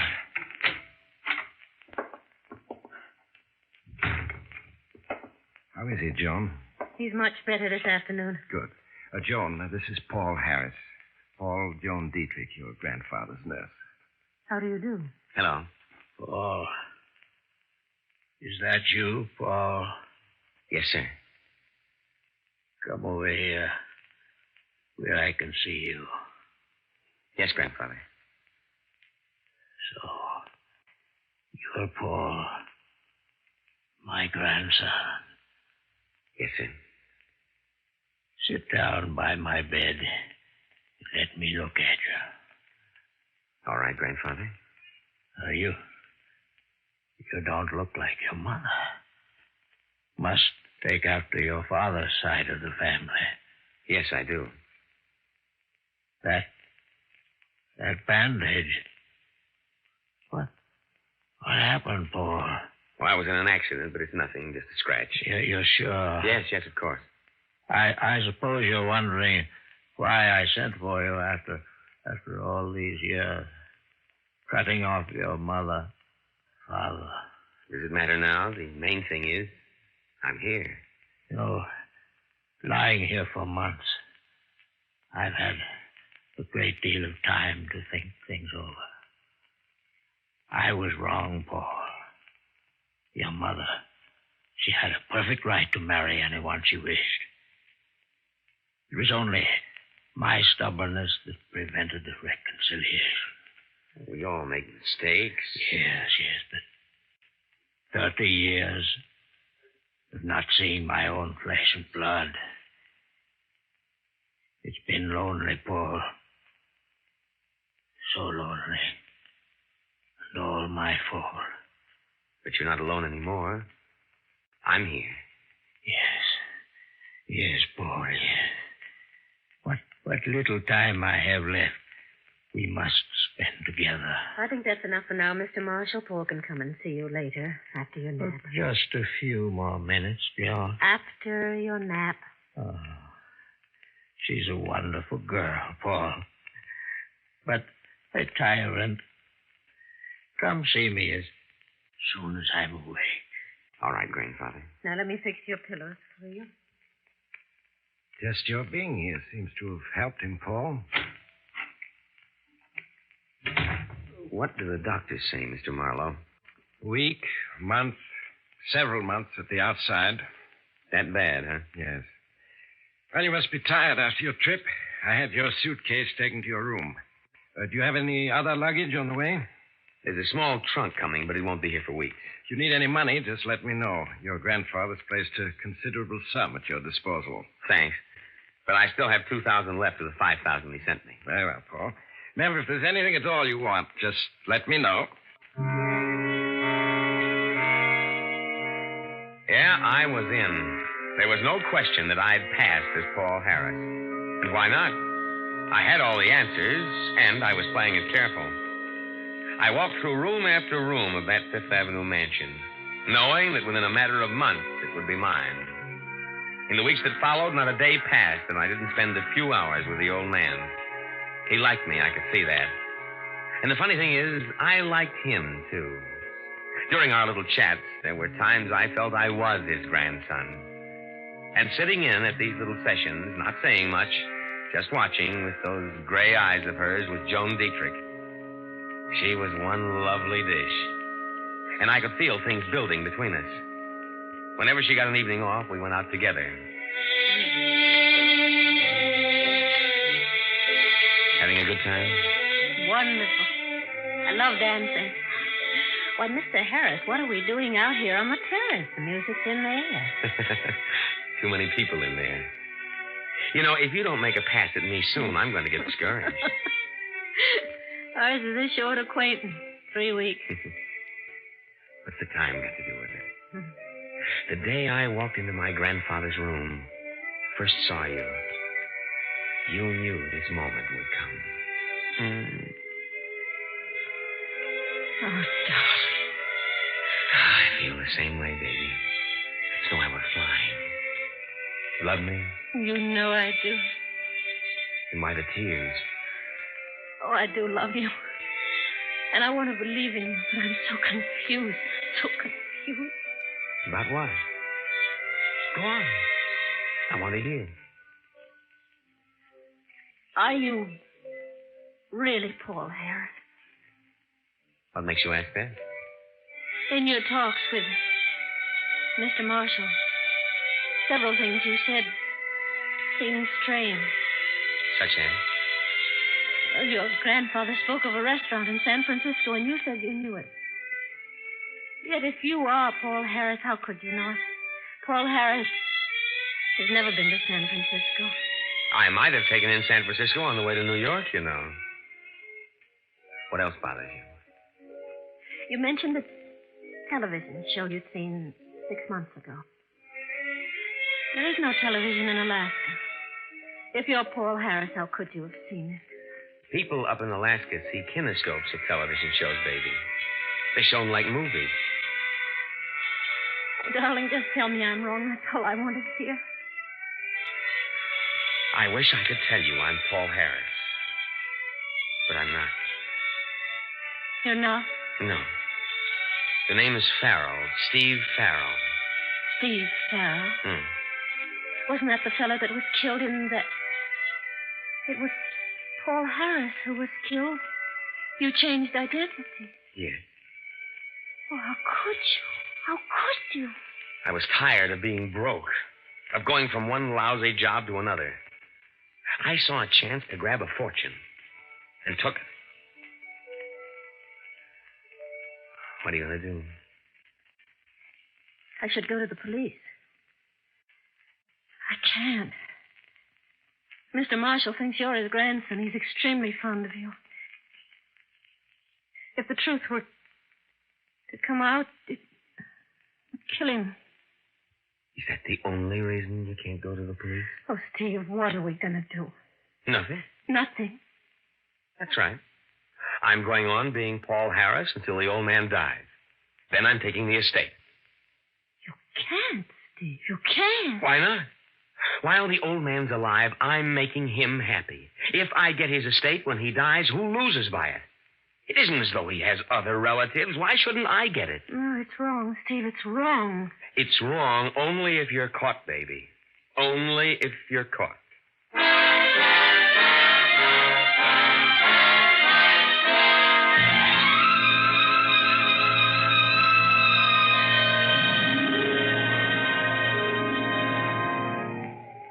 Hello, baby. What you doing up here on the roof? Just getting a little fresh air while Mr. Marshall sleeps. How is he? He can't last more than a few days. Who you crying for? The old man? Or me? Both of you. Oh, Steve, ever since the other night when you told me, I haven't been able to think of anything else. It's wrong, Steve. It's so wrong. Who am I hurting if I get the estate? I deserve it if anyone does. At least I'm making the old man happy in his last hours. What if you're caught? Do you realize they'd send you to prison? That's the chances you take, baby. Besides, who's going to get wise to me? There's Mr. Marlowe, and he's nobody's fool. Just one little slip, Steve, and he'll be on to you. Marlowe's a sharp citizen, all right, but I don't intend to make that one slip. Oh. Someone's coming up onto the roof. Hello, you two. Thought I'd find you up here. Hello. How are you, Mr. Marlowe? Right well, thank you. I understand Mr. Marshall's asleep. Yes, I left Mrs. Walker to look after him. He should be waking up soon. Maybe we better go down. My grandfather had... Oh! What's the matter? Something in your eye, Paul? Yes, it's a cinder. Oh, left eye, huh? Yes. Well, stop rubbing it. Put your handkerchief over it. Hmm. That's it. Stings like the devil. Go on over and sit on the chair. And I'll try to take it out for you. You want me to assist you to the chair? No, I can still walk.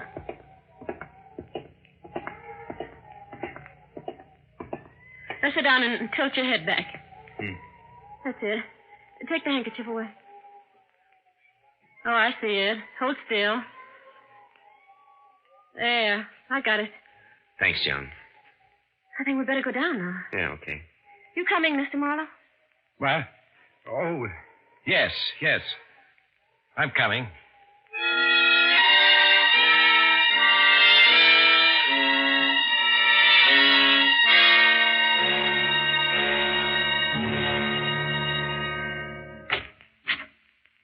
Mrs. Walker said that Mr. Marshall was asleep when she looked in on him a few minutes ago. Seems he's still sleeping. Perhaps we'd better leave and wait until he wakens. No. I'm going to wake him. It's time for his medicine. Mr. Marshall? Mr. Marshall? Time for your medicine. Mr. Marshall? What is it, Joan? There's no pulse. Are you sure? Yes. He's dead. Well, at least the end came peacefully. He died in his sleep. Joan took the old man's death hard, and I felt pretty upset myself, even with all that go-waiting. As for Marlowe, he was his usual efficient self, looking after all the details of the funeral. Maybe it was the tension I was under, but Marlowe seemed changed to me. He wasn't quite so friendly. And sometimes I turned to find him watching me, giving me the cold eye. I couldn't be sure whether it was my imagination or not. After we got back from the funeral, I was in my room when there was a knock on the door. Come in. Oh, hello, Joan. Come in. Mr. Marlowe's downstairs in the library. Wants to see you. Close the door. Anything wrong? Plenty. Whose trunk is that you're going through? Paul's. It arrived this morning while we were at the funeral. Steve, what's wrong? I've just been going through some of Paul's personal papers. I knew, of course, that he was 4F in the draft, but I never knew why. What are you trying to tell me? Paul was 4F in the draft because he was blind in the right eye. Blind in the right eye? Yes. That's why I've been getting the cold shoulder from Marlowe these past 3 days, ever since the afternoon we were on the roof. I don't understand. Somehow Marlowe knew that Paul was blind in the right eye, and when I got that cinder in my left eye, I covered it with my handkerchief. You told me to walk across the roof to the chair, sit down. Oh, yes, I remember. At that point, Marlowe offered to lead me to the chair. Knowing you were blind in the right eye and had your left eye covered with a handkerchief. Yes. When I walked over to the chair without hesitation, that must have started him thinking. Oh, Steve. Now, don't get panicky, baby. Marlowe can't be sure he's right. At the moment, he's just suspicious. But if he really investigates... I've got to kill the suspicion in his mind. Stop him from doing any checking. But how? I don't know yet. Now, come on, he's waiting for us in the library.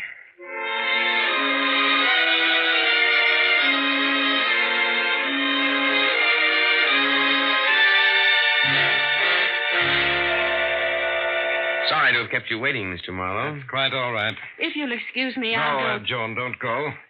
No reason why you shouldn't hear what I have to say. Tomorrow, Christmas Day, I'll officially read Mr. Marshall's will. However, I don't think I'm violating a trust in telling you the contents of the will.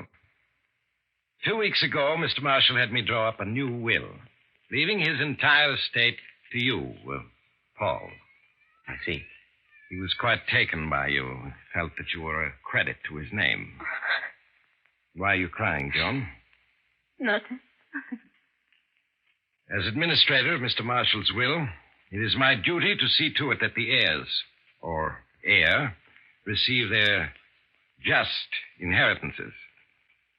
This duty I shall fulfill. I understand. I am responsible under law for the awarding of the huge estate left by Mr. Marshall.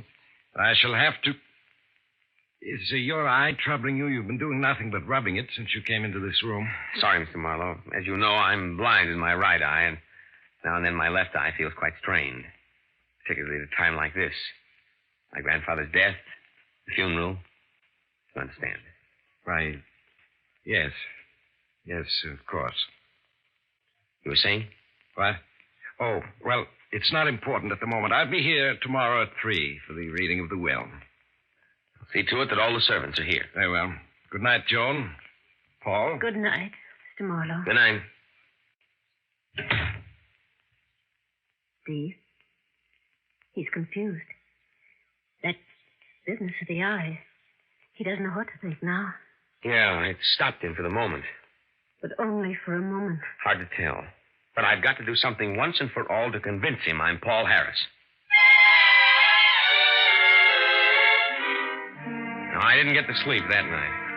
I just tossed and turned, trying to come up with an angle that would kill Marlowe's suspicions. Maybe that business of rubbing my eyes had satisfied him, but I had to make sure. It was a difference between being handed a fortune and a prison sentence. This afternoon at 3 o'clock, the servants, Joan, Marlowe, and myself gathered in the library.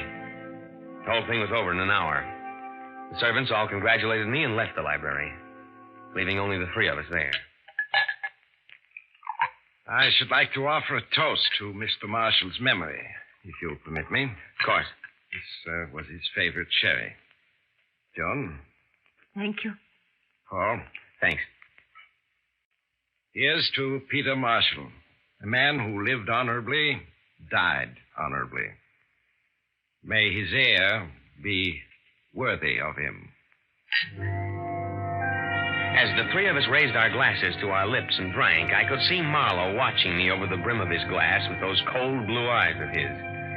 We set down our glasses, and I turned to give Joan a cigarette. Out of the corner of my eye, I saw Marlowe pick up one of the 3 wine glasses. Suddenly, I realized it was my glass he picked up. He held it casually, almost as if he didn't know he was holding it. In that moment, I was going nuts, trying to guess whether he was satisfied that I was Paul Harris or he was still suspicious and going after me. My fingerprints were on that glass, and the Army had a copy of those prints in Washington. This was it. Either I play nice and go for the fortune or throw in my hand. Suddenly, I felt Joan's hand in mine. Say, Mr. Marlowe. Yes? You say this will, leaving me my grandfather's estate, is a new one. Yes, I drew it up only 2 weeks ago. What was the old will like?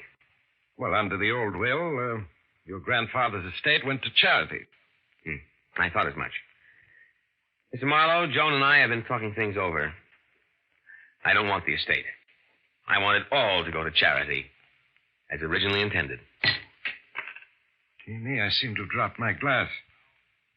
You realize, of course, what you would be giving up.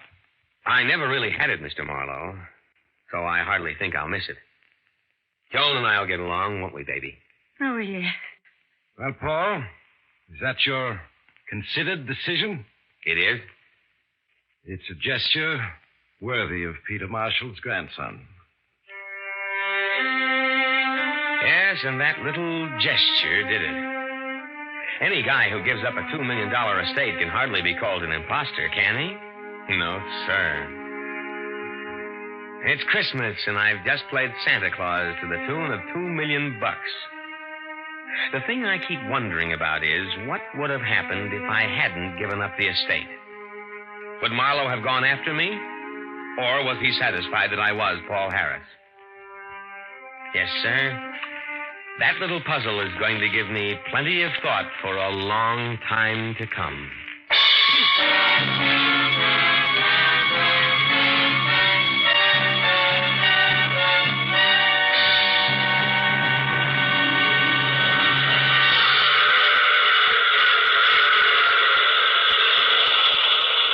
This is the mysterious traveler again. Did you enjoy our trip? Oh, what happened to Paul Harris? Or rather, I should say, Steve Farrell? He and Joan were married, and the poor fellow's now working at an honest living. Yes, sometimes he thinks of the $2 million estate he gave up. But then with taxes what they are, what could he have kept in any case? Only a fortune. Which reminds me of a story in which another enterprising young man allowed himself to be killed for the sake of acquiring... Oh, you'll have to get off here. I'm sorry. But allow me to wish you a Merry Christmas before you go. And remember, I take this same train every week at this same time.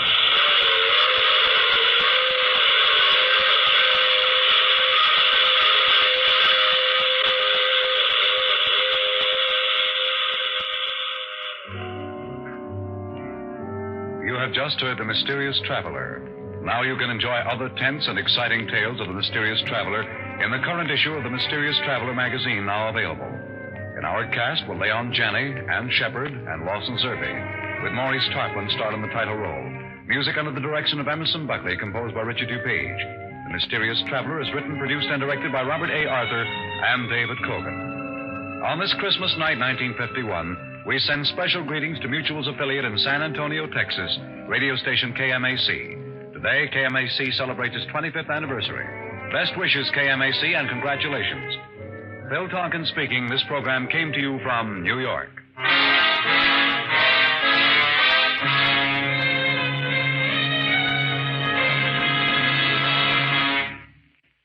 Here, the 27th consecutive renewal of the East-West game and the annual Blue-Gray game.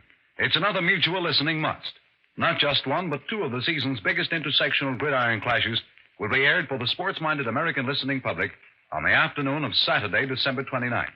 The greatest names of the 1951 collegiate grid season are on the rosters of the competing squads. Remember, the action starts Saturday over most of these same stations. This is the Mutual Broadcasting System.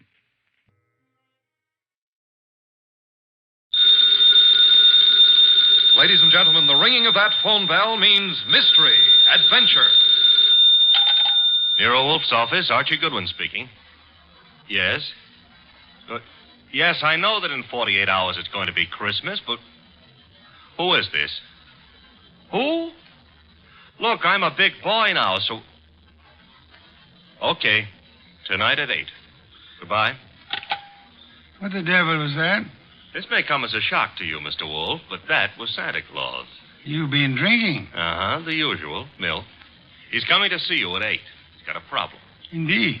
It seems that some low, not to mention murderous character is going around slaughtering Santa Clauses.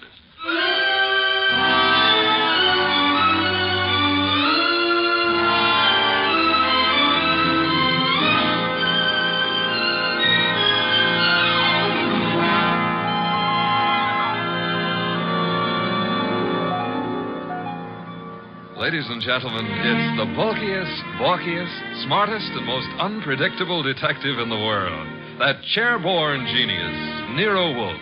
Created by Rex Stout and brought to you in a new series of adventures over this NBC network in the person of Mr. Sidney Greenstreet.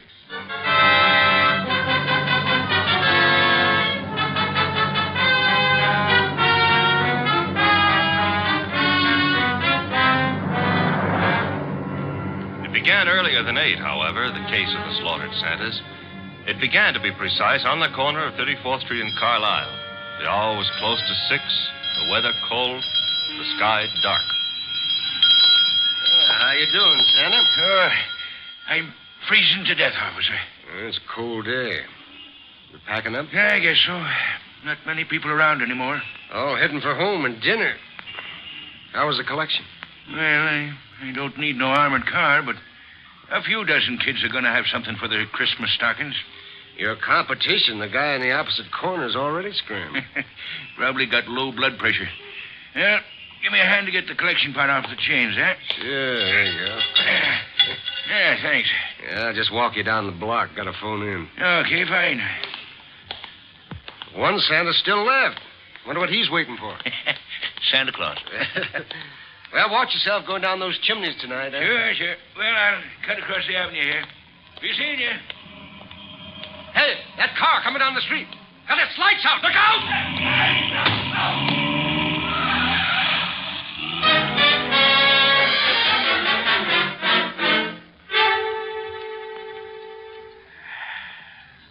Hey, Peg. Huh?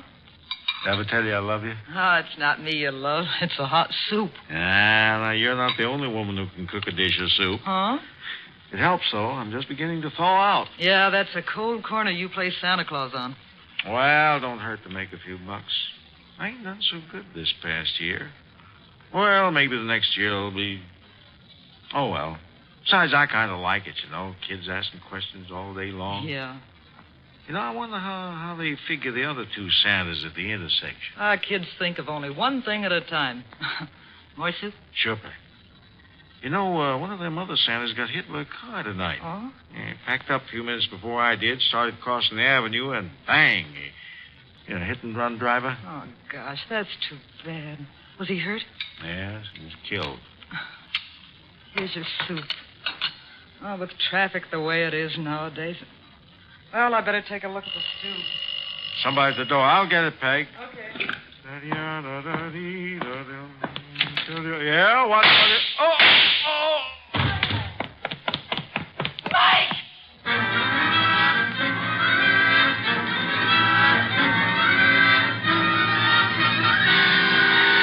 Wolf? Yes, Archie? I've been thinking. Good heavens.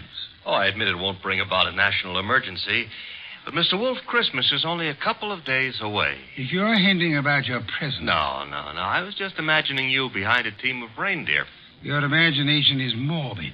You'd make a wonderful Santa Claus. Phooey. You got the perfect build for it. Of course, as for character... Archie. Yeah? Can you picture me scrambling down a chimney? Well, they might have to build bigger chimneys, but... Bah. There's that, too. However... That is the front door. True. I was thinking... You might see who it is. Well, if nobody's been lying to me on the phone, that'll be Santa Claus. Let him in. But I haven't decided what I want for Christmas yet, Mr. Wolf. For example, should she be blonde or brunette, tall or short? Archie. On my way. Good evening. I dislike dawdling on anyone's doorstep. Well, stop dawdling. Come in, please. Mr. Wolfe has been warned of my arrival? He has. Through here. Mr. Wolf, this is Santa Claus? My name is Barton, John Barton. How do you do, sir? I have no time for the social graces, Mr. Wolf. I'm about to be murdered. Hardly in my house. I have objections. I'm a frightened man, Mr. Wolf. Indeed. This costume you see me in is responsible for it all. Why are you in it? I had a notion it might be, well, entertaining to play Santa Claus in public. I'm a wealthy man, sir. I can afford to have whims. Therefore, I have assumed this masquerade. However, it apparently is going to be the death of me. Mr. Barton, you have adequately conveyed an atmosphere and an emotion. I suggest you concentrate on facts now. Very well. I have been acting as Santa Claus for the Tuberculosis Fund. My station is the corner of 34th Street and Carlisle Avenue. I might add the northeast corner. Why? Because at that intersection there have been two other Santa Clauses. One on the southeast corner and one on the southwest corner. 3 Santa Clauses, then, on 3 corners. Yes. Now then, earlier tonight, the man on the southwest corner started home. He was crossing the avenue when he was run down and killed by an automobile. A regrettable accident. The car was running without lights. It deliberately ran the fellow down and then vanished. Not an accident, Mr. Wolf. You saw this yourself? I did. 1 Santa Claus dead. The man on the southeast corner got home all right. According to the radio news flash, that's where he was killed by bullets. Coincidence? Possibly, but I wouldn't want to risk my life on the chance. This is Friday night. In the nature of things, you would have made 2 more appearances. Very well, Mr. Barton. I'll write you a check as a retainer, then hurry along home. I'm late now. No. I beg your pardon. You will neither hurry home nor notify anyone at your home of your whereabouts. But you will remain here until such time as I think it's safe for you to leave. The house is well guarded. I can't do that. In which case, I cannot accept you as a client. I fail to understand. Mr. Barton, it is very easy to murder someone. Avoiding the consequences of such an action is something else again. However, I am assuming that you're not primarily interested in what happens to your murderer after you're dead. Of course not. Therefore, you will remain here. Archie? Yep. First, the corner of 34th and Carlisle, a complete report. But that's nonsense. The corner will be deserted now. Mr. Barton, you're hiring my intelligence. You will therefore permit me to use it as I see fit. A complete report, Archie? Right, sir. You will then visit Inspector Kramer at headquarters. You will, in whatever manner you find effective, collect all the police information about the 2 already murdered Santas. Fine. The manner, I think, will be applying a blowtorch to the inspector's toes. Your levity is ill-timed. The inspector is likely to throw me out of my ear. Your problem. My ear? And on your way home, you might stop in at Mr. Barton's place. I don't see any purpose in that. Mr. Barton, there is a basic problem to which we must find an answer. Whether those 2 men were murdered because they were Santa Clauses or because their deaths were merely preliminaries to yours. Archie, I suggest haste. Yes, sir. And avoid blondes. I would like you to be home in time for Christmas.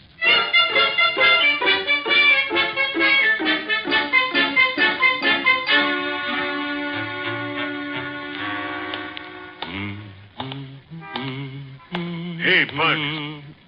Yeah? Got the price of a cup of coffee? You sure you mean coffee? Either you're going to dig it up or you ain't.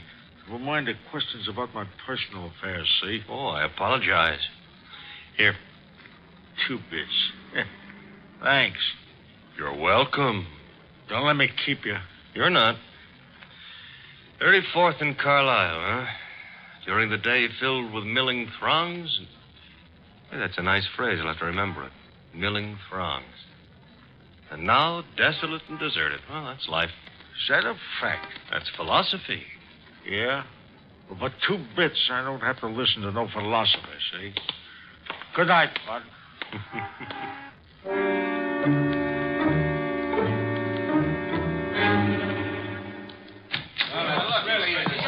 Uh-oh. The inspector's got company. If all you reporters will shut up and ask your questions one by one, I'll answer. Inspector Kramer, it's true a couple of Santa Clauses have been knocked off tonight?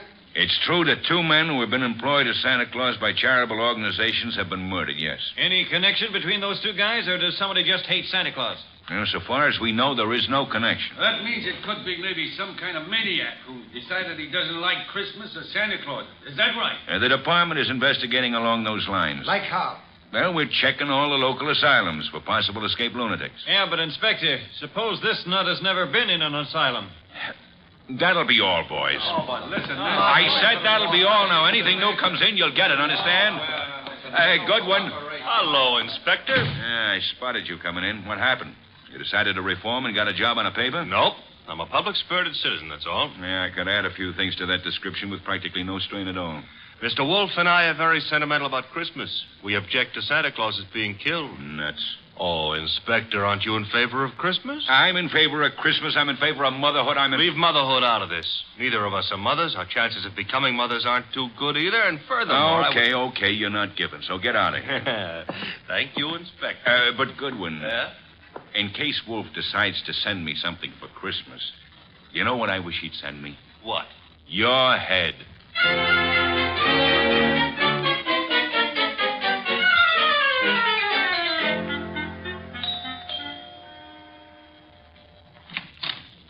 What? Why do you ask? Oh, you've got a beautiful voice. All this marble and no butler? I don't know where Pleasant is. He should be here. Have him shot at sunrise. Oh, Laura. Wayne, this is Mr. Goodwin. I never heard of him. What does he want? Well, I don't know. Wayne what? Stevens. Uh-huh. Friend of Mr. Barton? Half-brother, but we seem to be doing all the answering. How about your answering some questions, Goodwin? I'll try. Come into the library.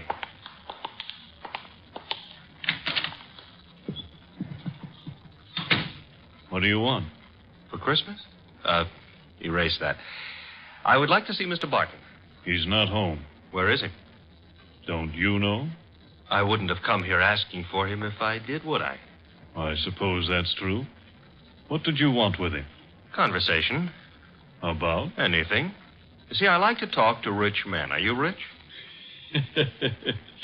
I can't play the piano either. You could always learn. But being rich is harder, I found it. Mr. Goodwin, you must have some reason for coming here, some reason concerning Uncle. Laura, you're being imaginative. Well, Uncle is late. He's probably still on that street corner playing Santa Claus. He enjoys it. Why bother about I don't know, except... He's never been as late as this? Well, no. Not since he started that masquerade of his. Would you happen to know where the butler is? Out getting drunk, I suspect. He was in the kitchen a little while ago. Disappeared. Pleasant likes to look on the wine when it's red. Or even when it's rye. No, I take that back. Oh, you do? He prefers Irish whiskey. We don't stock it. Therefore... Oh, too bad. I better run along. Good night, Mr. Stevens. Miss Barton. Good night. I'll see you out.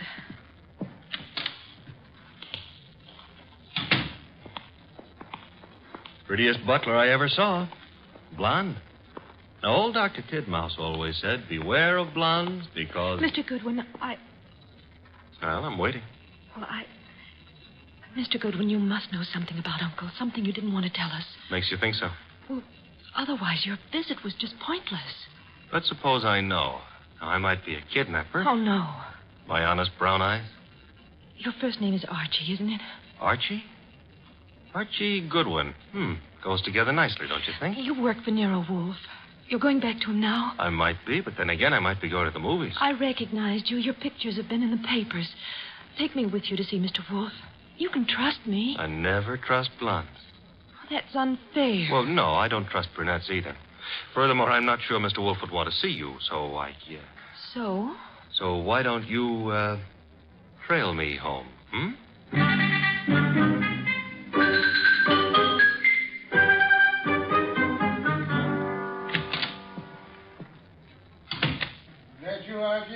Archie? Where's Santa Claus? Guest room. He was tired. I've been trailed home. Me? By a blonde. Phooey. All right, I admit I didn't make any strenuous effort to shake her off, but she trailed... Where is she? Outside. Good. Your report. Oh, but she might freeze to death out there. That's her problem. Your report, Archie.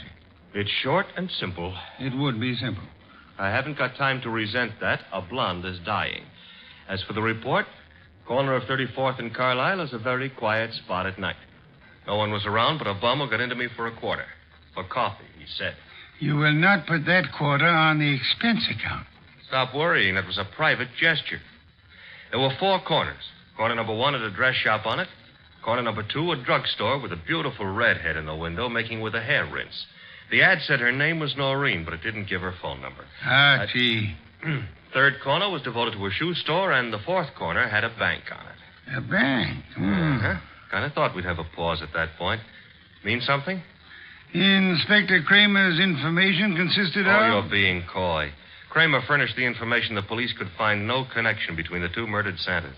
Except for the fact that they were both playing Santa Claus. Isn't that a little on the obvious side? This is an obvious case. The Barton home, Archie. Marble and old lace. The butler, his name is Pleasant, was among those missing. Among those present, Laura Barton, the old man's niece, and Wayne Stevens, his half-brother. Ah. Yeah, only for Laura. Stevens was not at all pretty. It was Laura Barton who followed you here. It was Laura.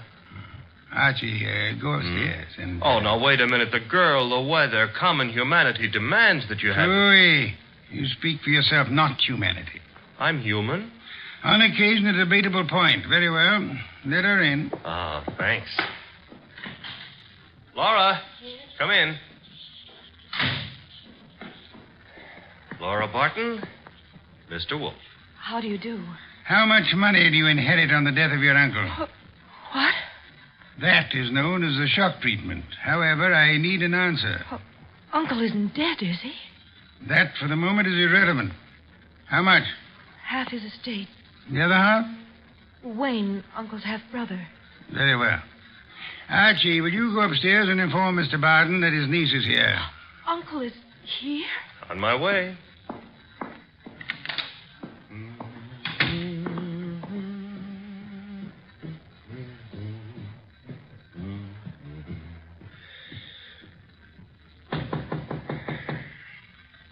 Yes? Archie, Mr. Barton. Come in. Mr. Wolfe would like you to come downstairs. I suppose he has a reason. Mm-hmm. A blonde reason, your niece. My niece? That's right. Where'd you get that? A man of my wealth finds it safer to carry a revolver. But it's not safe to point it at people, especially for the people. Turn around, Goodwin. But, Mr. Barton, we're protecting you. By letting that girl into the house, if I had the time, I'd be amused. As it is.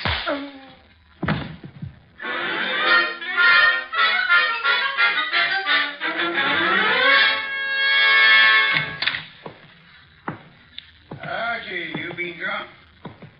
Good heaven. Uh-huh. Santa Claus came early.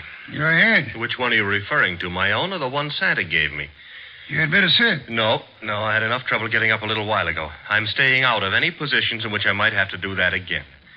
Mr. Barton is among the missing. Indeed. Mm-hmm. Hit me on the head and used the back exit. I checked with Fritz in the kitchen on the way here. He offered a reason for his peculiar behavior? Laura Barton. So? I don't understand. Uncle wouldn't do... Uncle apparently has. He also, would appear, fancies himself in costume. Well, he used to be very much interested in the stage. He acted for a while a long time ago till the family objected. Archie? Got it. Nero Wolfe's office. Archie Goodwin speaking. You recite very nicely, Goodwin. This is Kramer. Let me have Wolfe, huh? Mr. Wolfe? Inspector Kramer. Yes, Inspector? The papers haven't been carrying it, Wolfe, but you're working on the Santa Claus case, aren't you? Possibility? You didn't send Goodwin down to headquarters on a possibility. Never mind. We're working on a line down here, Wolfe. Now, look, if it doesn't strain your professional ethics, you might be able to help. How? There's a bank on the corner of 34th Street and Carlisle. We got the thought that suppose a gang was preparing to take that bank tomorrow morning. Those Santa Clauses have been on the corner for nearly a week now. They might have noticed something about the bank's routine, guards or what have you, that could interfere with the gang's plan. A mighty ingenious and imaginative thought, Inspector. Hey, you didn't say yes or no. I have at the moment no opinion. That's all you're going to give us? At the moment. However, Inspector, in a very little while I shall give you, the murderer. Archie, Miss Barton will remain here. As for you... Yeah? You return to 34th Street and find our coffee-loving friend. You will persuade him in whatever manner you think best to return here with you. Huh? Yes. You know, I think it possible you may be able to put that quarter on the expense account after all.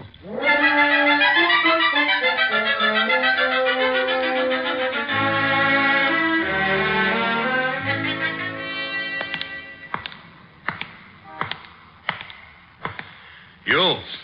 What? Oh. Why? I've seen you before. Yeah, I've learned to love the neighborhood. That's why it's going to break my heart. What is? Leaving it with you. With... It's sensitive about having guns pulled on me tonight. Let go of me, will you? Not until I tell you that, McGill. Yeah.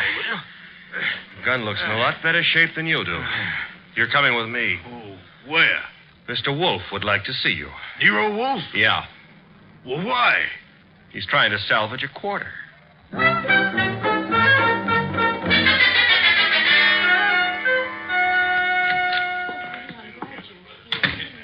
Archie. Uh-huh.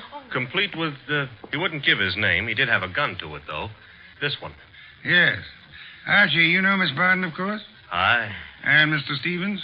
He joined us a moment ago. Miss Barton thought she'd be happy if he were here. Hello, Stevens. That's not the only reason I came. My brother is still missing. I'm concerned. Yes. You, sir, will you sit down? Watching people stand makes me uncomfortable. I don't have to. You do. Archie is stronger than you are. All right. That's better. If you don't mind, Mr. Wolfe, I've never been here before, never met you. But you look as though you could handle things. I think my brother's been kidnapped. Possibility we shall have to consider. Miss Barton, perhaps you have a theory, too? Well, I don't know. Uncle's been behaving strangely for weeks now. What way? Well, I'm not sure. Wayne... Well, of course, John's always been a little peculiar, but I'm afraid I saw nothing especially strange. Outside of this Santa Claus stunt, of course. I see. Miss Barton, your uncle played Santa Claus all week on one of the corners of 34th Street in Carlisle. I know. On two other corners, two other men indulged in the same activity. Those two other men are now dead. Oh, no. Well, wait. Mr. Wolfe, you mean they were killed by mistake for Barton? It is true that one man made up as Santa Claus looks very much like any other man similarly costumed. But the answer is no. One of the two men was shot in his home after he had removed his costume. Well, then, what connection? Miss Barton, in the event that you wanted to hide a tree, where would you hide it? Hide a tree? Why, I wouldn't even begin to know. If you were very clever, you would hide it in a forest. If you wanted to hide a murder and were very clever, you would adopt the same principle. Wait. You mean that if someone wanted to kill Uncle and didn't want to be suspected, he'd... Go about murdering several people with an ostensible, if lunatic, reason. He would, let us say, go about killing Santa Clauses. I get it. Then people would think the man he really wanted dead for a special and private reason had been killed for something that didn't point to him. True. That was why two Santa Clauses were murdered tonight. The third Santa Claus, however, the real object of the murderer's attention, was luckier or suspicious. He fled. Do I have to hang around here and listen to all this? You do, my unwashed friend. Mr. Barton fled, and the murderer was in a quandary. He had, so to speak, invested in two murders merely to make the third one confusing. But he found himself unable to commit that third murder. He couldn't find his victim. Could he ask the police to do so? Hardly. But he might try to inveigle a private detective such as myself into the job. That makes sense, Mr. Wolfe, but why would my brother have deliberately fled from your house? I mean, he was protected here, so... But do I make myself clear? Very clear, Mr. Stevens. Archie, that gun you took from the dirty gentleman, you still have it? I still have it. Then would you mind pointing it at Mr. Stevens here until the police remove him?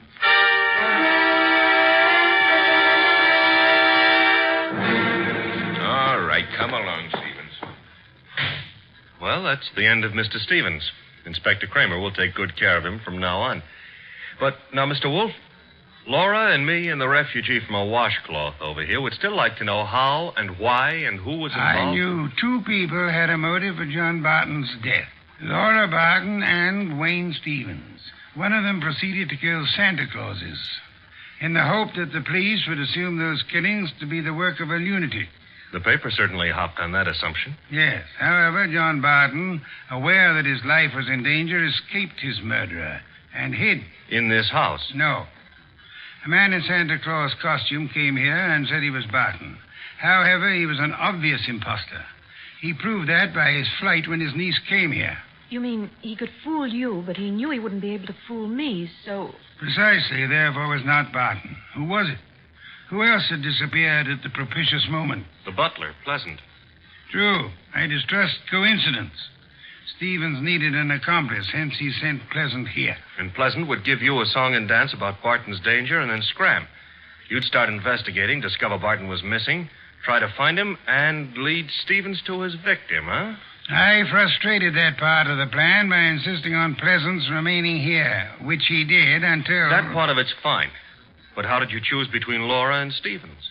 It was Stevens who knew, without being told, that Barton had been in this house and had fled from it. Yeah. You yourself mentioned that Stevens had only been here a moment, so you hadn't told him. Obviously, the butler phoned him as soon as he had hit you over the head and escaped. Furthermore, the butler masquerading as Barton had attempted to throw suspicion on Miss Barton. That convinced me of her innocence. Well, you've done it again, Mr. Wolfe, except for one minor detail. You're not very successful at irony, Archie. What minor detail? Where is Barton? In this house. Huh? When did that happen? You arrived home with the gentleman sitting near you?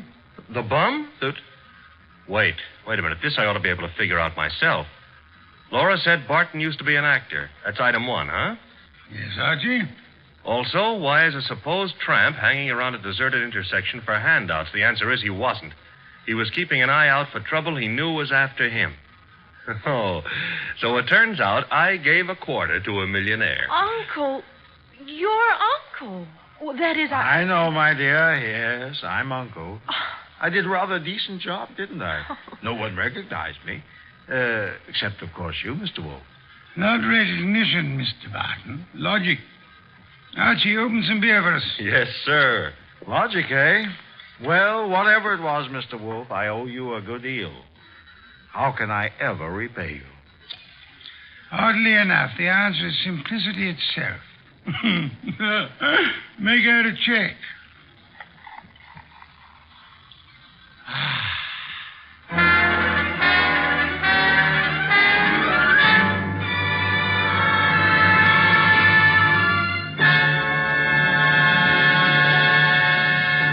You have been listening to The New Adventures of Nero Wolfe, starring Sidney Greenstreet.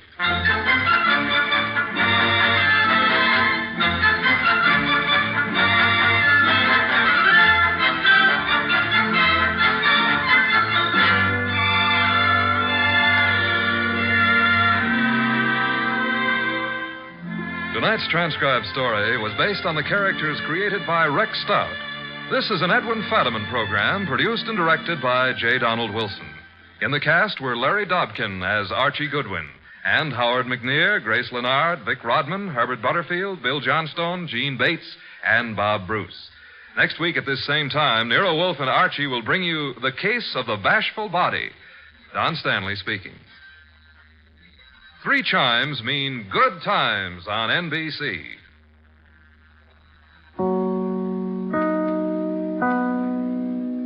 Girl's wedding and New Year's Eve were only 6 hours away, and I didn't think the bride-to-be would make either one of them.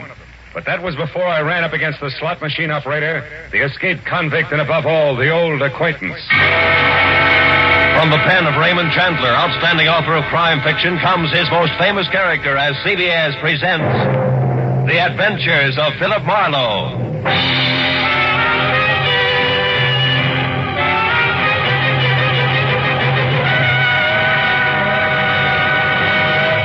And now, with Gerald Moore, starred as Philip Marlowe, we bring you tonight's exciting story, The Old Acquaintance.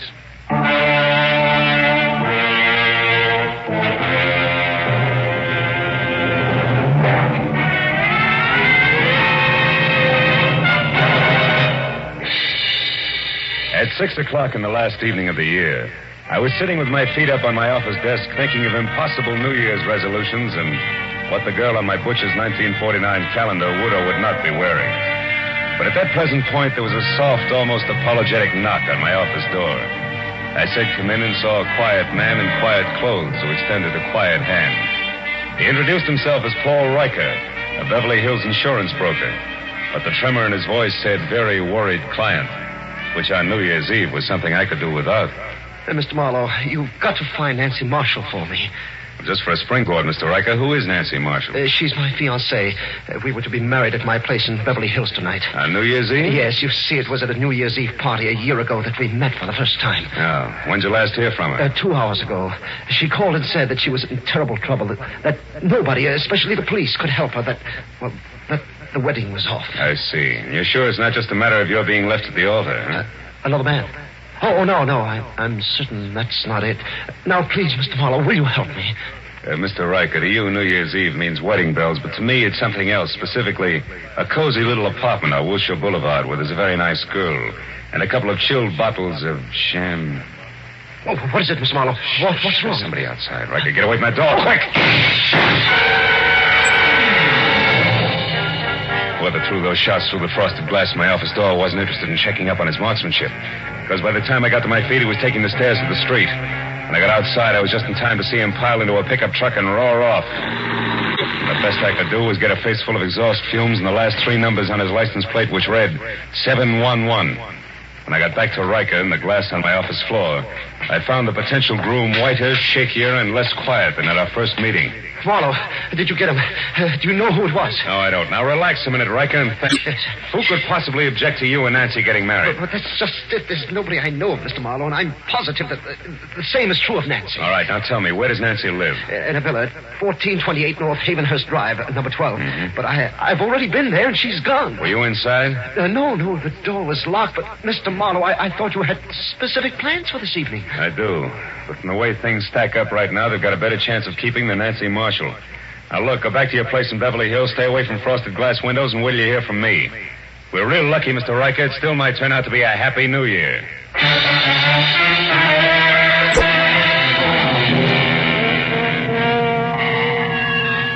When Riker left the office, I called Lieutenant Ibarra at police headquarters. And after being told that it would take at least a half hour to get my kind of lead out of the 7-Eleven I had on the pickup truck's license, I headed for Nancy's villa on North Havenhurst, where it took me 10 minutes to outsmart the catch on the back door. Inside, except for a carelessly overturned box of old snapshots, which meant nothing to me, a lot of half-open drawers and closets, I was no place. And in the kitchen, where there was a full cup of cold coffee next to an open newspaper, the setup was almost the same. But not quite. Because on the front page of the paper, there was a banner story complete with pictures that shouted the news of 3 men who had broken out of the state penitentiary that morning. And one of them, a man named Steve Doyle, had a face that I'd seen only minutes ago on one of the snapshots in the overturned box. I grabbed the paper and started back to check with the snapshot once again for good measure. But the second I stepped into the living room, I stopped. Hello. I don't believe I know you. Oh, the voice matched the lady perfectly. She was tall, beautiful brunette, about 30. Wearing a beige metallic wool jersey that covered more curves than a ride on a roller coaster. But the large monogrammed A on her purse meant that this was not the woman who had planned to marry Paul Riker. I said I don't believe I know you. The name is Arthur Murray. You're late for your rumble lesson. Oh, never mind. The joke's bright, boy. It's a waste of your time and mine. All right, then we'll play it very straight. My name is Philip Marlowe. I'm a private detective, and I'm working for a very worried man. Now you, what's your connection with Nancy Marshall? I'm just, shall we say, an old acquaintance? That's all. Not enough. I'll prime the pump some more. I was hired to find Nancy, who seems to be in a lot of trouble. And coincidentally in trouble on the same day that Steve Doyle breaks out of stir. Now, once more, exactly where do you fit in? I don't think I'll tell you, Mr. Marlowe. If you don't mind. Well, pearl handle, huh? How very chic. But deadly. Now get in that closet there, Marlowe. Go on. All right. Just so we don't go through this same routine when we meet again, and we will. Who are you? Oh, you don't listen very carefully, Marlowe. I've already told you that I'm an old acquaintance. It's the season for them, remember? Now get in there and shut up.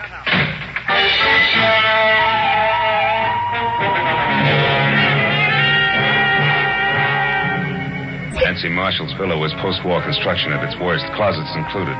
So I didn't stay tucked away with the mothballs any longer than it takes to say old acquaintance. The minute I'd kicked my way out, I went right for the telephone and my only 100% bona fide lead, the number 711.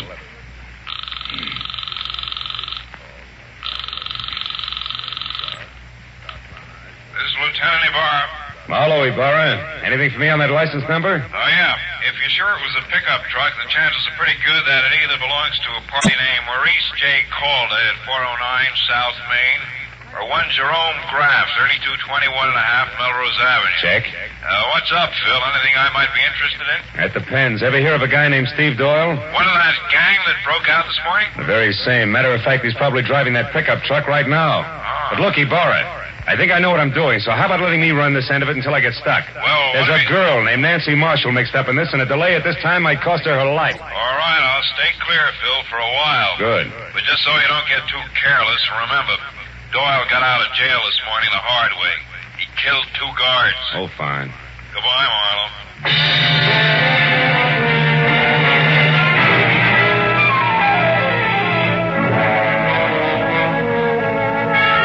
I got the 409 South Main. I knew that my first choice had to be wrong, because Maurice J. Calder turned out to be a bankrupt junkman, and his pickup truck, which was loaded with everything including the kitchen sink, had 3 flat tires and hadn't moved in a week.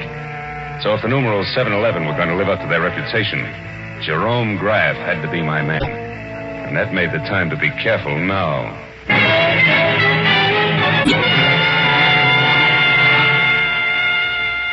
3221 and a half Melrose was a tired cottage set back about 50 weed-covered feet from the sidewalk. And from the rusted sign, Jerry Graff, mechanic, dangling at a crazy angle from a weather-beaten beam over the front door. I gathered that the place doubled as both Mr. Graff's living quarters and shop. I didn't see any truck out front, so I decided to try the alley in the rear before I knocked on any door. It was then that I noticed for the first time that I was being watched by a short man with a long face who was slouched against a nearby tree like a marionette with no strings attached. If you're lost, mister, maybe I can help you. Maybe? I was looking for a pickup truck. Seen one around? A pickup truck? Mm-hmm. Now, I wonder what that could be. Well, it's a small deal, about a half a ton, and... Oh, I get it. Okay, here. Here's 5. Now my question. Jerry Graff owns a pickup truck, but ain't here. It's been out since dark. But Jerry's in. He's working late tonight. Working at what? Come on, you got your 5. Talk. Okay. It ain't no secret. Jerry's a nursemaid for one-armed bandits. Slot machines, huh? Is that his racket? Yeah. He used to be a big boy with them, too. But times have changed. Now he just works on them for other guys. What other guys?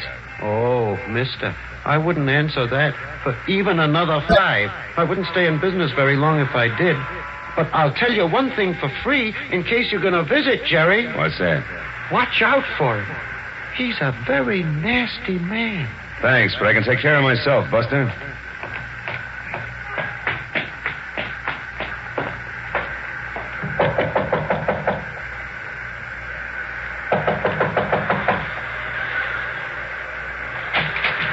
What do you want? Information. Where's your pickup truck, Graff?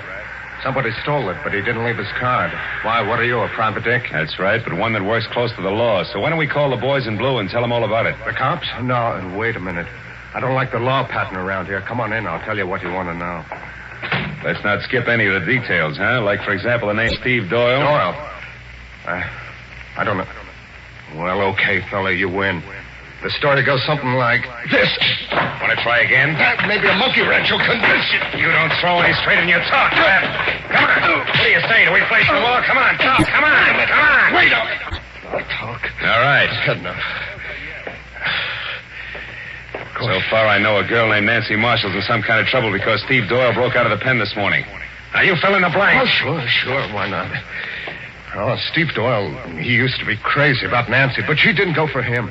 About a year ago, a little more, maybe, Steve got picked up knocking over a grocery store. He figured he was caught because Nancy tipped the law to get him out of her hair. Now he's out to get Nancy for revenge, is that it? Yeah, that's it. And anyone who's close to her gets the same treatment. Oh, chummy. Now tell me, was Doyle here? Is he the one who's driving a pickup truck? Yeah, but it wasn't my idea. He shoved a gun in my face, said we were old friends, and asked for the keys. You know where he is now? No, but if I did, I'd keep it to myself. Doyle's full of hate, brother. You can count on that. Now, what do you say about clearing out of here? Just as soon as I find out one more thing. Now, there's another girl mixed up in this. She's a brunette with a lot of curves and the initial A. Calls herself an old acquaintance of Nancy's. Any idea who she is? No, not the slightest. You're a liar, Graff, and if I had time, I'd beat the truth out of you. You haven't, believe me, because if you don't hustle, mister, when you do catch up with Nancy Marshall, you're going to catch up with a corpse. Nothing more.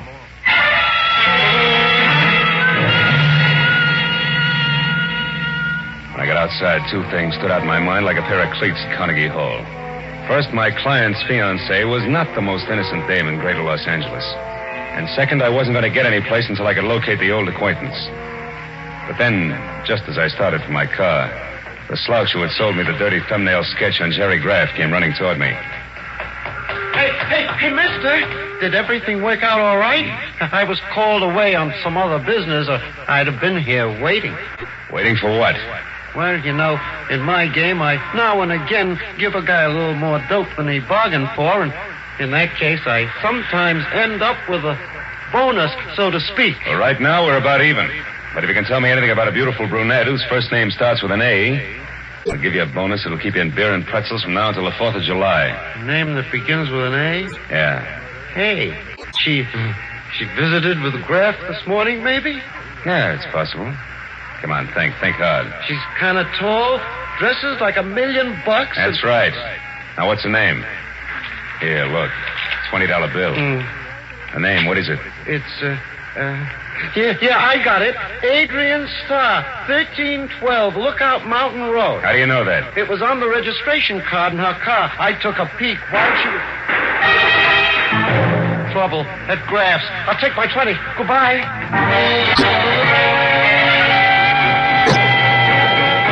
I beat it up the walk to Graff's, and when I got inside, I found exactly what I expected. Doubled up on the floor in the middle of a lot of oily machine parts and still holding his stomach with both hands was Jerome Graff, a very dead man. I started for a telephone to call Lieutenant Ibarra, but then I noticed something small and gold lying a few feet away from the body. When I picked it up, I saw it was an ornamental buckle, the kind that a lady might wear on a coat. So I decided to skip Lieutenant Ibarra for the time being and call my client instead.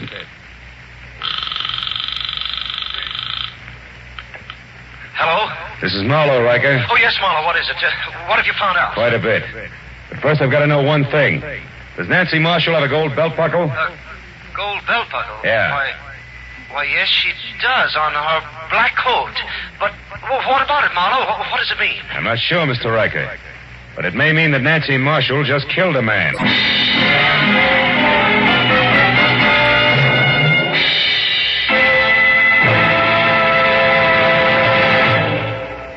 In just a moment, we will return to the second act of the adventures of Philip Marlowe. But first, by this time, a week from tonight, Jack Benny will have made his first broadcast exclusively on the CBS network.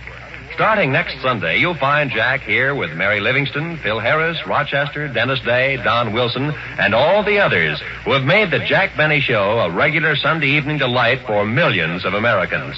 Just for fun, the Jack Benny kind of fun, make a New Year's resolution to hear the Jack Benny Show every Sunday starting a week from tonight, January 2nd, over these same CBS network stations. Now, with our star, Gerald Moore, we return to the second act of Philip Marlowe and tonight's story, The Old Acquaintance.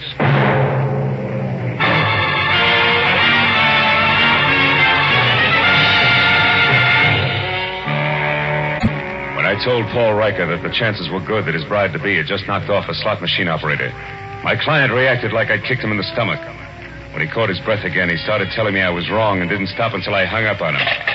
Next thing on the agenda was I'd called on Lieutenant Ibarra.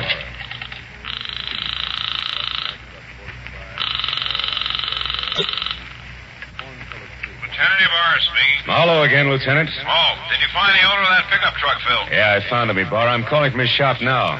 I had a talk with the guy. It was Jerry Graff. What do you mean, was Jerry Graff? Well, somebody came in here and shot him just after I left. He's dead. He knew Steve Doyle all right, but I'm pretty sure Doyle didn't kill him, Ibarra. No, then who did? Any idea, Marlowe? Well, looks very much like my client's fiancée, Nancy Marshall. I still don't know where she is or how it all fits together, but look, I got a lead on an old acquaintance of Nancy's named Adrian Starr. She lives up on Lookout Mountain Road. Now, if you don't hear from me in, say, an hour, you might check. Number 1312. That's my next stop. Okay, just be sure it's not your last stop. Goodbye.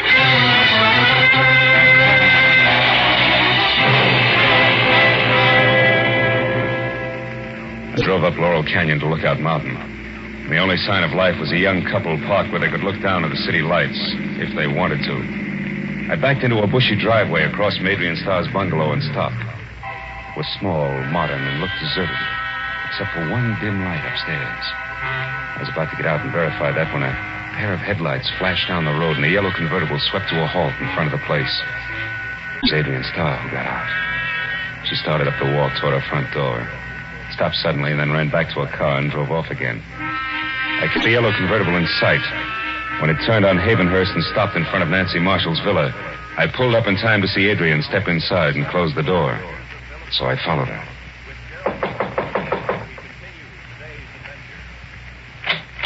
Marlowe, what do you want? I want to know what Jerry Graff means to you, Adrian.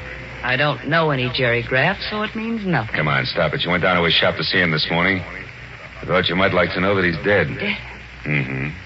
The cops are hungry for anybody who so much as knew his name. Maybe I better come inside and talk it over, don't you think?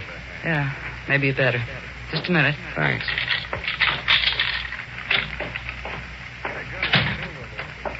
Hey, it's dark. Why don't you turn on more lights? Because I like it this way. Okay. But, honey, if you've still got that pearl-handled popcorn of yours, let's leave it out of the conversation. And let's make it straight. Why'd you drop in on Graff this morning? Because I knew that sooner or later Steve Doyle would head there. I had to know if Steve intended to leave town or was still determined to get his crazy revenge. And all for Nancy Marshall, huh? You know, you're sticking your neck out quite a ways just for old time's sake, baby. Steve Doyle's a pretty tricky guy to mix with at this point. You can say that again, folks. Steve? Oh, Steve. Steve Doyle. That's right. Who are you, mister? Marlowe, private detective. Sit down over there, private detective. Keep your hands out of your pockets. I don't like you because you're half cop, but play it smart, you won't get hurt. Well, Adrian, like old home week, huh? Oh, it's been a long time, Steve. Yeah, it sure has. Where is she, Adrian? Where's Nancy? I don't know, Steve. You're lying to me. This is her place. You got her with a key. You've been down to see Graff. You know where she is, all right. So tell me fast. Oh, Steve, listen, forget it. Forget about Nancy. This revenge will only get you in the gas chamber. Please, let's get away. We can still make it across the border. Please take me with you. I love you, Steve, just like I always have, even when you threw me over for Nancy. Shut up. Just tell me where Nancy is. Come on, Adrian. I don't know, Steve. Stop it, Doyle. Where is she? Steve, you're hurting me. Doyle. Don't move, Marlowe. All right, fella, I told you to behave. I've been through a lot, and I'm tired, and I'm running out of time. You're getting in my hair, and that's bad. Oh, no, Steve, don't. I won't shoot him. I can't afford the noise. I can give him something just as good. Now, Adrian, try again. Where's Nancy? I don't know, Steve. Come on, where is she? I don't know. Where's Please? Nancy? I don't know. Where's Nancy?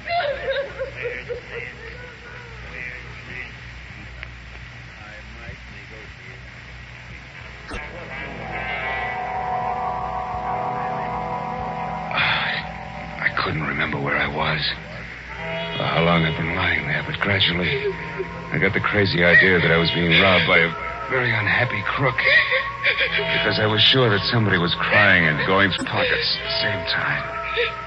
Oh, I tried to open my eyes, but all I could see was a little gold buckle danced back and forth in front of me. When it finally disappeared altogether, I rolled over and hauled myself up onto my knees. And then it all came rushing back to me. I'd been in Nancy Marshall's villa with Steve Doyle and Adrian Starr. Only they were gone now, and I was alone. I heard a car start outside, so I got on my feet and made it along the wall to the door. It was Adrian, and she was behind the wheel of my coupe. Stay away from me, Marlowe. Where's Doyle? He took my car. He's going off to Nancy. I've got to stop him, Marlowe, so get out of the way. Somehow I managed to jump back just in time to keep from getting a press job with the tread of my own fist tires. And it took 10 minutes of steady concentration to get it through my throbbing head that Adrian had actually stolen my car and was gone. Oh, the cold air must have helped me because one thought led to another, and I finally began to separate the facts from the fancies. I hadn't dreamed all I thought I had. And when I realized that, the whole idea hit me, and hit me hard. I knew that I'd better get out to Lookout Mountain in a hurry. I made it to Sunset, hailed a cab, and collapsed in it. Where to, mister? Lookout Mountain Road and get fast. Oh, it's rugged in this crap. 2 years ain't, you know. Here's $10. Does that help? It's important. Oh, it helps plenty. I know a great shortcut, a new road that's not yet finished. But how are you on bumps? Few more won't matter, pal. Let's go.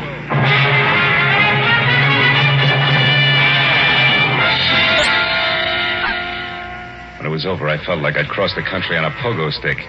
But the cab driver was a genius, and with his shortcut, we made the distance to Lookout Mountain in less than 10 minutes. When we got near the place, I sent the cab back down the hill out of danger. Went the rest of the way on foot. As I got within sight of Adrian's bungalow, I saw Steve Doyle getting out of the yellow convertible. I ran up to the house, tried the door. It was locked. Nancy, where are you? I know you're in there, baby. I'm going to find you. I have to take this joint apart.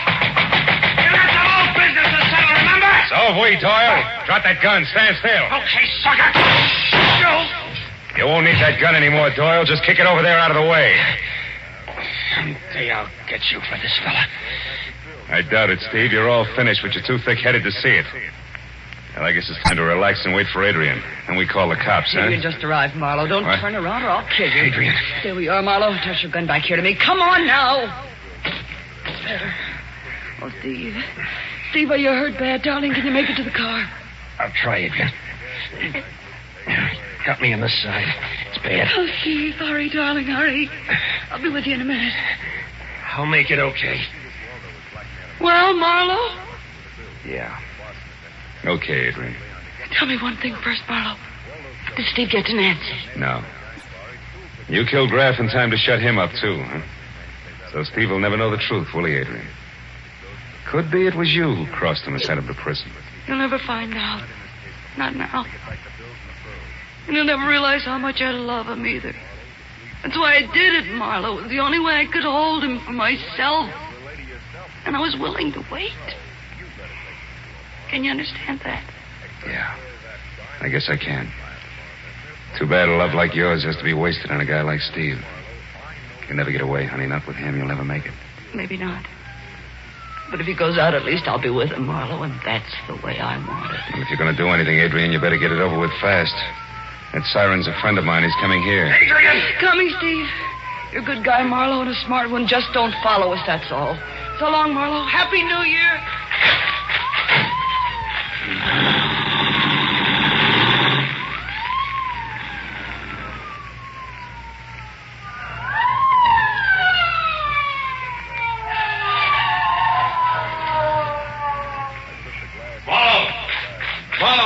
Just pull out of here. Who is in it? Steve Doyle and Adrian Starr, Ibarra. That road makes a horseshoe turn. That'll bring them out down below us there, that junction.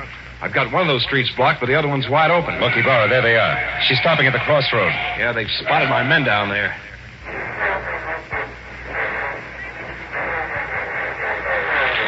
She's turning around. They're heading out the other way. She must be crazy, Marlowe. They'll never make that curve at that speed. They're not slowing down, Ibarra. She's heading straight for that stone wall.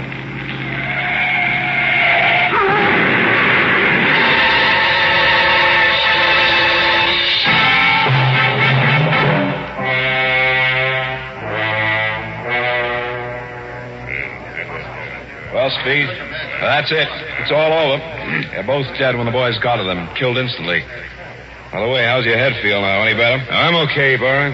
Did you take care of Nancy Marshall all right? Yeah, she locked herself upstairs. Sent her home to Paul Riker in the squad car.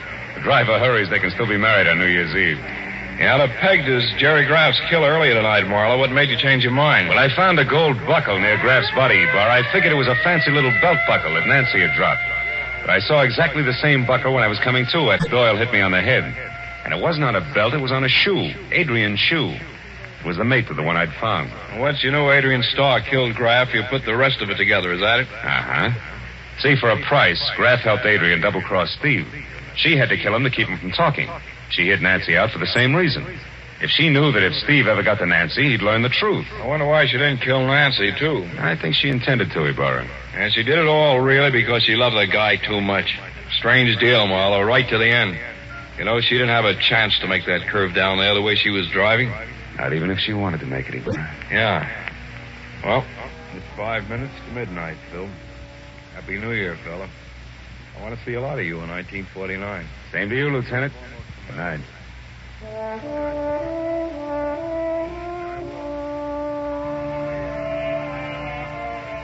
After Ibarra and the others left, I stayed up on Lookout Mountain and watched the new year come to Los Angeles.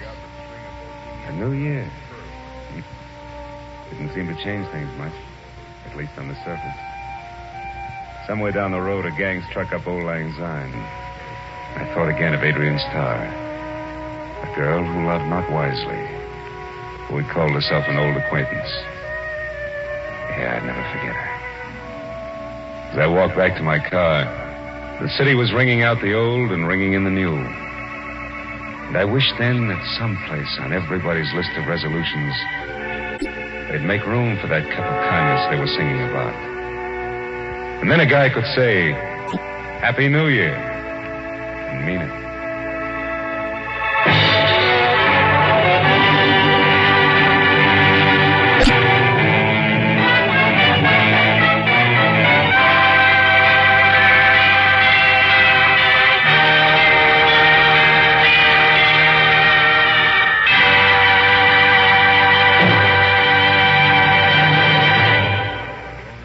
The Adventures of Philip Marlowe, created by Raymond Chandler, stars Gerald Moore and is produced and directed by Norman MacDonald.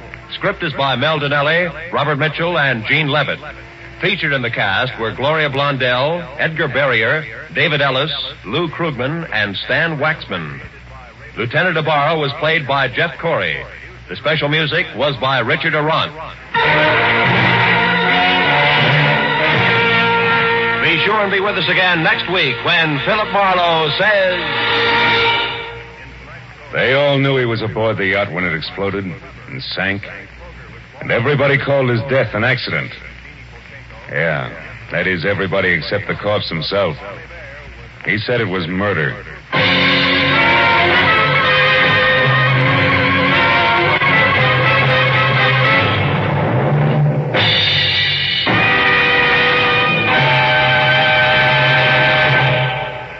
An hour of wonderful, delirious comedy is still to come to you tonight on CBS. You'll soon hear Hollywood's Eve Arden starring as the unusual schoolmistress, our Miss Brooks.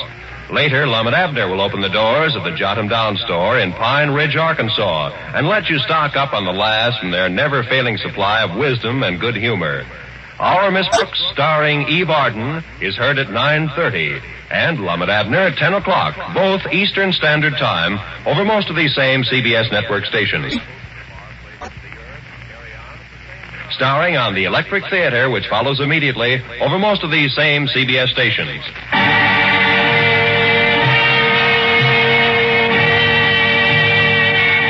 This is Roy Rowan speaking for CBS, the Columbia Broadcasting System.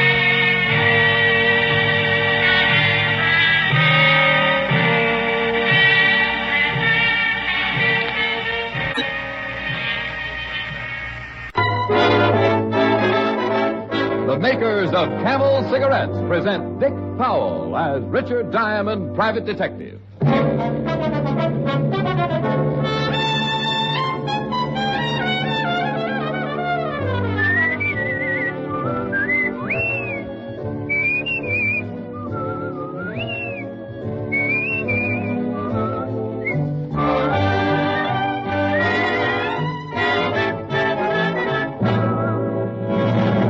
What's America's most popular cigarette? Camel. Buy billions of cigarettes per year. Two of the important reasons why Camel is so popular are flavor and mildness. Camel's choice tobaccos are properly aged and skillfully blended to give you a smoke that's rich in flavor. And mildness? Here's conclusive proof. In a coast-to-coast test, hundreds of men and women smoked only Camels for 30 days. Leading throat specialists made careful weekly examinations of the throats of those smokers and reported not one single case of throat irritation due to smoking Camels. Here's a suggestion. Make your own Camel 30-day test. Smoke only Camels for the next 30 days. You'll enjoy Camel's rich, full flavor, and your throat will tell you how mild Camels are. How mild, how mild, how mild, how mild, how mild can a cigarette be? Make the Camel 30-day test and you'll see. Smoke Camels and see.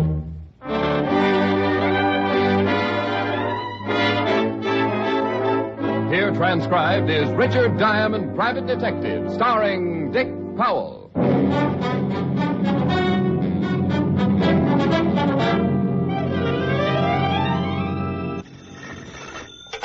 Diamond Detective Agency. We deal in crime, but we're closed now. It's Christmas time. Hello there, this is Diamond. Every year about this time, my business takes a big nosedive. People usually pack up their troubles and start unpacking colored lights and Christmas tree ornaments. So tonight I'm going to tell you my favorite Christmas story. One I always like to tell. A Christmas Carol by Mr. Charles Dickens. Now, I'd better explain something first. This version isn't exactly the way you've always heard it. Because of the particular type of characters I usually get mixed up with, this story is written to fit their talents and characteristics. Different from the Dickens original, certainly, but we feel that this story could easily happen today, anywhere. Like right here in New York, on a little side street just off the Bowery. So now I'd like to introduce our characters. Mr. Ebenezer Scrooge will be played by my good friend and guiding hand of the 5th Precinct Homicide Division. Lieutenant Walter Levinson. Walter. Otis. The The character of Jacob Marley will be played by one of Lieutenant Levinson's most trusted henchmen. Otis, that's you. Huh? Oh, Sergeant Otis Loveloon. Loveloon. Oh. What? Oh, sorry, Alan. Tiny Tim will be played by our corner newsboy. Hi, I'm Johnny Rollins. Tiny Tim's mother will be played by my red-headed gal friend. Helen Asher. The rest of the characters will be played by members of the 5th Precinct Police Station. Officer O'Reilly. Officer Leskowitz. Sergeant Miller. The music will be furnished by the 5th Precinct Police Band, directed by Patrolman Worth. Hi. And now, our version of the Christmas classic, Charles Dickens' A Christmas Carol.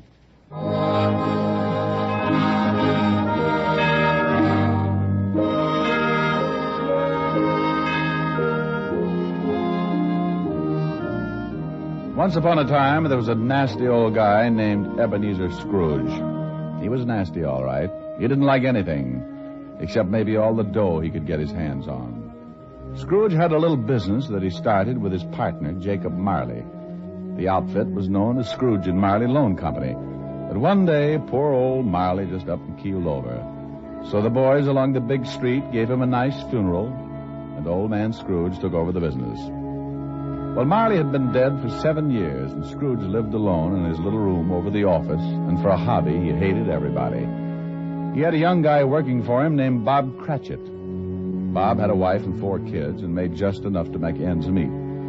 Scrooge used to ride him all the time. When it got so cold the polar bears complained, Cratchit would turn on the little heater, and Scrooge would say, Cratchit, what do you think you're doing? Turning on the heat, that's what I'm doing. My fingers look like popsicles. I don't care if they come in 6 delicious flavors. Every time you turn on that heater, it costs me money. Business is not good, so get back to your work. And turn off the heat. Oh, now look, Mr. Scrooge, I'm freezing. This pen ain't guaranteed to ride under ice. I'm telling you once more, get back to your work. Okay, but I don't know why you worry about business. Why not just put up a sign and turn the joint into a skating rink? Merry Christmas, Mr. Scrooge.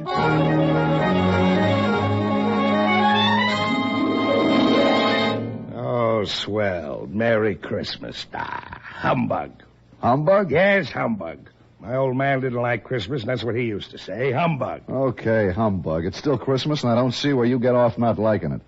This is supposed to be the time everybody gets with it. Everything stops. It ain't much good, and you put your arm around the next guy and you tell him Merry Christmas. I'm going to put my arm around you with a hammer on the end of it if you don't lay off this goodwill stuff. Look, what's with you? What have you got against Christmas? You showed me a way to make $100 every Christmas, and I'll fall in love with it. You want me to be merry? Well, sure. Then go get some of those joyous clients of mine to pay off their loans. Merry Christmas. Humbug! Okay, then, humbug. But it's still cold in here. Have some icicles, but give them back after the holidays. They're my fingers.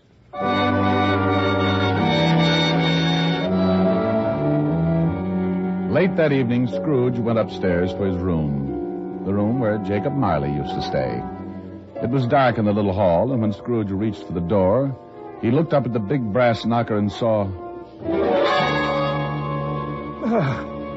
Holy cow. Could have sworn that was old Jake's face in the knocker. I must be working too hard. So, in he went. A little shaky after seeing Jake Marley's face, but he just passed it off his nerves. He closed the door and locked it, then got a fire going and started to relax. But every tile around the fireplace started looking like Jake Marley's face. Oh, now come on, there, old boy. You got to get hold of yourself. This is ridiculous. I haven't touched a drop in weeks. He got up and walked around the room a few times, then went back and sat down again. He stretched, rested his head on the back of the chair. From somewhere a bell started chiming, and Scrooge sat straight up in his chair. He heard something else, too, something from downstairs. What the? Oh, now what is that? What's going on here? Who's that? Come on, who's out there? And all of a sudden, it came right out through the wall. All right. Sit still, Scrooge. Marley. Jake Marley. Oh, no. I gotta stop eating lobster. Ooh, it couldn't be. What's with you? Who are you? Jake Marley. Who else? You're dead. The deadest. But nevertheless, Jake Marley. His ghost. Oh, you are very sharp today, Scrooge, old boy. I don't believe it. You got eyes, ain't you? Yeah, and I got a bad stomach, too. That's who you are. Nothing but a bad case of indigestion. You don't think I'm a ghost, huh? Okay. Maybe a good scare will change your mind. No. Stay away from me. All right. I believe you. You sold on the idea? Yeah. But why did you come to see me? Regulations. Every man's supposed to live his life and help his buddies. If he don't do it while he's alive, then he gotta do it after he kicks off. Oh, cut it out! Why come to me? Because you're gonna end up just like me, unless we do something in a hurry. Now, I haven't got much time, so you better listen. Oh, I don't want to be like you. I'll listen. Okay. You are gonna have 3 visitors. You are gonna be haunted by 3 spirits. Oh, no. It is the only way you can keep from being like me. When you hear the bell strike 1, the first one will be here. Well, I gotta be going. You won't see me again, but you remember what I told you. So long, Scrooge, old boy. Your goosebumps can relax now. Cut it out!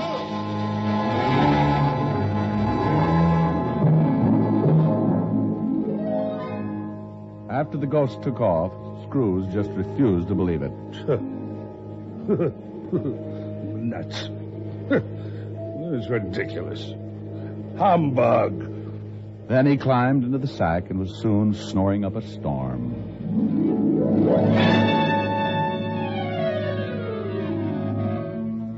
When Scrooge awoke, it was still dark, and the bell from the church on 53rd Street was striking 12. He lay awake listening and thinking to himself. Just a dream. Ghosts. Finally, he dropped off again and slept for about an hour. Then the bell struck 1. 1 o'clock. I don't see no ghost. I knew it was something I ate. All of a sudden, a big light flashed in the room, and the first of the spirits stood before him.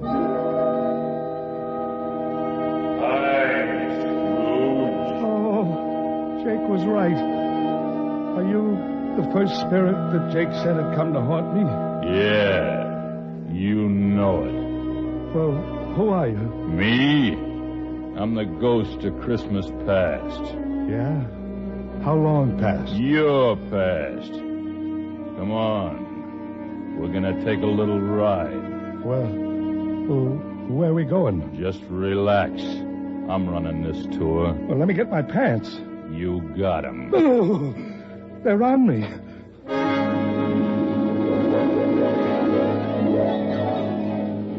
With that, the ghost of Christmas past grabbed Scrooge by the hand, and they both flew out of the window.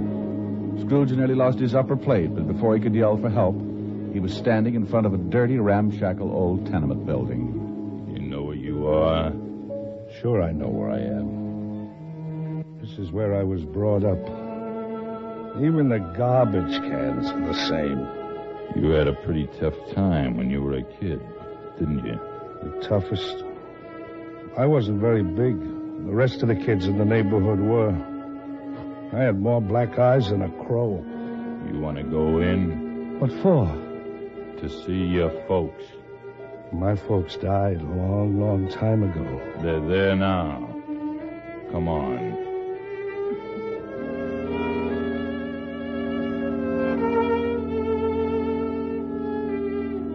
Well, the ghost took old Scrooge into the building and showed him a Christmas, years past, when he was a child with his family. Sure, it was tough living in 2 little rooms like that, but Scrooge remembered how wonderful it really was. What's the matter, Scrooge? Huh? Oh, I've got something in my eye. You were pretty lonely when your folks... When they, Yeah. You know, There was a young kid that came around earlier this evening and sang some carols. Gee, I wish... Yeah? What do you wish? Oh, nothing. Come on. I want to show you another Christmas.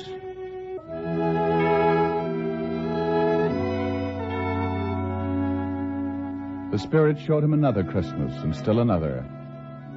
And you know, no matter how tough Scrooge remembered his childhood had been, it always seemed that Christmas was wonderful.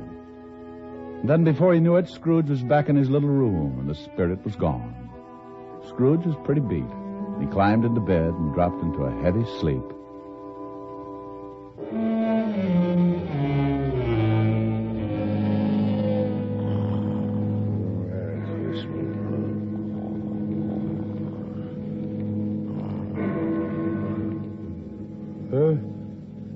What's that?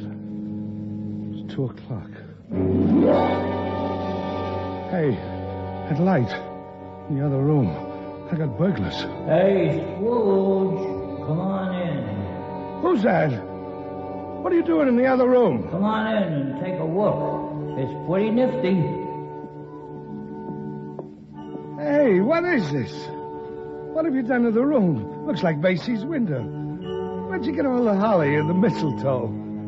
And how did you get in here? You like it? Oh, for Pete's sake, a Christmas tree. Who are you? The ghost of Christmas present. Now, don't tell me you don't like the way I fix things up. I work pretty hard. Oh, second ghost. Okay, take me wherever you want to go, but believe me, next time I try the train. Let's go.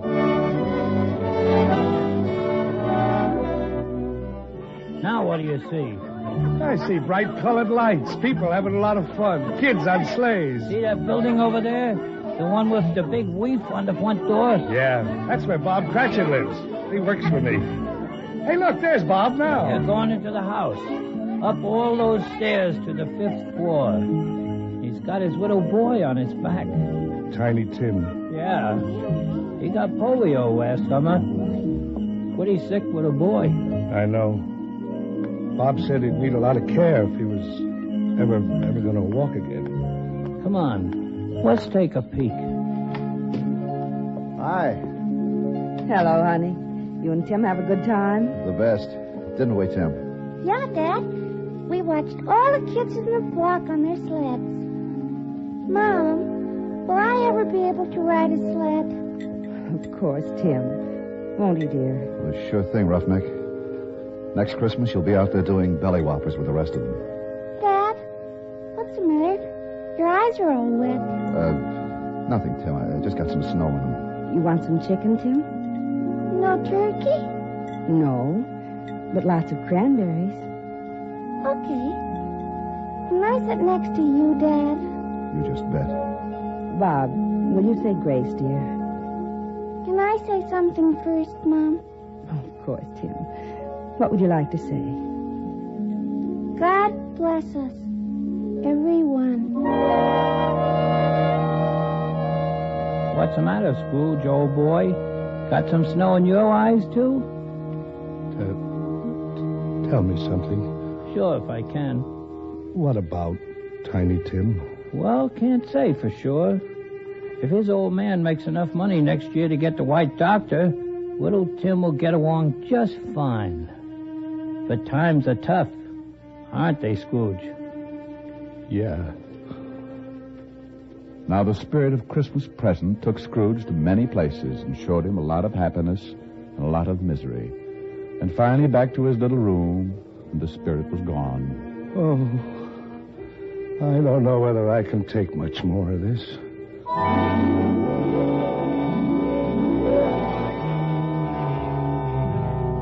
Then a new ghost drifted in.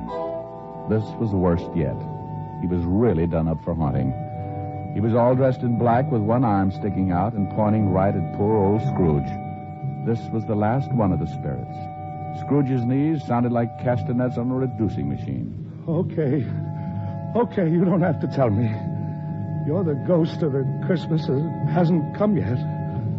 You I'm really scared of.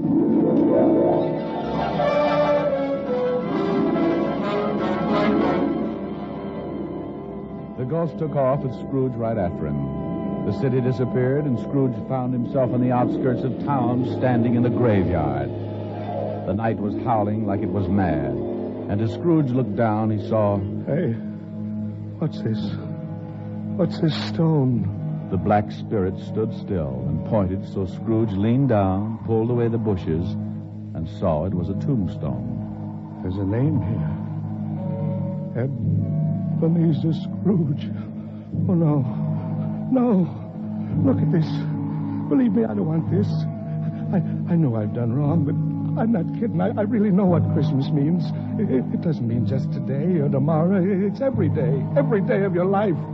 I swear I'll do better. Only take me away from this. Let me try. Let me try to make Christmas right for me and for everybody else. Please, please, don't let this happen. Give me another chance. Well, don't just stand there. Put your arm back in. You'll catch cold. Well, say something. Suddenly, Scrooge dropped to his knees and reached out for the spirit. But something happened. The spirit started to shrink. Then it collapsed. And when Scrooge looked up... What the... My bedpost. My own bedpost. I'm home. Oh, thank goodness. I lived the past, the present, and the future, and now I'm home.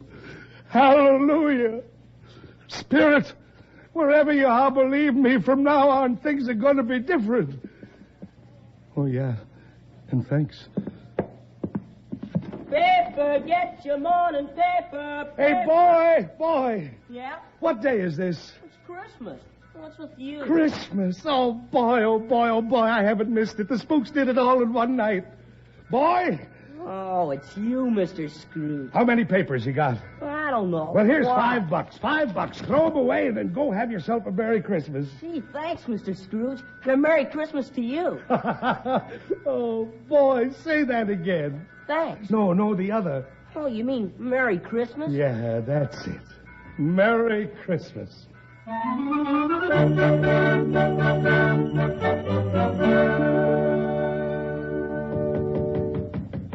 Okay, I'm coming. What's the matter with you? Can't you see the store's closed? Look, mister, the store's... Ebenezer Scrooge. Merry Christmas, Barney. You've been drinking? Not a drop. Well, what's the matter? Aren't you going to wish me a Merry Christmas? Oh, sure, Sure.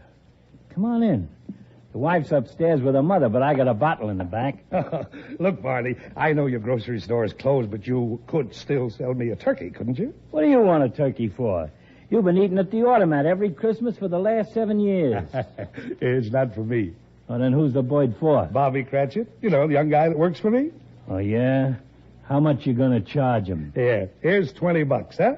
Here's the address. And listen, don't tell Cratchit who sent the thing, okay? Yeah, okay. Merry Christmas, Marty.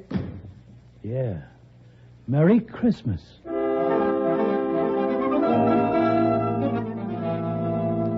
Well, old Scrooge went back to his rooms and took an old blue suit out of the mothballs. He shook it out, put a few creases in it, and went out on the street. The old boy was really with it. Everybody he passed, he greeted them with... Merry Christmas. Merry Christmas.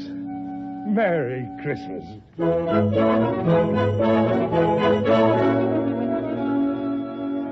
He went to church and gave a large donation, and Father McCarthy nearly forgot his sermon. Yes, for the first time in his life, Scrooge was having a Merry Christmas and arrived early at his office. If he could just catch Cratchit coming in late, and he did. Bob was a good 21 minutes late. Cratchit. Oh, no. You're 21 minutes late. Yeah. I'm sorry, Mr. Scrooge. I had a big evening. Oh, you did, huh? You know what I told you if I caught you fancy-footing it in here late again. Okay, so I'm canned. You think you got it coming? I'm too tired to argue. Jobs are tough enough, and I hate to lose this one, but I'm just too tired. A raise would help, huh? Now, that's the silliest question of the year. Then you got it. It's in the envelope. What? Uh-huh. Maybe after we see how the funds are, we might be able to do something about Tiny Tim. I don't get it. A raise? You want to do something about Tim? I don't get it. Sure you do, Bob. Haven't you heard? It's Christmas. Now go on home. Take the day off. Take the week off. Come back when you feel like it.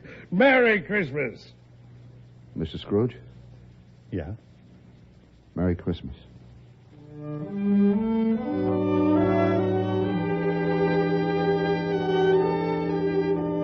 And Scrooge really did it. He was as good as his word, better even. He made it the merriest Christmas ever. And later, things got better, and he took care of Tiny Tim. And sure enough, Tim was out on his sled the next Christmas doing belly whoppers with the best of them. Every Christmas thereafter, all along the big street, it was said, if anyone knew how to make Christmas merry, old Ebenezer Scrooge was that one. And I hope that can really be said about all of us. Just like Tiny Tim said. God bless us. Everyone. That's it, Tim. God bless us. Everyone.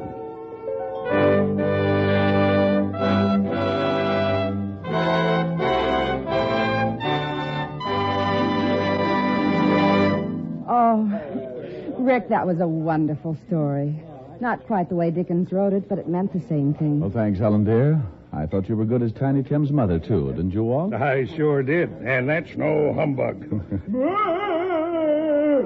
What in the world was that? It's Sergeant Otis. He's still playing Marley. Otis! Yeah, Ebenezer? Oh, cut it out, Otis. The play's over. Go out and call officers Riley, Lund, and Miller, all of them. Tell them to leave the punch bowl and come over here. We're going to sing. Oh, boy, I'll lead off.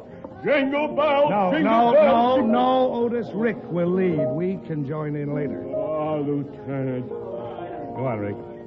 Otis, stop breathing down my neck. Well, I'm just waiting to come in. Otis. Oh, for heaven's sake. Snow falling down from heaven, making a mantle of white. Sleigh bells are ringing, wonderful Christmas night. Jingle bells, jingle bells. No, not yet, Otis. Voices that sing Hosanna, bathed in a heavenly light. Everyone happy, wonderful Christmas night. Otis, peace on earth, goodwill toward men. Otis, stop crying. Life on earth begins again.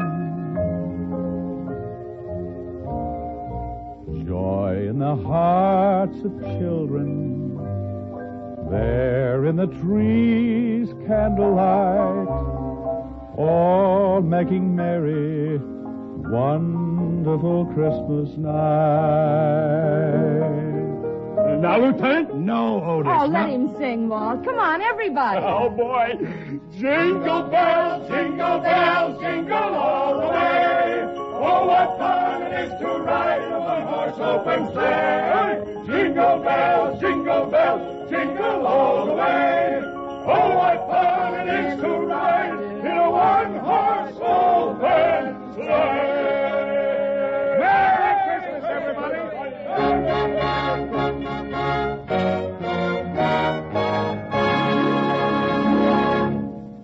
Right here is where all the men and women who make the camels you smoke would like to wish each and every one of you the happiest of holiday seasons. And right now might also be a good time to remind you that there's still plenty of time to add Camels to your Christmas shopping list. Camels by the carton are so easy to give. Camels come in a beautifully decorated holiday package, so handsomely designed that you don't even have to wrap it. Just write your personal greetings on the card that's on the top of every special Camel Christmas carton. And Camels are such a pleasure to receive. It's the cigarette enjoyed most in America, the cigarette that leads all other brands in popularity by billions of cigarettes per year. So you can't go wrong by giving mild, flavorful Camels. How mild, how mild, how mild, how mild, how mild can a cigarette be? Smoke Camels and see. Here's Dick Powell with another special message. Thank you. Ladies and gentlemen, every week the makers of Camels send thousands of packs of Camels to service hospitals. That's to help show hospitalized men and women of the armed forces that those at home haven't forgotten them. This week's free Camels go to Veterans Hospitals, Wilkes-Barre, Pennsylvania, and Amarillo, Texas. Nellis Air Force Hospital, Las Vegas, Nevada. U.S. Naval Hospital, Naval Medical Center, Guam, Marianas Islands. Now, until next week, enjoy camels. I always do.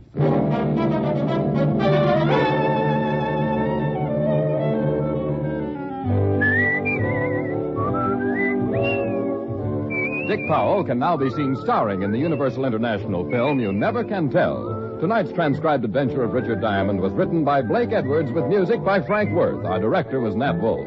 Virginia Gregg played the part of Helen Asher, and Alan Reed was Lieutenant Levinson. Others in the cast were Barney Phillips, Arthur Q. Bryan, Jack Crucian, Joel Samuels, and Jeffrey Silver. Are there pipe smokers on your Christmas list? There's still time to make them a present of pipeful after pipeful of the National Joy Smoke, Prince Albert. The Prince Albert 1-pound tin comes in a special Christmas box ready to give. There's a space right on it for your personal greeting. Give Prince Albert. The bite is out and the pleasure's in when you smoke Prince Albert. It's specially treated not to bite your tongue. The bite is out and the pleasure's in. Listen next week for another exciting adventure of Richard Diamond, starring Dick Powell. This is Your FBI. The official broadcast from the files of the FBI follows immediately. Stay tuned. This program came to you from Hollywood. This is the American Broadcasting Company.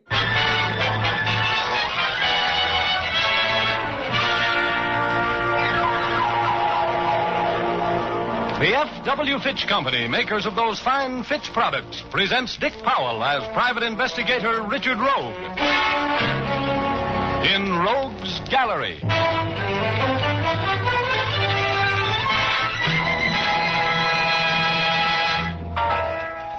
Rogue speaking.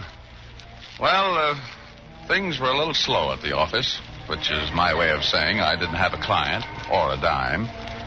And I was indulging in my favorite form of athletics. A fast game of snooker pool with Herb Heide, the bookie at the Deluxe Pool Hall.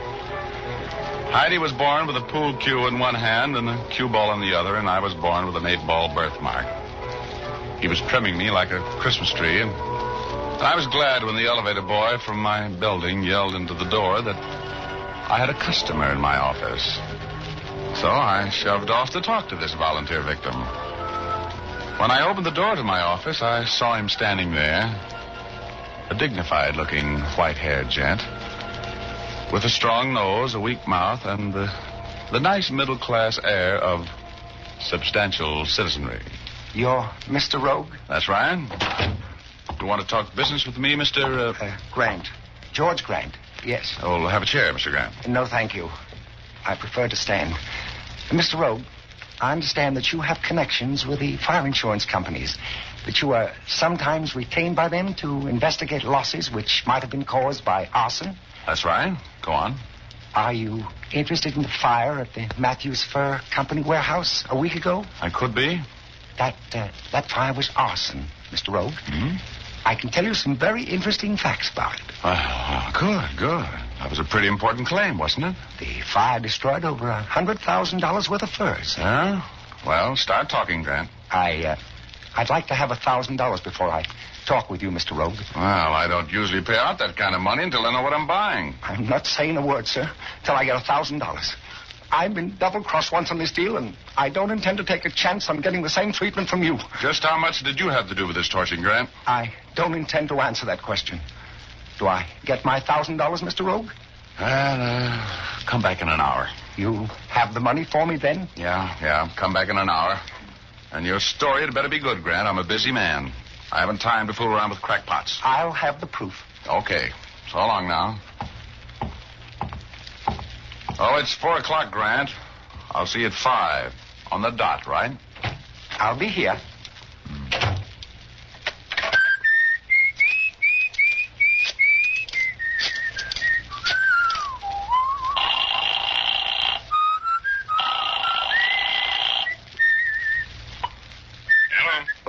Hello, Flynn. Say, your outfit had the Matthews Fur Company warehouse fire covered, didn't they? Who is this? This is Richard Rogue.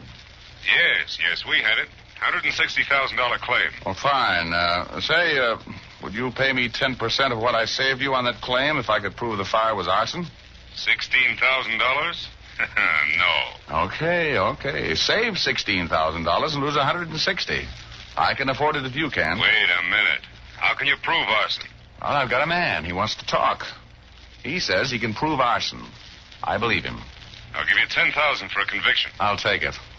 Look, send the $1,000 retainer over here, special messenger, right away. It's important. Hey, wait a minute.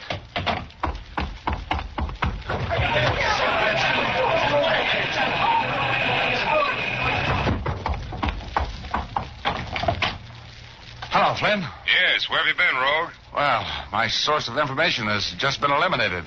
But the deal's on. What do you mean? Well, he must have known too much. He's been murdered.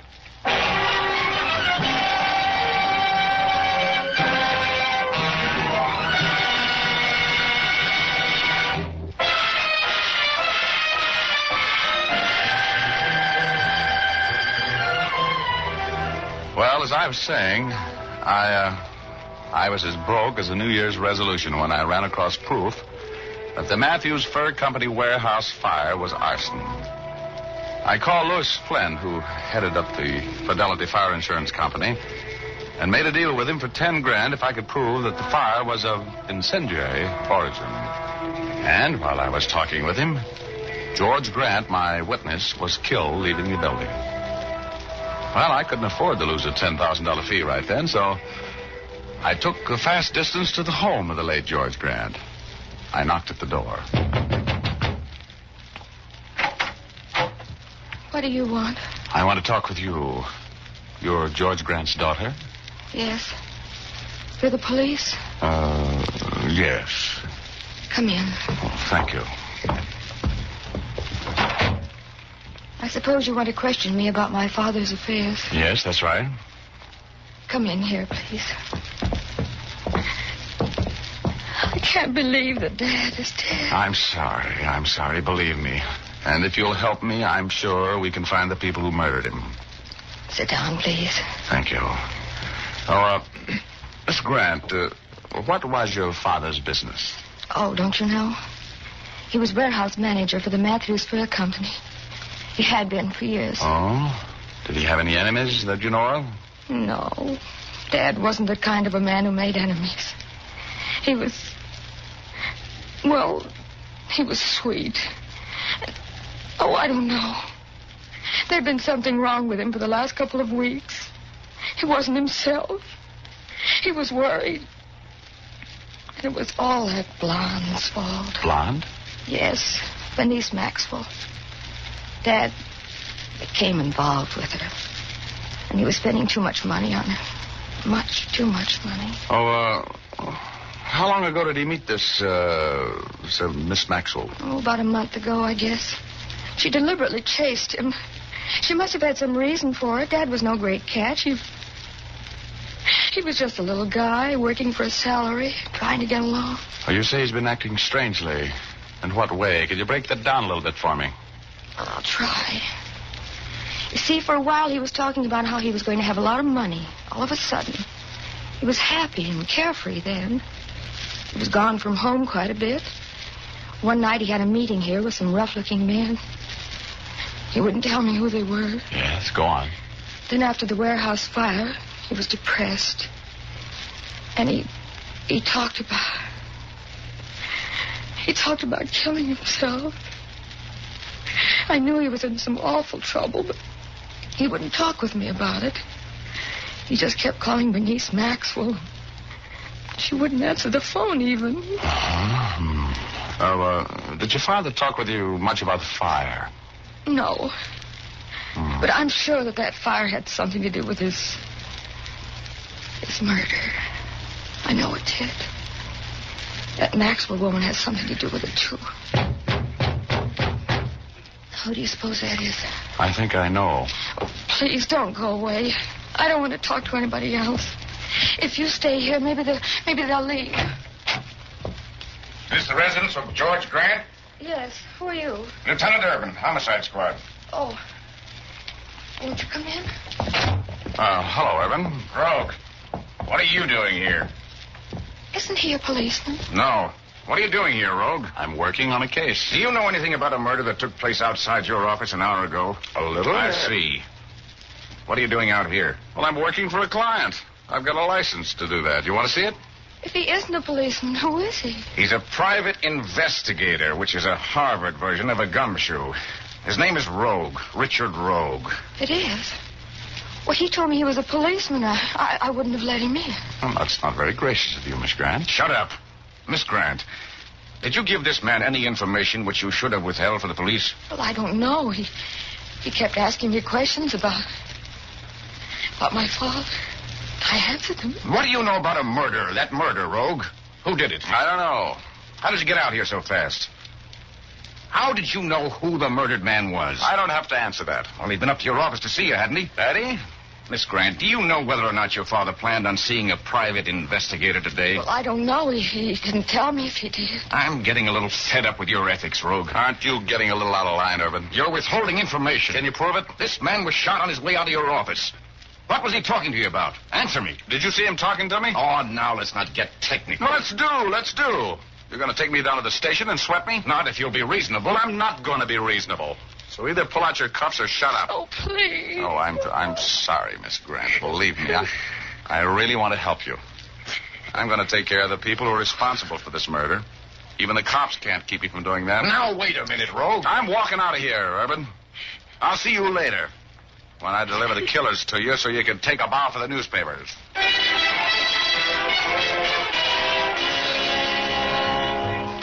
Oh, I was burned like a bride's biscuits and feeling just as tough when I walked out of that house and passed Urban's squad car to my coupe. It didn't do my atomic temper any good when a pasty-faced gunman got out of the front seat of my car and pointed a pistol at me. Hello, Rogue. Get in. We're going places. Huh? Oh, okay, Junior. But be careful of that thing. It might go off. Where to, Junior? Straight down the street. I'll tell you when to turn.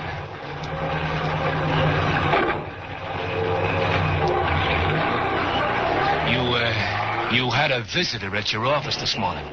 How much talking did he do? Oh, you mean George Grant? You know who I mean. Well, he doesn't talk much. Why? Who wants to know? The boss. Look out where you're going, Rogue. Well, I'm not worried. I've got the wheel. Let's get this thing out of low, shall we?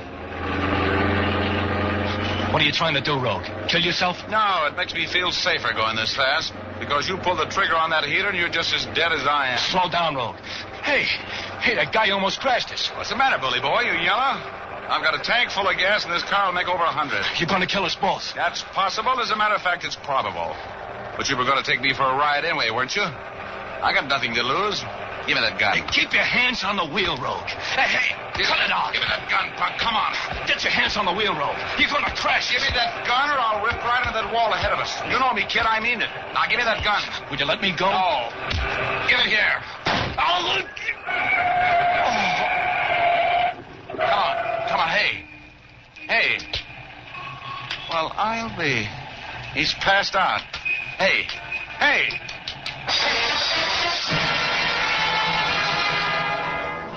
In the struggle for the gun, I twisted this torpedo's hand around and, well, he pulled the trigger himself, with me a contributing factor.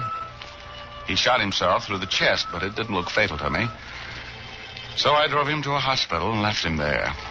Told them to call Urban. I used the hospital phone to check up on Bernice Maxwell and found that she was a sort of a notorious babe, ran an escort service, which was legitimate enough, but she's had a few sidelines, such as blackmail. I got her home address out of the book and went out there. She lived in a nice enough house out on the east side of town. I rang the doorbell. Yes? Hello, Miss Maxwell. I'd like to talk with you for a moment, please. Who are you? Let's talk about that inside, shall we? What do you mean, forcing your way in here? I mean business, Blondie. And that's what we're going to talk. Now, let's go in the other room and have a chat. You just lead the way. After all, you are the hostess. If you don't get out of here, I'm going to call the police. Don't bother, baby. I'm the police. And I want to talk to you about a fire and a murder. So just get moving. Come on. Murder? Yes, a murder. Doesn't the fire surprise you, too? Sit down. I don't know what you're talking about. Who are you, anyway? That's beside the point. I want to know what you had to do with the murder of George Grant. You can talk now or later. I've got nothing but time. George Grant? He's dead? Yes, very. He was murdered about 5 minutes after 4 downtown on Grand Avenue, and I think you know who did it. I don't. I don't know anything about it. You never heard of him, huh? I knew him slightly. Oh, now, please, Miss Maxwell. You knew him better than slightly. You've been running around with him or giving him the runaround for the last month. You deliberately set a trap for him, didn't you? You mixed him up in that arson job on the Matthews Fur Company's warehouse. I don't know anything about arson. You can't come in here and threaten me. Oh, look, lady, I'm not going to be polite about this. George Grant has been murdered. You had a hand in that murder, and I'm going to get the information out of you if I have to beat it out of you. And if you think I'm bluffing, just keep on dummying up. Now, who was mixed up on that arson job that Grant was killed for knowing too much about? Look, I'm going to count 3. Then I'm going to come over there and slap the information out of you. Look. If I tell you what you want to know, will you fix it with the district attorney to let me turn state's evidence? It depends on how good your information is. You have nothing on me. Now, don't start that again. You almost had your mind made up to be smart. Don't double-cross yourself. Now, come on. Talk. I have everything you need right here in this desk. Wow. Now you're talking sense. Now, wise guy, get your hands up. Huh? Oh, no kidding. Now, look, Maxwell. This is nothing you can shoot your way out of, especially with a toy gun like that. Sit down. No. If I'm going to be shot, I want to be standing up when I get it. This is a silly piece of grandstanding, Blondie. I'm going to take that gun away from you before you nerve yourself into pulling the trigger. Don't come another step. I'm telling you, if you do, I'll shoot. Now, you don't think one bullet from that little 25 is going to stop me, do you? It won't, Maxwell. I'll just keep right on coming, and I'll take it away from you. And I'll put you in the pen for the rest of your life for attempted murder. I'll be there anyway if I don't get rid of you. Don't be a sucker now. Think of those 13 steps to the death house. I'm coming after that gun, Maxwell. You take one more step and... Well, I hated to slap that gun out of your hand, Blondie, but you didn't want to shoot me anyway, did you? Let go of my arm. You're hurting me. Now talk. Who's behind that arson deal? Who was the touch-off man? Hold the frame. I can't tell you. I can't. If I don't, they'll kill me. Come on. I haven't much sympathy for dames like you. You killed George Grant just as much as if you pulled the trigger on him. Now talk, baby. Talk, do you hear?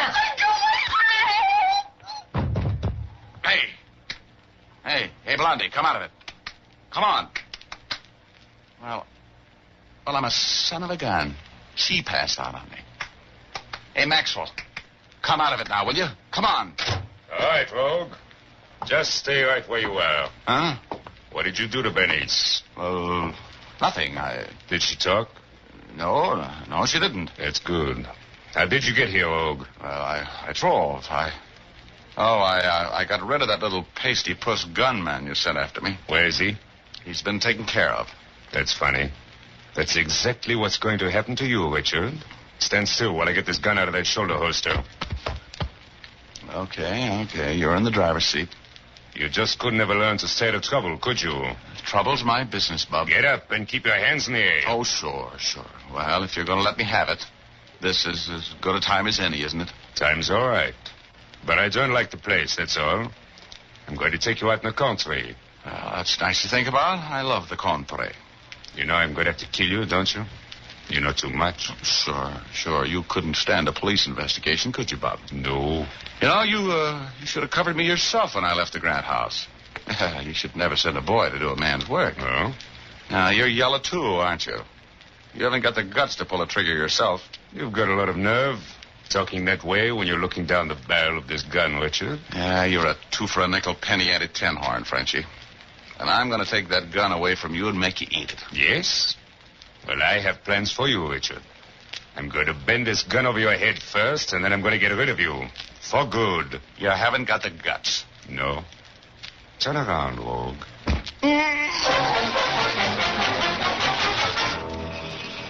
Well, I wasn't as batty as I sounded there, believe me.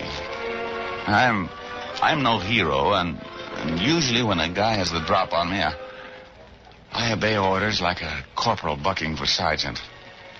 But I didn't have much to lose, and for once I wanted to be hit over the head. Oh, I got my wish and rolled with the blow. Those old familiar stars started to circulate around my indestructible cranium, and I started to black out.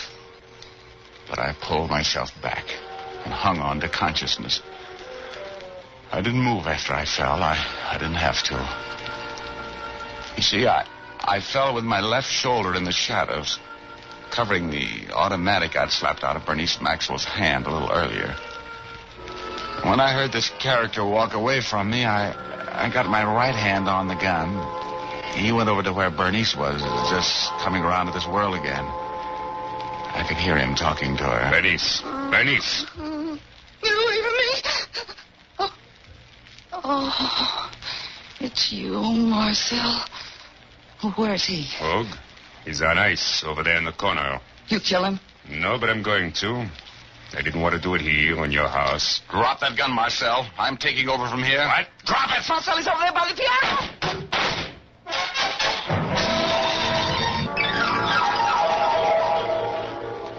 I was a little worried about my future as I stood there behind the cover of that piano and pumped lead at Marcel. But if I could get in a lucky shot, I knew I could put him away for the murder of George Grant and the arson job at the Matthews Fur Company warehouse. I'd hit him a couple of times, and his girl, Bernice Maxwell, was screaming at me to stop. But Marcel kept on trying to luck a shot into my anatomy. Stop shooting! He's hurt! Stop shooting! Don't move, either one of you. I still got plenty of lead here to stop you if you do. What are you going to do with us? I'm going to turn you both over to the cops, baby. Well, this guy will live to hang. Now, here, tie him up. Use his necktie. Come on. He needs a doctor. Well, I'll call one as soon as he's secured. Come on, tie him tight now. He's bleeding to death. Shut up. Here now. My tie. Here, tie his feet tight. You're really tough, aren't you, Rogue? When I'm mad, yeah. Oh, yeah. Here's my gun, and here's the gun that's going to send your boyfriend to the chair.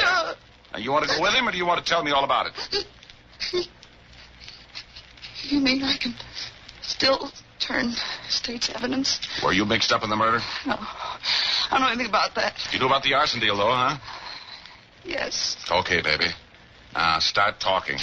And maybe I can get you a deal with the DA. I'll talk. I'll tell. I'll tell you everything.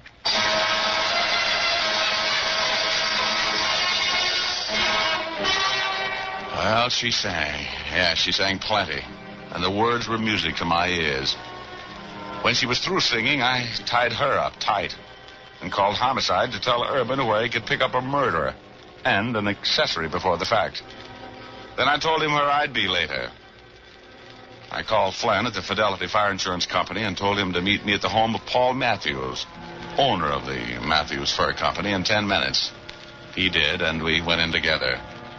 The butler sort of unwillingly showed us into the study where Matthews was reading. I'm Richard Rogue, Mr. Matthews. The investigator? The celebrated investigator, Mr. Matthews. This gentleman with me here is Mr. Flynn of the Fidelity Fire Insurance Company. How do you do? Well, I'm puzzled as to the purpose of your visit, gentlemen. Well, I'll unpuzzle you, Matthews. The fire at your fur warehouse was deliberate arson. Oh? Why, that's preposterous. It's a nice act, but no go. We're not paying the claim, Matthews. We have absolute evidence Let me tell you, Flynn. You made a deal with Marcel Jarnac, one of the West's leading arsonists, to start that blaze, Matthews. But you needed the loyalty of an old employee of yours, the manager of your warehouse, George Grant. Grant was an honest guy. So you and Marcel sicked a dame on him, a dame named Bernice Maxwell. You convinced now that I know what I'm talking about? No. I tell you what. Okay, then I'll give you some more dope. With Grant's help, you took all of the expensive furs out of the warehouse and filled it up with a lot of junk. And then Grant sopped it all down with the gasoline and touched it off.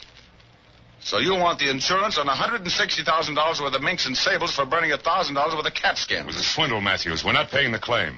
The cops have the Maxwell woman, Marcel Jarnac, and a pasty-faced gunman who worked with them. They've all talked. You're through. That's the police now, the homicide squad. Show them in, will you, Flynn? Sure. Looks like the end of the road for me, doesn't it, Mr. Rogue? Yeah, it sure does, Matthews. You know, amateurs like you shouldn't go around mixing up with professional crooks. That's right. Hey, cut it out. Drop that gun. Matthews, hey. Here. Hey, what's going on in here, Rogue? This guy, this Matthews tried to commit suicide. I had to take the gun away from him. That's all I've been doing all day long. Is that living?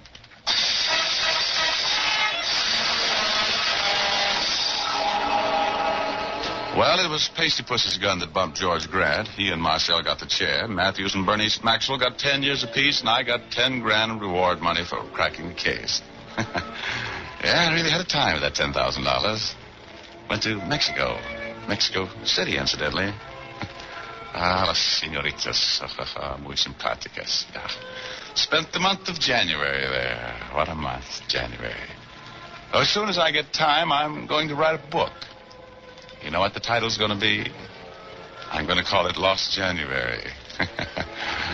Oh, dear. Incidentally, I hope you noticed that I didn't get my brains knocked out and make my regular visit to my alter enemy, Hugo, tonight. Huh? What's the idea, Rogie? I missed you.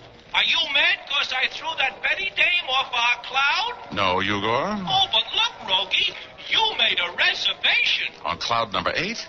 I did not. Oh, yes, you did. You said it. I said what? You said, see you next week, Hugo. You said it. I heard you. Okay, I've seen you. Good night, midget. Goodbye, Rogie. Say, Rogie, aren't you going to wish me a Merry Christmas? Oh, sure. Merry Christmas, Hugo. Merry Christmas, Richard. So long. Merry Christmas. Imagine that little dehydrated Santa Claus.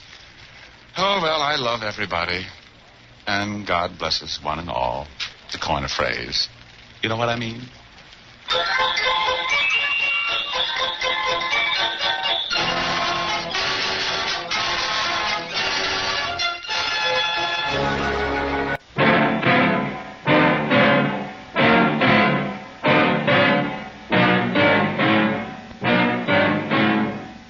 In all my life, I've only seen a dozen real killers. But I've seen 10,000 people who will sit back and let murder happen. Which is the greater evil?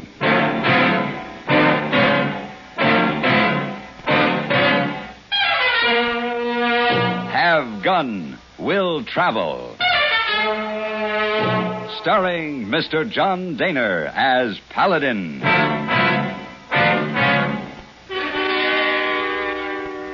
San Francisco, 1875. The Carlton Hotel, headquarters of the man called Paladin.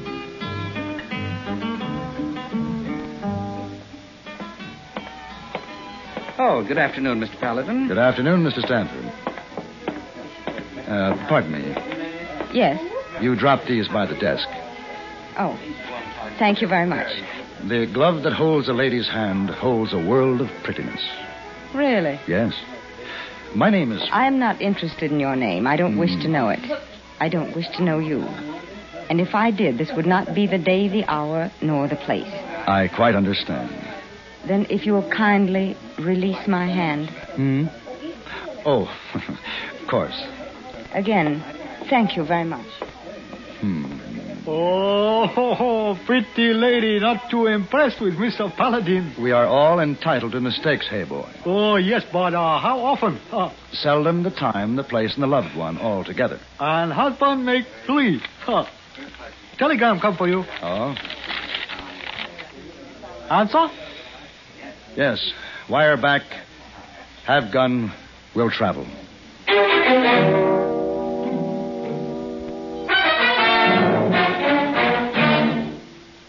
Crime, delinquency, threats of war. These are the subjects that dominate our news headlines these days. Not very pleasant subjects, are they? You may say that somebody ought to do something about cutting down on crime and delinquency and in promoting peace among nations, but that there's nothing you personally can do about it. That's where you're wrong. You can wage your own fight against crime and delinquency in your own family by taking the family to the church or synagogue of your faith this week. The inspiration and guidance you and they will receive from spiritual contact will strengthen moral background and faith. Regular attendance at religious services will help your family to work out its own problems and give them comfort in facing the tensions of our present-day life. Worshipping together brings your family closer together, too. And supporting your own religious institution provides funds to help those individuals and families who, unlike you, are unable to help themselves. Find the strength for your life. Worship together this week.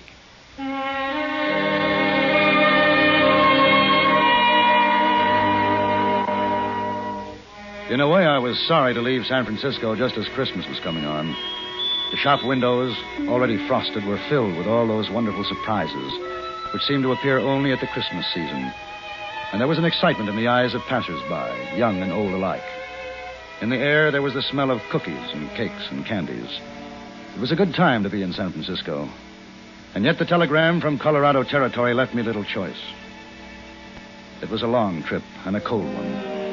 And as I got closer to my destination, I heard more about the man named Beecher, the man who had hired me. And I didn't like what I heard. Matt Beecher was a hard man, and he ran his cattle empire with an iron fist. It was the day before Christmas when I arrived at the Beecher Ranch. You got business here, cowboy? I was told I'd find Matthew Beecher here. You found him. I pay you $25 a month if I like your work. This is my foreman, Tater. He'll sign you on. Howdy. No, I didn't come here to hire on as a hand, Mr. Beecher. No? What did you come for, then? My name is Paladin. You may remember this. Have gun will travel. So? Well, you sent me a wire asking my help, something about your boy. As I understand it, he was carried off during the Sioux War 6 years ago. Well, you're too late, mister. I got him back. Just a few days ago, Mr. Paladin. Oh, well, I'm glad everything worked out. It has. Tater, ride him out to the stage trail. He's going to start back now. And Mr. Beecher, it's a long trip from San Francisco. I'll take travel expenses for my trouble. You'll get nothing. Put him off the ranch, Tater. Mr. Beecher? What? Does the boy speak any English? No, he don't. Why? You speak any Indian dialect? No. Well, don't you want to talk to your son?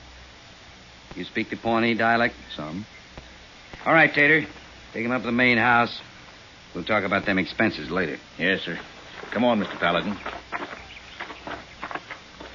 Maybe I better set you straight about something. What's that? Well, we ain't too sure the boy is Matt Beecher's son. Well, he seems sure enough. Yeah, well, Matt's sure of everything. He found the boy riding off from a small band of Pawnees 3-4 days ago. Matt just says, "That's my boy," and takes him. Huh. What do you think, Tater? Well, he looks Indian to me. Of course, Robbie was only 2 when the Indians took him. That was when they killed Mrs. Beecher, too. And that nearly finished Matt off when they killed his wife. Tater, is that you? Yep. Mr. Paladin, this here's my wife, Maudie. Maudie? Mr. Paladin? How's the boy today, Maudie? Well, same as yesterday and the day before. Is he sick? Well, not hardly. It's just we got to keep an eye on him every minute or he'll squirt away. Boy! Hey, boy! There he is, Mr. Paladin. About as wild as any animal that I've ever seen. Poor little thing. Well, what do you think? Well, about 8 years old, I should think. Be about right. He could be white. If some of that grime were scraped off him, it's hard to say. Hard to scrape it off, too. Well, what's he say? I haven't talked to him yet, Mr. Beecher. Well, talk to him. I'm paying you. Kono la teshi. Shishoni, shoni kiburi, kiman. Shiwa, kalate shishona kyo, tekate. His name is Chiwa. His father is Kalate, chief of the Pawnees. You listen to me, boy. I'm your daddy. I'd sell my own soul. I'd give it away before I'd lose you again. He don't understand you, Mr. Beecher. Well, he's got to feel something this strong, lingo or no lingo. Now, boy, you listen to me. Tika. What's the matter with him? He's afraid of you. Miss Beecher! Mr. Beecher! What do you want? It's Indians, Mr. Beecher. Indian. Pawnees. Well, what about them? Well, they're setting up camp. Where? They're over on the East Range. So they finally come for the boy. All right, Tater. Yes, sir. Turn the men out. Make sure they all have rifles. Yes, sir. Now, wait a minute. What? Before you start shooting, why don't you find out for sure if this really is your boy? I told you before, I know he's my boy. You want to believe that, but you aren't sure. All right, Paladin, say it out. What are you asking for? Time to talk with those Pawnees. Well, you go talk then, but I'll tell you one thing for sure. No matter what lies they give you, that boy's mine. And if they try to come after him, there'll be the bloodiest massacre you ever seen.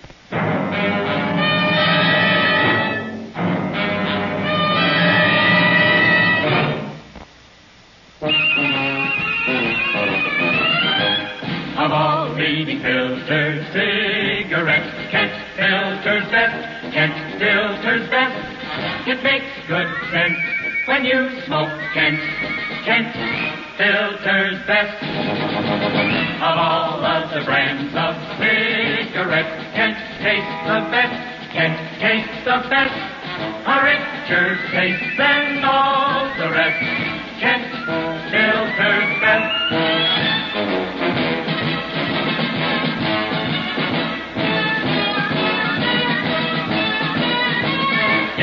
Good sense when you smoke Kent. Of all leading filter cigarettes, Kent filters best.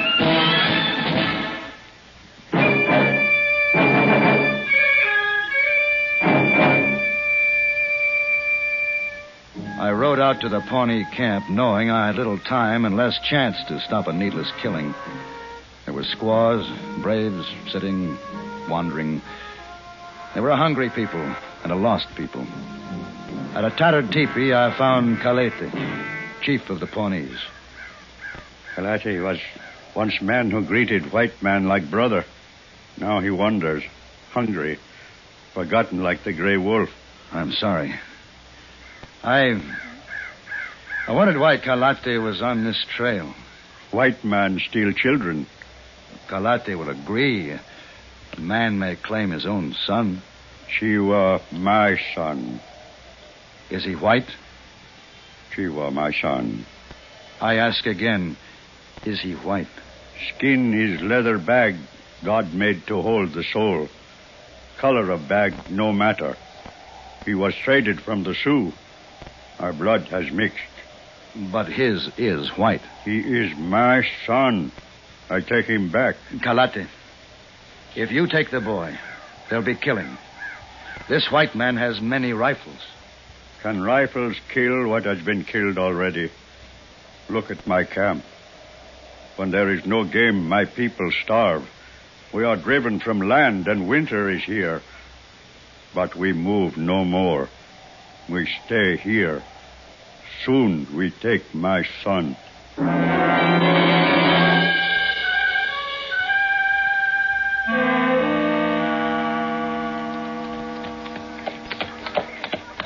Hello, Marty. Hello, Mr. Paladin. Wow, what's going on inside there? Oh, everyone's shining up clean. We're going to celebrate Christmas, Mr. Beecher, too. Mr. Beecher? Well, I know you won't believe it, but Tater did the trick. Says to Mr. Beecher, maybe the boy will remember Christmas. Ain't that a good one? Indian boy bringing us Christmas. First time since Mr. Beecher lost his wife. Oh, gotta find some more mesquite for decorating. We're going to have singing and eating and everything. Sounds fine, Marty.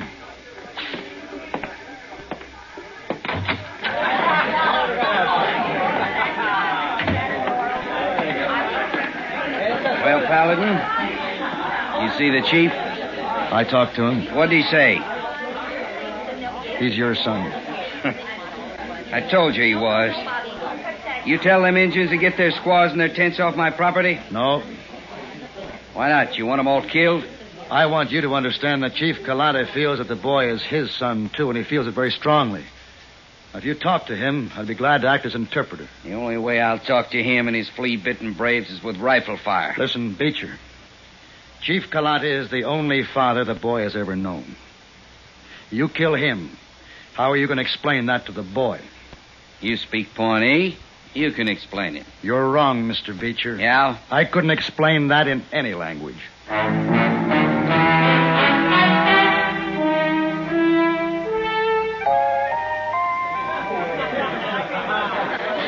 Tater, I said rations, not all these fancy victuals. Well, it's Christmas, Mr. Beecher. Now, look. Listen to me, all of you. Listen. If one calf wanders off tonight, we work double tomorrow, even if it is Christmas Day.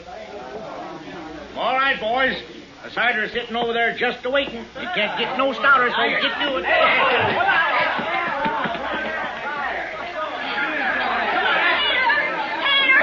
Tater! Morty, what is it? The boy's gone. Gone? They come and took him. Was it the Pawnees took him? Yes, sir. You knew about this, Paladin. I thought they'd try, but not so soon. Get your rifles. Now, just wait a minute. You're always reaching for a rifle. There's no need for rifles. No hurry. The Pawnees aren't going anywhere. They're tired of running. Preaching from a gunslinger. You just been aching to speak a piece. Well, speak it, Paladin. Talk don't mean nothing. Say anything you want. I'll still have the last say. Well, I'm far from being a preacher. But I do know something about killing. Now, these Indians, rightly or wrongly, believe the boy is theirs. And few people love children like the Pawnees. Now, the Chief Kalati might have given up the boy. He knows a wealthy rancher could give the boy more than a starving Indian could, and they're starving. Properly treated, he still might give up the boy. On the other hand, these Pawnees can't run anymore. They're tired. But they would rather die here tonight than give up the child to force. It won't be hard to massacre them. They have no guns. All you have to do is stay out of arrow range. And those you only wound, well, someone will have to press a muzzle against their heads and pull a trigger. Now, this is no Christmas message. I haven't even suggested that to a starving man, food may carry more weight than rifles. As Mr. Beecher can tell you, sentiments like peace, like goodwill, and love, and brotherhood, they're just words. Unless you already know what they mean. And if you don't, even if this were a chapel and I were a preacher, such words would do no good. Well, I ain't got much to say. We're going out to kill some Injuns. One Injun in particular. Anybody that wants can stay here and draw his time, if you think you can find another job.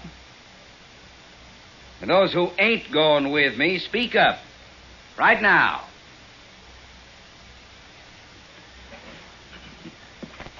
Well, that's the story since the beginning, Mr. Paladin. The belly always wins out.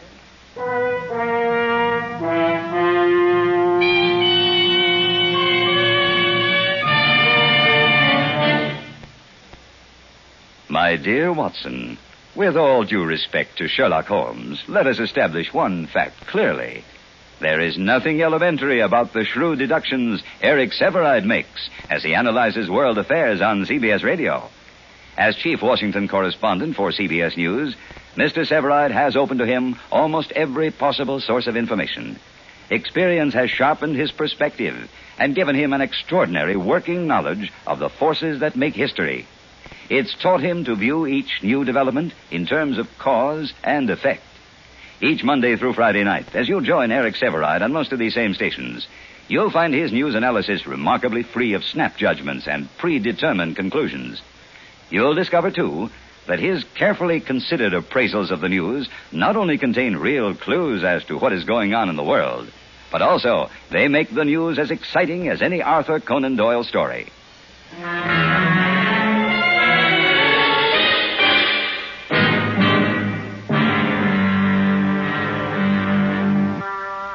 As Beecher's men spilled out of the doorway of the main house to change clothes and get their rifles, I slipped out the back way and, taking the first horse I saw, headed for the Indian camp. Somehow I had to keep Matt Beecher from starting a bloodbath he might not be able to stop. Even as Kalati and I talked, I knew there were horses moving in the darkness beyond the Indians' fires. Beecher's horses. You are a wise man, my son, but we stay. A man without a gun still might run. No place to run. I have forgotten how to kill, but not how to die. Well, what good does this do the boy? Could he take another father after this? We got the camp surrounded. You want to explain that to the chief, Paladin? He knows it. You going to stand with them instead of with your own people?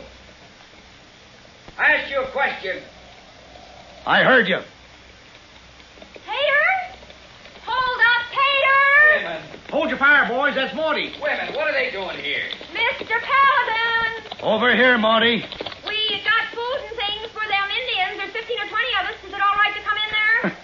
It's the most all right thing in the world, Marty. Come on. All right, ladies. Get your baskets and get it. What is? Call your squaws, Chief. Call your children. Call the boy. They're bringing food and gifts for your people. Shiva, Holonge, Honemo. Well, they don't look very friendly, Mr. Paladin. I guess you don't look very friendly to them. What do we say? Oh. I'd suggest you try Merry Christmas. Merry Christmas? Christmas. Morty, this is Kalate. He's the chief of the Pawnees. How do you do? Oh.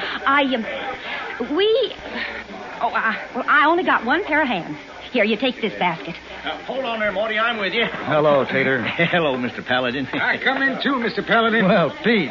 Now, what Beecher's doing is wrong, and I don't care if I do get fired. Well, look, Mr. Paladin, all the men are coming in. Why, Morty, you ain't rightly dressed for riding. Well, ladies, none of us have time to change, but you sure don't have to. Well, Chief, there'll be no bloodletting tonight. Christmas? That's right. They call it Christmas. It's a time of the year when people pretend there is no evil in the world. Yeah, I like. Everybody likes. What about the boy, Chief? His name is Robbie Beecher. His skin is white. Chief? My boy. His boy, Chief. You can return the seed to the plant that bore it. He can't take it, nor can I, nor can anyone. I talk to boy. I'll talk to his father.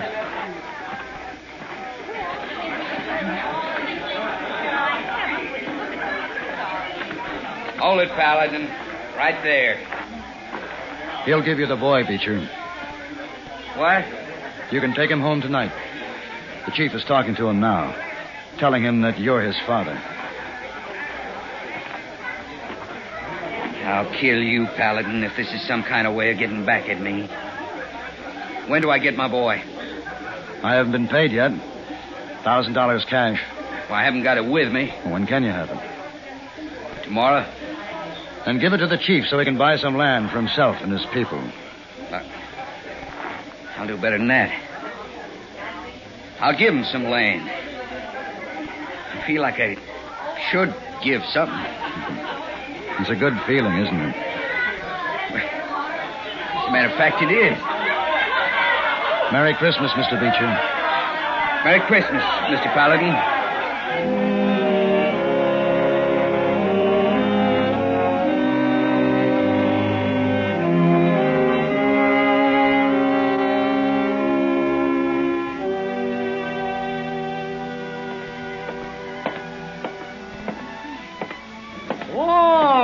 Paladin. Good afternoon, hey boy. When you come back? Last night, late.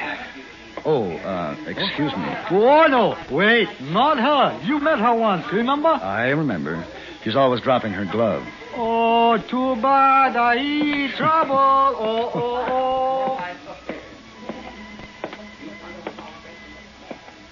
I beg your pardon. You dropped your glove. Oh, so I did. May I pick it up? You may. Thank you. Allow me to introduce myself? Well, please do. My name is Paladin. My name is Eugenie Meyer, Mr. Paladin. Oh. There's a princess named Eugenie. I'd rather hear about that glove that holds a lady's hand. Holds a world of prettiness? Yes. I like that beginning better. Is there more? Oh, there's a great deal more, I assure you. But one question... Why the change of heart? Well, it's more a change of mind. The change of heart can come later. But why? You were very confident in your rejection the last time we met. Well, you were very confident of yourself, Mr. Paladin. Christmas seems to have humbled you. And me. Then we're both very fortunate. Now we can meet. Yes.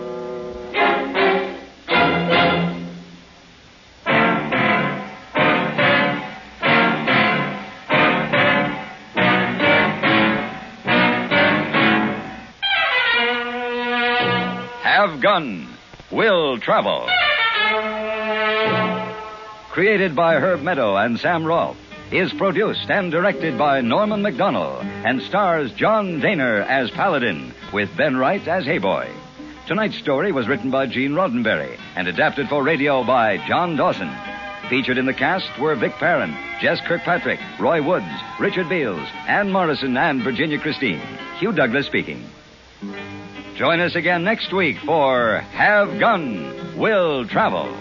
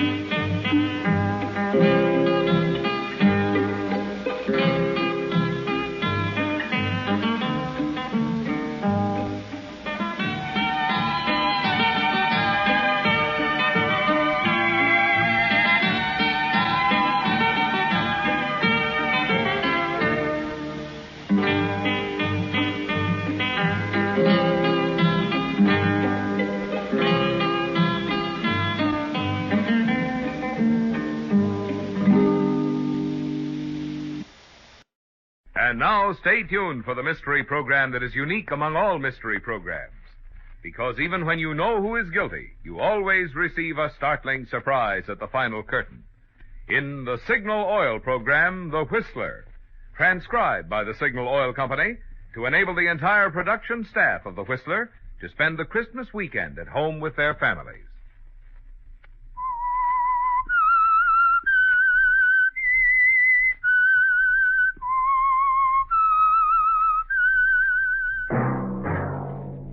Signal, the famous Go Farther gasoline, invite you to sit back and enjoy another strange story by The Whistler.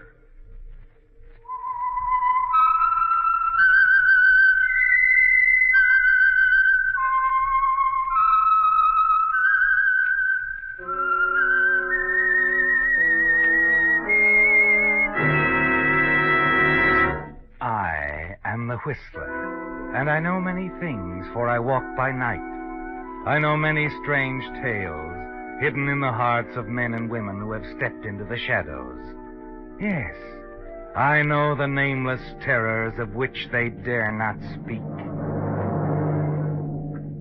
And now for the Signal Oil Company, The Whistler's strange story, Christmas Gift.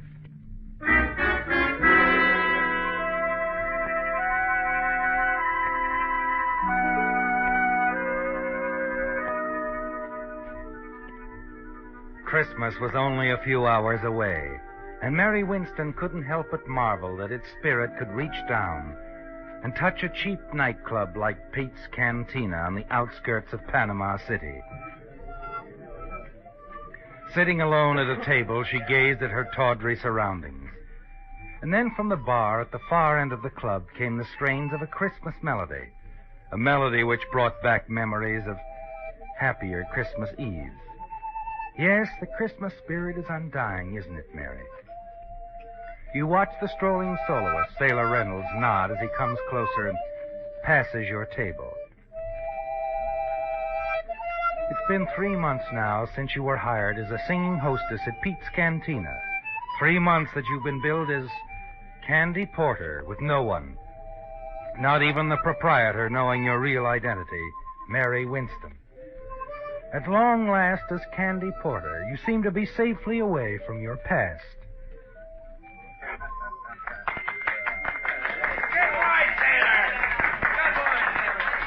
As the music ends, you look up, aware suddenly that Pete Gardinas, the rolling, heavy-set proprietor, is approaching your table. Candy! Look, there is an American gentleman just came in. He wants to buy you some champagne. Champagne, you hear? Please, I'm not in the mood tonight. Look, kid, this looks like a big spender. If he wants to buy champagne... All right.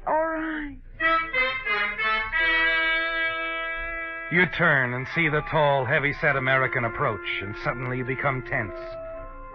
After a year of running away, you've learned to spot his kind in a moment, haven't you, Mary? You're certain he's a detective. And now you have to fight to remain calm as he approaches. Sit down, Mr. Fontaine. Sit down. Sure you don't mind, Miss Porter? Of course not. Thanks. In that case, I will. I'll go get the champagne. I keep him on ice. 11 years old, too.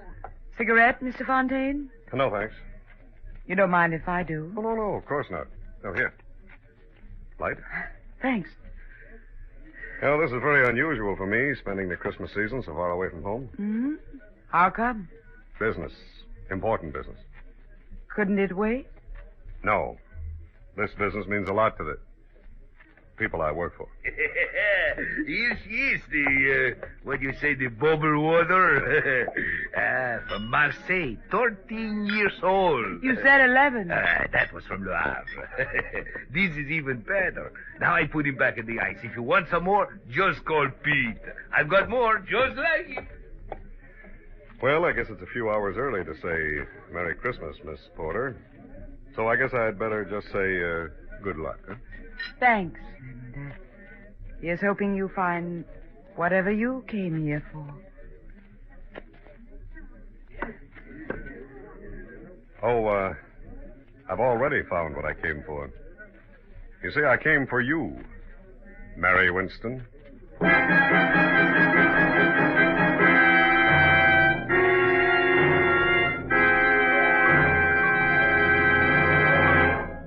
Friends, to all of you who have opened your homes to the Whistler, not only throughout the year, but even tonight on this last busy weekend before Christmas, Signal Oil Company has asked me to express their sincere appreciation for this privilege and pleasure.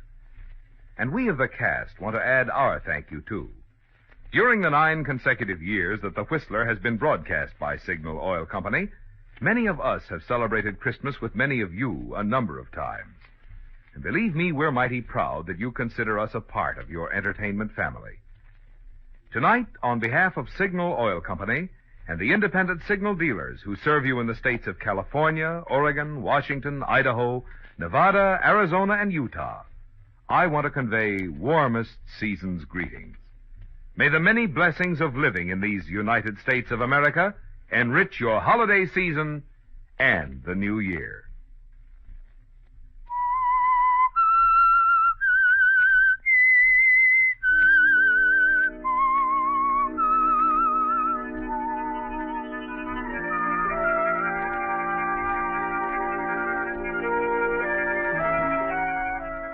It's ironic, isn't it, Mary? A sorry Christmas gift after all the months of hiding, running from one town and then another, using a different name in each place, but never your own, Mary Winston. These past 3 months you've been known as Candy Porter, singing hostess in Pete's Cantina here in Panama City. And now this detective sitting across from you has called you by your real name, Mary Winston. And you can't run, can you, Mary? Facing Fontaine, you decide there's only one move you can make. That you've only one card left. But if you play it wisely, carefully, it might prove to be an ace. You say you came here after me, Mr. Fontaine? Mm-hmm. I don't know what you mean. I think you do. And if I were you, I'd be ready to leave for Los Angeles in the morning, Miss Winston. Like the billing says, my name is Candy Porter. I know what the billing says. I know what it said in Brooklyn when you were billed as Doris Trent. In Denver when you were billed as Gladys James. But when you took a powder out of Los Angeles a year ago, you were Mary Winston. You know, it's strange you're mentioning Mary Winston. I was even thinking about her when you came in. A lot of other people have mistaken me for Mary Winston. We could have passed for twin sisters. She was my best friend. I could tell you a lot about her if you feel like listening. Sure. I'll listen. Go ahead and talk if it'll make you feel any better. We can't get away until tomorrow morning anyway. The more you tell now, the less you'll have to tell later. Thanks. You see, Mr. Fontaine, Mary Winston was just a good kid who got a bad break. She was in love with a swell guy, but scared to death of a hoodlum. It's an unusual story, Mr. Fontaine.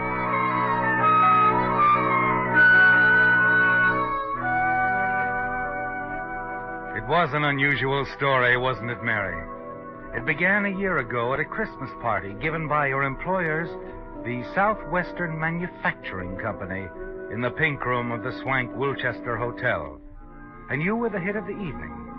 You sang 3 songs and went over big. Your friends from the office hadn't known of your talent, but they all agreed you were fine, and when the party was over, you were feeling good. So good you decided to drop into the hotel cocktail lounge, make a phone call or two, and have a nightcap by yourself before going home. When you finished your phoning, you walked to a vacant stool at the bar. Scotch and soda.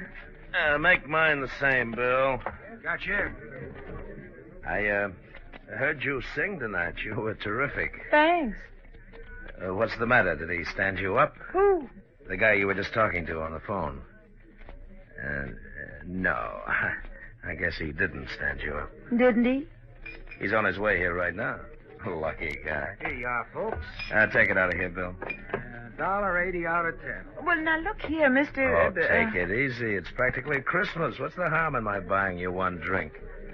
Like I said, I liked your voice, Here's Miss your Winston. change. Thank you, Bill. You a detective or a mind reader? Oh, you mean your name? Mm-hmm. It wasn't any trick to find that out. I just asked one of the boys I saw dancing with you. My name's Joe Collins. I see you've never heard of me. Should I have? Oh, now I get it. You're a professional talent scout and want to get me into the movies. Nope. I'm a gambler. Disapprove? Why? Live and let live's my motto, and that's exactly what I'm going to do right now. What? Live my life and let you live yours. Good night, Mr. Collins. Just think I can tell the girls at the office tomorrow I met a real live gambler. Wait a minute. You could tell them a lot more than that if you believed in your voice as much as I do. Really? Mm-hmm. You've heard of Domingo's out on Sunset, haven't you? It's an undercover gambling club, isn't it? It's more than a gambling club. There's a swell floor show. A lot of big people go out there, people that count. And all intimate friends of yours, I'm sure. No, but I know quite a few. Some who could push you right to the top with that voice of yours. Mr. Collins, this is the oldest line I ever heard. It's not a line, but skip it. Go on home, listen to the radio, eat candy. You can have a terrific time. If you go to Domingo's with me, you can't tell what might happen. You might have to meet a couple of show producers, maybe even sing. So play it safe. Go on home. Maybe dull, but you'll always get to work on time. Is that all you have to say? Yeah, that's all. Except, nighty-night. Wait a minute. Yeah? Could we be back early? We'll leave any time you say. Well, what are we waiting for? Well, now you're making sense. I'll call a cab. Well, never mind. I have a car. It's parked right around the corner.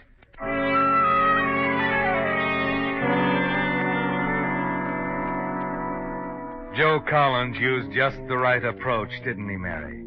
You realized you were being a fool. But as the hours passed, you told yourself your fears were groundless. Joe treated you with perfect courtesy, introduced you to several people, including the producer of the floor show. You even sang a number which was well received. Later, you watched the gambling for a while and then proceeded to the Silver Room to enjoy the second floor show. Afterwards, you had supper in the main dining room and watched the guests dancing. Joe. And then suddenly, you've had enough. Joe, do you mind if we leave now? I said we'd leave any time you said. What hit you, the music? I guess that's it. Another guy? Another guy. My fiancé, Dr. Frank Wilson. What happened to, Dr. Wilson? He's in Korea. Marines? No, Army doctor. It was his car we drove out here in. Oh, that's too bad. We could have had a lot of fun. Well, shall we go? Please.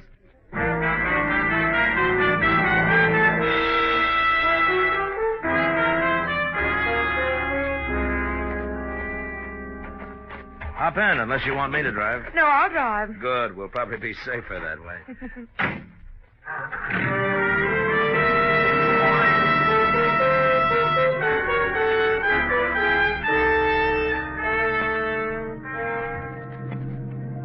As you drove toward your little apartment on Clinton Avenue, you were glad your reckless little adventure was nearing its end. Everything had been fine so far, but you couldn't throw off a feeling of uneasiness. For a few miles, Joe said little, and then he seemed preoccupied, and you were relieved when he finally broke his strange silence. Say, Mary, would you mind stopping for a minute at that drive-in? All of a sudden I got an awful headache. Maybe I can get some aspirin there, huh? I doubt it, but we'll give it a try. You can keep the motor running while I'm gone, huh? I'll only be gone a few seconds. Okay.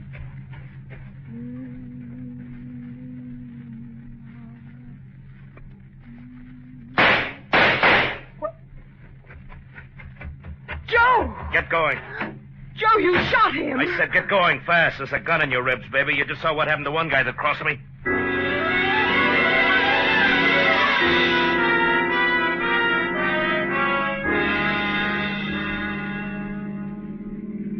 Did you kill him? I don't know.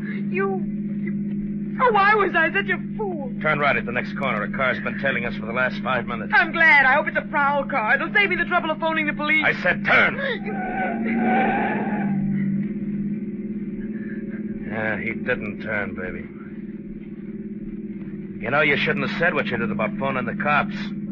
Nobody but me and you knows about that drive-in job. You just better pull over and park. We got a couple of things to talk over. I said pull over. Please, Joe. Joe, don't kill me. I know you can do it easy, but I'll never tell about tonight. That's the way you feel now. An hour from now, you'll feel different. Oh, no, I won't. On my word of honor, I'll make a deal with you, Joe. I'll trade you my silence for my life. I swear I won't talk about it ever. You sound like you really mean that. Oh, I do mean it, Joe. I swear it. I swear it. You swear it, huh? Yes, Joe. I swear it. Well, I'm not being very smart, but I'm going to take a chance. You drove the getaway car, so I guess that makes us partners anyway. Yeah. You know, partner, we ought to have a lot of fun together. Now, how about dropping me off at my place, huh? Tell me where to go. Live about 6 blocks from here. Just turn to the right at the next.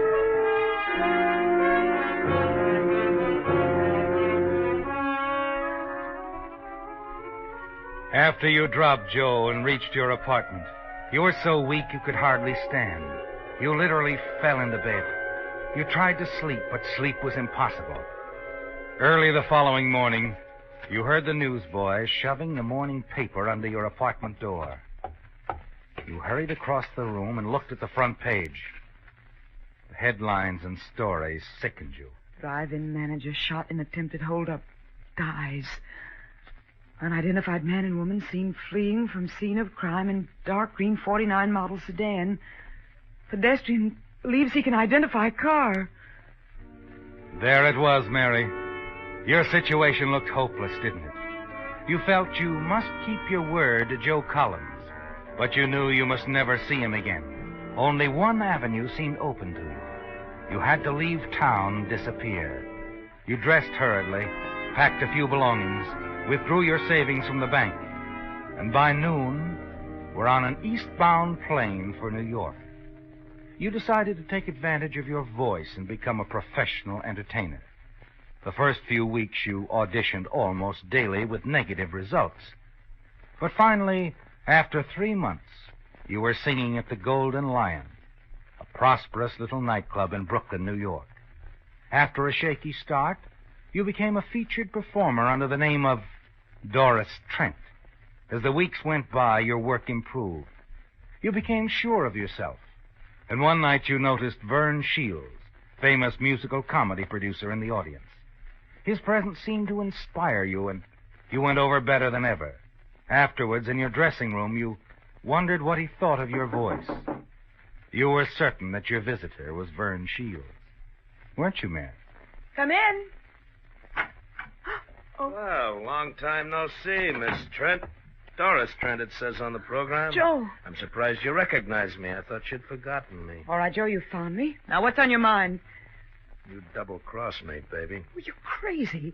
That's why I left town, so I wouldn't even have to talk to anybody. You wrote the police, though, didn't you? Oh, you're wrong, Joe. I didn't write to anybody. It had to be you. It couldn't have been anybody else. 2 days after you left, they picked me up for questioning. But it wasn't me. I've kept my word with you, Joe. Yeah? Well, there's one way you can convince me. How? Marry me. Tonight. Marry you? Mm-hmm. That way I'll be sure of you. Wives can't testify against their husbands. Besides, I'll know what you're doing all the time. Look, Joe, I gotta do my show. Let's talk this over in the morning. Tonight. We're going up to Connecticut. But go ahead and do your show. Only if you've got any ideas about calling the cops, don't forget you drove the getaway car. And in case anything happens to me, there's a written confession in my pocket telling exactly how you helped me pull the job. How we used your boyfriend's car. How you kept the motor running waiting for me. You've thought of everything, haven't you? Everything, so don't try anything. Now go ahead and do your show. I'll wait for you here. You started down the hallway, turned toward the powder room off stage. Suddenly you realized what a fool you'd been. But you made up your mind not to keep on being a fool, didn't you, Mary? Not with that wall telephone just 5 steps ahead of you. Operator, get me police headquarters and hurry. Better hang up quick, baby. I mean, quick. I had a hunch you'd try to double-cross me. Now I know for sure who wrote that note to the cops. I didn't, Joe. Honest, I didn't. You just tried to call him, didn't you? All of a sudden, I've lost interest in getting married.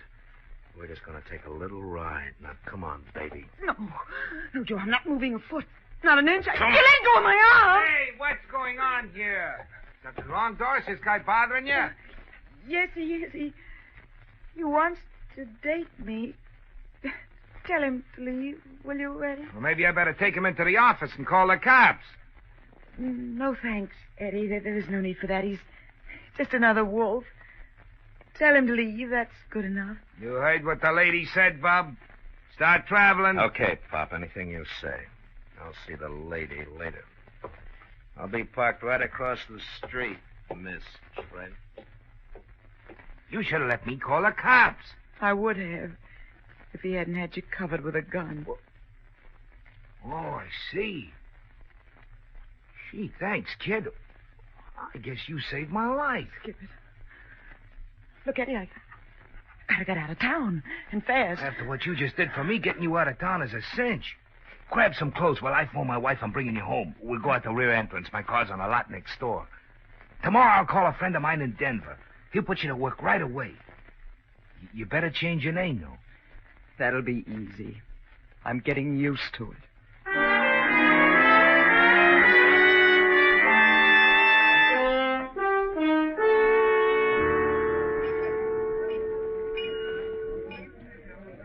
So, Mr. Fontaine, that's where I met Mary Winston. In Denver at the Hi-Hat Club, billed as Gladys James. She was there for quite a while, room with me. Then she left just like that one night.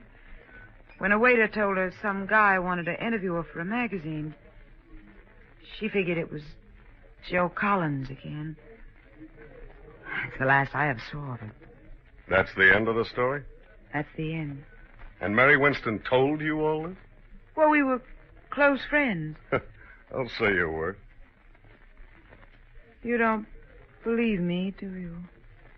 If you were in my position, would you believe a story like that? No, I don't suppose I would.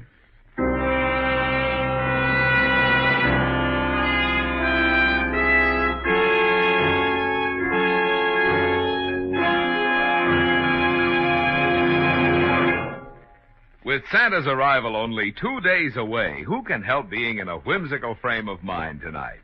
Whimsical about such things as how Santa can travel so far in one night. Well, maybe here's the answer. A child asked his father one day how St. Nick went so far on a sleigh. The wise father replied, he can take that long ride 'cause his reindeer drink signal, they say. Well, I decided to check this story with Santa himself, and now I can report to you. Said Santa when boarding his sled, "This year I'm using my head. It's signal for me. I'll go farther, you'll see." And over the rooftops he sped. Now, as you've no doubt guessed, in addition to letting you in on Santa's mileage secret, there's also a moral to this story, which is... the gas used by Santa, my lassie or lad, is also the gas that is best for dear Dad. With Signal, Dad's car will not only go far, but give top performance, the best to be had.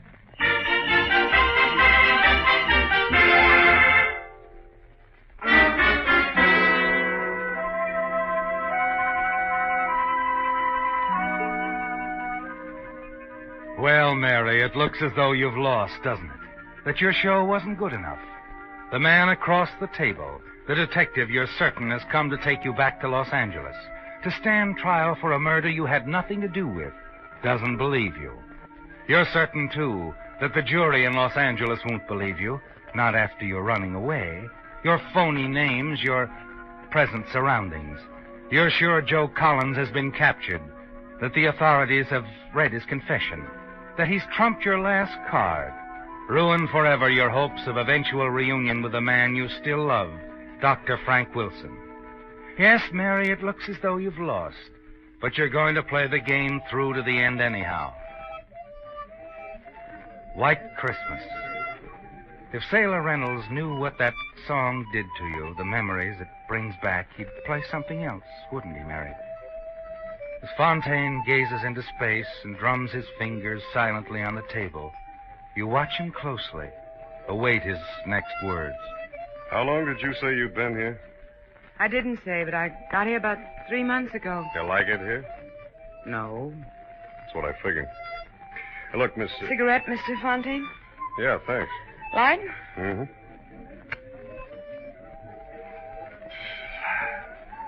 Thanks again, Miss Porter. Did you say Porter? Well, that's what you said your name was, didn't you?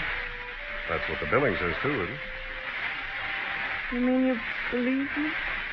It sounded straight to me. Well, it looks as though I came a long way for nothing, doesn't it? Still, I'm kind of glad I came. I always figured that confession they found on Joe Collins' body was a phony. Joe Collins? Joe Collins dead? Yeah. The Brooklyn police got him one night about 5 months ago. A woman called the police from a little nightclub, the Golden Lion Club. She hung up before they answered the phone, but the Brooklyn boys decided to investigate anyway. One of them spotted Collins in the car parked across the street. He got trigger happy, and that was that. Joe Collins.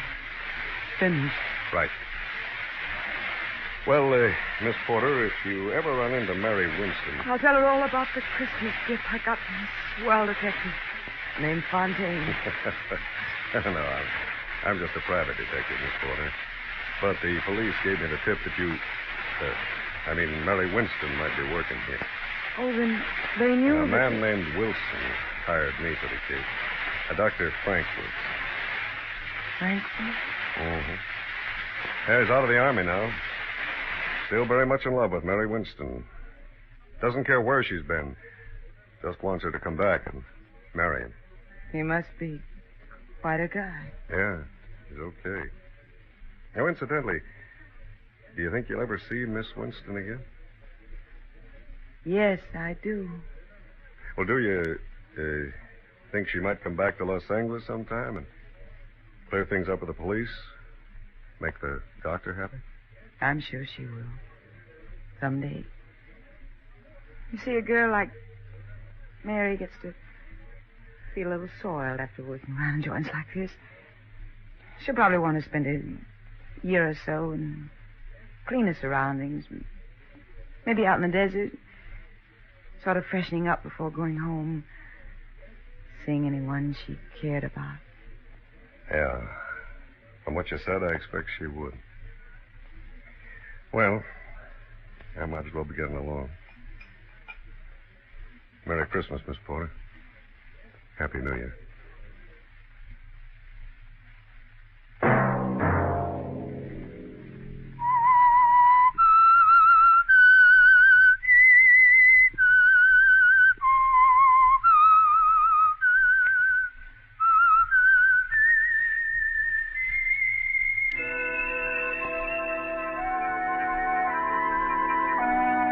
Let that whistle be your signal for the Signal Oil program, The Whistler, each Sunday night at this same time. Signal Oil Company has asked me to remind you, there's an easy way we can all help to make this holiday season happier for ourselves and others. Drive at sensible speeds, be courteous, and obey traffic regulations. It may save a life, possibly your own.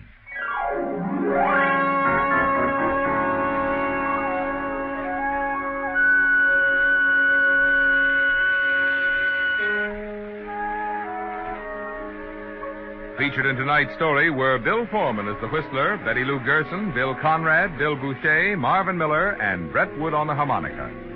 The Whistler was produced and directed by George W. Allen with story by Ed Bloodworth, music by Wilbur Hatch, and was transcribed and transmitted overseas by the Armed Forces Radio Service. The Whistler was entirely fictional, and all characters portrayed on The Whistler are also fictional.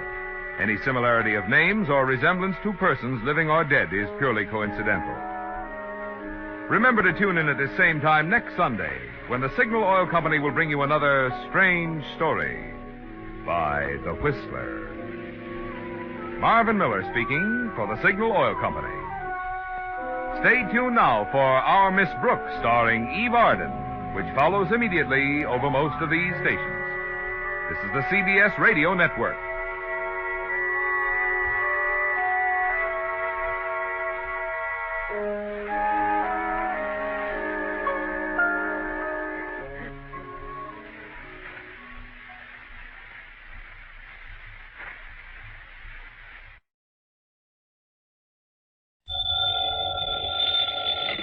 Johnny Dollar. Johnny, you better come flying out here just about as fast as you can. Who's that? Johnny, this is Red. Yeah, Red who? Well, you know, your favorite fishing guide. Red Barrett? That's right. Lake Mojave Resort out in Arizona? Yes, sir. Well, Red, you old scalawag. How are you, and how's the fishing? Just great. That is, if you know where the good holes are. And believe me, you do. Now, that's really a fact, Johnny. I really do. I guess I'm the best fishing guide this country ever saw. Yeah, and I suppose you think it's time I made another trip out there and tangle with some of those beautiful lunker bass. Well, now, Johnny... it's no good, Red. I just can't do it. Now, you listen. The way the work is piled up on me, I'm just about going crazy. I've been trying to get away for some kind of a vacation for weeks now, but I just can't do it. Sounds to me like you need it, too. Yeah, it's been a tough year, no let up at all. Pat McCracken over at Universal Adjustment Bureau, half a dozen of my other contacts. They've been begging me to take some time off, but I just can't, Red. I'm not on a regular payroll. I'm a freelance, so I have to take on every assignment that's handed me, whether I like it or not. Look, you mentioned Mr. No use, Red, so don't make me feel any worse by talking about it. Me? That was your idea. Huh? Did I say anything about fishing until you did? Oh, now, wait. You mean there's some insurance matter I ought to look into out there? It was this Pat McCracken you mentioned that said I better call you. Oh, great. And he's the one who's been after me to take a rest. So, what's happened out there? That's the thing. It ain't what has, but what's going to happen. Yeah? Like what? Come on, get to the point, Red. Well, Johnny, when it does happen, well, it's going to be pretty tragic for Lake Mojave Resort. You mean somebody's trying to wreck the place? Something like that? Much worse, Johnny. Much worse. Well, what is it? Well, I just don't think I ought to tell you over the phone. But, Red, unless I know... And if somebody was to hear me talking to you this way... Red, look. And anyhow, you'll find out soon enough when you get here, Johnny. And you won't like it. No, sir. Red, quit stalling, will you? Of course, if you just want to sit around up there in Hartford and let a terrible thing like this happen without even raising a finger... Well, I just can't believe you'd do that. Look, will you stop beating around the bush and... Red?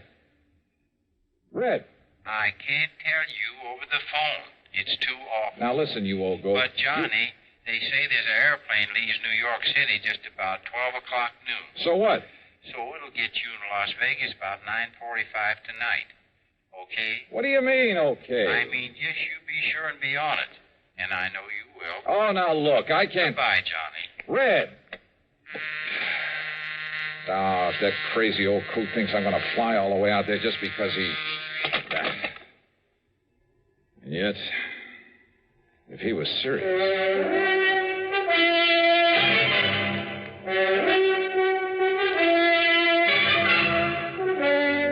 CBS Radio brings you Bob Bailey in the exciting adventures of the man with the action-packed expense account, America's fabulous freelance insurance investigator. Yours truly, Johnny Dollar.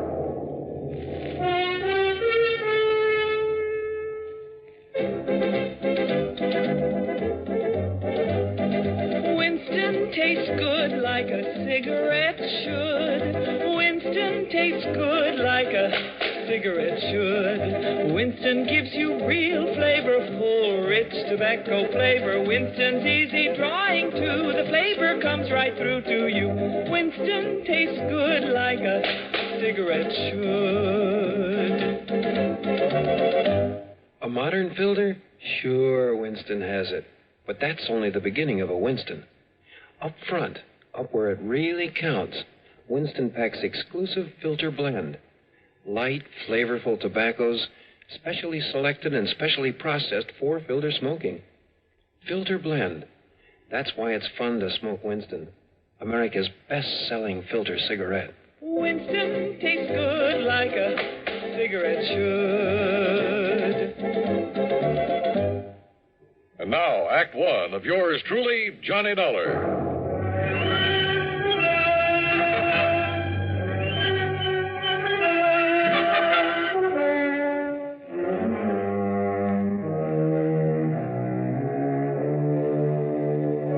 Expense account submitted by Special Investigator Johnny Dollar to the Universal Adjustment Bureau, Hartford, Connecticut. Attention, Mr. Pat McCracken. Following is an account of expenses incurred during my investigation of the Red Mystery Matter. That crazy phone call from Red Barrett. I know that wild old character pretty well. I'm fully aware of his faculty for stretching the truth, making a couple of mountains out of a molehill or two. And once or twice before, I'd wound up making the trip across the country just to wet a fishing line with him. And yet, those other times I'd fallen for his gag, I'd run headlong into serious insurance matters. Trouble with a capital T. And if he really meant what he said about something terrible impending at Lake Mojave Resort, well, there was one way to find out. Expense account item 1, $153, plane fare, Hartford to New York to Las Vegas, Nevada.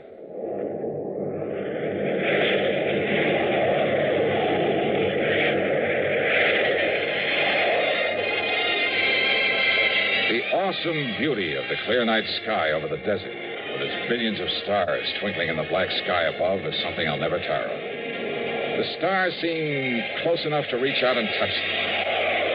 As the plane hit the glide path down to the landing strip at the south end of Las Vegas, the myriad many-colored lights of the city winked and sparkled like the lights on a gigantic Christmas tree.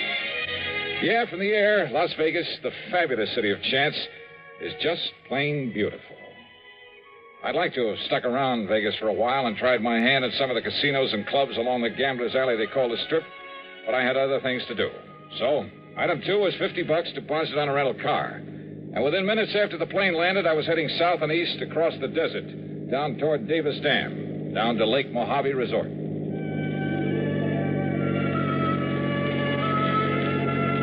The desert, mile after mile of nothing but sand and sagebrush and Joshua trees, of tumbleweed and cactus, of high plateaus and broad windswept mesas. Here and there, the skeleton of some animal was perished in the remorseless, terrible summer sun. And then suddenly in the middle of it, the life-giving waters of Lake Mojave. At the south end of the lake, just above Davis Dam, is the resort, with its clean, comfortable motel, a good restaurant, tackle shop, and dock. Everything to warm the heart of a fisherman. Yeah, and in the bright light of the moon, I could see the lake itself, calm as a mill pond. That meant that unlike the cold and snow I'd left back east, here it was warm and perfect weather for fishing. It took a bit of self-control to keep from driving right on down to the dock. Instead, I circled the driveway to the office. As I pulled up to a stop, in spite of the hour, someone came out to greet me. It was my old friend Buster Favor, general factotum at the resort. Yes, sir? Can I help you? Yeah, Buster, I think you can. What? Why, it's Johnny Dollar. Yeah, none other. Hiya, Buster. Johnny, it's a miracle. I don't see why. When I get word there's trouble around here. Oh, then you know, huh? Buster, I only know that something is about to... Even the police haven't had a chance to get over here yet. The police? Johnny, I sure hope he's all right, that you can find him. Yeah, find who? Why, Red. Red Barrett? You mean you didn't know? Buster, what's happened to him? Johnny, Red has... Well, he's disappeared. Oh? And I could be awfully wrong, but from the looks of things, Johnny... Wait a minute. You think somebody could have murdered him? Come on. I'll take you over to his room. You can see for yourself. Well, look, Red phoned me in Hartford, Buster. He told me Think he had some premonition that something was going to happen to him? Well, that's just it. He didn't seem worried about himself. All he would say Well, was... it sure looks like he should have been worried, Johnny. Here now. Holy. Yeah. The room, a housekeeping unit, was a shambles. Clothing pulled out of the drawers and closet, as though somebody had ransacked the place looking for something. That stuff's all part of the uniforms he was wearing while he was working, Johnny. How much personal clothing stuff he had, I don't exactly know. So, if anything... The furniture, though none of it was actually broken, was overturned and cluttering up the floor. On the electric range in the kitchenette were the pots and pans he'd apparently used to cook his dinner. Some fish bones lay on a plate on the table. Probably one of the bass he caught this afternoon. Poor old fellow went out fishing as usual, not realizing what was going to happen to him after he came back here and had his supper. Now, wait a minute, Buster. Yeah, Johnny? That he left here in a hurry is pretty obvious. Or his body was hauled out of here. But I still don't see anything to indicate he was murdered, or even badly hurt. Well, look here, then. Look, Buster, you know as well as I do how unpredictable Red is. Well, I know, always getting restless, always talking about going somewhere else, doing something else. I know, Johnny, Look, he's told me a dozen times about a gold mine he hoped to go to back there and work someday, 50 or 60 miles north of here, up near Lake Mead. He's told me about offers to work as a guide for other fishing spots. Johnny... So what makes you think he didn't just pack up and leave for some other place, some other job? Without letting us know? And leaving things this way? Red? Sure he would. So unless you can show me some good... Oh. Yeah, Johnny. It's blood there on the floor. I'm sure of it. Yeah, it's blood, all right. It still hasn't even dried either. Yeah, I see. All right. When did you find he was missing? When Ham Pratt... What do you remember Ham? The manager of this place, sure. Well, after supper, Ham came over here to talk to him, and, well, this is what he found. Do you know of any enemies he may have had? Red? Oh, no, sir. Of course, all of us used to get out of patience with him now and then. Some of the crazy things he'd do, the wild stories he'd tell, but there wasn't one of us didn't love the crusty old coot. Same thing applied to everybody else who knew him. Then why? Why would anybody want to do him in? I don't know. I can't figure it out. But it sure looks like somebody did, Johnny. You can see the evidence yourself. Yeah, maybe. What do you mean by that? Red's phone call that brought me out here. If he'd thought that he himself was in danger, don't you think he would have said so? Yeah, I guess Red would have built it up, too. Would have made it sound real dramatic. Sure he would. But instead, he told me something tragic was going to happen to the resort. Like what, Buster? Like nothing I can possibly think of. But now, Johnny, this blood on the floor. Yeah. Hey, did Red have a car? Yeah. Where is it? It's gone, Johnny. Whoever did whatever they did to him must have used it to carry away his body. The poor old... Buster, I've just got a lead on it. Oh, Ham, come in. You see, I phoned everybody up and down the lake to look out for... Johnny. Ham, how are you? Buster's told you about Red? Yeah, and in spite of this so-called evidence around here, I still Johnny simply doesn't believe that Red was murdered. But there's blood on the floor, the way things were left around. Or, Johnny, have you some reason for thinking he wasn't? First, I want some definite reason why he was. But now, Johnny. If you want the truth, I think you've both gone overboard about this. Are you kidding? Give me a reason. A reason for killing him, for anybody killing him. Just one good reason. Well, now, Johnny... Johnny, this blood on the floor. Yeah. Yeah, this. What is it, Johnny? Johnny? You, haven't called in the police yet? Oh, I was just about to when you arrived. Don't you think I'd better call them then right away? Well, yeah, Johnny, why don't you do that? No. I've done something better, Johnny. I spread the word up and down the lake, all the way up the Colorado River by telephone. And listen, it's paid off. That's what I came in here to tell you about. Well? I just got word that a car, same description as Red Barrett's, that it was seen pulling off Highway 93 about 33 miles this side of Boulder City. Oops. What, Johnny? You want me to find poor old Red, huh? Well, of course, if the poor old fella's still alive. Then maybe I will. And when I do, I have a sneaking suspicion I may have a score to settle with you two. Now, just a minute, Johnny. If you mean to imply that either of us did him... I didn't say that. Well, then, Johnny, what do you mean? You don't know, Buster? Well, if you think you can find Red and if I can be of any help to you... No. That's exactly what I don't want. Well, now, Johnny... Just let me work out this little mystery myself. Well, of course. No help, no interference from either of you. Johnny, this isn't like you. I don't understand. You don't, huh? I swear it. Yeah? We'll see.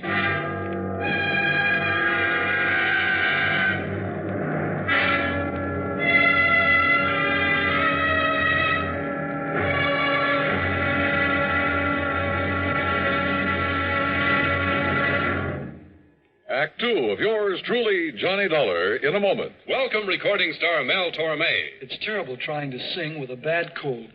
So I always take 4-way cold tablets to relieve cold miseries fast. Good idea. Tests of all the leading cold tablets proved 4-way fastest acting. 4-way starts in minutes to relieve muscular pains, headache, reduce fever, calm upset stomach, also overcomes irregularity. When you catch cold, try my way. Take 4-way cold tablets. The fast way to relieve cold distress and feel better quickly.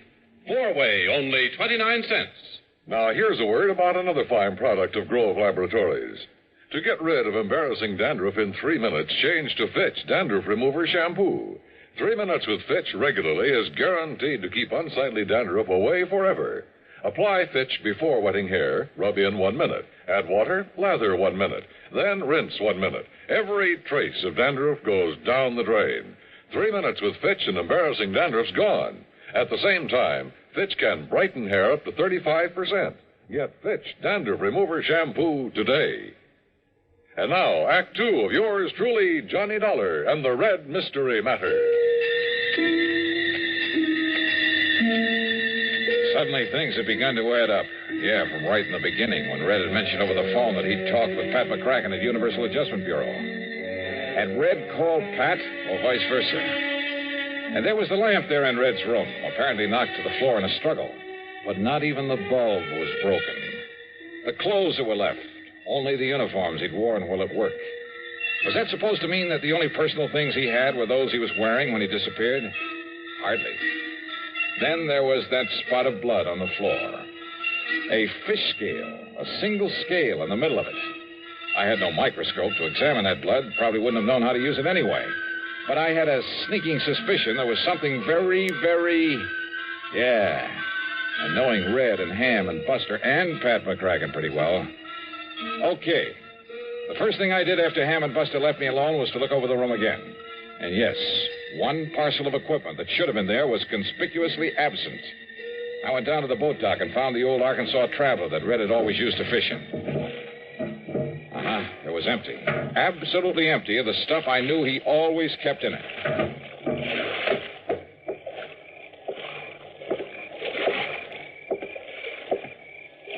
Johnny? Wow. What are you doing up and around this time of night, Ham? Oh, just sort of checking up on things. Yeah? Or checking up on me? Oh, now, Johnny. You hoping to find some lead on Red there in his boat? I found exactly what I expected, Ham. Nothing. I don't understand. Don't you? Johnny, what goes with you? You've certainly been acting kind of feisty this trip. Yeah, well, I'm sorry. Now, if you feel you have some lead on Red, on what may have happened to him, well... Yeah, I think I have. And you helped to give it to me. I did. But there's no point in following it up till morning. What is the lead? No help, no interference, remember? Okay, Johnny, whatever you say. No use doing anything till morning, eh? That's right. Then you, Well, what? Oh, I was just thinking. Remember a couple of moonlight nights like this when you were here before, how you and I took the workboat and a couple of fishing rods, how we plugged those deep coves just above the dam? Yeah, we took some nice fish out of there, didn't we? Yeah. I'm going to be blunt with you, Johnny. You aren't yourself. You're a bundle of nerves. Been working too hard? Yeah, much too hard. Well, one great cure for that. Why don't we go out there and pick us up a couple of nice bass? Okay. Why not? Unless, of course, you feel you ought to do something more about finding Red. I told you, no more until morning. I also told you Oh, I'm sorry, Ham. Let's go fishing. Sure, Johnny. I understand. Yeah, I guess you do.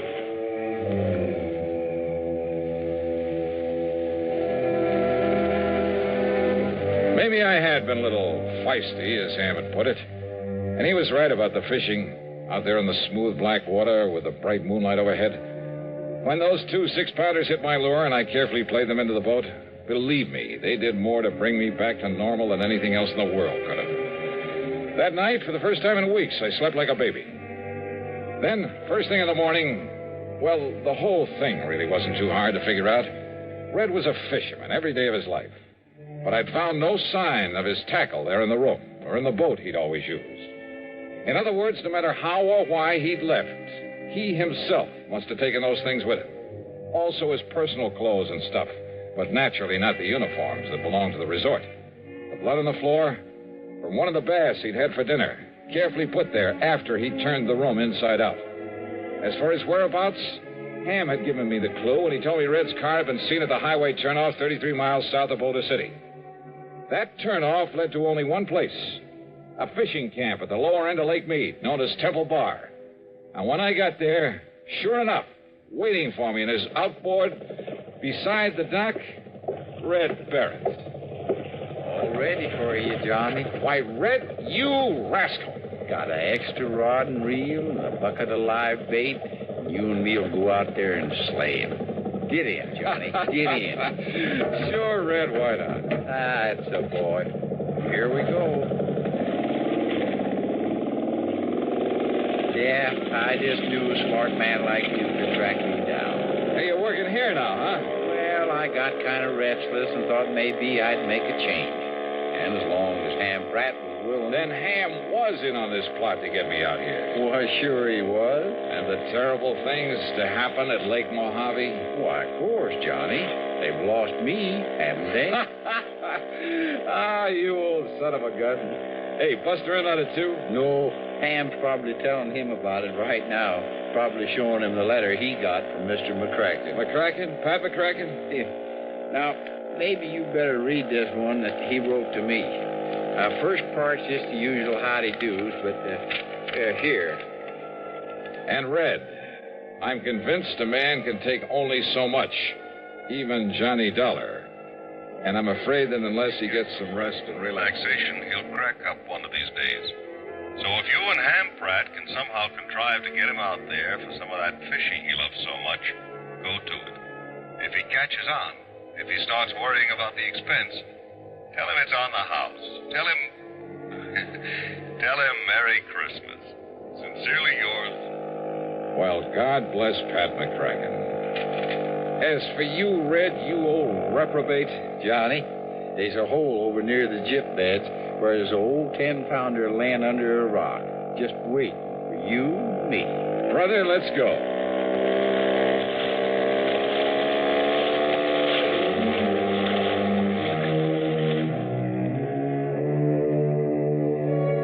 A very wise man once said that the time a man spends in fishing is never deducted from his lifespan. And you know something?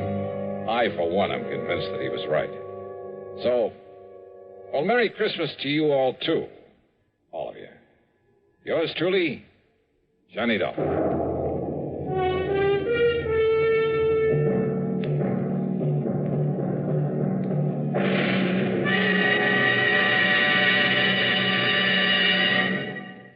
Our star will return in just a moment.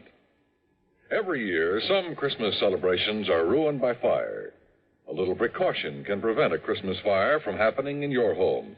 First of all, make sure your tree is on a firm foundation so it can't fall over. Then be sure to use only approved lighting. Wiring that's frayed may be dangerous. Replace it. Never use lighted candles. Let all the glow of Christmas come from within, not from fire. With a safe Christmas plan, here's an idea for Christmas giving. Almost Christmas, no time to lose. Lots and lots of gifts to choose.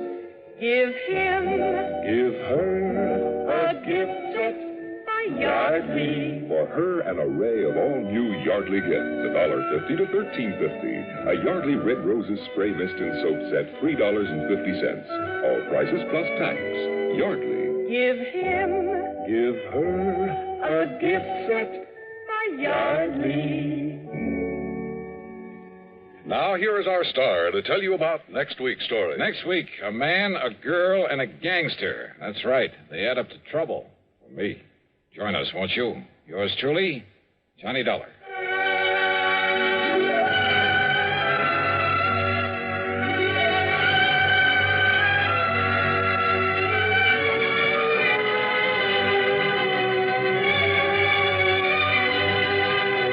Yours truly, Johnny Dollar, starring Bob Bailey, originates in Hollywood and is written, produced, and directed by Jack Johnstone.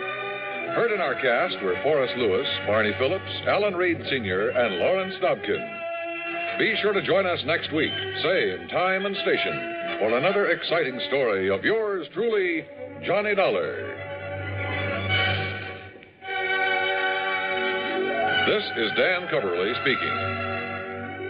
Now stay tuned for Suspense, which follows next on the CBS Radio Network.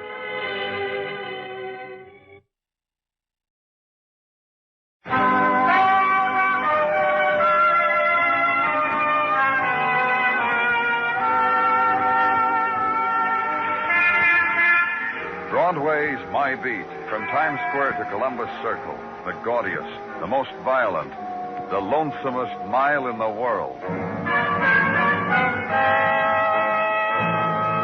Broadway's My Beat, with Larry Thor as Detective Danny Clover.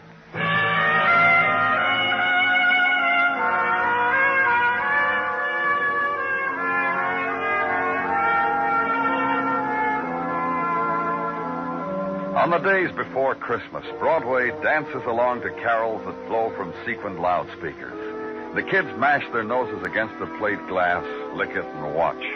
And it's all there. The mechanical clown, the tin man dancing a jig on the tin box, the toy army precisely to scale with the latest equipment, mechanized. And eyes are bright with desire and hope. It's the one time in the year when odds are better that dreams will come true. So make a wish on a neon star.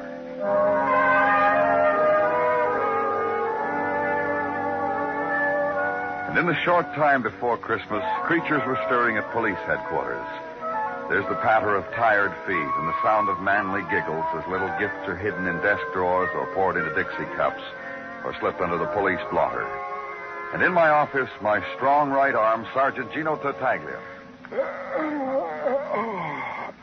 Yeah, it's getting pretty late, Gino. A couple more hours, you can go home and finish decorating your Christmas tree. Indeed, indeed. Getting a lot of nice things this year, Gino? Oh, many's the things, Danny. I guess my old cockles should be warmed. But they're not. Oh? Something wrong, Gino?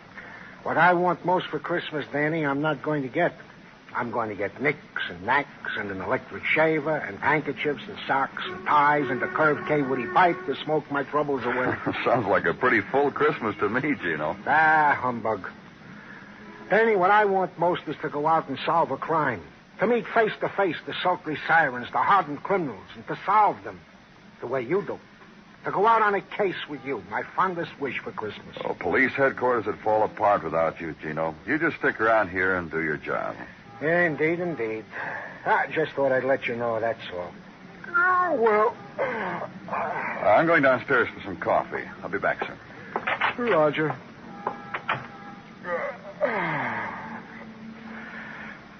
Face it, Gino. You're stuck in a desk.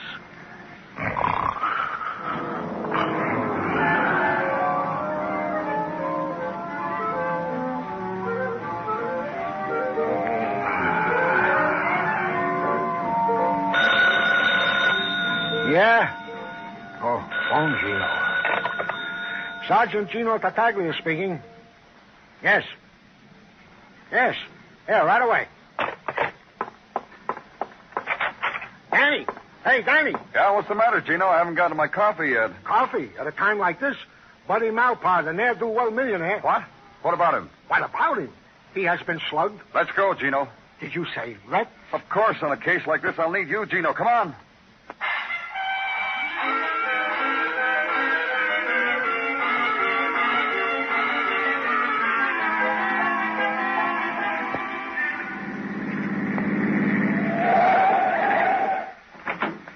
This is his house, Danny. Let's go.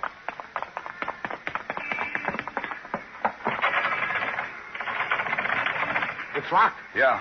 Stand aside, Danny. We can go in now, Danny. Gino. Yeah? We could have rung the bell. Who's got time? You coming? For here, Gino, back of the sofa. Oh, yeah. Take a note, Danny. Yes, Sergeant. Buddy Malpaugh, the unconscious ne'er-do-well millionaire, battered and bludgeoned on the supraoccipital region of the cranium, back of the skull, Danny. Slugged on the supraoccipital by his assailant unknown. From the size of the lump on Buddy Malpaugh's heretofore refined head, conclude that said lump was administered by a blunt weapon 3 millimeters by 5, of the irregular contour and lead pipe consistency. You got that, Danny? Yes, Sergeant. Hold it. I got a P.S. To wit, luxurious apartment of said ne'er-do-well millionaire, one Buddy Malpaugh, ransacked and left in disarray. P.P.S. The butler of said household will have his work cut out for him. Shall I phone it in now, Sergeant? Don't move. Huh? The drapes just moved. All right. You, behind those drapes. Out. With your hands clasped behind your neck. Out.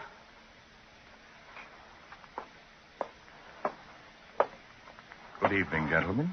Goody. Danny, it can't be. It can't be what, Gino? This man, this hider behind drapes. It can't be. Are you? It is he. Danny, may I present Mike Schreck, the bald-headed miracle detective from Philadelphia. Merry Christmas, gentlemen. Merry Christmas to you, Mike Schreck. I assume you gentlemen are of the police of this city? I present to you, sir, Lieutenant Danny Clover and myself, Sergeant Gino Tartaglia. Tartaglia, eh? That name has a familiar ring. Oh, perhaps because I was an innocent abroad on the guided In the Footsteps of Mike Schreck tour in Philadelphia last summer. I blew myself to it with my vacation money. No, it's not for that I remember you, sir. It's for the word that has come to me that you are indeed the brains behind the brains of the New York police force. Oh, come now, Mr. Schreck. You mustn't believe all... Oh, I could have used you, sir, on my famed widow Chalcedony's case. When having trailed the desperado across the 1.83 miles of the Philadelphia-Camden Bridge, I was caught in the seductive toils of... The machine gun brain of the man, Danny. The memory for details. To have made a part of him the size of the Philadelphia-Camden Bridge. Gentlemen, enough of nostalgia. To work. It was I who phoned this in to you. Being now on the trail of Lance Lash, master criminal of them all, I was led to this place. Only to find Buddy Malpaugh, the ne'er-do-well millionaire... Oh, but hush. The man is coming around. What happened, man? Tell us what happened. You are... Gently, sir. You are among friends? We're from the police, Mr. Malpaugh. Try to tell us what happened. Well, I'll try, fellows. I had arranged such a pleasant evening. A date with Rima 9. Oh, not the Rima 9 from Bolivia, but the Miss Rima 9 who was staying at the Stacy Arms. Go on, Mr. Malpaugh. Rima was to meet me here at 9:30. However, at precisely at 9, the doorbell rang. I went to open it. There was no one there. No one? No one. A prank, I thought. I started back into the apartment. Suddenly, the pain, the awful pain screaming through my skull. It was no prank, I assure you. No. Where is it? Where is it? Where's what, Mr. Malpaugh? It's gone. It was here in this case. It's gone. What's gone, Mr. Malpaugh? I prized it more than the jeweled scimitar of Genghis Khan. The jeweled scimitar of Genghis Khan? The jewel... What's going on here, Sergeant? Read your notes, man. Read your notes. And watch the sergeant as he considers the attitude of the distressed man, the desolation of him, the sergeant's compassion, understanding. The most precious thing of Malpaugh's life, the jeweled scimitar of Genghis Khan, was gone now, vanished, lost, strayed, stolen, purloined. The sergeant's gentleness and the knowledge of it caught up with Malpaugh, took hold, displaced everything until it was only emptiness, void, vacuum, space, nothing. And finally, the ne'er-do-well millionaire's rejection of it. And turn now, and Sergeant Tartaglia nods sagely. Open the door for him, and leave.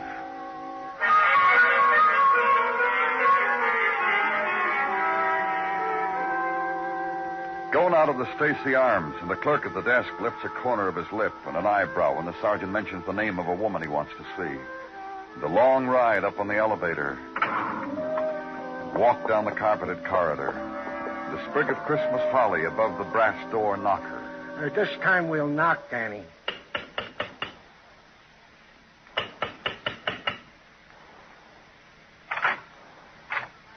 Hi, fellas. Please come in. You'll forgive the way I look. We're from the police, Miss Nine. Yeah, we got some questions to ask you. A piece of finery I picked up at Côte d'Azur. I always wear it at this hour. It's a wishing hour. You may call me Rima. I'm Gino. He's Danny. It's about Buddy Malpaugh, Miss Nine. Yes. He was beaten and robbed this evening. You may sit here beside me, if you wish. None of this sultry siren stuff, Miss Nine.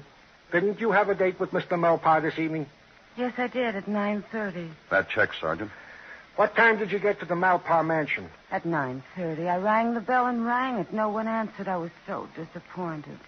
With an educational evening like that in sight. Educational? But he was going to show me the jeweled scimitar of Genghis Khan. The real one, not the replica. Oh? There's a replica? At the Museum of Far Eastern Lore, I often go there in my idle moments and browse around the Far Eastern things. And you're a strange one, Rima. Yes. Please go on. That's how I met Buddy at the museum. Fate plays strange tricks, doesn't it, Gino? Yeah. Now, if you'll pardon me, fellows, I must change. Oh, go right ahead. We'll just make ourselves Let's go, Gino.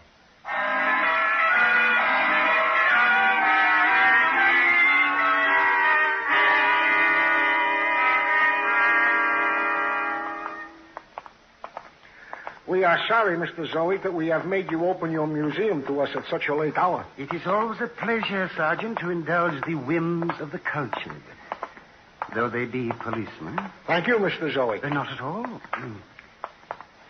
And here, gentlemen, looming above you, is the statue of the fabulous terrorizer, Genghis Khan. Clothed in the cap of Tibetan fur, the jeweled gown of brocaded Peking silk, all of it donated to us most generously by Buddy Malpaugh to complete our Far Eastern collection. And the sword in his hands? A replica, only I hear, replica of the jeweled scimitar of Genghis Khan. And Mr. Malpaugh's generosity dissolved when it reached... Tell us about the scimitar, Mr. Zoe. With the deepest of pleasure. Genghis tore it from the wounded hands of Jalal-Leddin. His arch and bitter enemy, Danny. Then for centuries it was lost. 3 centuries, Danny. Vanished to reappear again in the Renaissance as an ornament worn about the slim waist of the Lucrezia Borgia, Danny. If this scimitar were real, Mr. Zoic, how much would it be worth? Conservatively? Conservatively. $500,000. Give a little, take a little. $500,000, huh? That's all we need to know. Let's go, Danny. Yeah. And to you, Mr. Zoic, many thanks and Merry, Merry Christmas. And to you, sir. The same.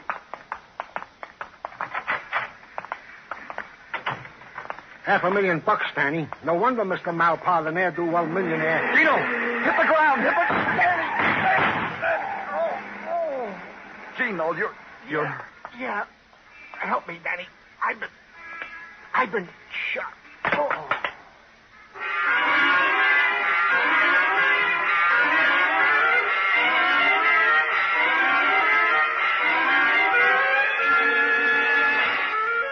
You are listening to Broadway's My Beat, written by Morton Fine and David Friedkin, and starring Larry Thor as Detective Danny Clover.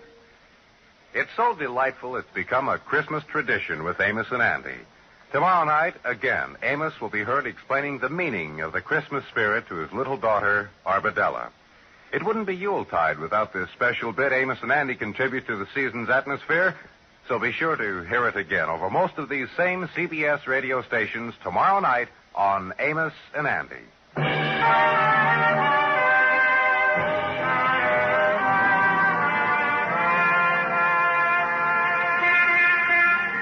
As the winds move to the place of the year's dying, the Mazdas on Broadway's Translux arrange themselves in merry thoughts. Suitable for Christmas past, Christmas present, Christmas future. Broadway walks by, glances up, smiles, hurries to buy the last-minute gift for the last-minute friend. Crosby sings the tune that's in your heart. The corner Santa Claus winks, and the golden girl stops you, asks which way to Gimbel's, invites you to come along and show her. The budget term dreams are coming true, kid. So go live a little.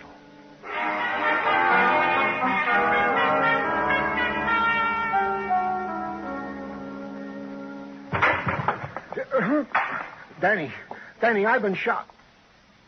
Oh, no. I must have been dreaming. Where was I? Oh, yeah. Hey, I was shot.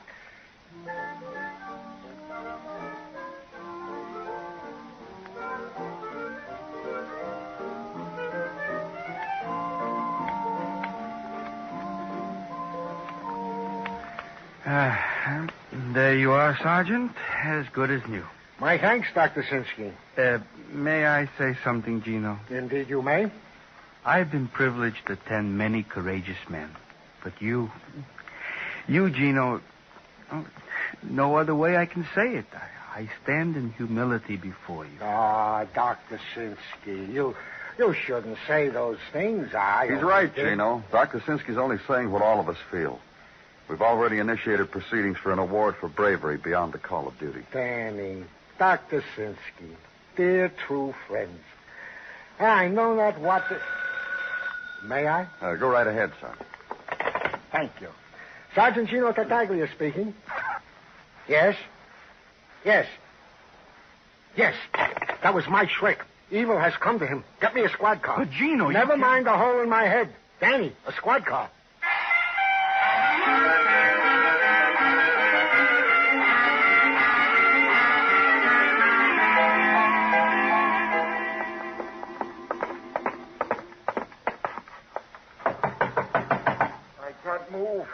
I can't move. The door's locked, Gino. One side. After you, Danny. Mr. Shrek, what happened to you? Landslash. The master criminal of them all? I give the devil his due. You haven't told us what happened, Mr. Shrek. Please, gentlemen, please, you help me up? Oh, of course. Now, be gentle with him, Danny. Yeah. Over here on the bed. Now, tell us about it. Oh, my friends, I feel I have failed you. Oh, don't talk like that. After all, how many people have come face to face with Landslash and lived to tell about it? Give the devil his due. Yes. Now, would you mind telling us what happened? I came here to my rooms. Sparsely furnished, you'll admit, but the way I like it. No furbelows to distract my attention. I needed to think. I knew I was once again hot on the trail of Landslash. Once again, from the ends of the earth. Listen to the man, Danny. We had met, Landslash and I. The last time on the lonely Isle Mauritius, when we battled hand to hand on top of old Farfangan, the volcano. Yeah, I know, but what happened tonight? As is my wont before I retired, I looked under my bed, gentlemen, and there he was, Landslash. So you got under, too, and started a fight with him, huh? Yes, it was nip and tuck under there, but if the devil has... Why did he come here, Mr. Shrek? He thought I had the jeweled scimitar of Genghis Khan. And as you know, gentlemen, I have not. As you... Oh, would you mind, Sergeant? Oh, of course. Yes? Yes. Yes. How do you like that, Danny? Like what? Rima 9. The sultry siren? Yeah, she was picked up on a disorderly conduct charge. And you know what she had with her? No, I don't. A scimitar. And it was smashed to pieces. Let's go, Danny. If I were you, I'd try a poultice, Mr. Shrek.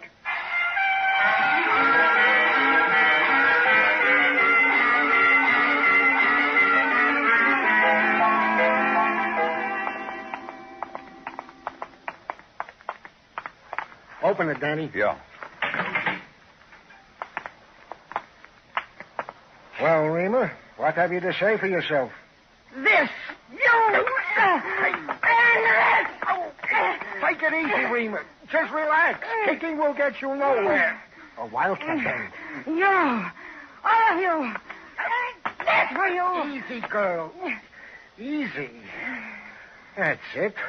That's a good girl. That's a baby. You have strong arms, Sergeant. Don't take them away. The boys say they picked you up screaming on a street corner. Why were you doing that, Miss Nine? They tell you about me banging their empty heads together till they rang out the season's greetings? They mentioned it. Now you tell us why you did all that, and right before Christmas. You know why. That piece of mail-order carving knife masquerading as the jeweled scimitar of Genghis Khan. Not the genuine article, huh? Not the genuine article, huh? He says it was a fake! A dirty, rotten, so tiny... Don't scream, Angel. We're all nearby. Okay, so it was a fake, Miss Nine. Where'd you get it? What's that got to do? Only this. You rang Buddy Malpaugh's bell at 9 last night. You slugged him, stole the scimitar. Now you're hurt because it's a fake. Charges pile up, huh, Sergeant? Assault, theft? Indeed they do, Raymer. Book me for anything you want, lover. Just so you bring in that woman-beating cab driver. Huh? The cab driver. I get in this cab. Tell him to get me to the airport in a hurry. Why should I stay in this lonesome town when what I had in my hands was worth $500,000? What I had in my hands. Go on. So Cabby tilts his cap to me. I see the union label. I figure he's friendly, trustworthy, loyal. I make chit-chat with him when, wham, bang, he turns onto a side street, grabs me by the throat, wrestles me for the scimitar. He looks at it, then breaks it over my head. And you know who he was? Who he really was? Not. None other. Lance Lash, the master criminal of them all. Lover, imagine poor little me in the clutches of Lance Lash. Oh, there. Don't think about it. You can let her go now, Gino. Read your notes, man. Just read your notes. And leave there. Go away. Find a place at police headquarters and close the door to the outside. Think about it, you and Sergeant Tartaglia. Put it down and add it up. It doesn't come out. So Sergeant Tartaglia puts it down and adds it up. And it comes out. Go to a place now, back to the museum. And tell it all to a man you talked to before. I can't believe it. I just cannot believe it. You better believe it, Mr. Zoid, because that's the only way it makes sense. That's right. If the scimitar stolen from Buddy Malpaugh was a phony, then the one the statue of Genghis Khan is holding is the real one. The ingeniousness of the man Malpaugh. What better way to keep his treasure safe than to put it before the eyes of the world? We want to see again, Mr. Zoid. Of course you do. This way. This is very gratifying to me, this publicity. People from all walks of life now drop in to catch a peek of the statue of Genghis Khan holding the scimitar. And just 10 minutes ago, I had to warn a cab driver to keep hands off. A cab driver? Yes. Interesting fellow, too. Interesting face. We better hurry, Danny. Yeah. Now, look. I don't understand. Genghis Khan. He's dressed like a cab driver. He's holding a city guidebook in his hand. The scimitar is gone. It's impossible. Maybe, but it's happened. The cab driver changed clothes. Maybe we can catch him, Danny. Yeah.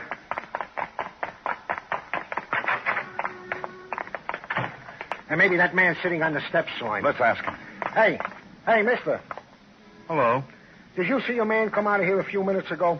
Well, I guess I did. I've been sitting here for the last hour. Did you notice anything strange about any of them, the way one of them was dressed? Let me see now. This man had on a fur cap and a brocaded robe. He was carrying a scimitar.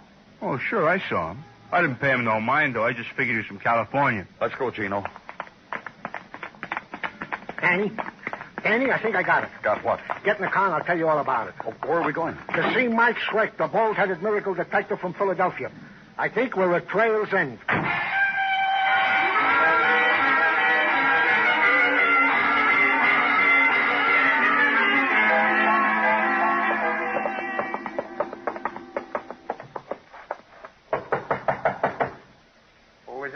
It's Lieutenant Clover, Mr. Schreck, and Sergeant Tartaglia. I'll be with you in a minute. We're still waiting, Mr. Schreck.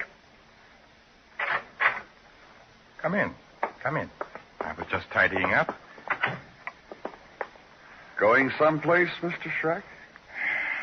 Back to Philadelphia. I'm afraid Lance Lash has outwitted me again.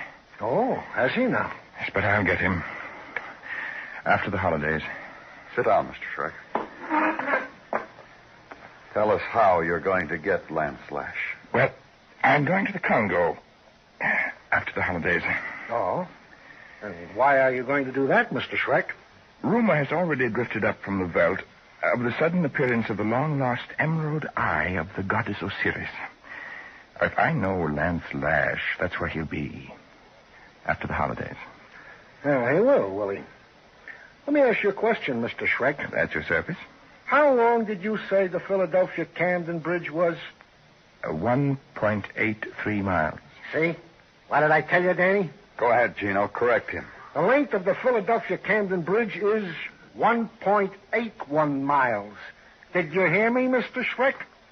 I heard you. Mike Shrek would never make an error like that. Oh? Lance Lash, the master criminal of them all, I presume. At your service, gentlemen. Look in the closet, Danny. Right. It's here, all right. The costume of Genghis Khan. And, of course, you left the disguise of the cab driver at the museum. My compliments to you, sir. You came to the house of Buddy Malpaugh after the scimitar was stolen. You traced it to Rima 9. Disguised as a cab driver, you found her with it making her flight. You discovered it was a fake. That is correct. Of course, you know what happened then. I deduced the same thing you did, that the genuine scimitar was at the museum. Where is it now, Mr. Lash? Where is it? Why, it is here. Watch out, Gino. He'll cut you to pieces. I'll take him, Danny. Lance. Don't. Say uncle. Uncle. Yeah. Look, Danny. See? I removed this bald-headed toupee, and what do we have? A full head of hair. What a phony you are, Lance Lash.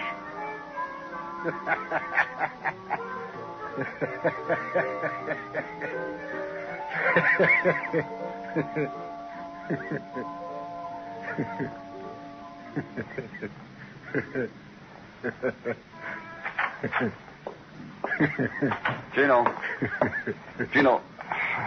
Come on, Gino, wake up. Come on. Huh? You fell asleep, Gino. Huh? Yeah, I must have dozed. No calls, huh? Yeah, from... No calls. What's the matter with you, Gino? Danny. Yeah? I had a dream, Danny. I was a big hero. I went out on a case with you. A dream, huh? I want to tell you something, Gino. What? When something happens to you, something real, and then it's over, you know what you have left? Memory. Yeah, Danny. That's right. When a dream's over and you can remember it, you have the same thing. A memory. That's all anything is, Gino. A memory. Then I got my Christmas wish, huh, Danny? Sure you did. Go on home now. Sure. Merry Christmas, Danny. Merry Christmas, Gino.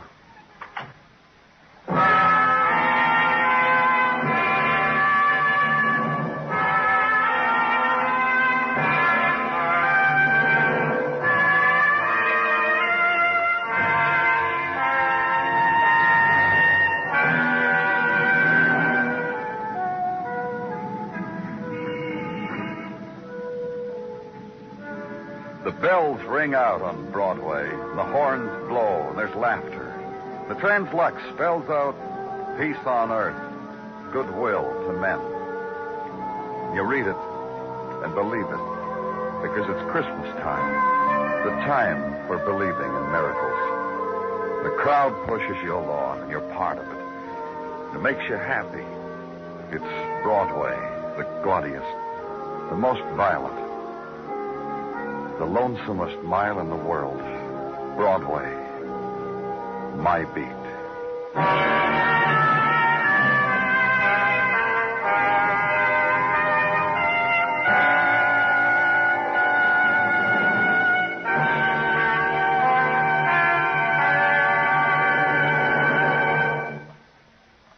Broadway's My Beat stars Larry Thor as Detective Danny Clover, with Charles Calvert as Tartaglia and Jack Crucian as Muggavan. The program was produced and directed by Elliott Lewis, with musical score composed and conducted by Alexander Courage. In tonight's story, Lamont Johnson was heard as Mike Shrek, Georgia Ellis as Rima 9, Howard McNear as Mr. Zoic, and George Neese as Buddy Malpaugh.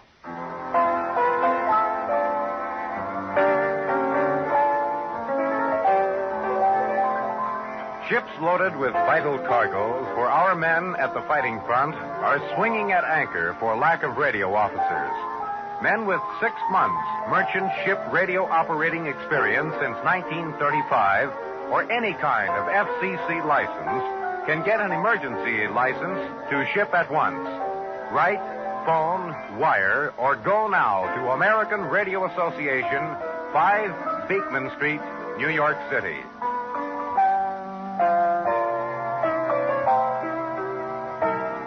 Bill Anders speaking. And remember, the comedy treat that can't be beat is Jack Benny Time, Sunday nights on the CBS Radio Network.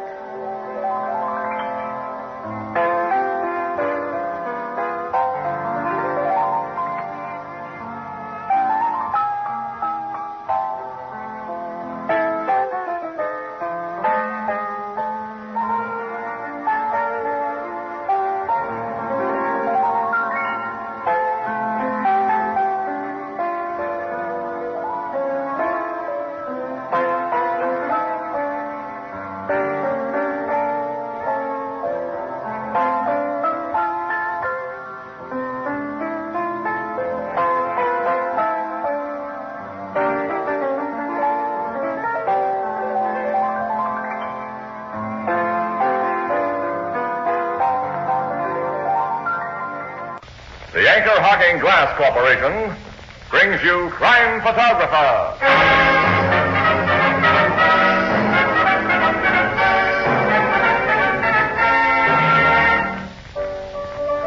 Hiya, Case. Hi, Ethelbert. How did Santa Claus treat you? Fine, just fine. I'm so full of Christmas spirit I could even kiss the city editor. What do you know? And me, I could even forgive and forget 1 or 2 of those Christmas neckties. Hey, some of those things are Lulus. You ought to see the one Marvin got. It lights up and spells a message. Well, anyway, it's a beautiful sentiment. What does it say? The most wonderful words. Anchor Hocking, the most famous name in glass.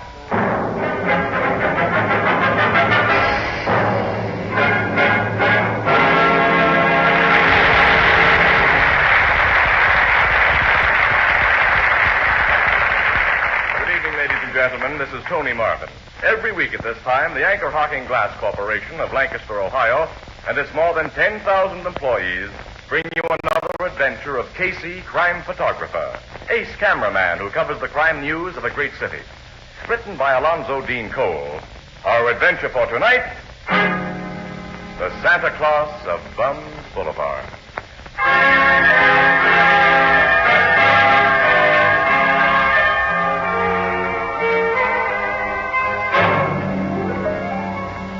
Christmas, about 1 o'clock in the afternoon, the Blue Note Cafe. Ethelbert, the head bartender, gazes sympathetically at the 2 glum faces opposite him, sighs, and... Casey, I know just how you and Miss Williams feel. It ain't right to have to work on Christmas Day. The 3 of us should have different jobs, Ethelbert. Say, Ethelbert, where's Herman Chitterson? Well, he's having Christmas dinner with his family, the lucky dog. Johnny Paul dropped in to play the piano for us today. Oh, good. Oh, my holidays don't mean a thing in our racket, Ethelbert. Newspapers must be printed. And guys in my profession have to stand behind bars and make with bottles. And lemons. Yeah. Oh, well, it might be worse. At least we ain't got family. Well, that's what makes it worse for me. My family's 1,000 miles away. I haven't got a family anywhere. Well, you've got sisters, Casey. Sure, they're all married. They all got families of their own, and all 2,000 miles away. My sister Edna ain't married. But you know Edna. Yeah. Well, let's can this deep philosophical discussion, Annie. Get started for Hackett Street. Hackett Street? We have an assignment down there. That's the crummiest street in town. Nothing but gin mills, flop houses, and bums. Yeah, it's Bums Boulevard.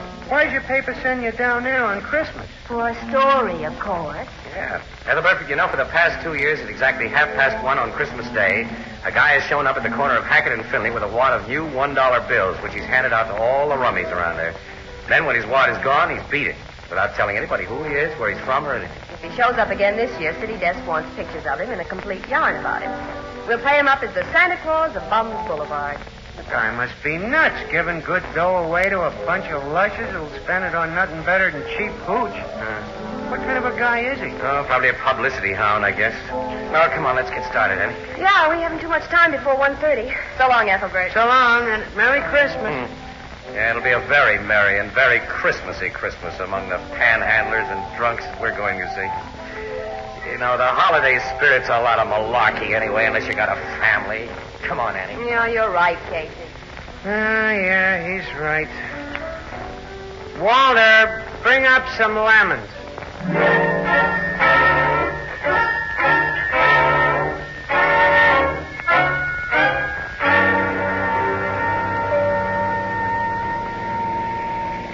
Casey, we're terribly late. That man will have given away his dollar bills and be gone by the time we get Annie, there. can I help it if we ran out of gas 4 blocks from the nearest open filling station? You could have had the tank filled before it went dry. Oh, sure, I'm wrong. I'm always wrong to hear you tell it. All you women do is nag. And a Merry Christmas to you.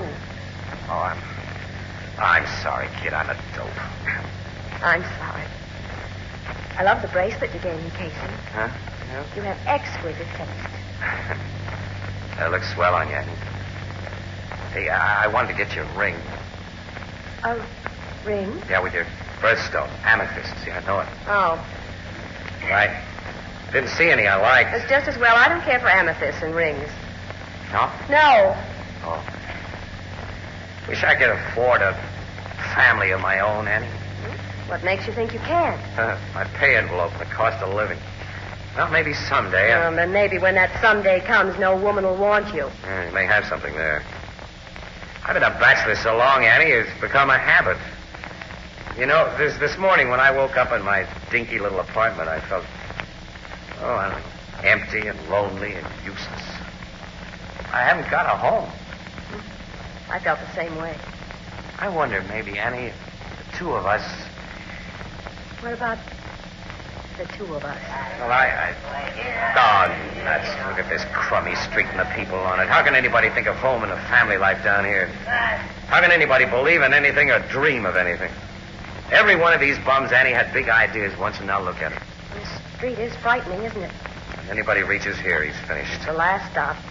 There's a crowd lined up at the next corner, Casey. Is that where they're Yeah, that's the place where the dollar bill Santa Claus has shown up before. Well, maybe he's been there and gone. No, if that were so, those rum-dums wouldn't be standing in line. They'd all be in the nearest gin mill spending the dough or fighting to get it away from each other. Well, I'll park the car here and walk the rest of the way. Yeah, the car may be safer away from that mob. That's how I figure. Let's see, I got the camera. Lock the car. Okay, let's go. It's 1:45, Casey. According to his previous schedule, Santa Claus is 15 minutes late. Maybe he won't show up. It'll be a big Christmas thirst on Bums Boulevard if he doesn't.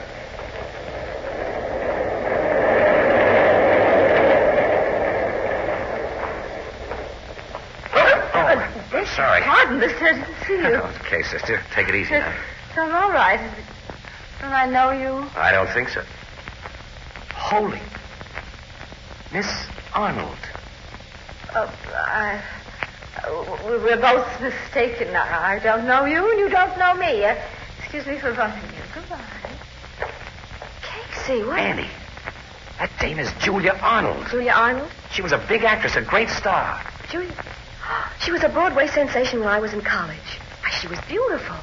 Oh, Casey, that woman can't The way be she denied her identity proves she is, Annie. I heard that Julia Arnold hit the skids, but... She was married to a nice guy who got killed in the war, and then her kid died.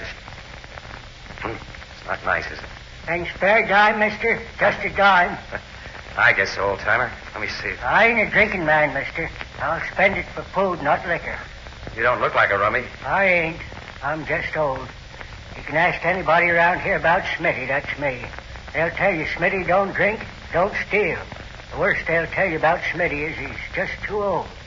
Look, I haven't got any small change, Smitty. Here's $1. Oh, here's another for me. $2? Oh, God bless you, boy. Forget it. Yeah. Goodbye. Merry Christmas to you. Merry Christmas. And Merry... You didn't look like a faker, Casey. No, just old. Christmas. There are plenty of fakers in that mob we're coming to, though. Oh, they look like a line of zombies. Yeah. Dead and won't lie down. Uh-oh. Not that big guy over there, though, Annie. That big, heavy-set mug, the green lumberjack coat. fine. Looks like a prize fighter. I know that guy. His name is Boots Driscoll. He's a yellow skunk. He's mean as a copperhead. You know, that louse would steal pennies from Kid, and he's the boss of Bum's Boulevard. I gather you don't like him. I don't. Well, look who's here. Hello, Boots. Hi, Casey. I ain't seen you since... Yeah, since the last time you came out of the big house. That's right. Who's the good-looking dame with you? This lady's a friend of mine. Well, ain't you gonna introduce us? Nope. Oh. What are you doing down here in my territory? Came to get a line on the screwball who hands out new dollar bills on Christmas. Apparently he's late. Yeah, the louse. When he shows up, I get a good mind to kick his head in. Yeah, not until after he hands out his dough, of course. You think he'll show up? The folks think so because they want to think it. Me, I just stick around and keep everybody in line. So you got them all lined up? Yeah. First come, first served, if and when Santa Claus gets here. All right, stop pushing, you bums. Get back in line there. Of course, you'll get something for your policing service. Well, why not? Them jerks would tear one another to pieces fighting for a grab at them bucks like they did last year if I wasn't around. This year, I'm taking a cut of 35 cents out of every bum here to keep things peaceful. Boots, you've got all the instincts of a big racketeer. I'll say. Where's the racket part? This is a legitimate business. I guess it is at that for you. This way you're getting the dough without using a gat or brass knuckles. Say, if that's meant as a crime... Skip it, Boots. I'm nearly as big as you are. Boots. Right. Casey, that awful looking man. Boots. What do you want, Creep? Creep's a good name for him. Hey, the guy who passes out dough. Santa Claus. I just found him. You found him? Yeah. In the alley back of Fritz's gin mill. Somebody slapped him on the head and took all his dough. I think the guy's dead. Dead? Dead? Yeah, dead. Dead? Hey, you bums stay here. Show me, Creep. Yeah, come on. We're going too, Annie. I'll say we are.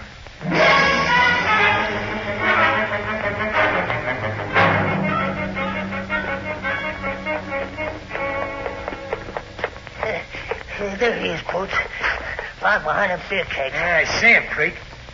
Hey, his pockets have been turned out. He's been rolled. There ain't a dime left on him. You'd be sure of that. He's so still, Casey.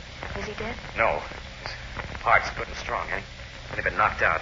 He's such a little man. Such a mild, gentle-looking little man. Oh, who could have done I'll find out who took the dough he meant to give us. And when I do... Shut up, Boots. I just opened his eyes. He's coming to. Yeah. Who are you? Just a guy who wants to help you, mister. My head aches. Yeah, it'd be a miracle if it didn't. Been slugged hard. Yes. Something hit me. Did you see the rat who hit you? The rat who took your dough? My dough? Yeah, you've been rolled, fella. Your money's gone. Oh, the money. Who got it? I can't say. How much did you have on you? $300 in new $1 bills. $300? Maybe the cops can get it back. Annie, see if we can find the telephone. Why not? You've been assaulted and robbed. But my head doesn't hurt very much now. I haven't been really injured. And I'm sure the thief will return the money. Return? When he becomes aware that it belongs to his neighbors, to his comrades down here. You see, I meant to give it away. You think the thief will return it on that account? When he thinks about it, yes. This guy must be nuts. Thieves can be good people. Mister, you haven't been around much. You got as much chance of getting that dough back as I have of being elected a Supreme Court judge. If you had taken the money, wouldn't you return it under the circumstances? Me? Well, of course. I'm different. Well, you're different from the guy who got the 300, Boots. He has it and you haven't. But maybe I'm wrong. What do you mean? At what time do you think you were hit and robbed, mister? I entered the alley at about 20 minutes of 2. And I've been on that corner where you met me, Casey, ever since 1 o'clock. Every bum in that line will say so. You can't pin this on me. Okay, Boots, but you should understand my natural suspicion. Yeah. You, Creep. Yes, sir. What were you doing in this alley when you found it? Well, I was just walking through, honest. I seen a foot sticking out from the back of them kegs, and, well, when I looked closer there, this guy was. Well, I didn't take his dough, Boots. Don't look at me like that. I believe you, Creep. Why shouldn't I? Well, I don't. Let go of my collar. Shut up, Creep. Mr. Santa Claus, whether you like it or not, I'm going to find a cop and have this Creep guy searched. Wait. You're not the wrong person. And I will make no complaint. What? There's nothing you can do, Casey, if that's how the little guy wants it. It is how I want it. You gotta let me go. Okay. Insist on being a sap, mister. It's your hard luck, not mine. Well, come on, Annie. Let's get out of here. Well, I'd like to, Casey, but I've been assigned to interview this gentleman. I know, that's so, yeah. Interview me? Yeah. To begin with, what's your name? Why, Shepard. Shepard? Yes. First name? Oh, Casey, catch him. I got him. Hey, the guy passed out. The crack on the head did more damage than he admitted. Look, there's a clinic up the street. We'll get him to a doc. I guess you can take care of him alone, huh, Casey? Yes, I won't need your help, Victor. We parked our car near this alley in case he's not Okay, honey. Well, I'll be getting along myself, Boots. So long. Oh, no, creep. Hey, why are you grabbing my arm? You're gonna give me that $300 you took.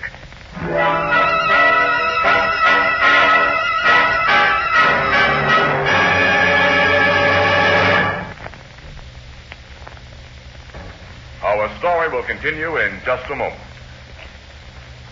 All of us at Anchor Hocking want to wish you a Merry Christmas. We hope that this great day has brought you all the joys that were so carefully planned.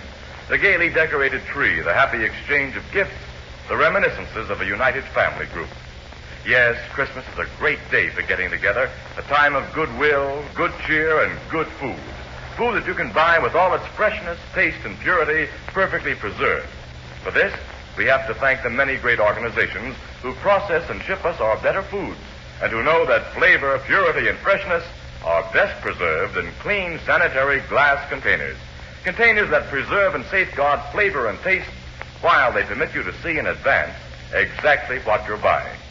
Anchor Hocking is proud that so many of the leading brands of food of all kinds come to you in Anchor glass containers, sealed with Anchor caps. Products of Anchor Hocking. The most famous name in glass.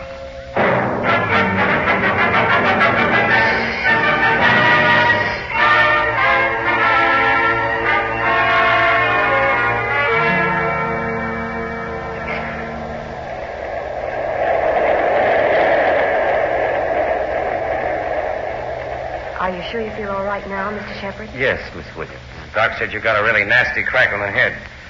I'll drive you home. He wants you to stay in bed for a few days. Thank you, but men are seldom as sick as their learned physicians say. I'm quite all right. Just the same, we're taking you to your home. Yeah. Where do you live? Very close by.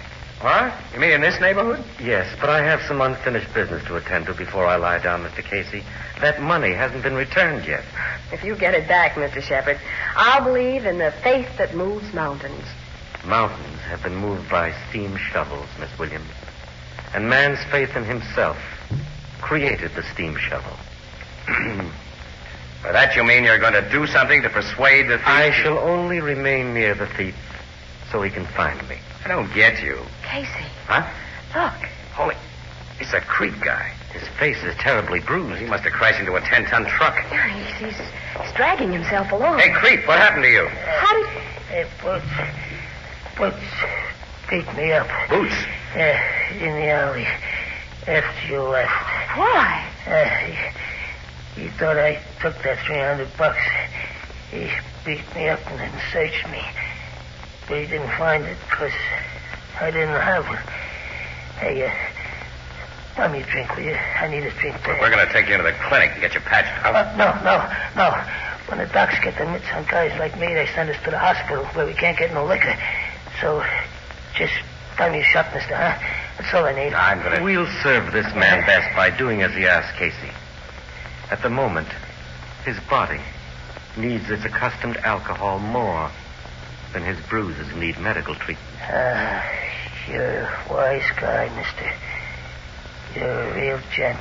Unfortunately, I have no money to give him. All right, creep. I'll buy you a drink. And I'll go into a gin mill with you. While you tell me more about finding Mr. Shepard in that alley. I already told you all I know. We'll talk about that later. Come on. We're going to this joint here.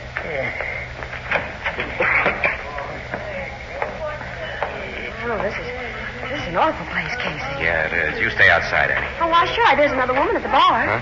Yes. That's Julia Arnold. Oh, I see. The actress. Yeah.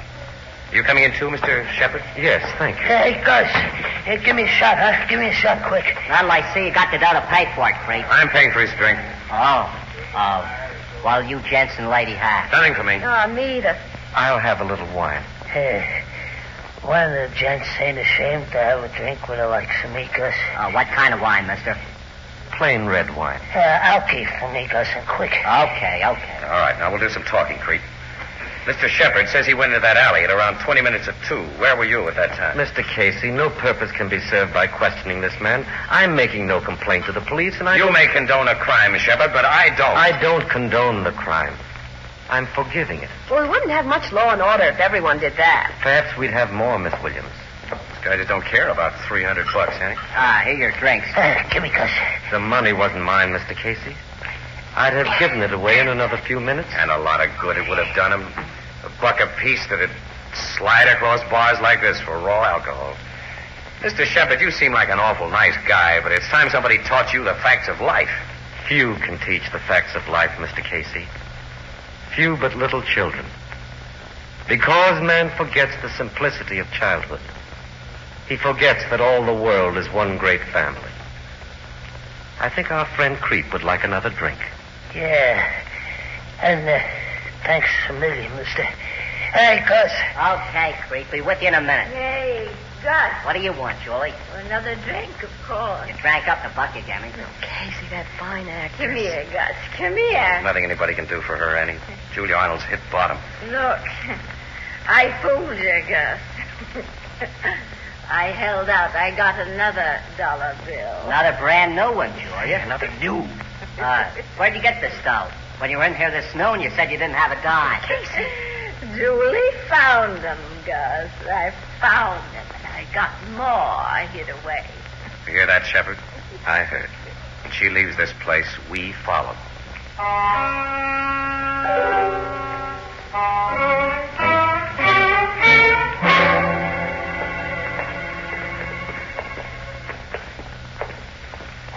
She's turned it into the same alley where you were robbed, Mr. Shepard. I see, Miss Williams. We saw her come out of that same alley just a little while before Creep found you.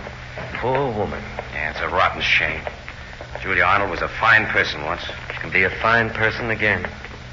Casey, why didn't you let Creep come here with us? Oh, because these bums all stick together. I know how they act. He might have tipped off Julia Arnold that we're trailing her. She's going down into that cellar, Casey. Come on, we don't want to lose her. Wait. That man.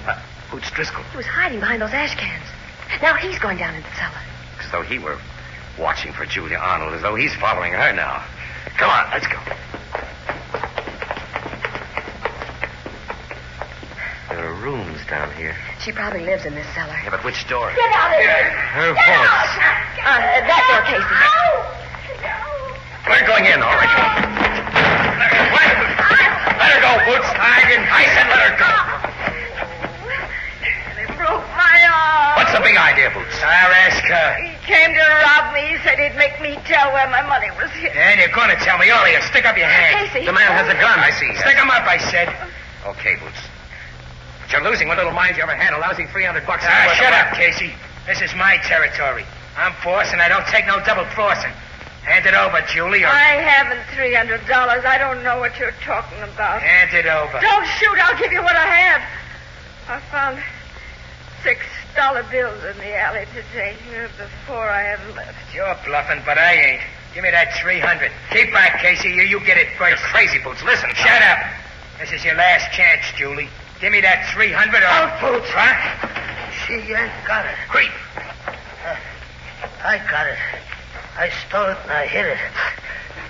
Here it is. You lousy double-crosser.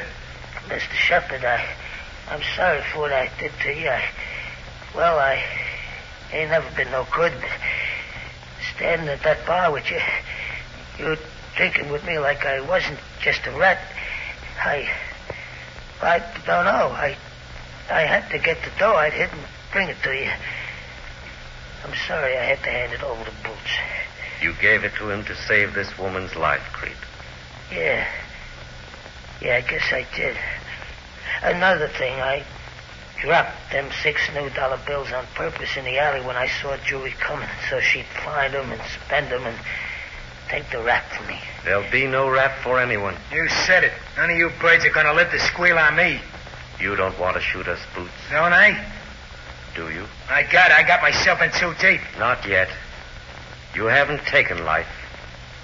And your life isn't finished. I ain't going to finish it and stir. I got a chance and none of you talk. Yes, you have. Why don't you shoot us, Boots? Well, I'm gonna. When? Shut up. I can't shoot a guy who talks like you do. Words have never stopped a bullet. or a true desire? Nuts. Here, Casey, take this gat and this dough and send for the cops. I'm tired of being a phony tough guy. Shall I send for the cops, Mr. Shepard? If you wish, Casey. You're running this. We have $300. Everyone seems to agree that my original plan for its distribution was unwise. What do you suggest we do with it? May I have your suggestion, Creep? I tried to frame Julie. Give it to her. And your suggestion, Boots? Give it to Julie. It's yours, Miss Arnold. Mine? $300. Oh, I can buy a decent dress. Once I earned that much for a single performance, I can do it again. If you believe so. But I don't need this money you intended for the poor. I'm not poor. God gave me gifts I've squandered. I still have some left. They're all I need. Give this money to the really poor. What shall I do with it, Casey? Mr. Shepard, you're still running this.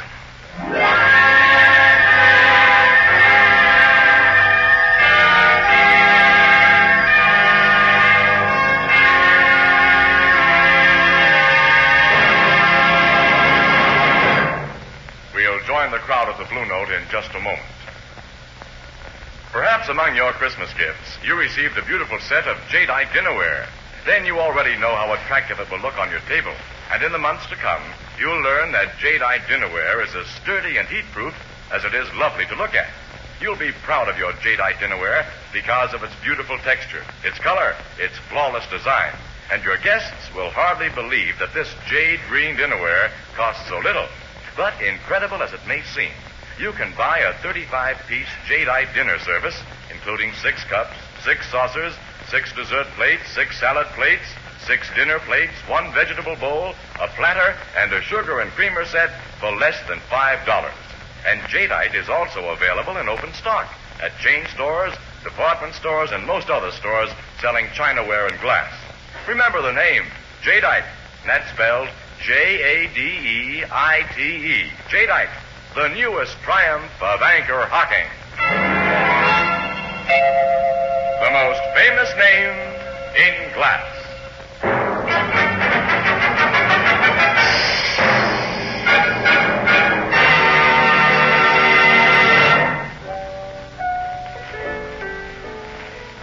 So Mr. Shepard gave the dough to that old man who panhandled you and Miss Williams, huh, Casey? Yeah. Smitty, who didn't drink and didn't steal. He was just old. What do you suppose Smitty did with it, Ethelbert? How should I know? He was so happy he had to make others feel the same way. He played Santa Claus. You mean? Yeah. He stood on the corner of Bums Boulevard and handed out those dollar bills. Funny, wasn't it? Yeah. He was like a little child who hadn't forgotten that all the world is one big family. That's a pretty thought. I got it from Mr. Shepard. He sounds like a very interesting guy. What'd you find out about him, Miss Williams? Him personal, I mean. Nothing. While we were watching old Smitty give his money away, Mr. Shepard wandered off and we lost him. Think you'll find him again? Well, I hope so. So do I. But you don't know his address or even what business he's in? No. But he told me he was once a carpenter.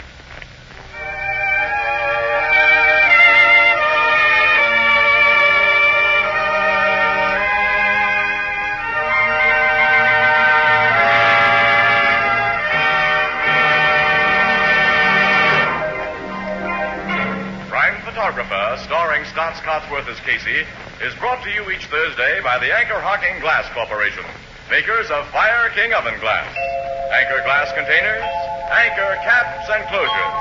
All products of Anchor Hocking, the most famous name in glass.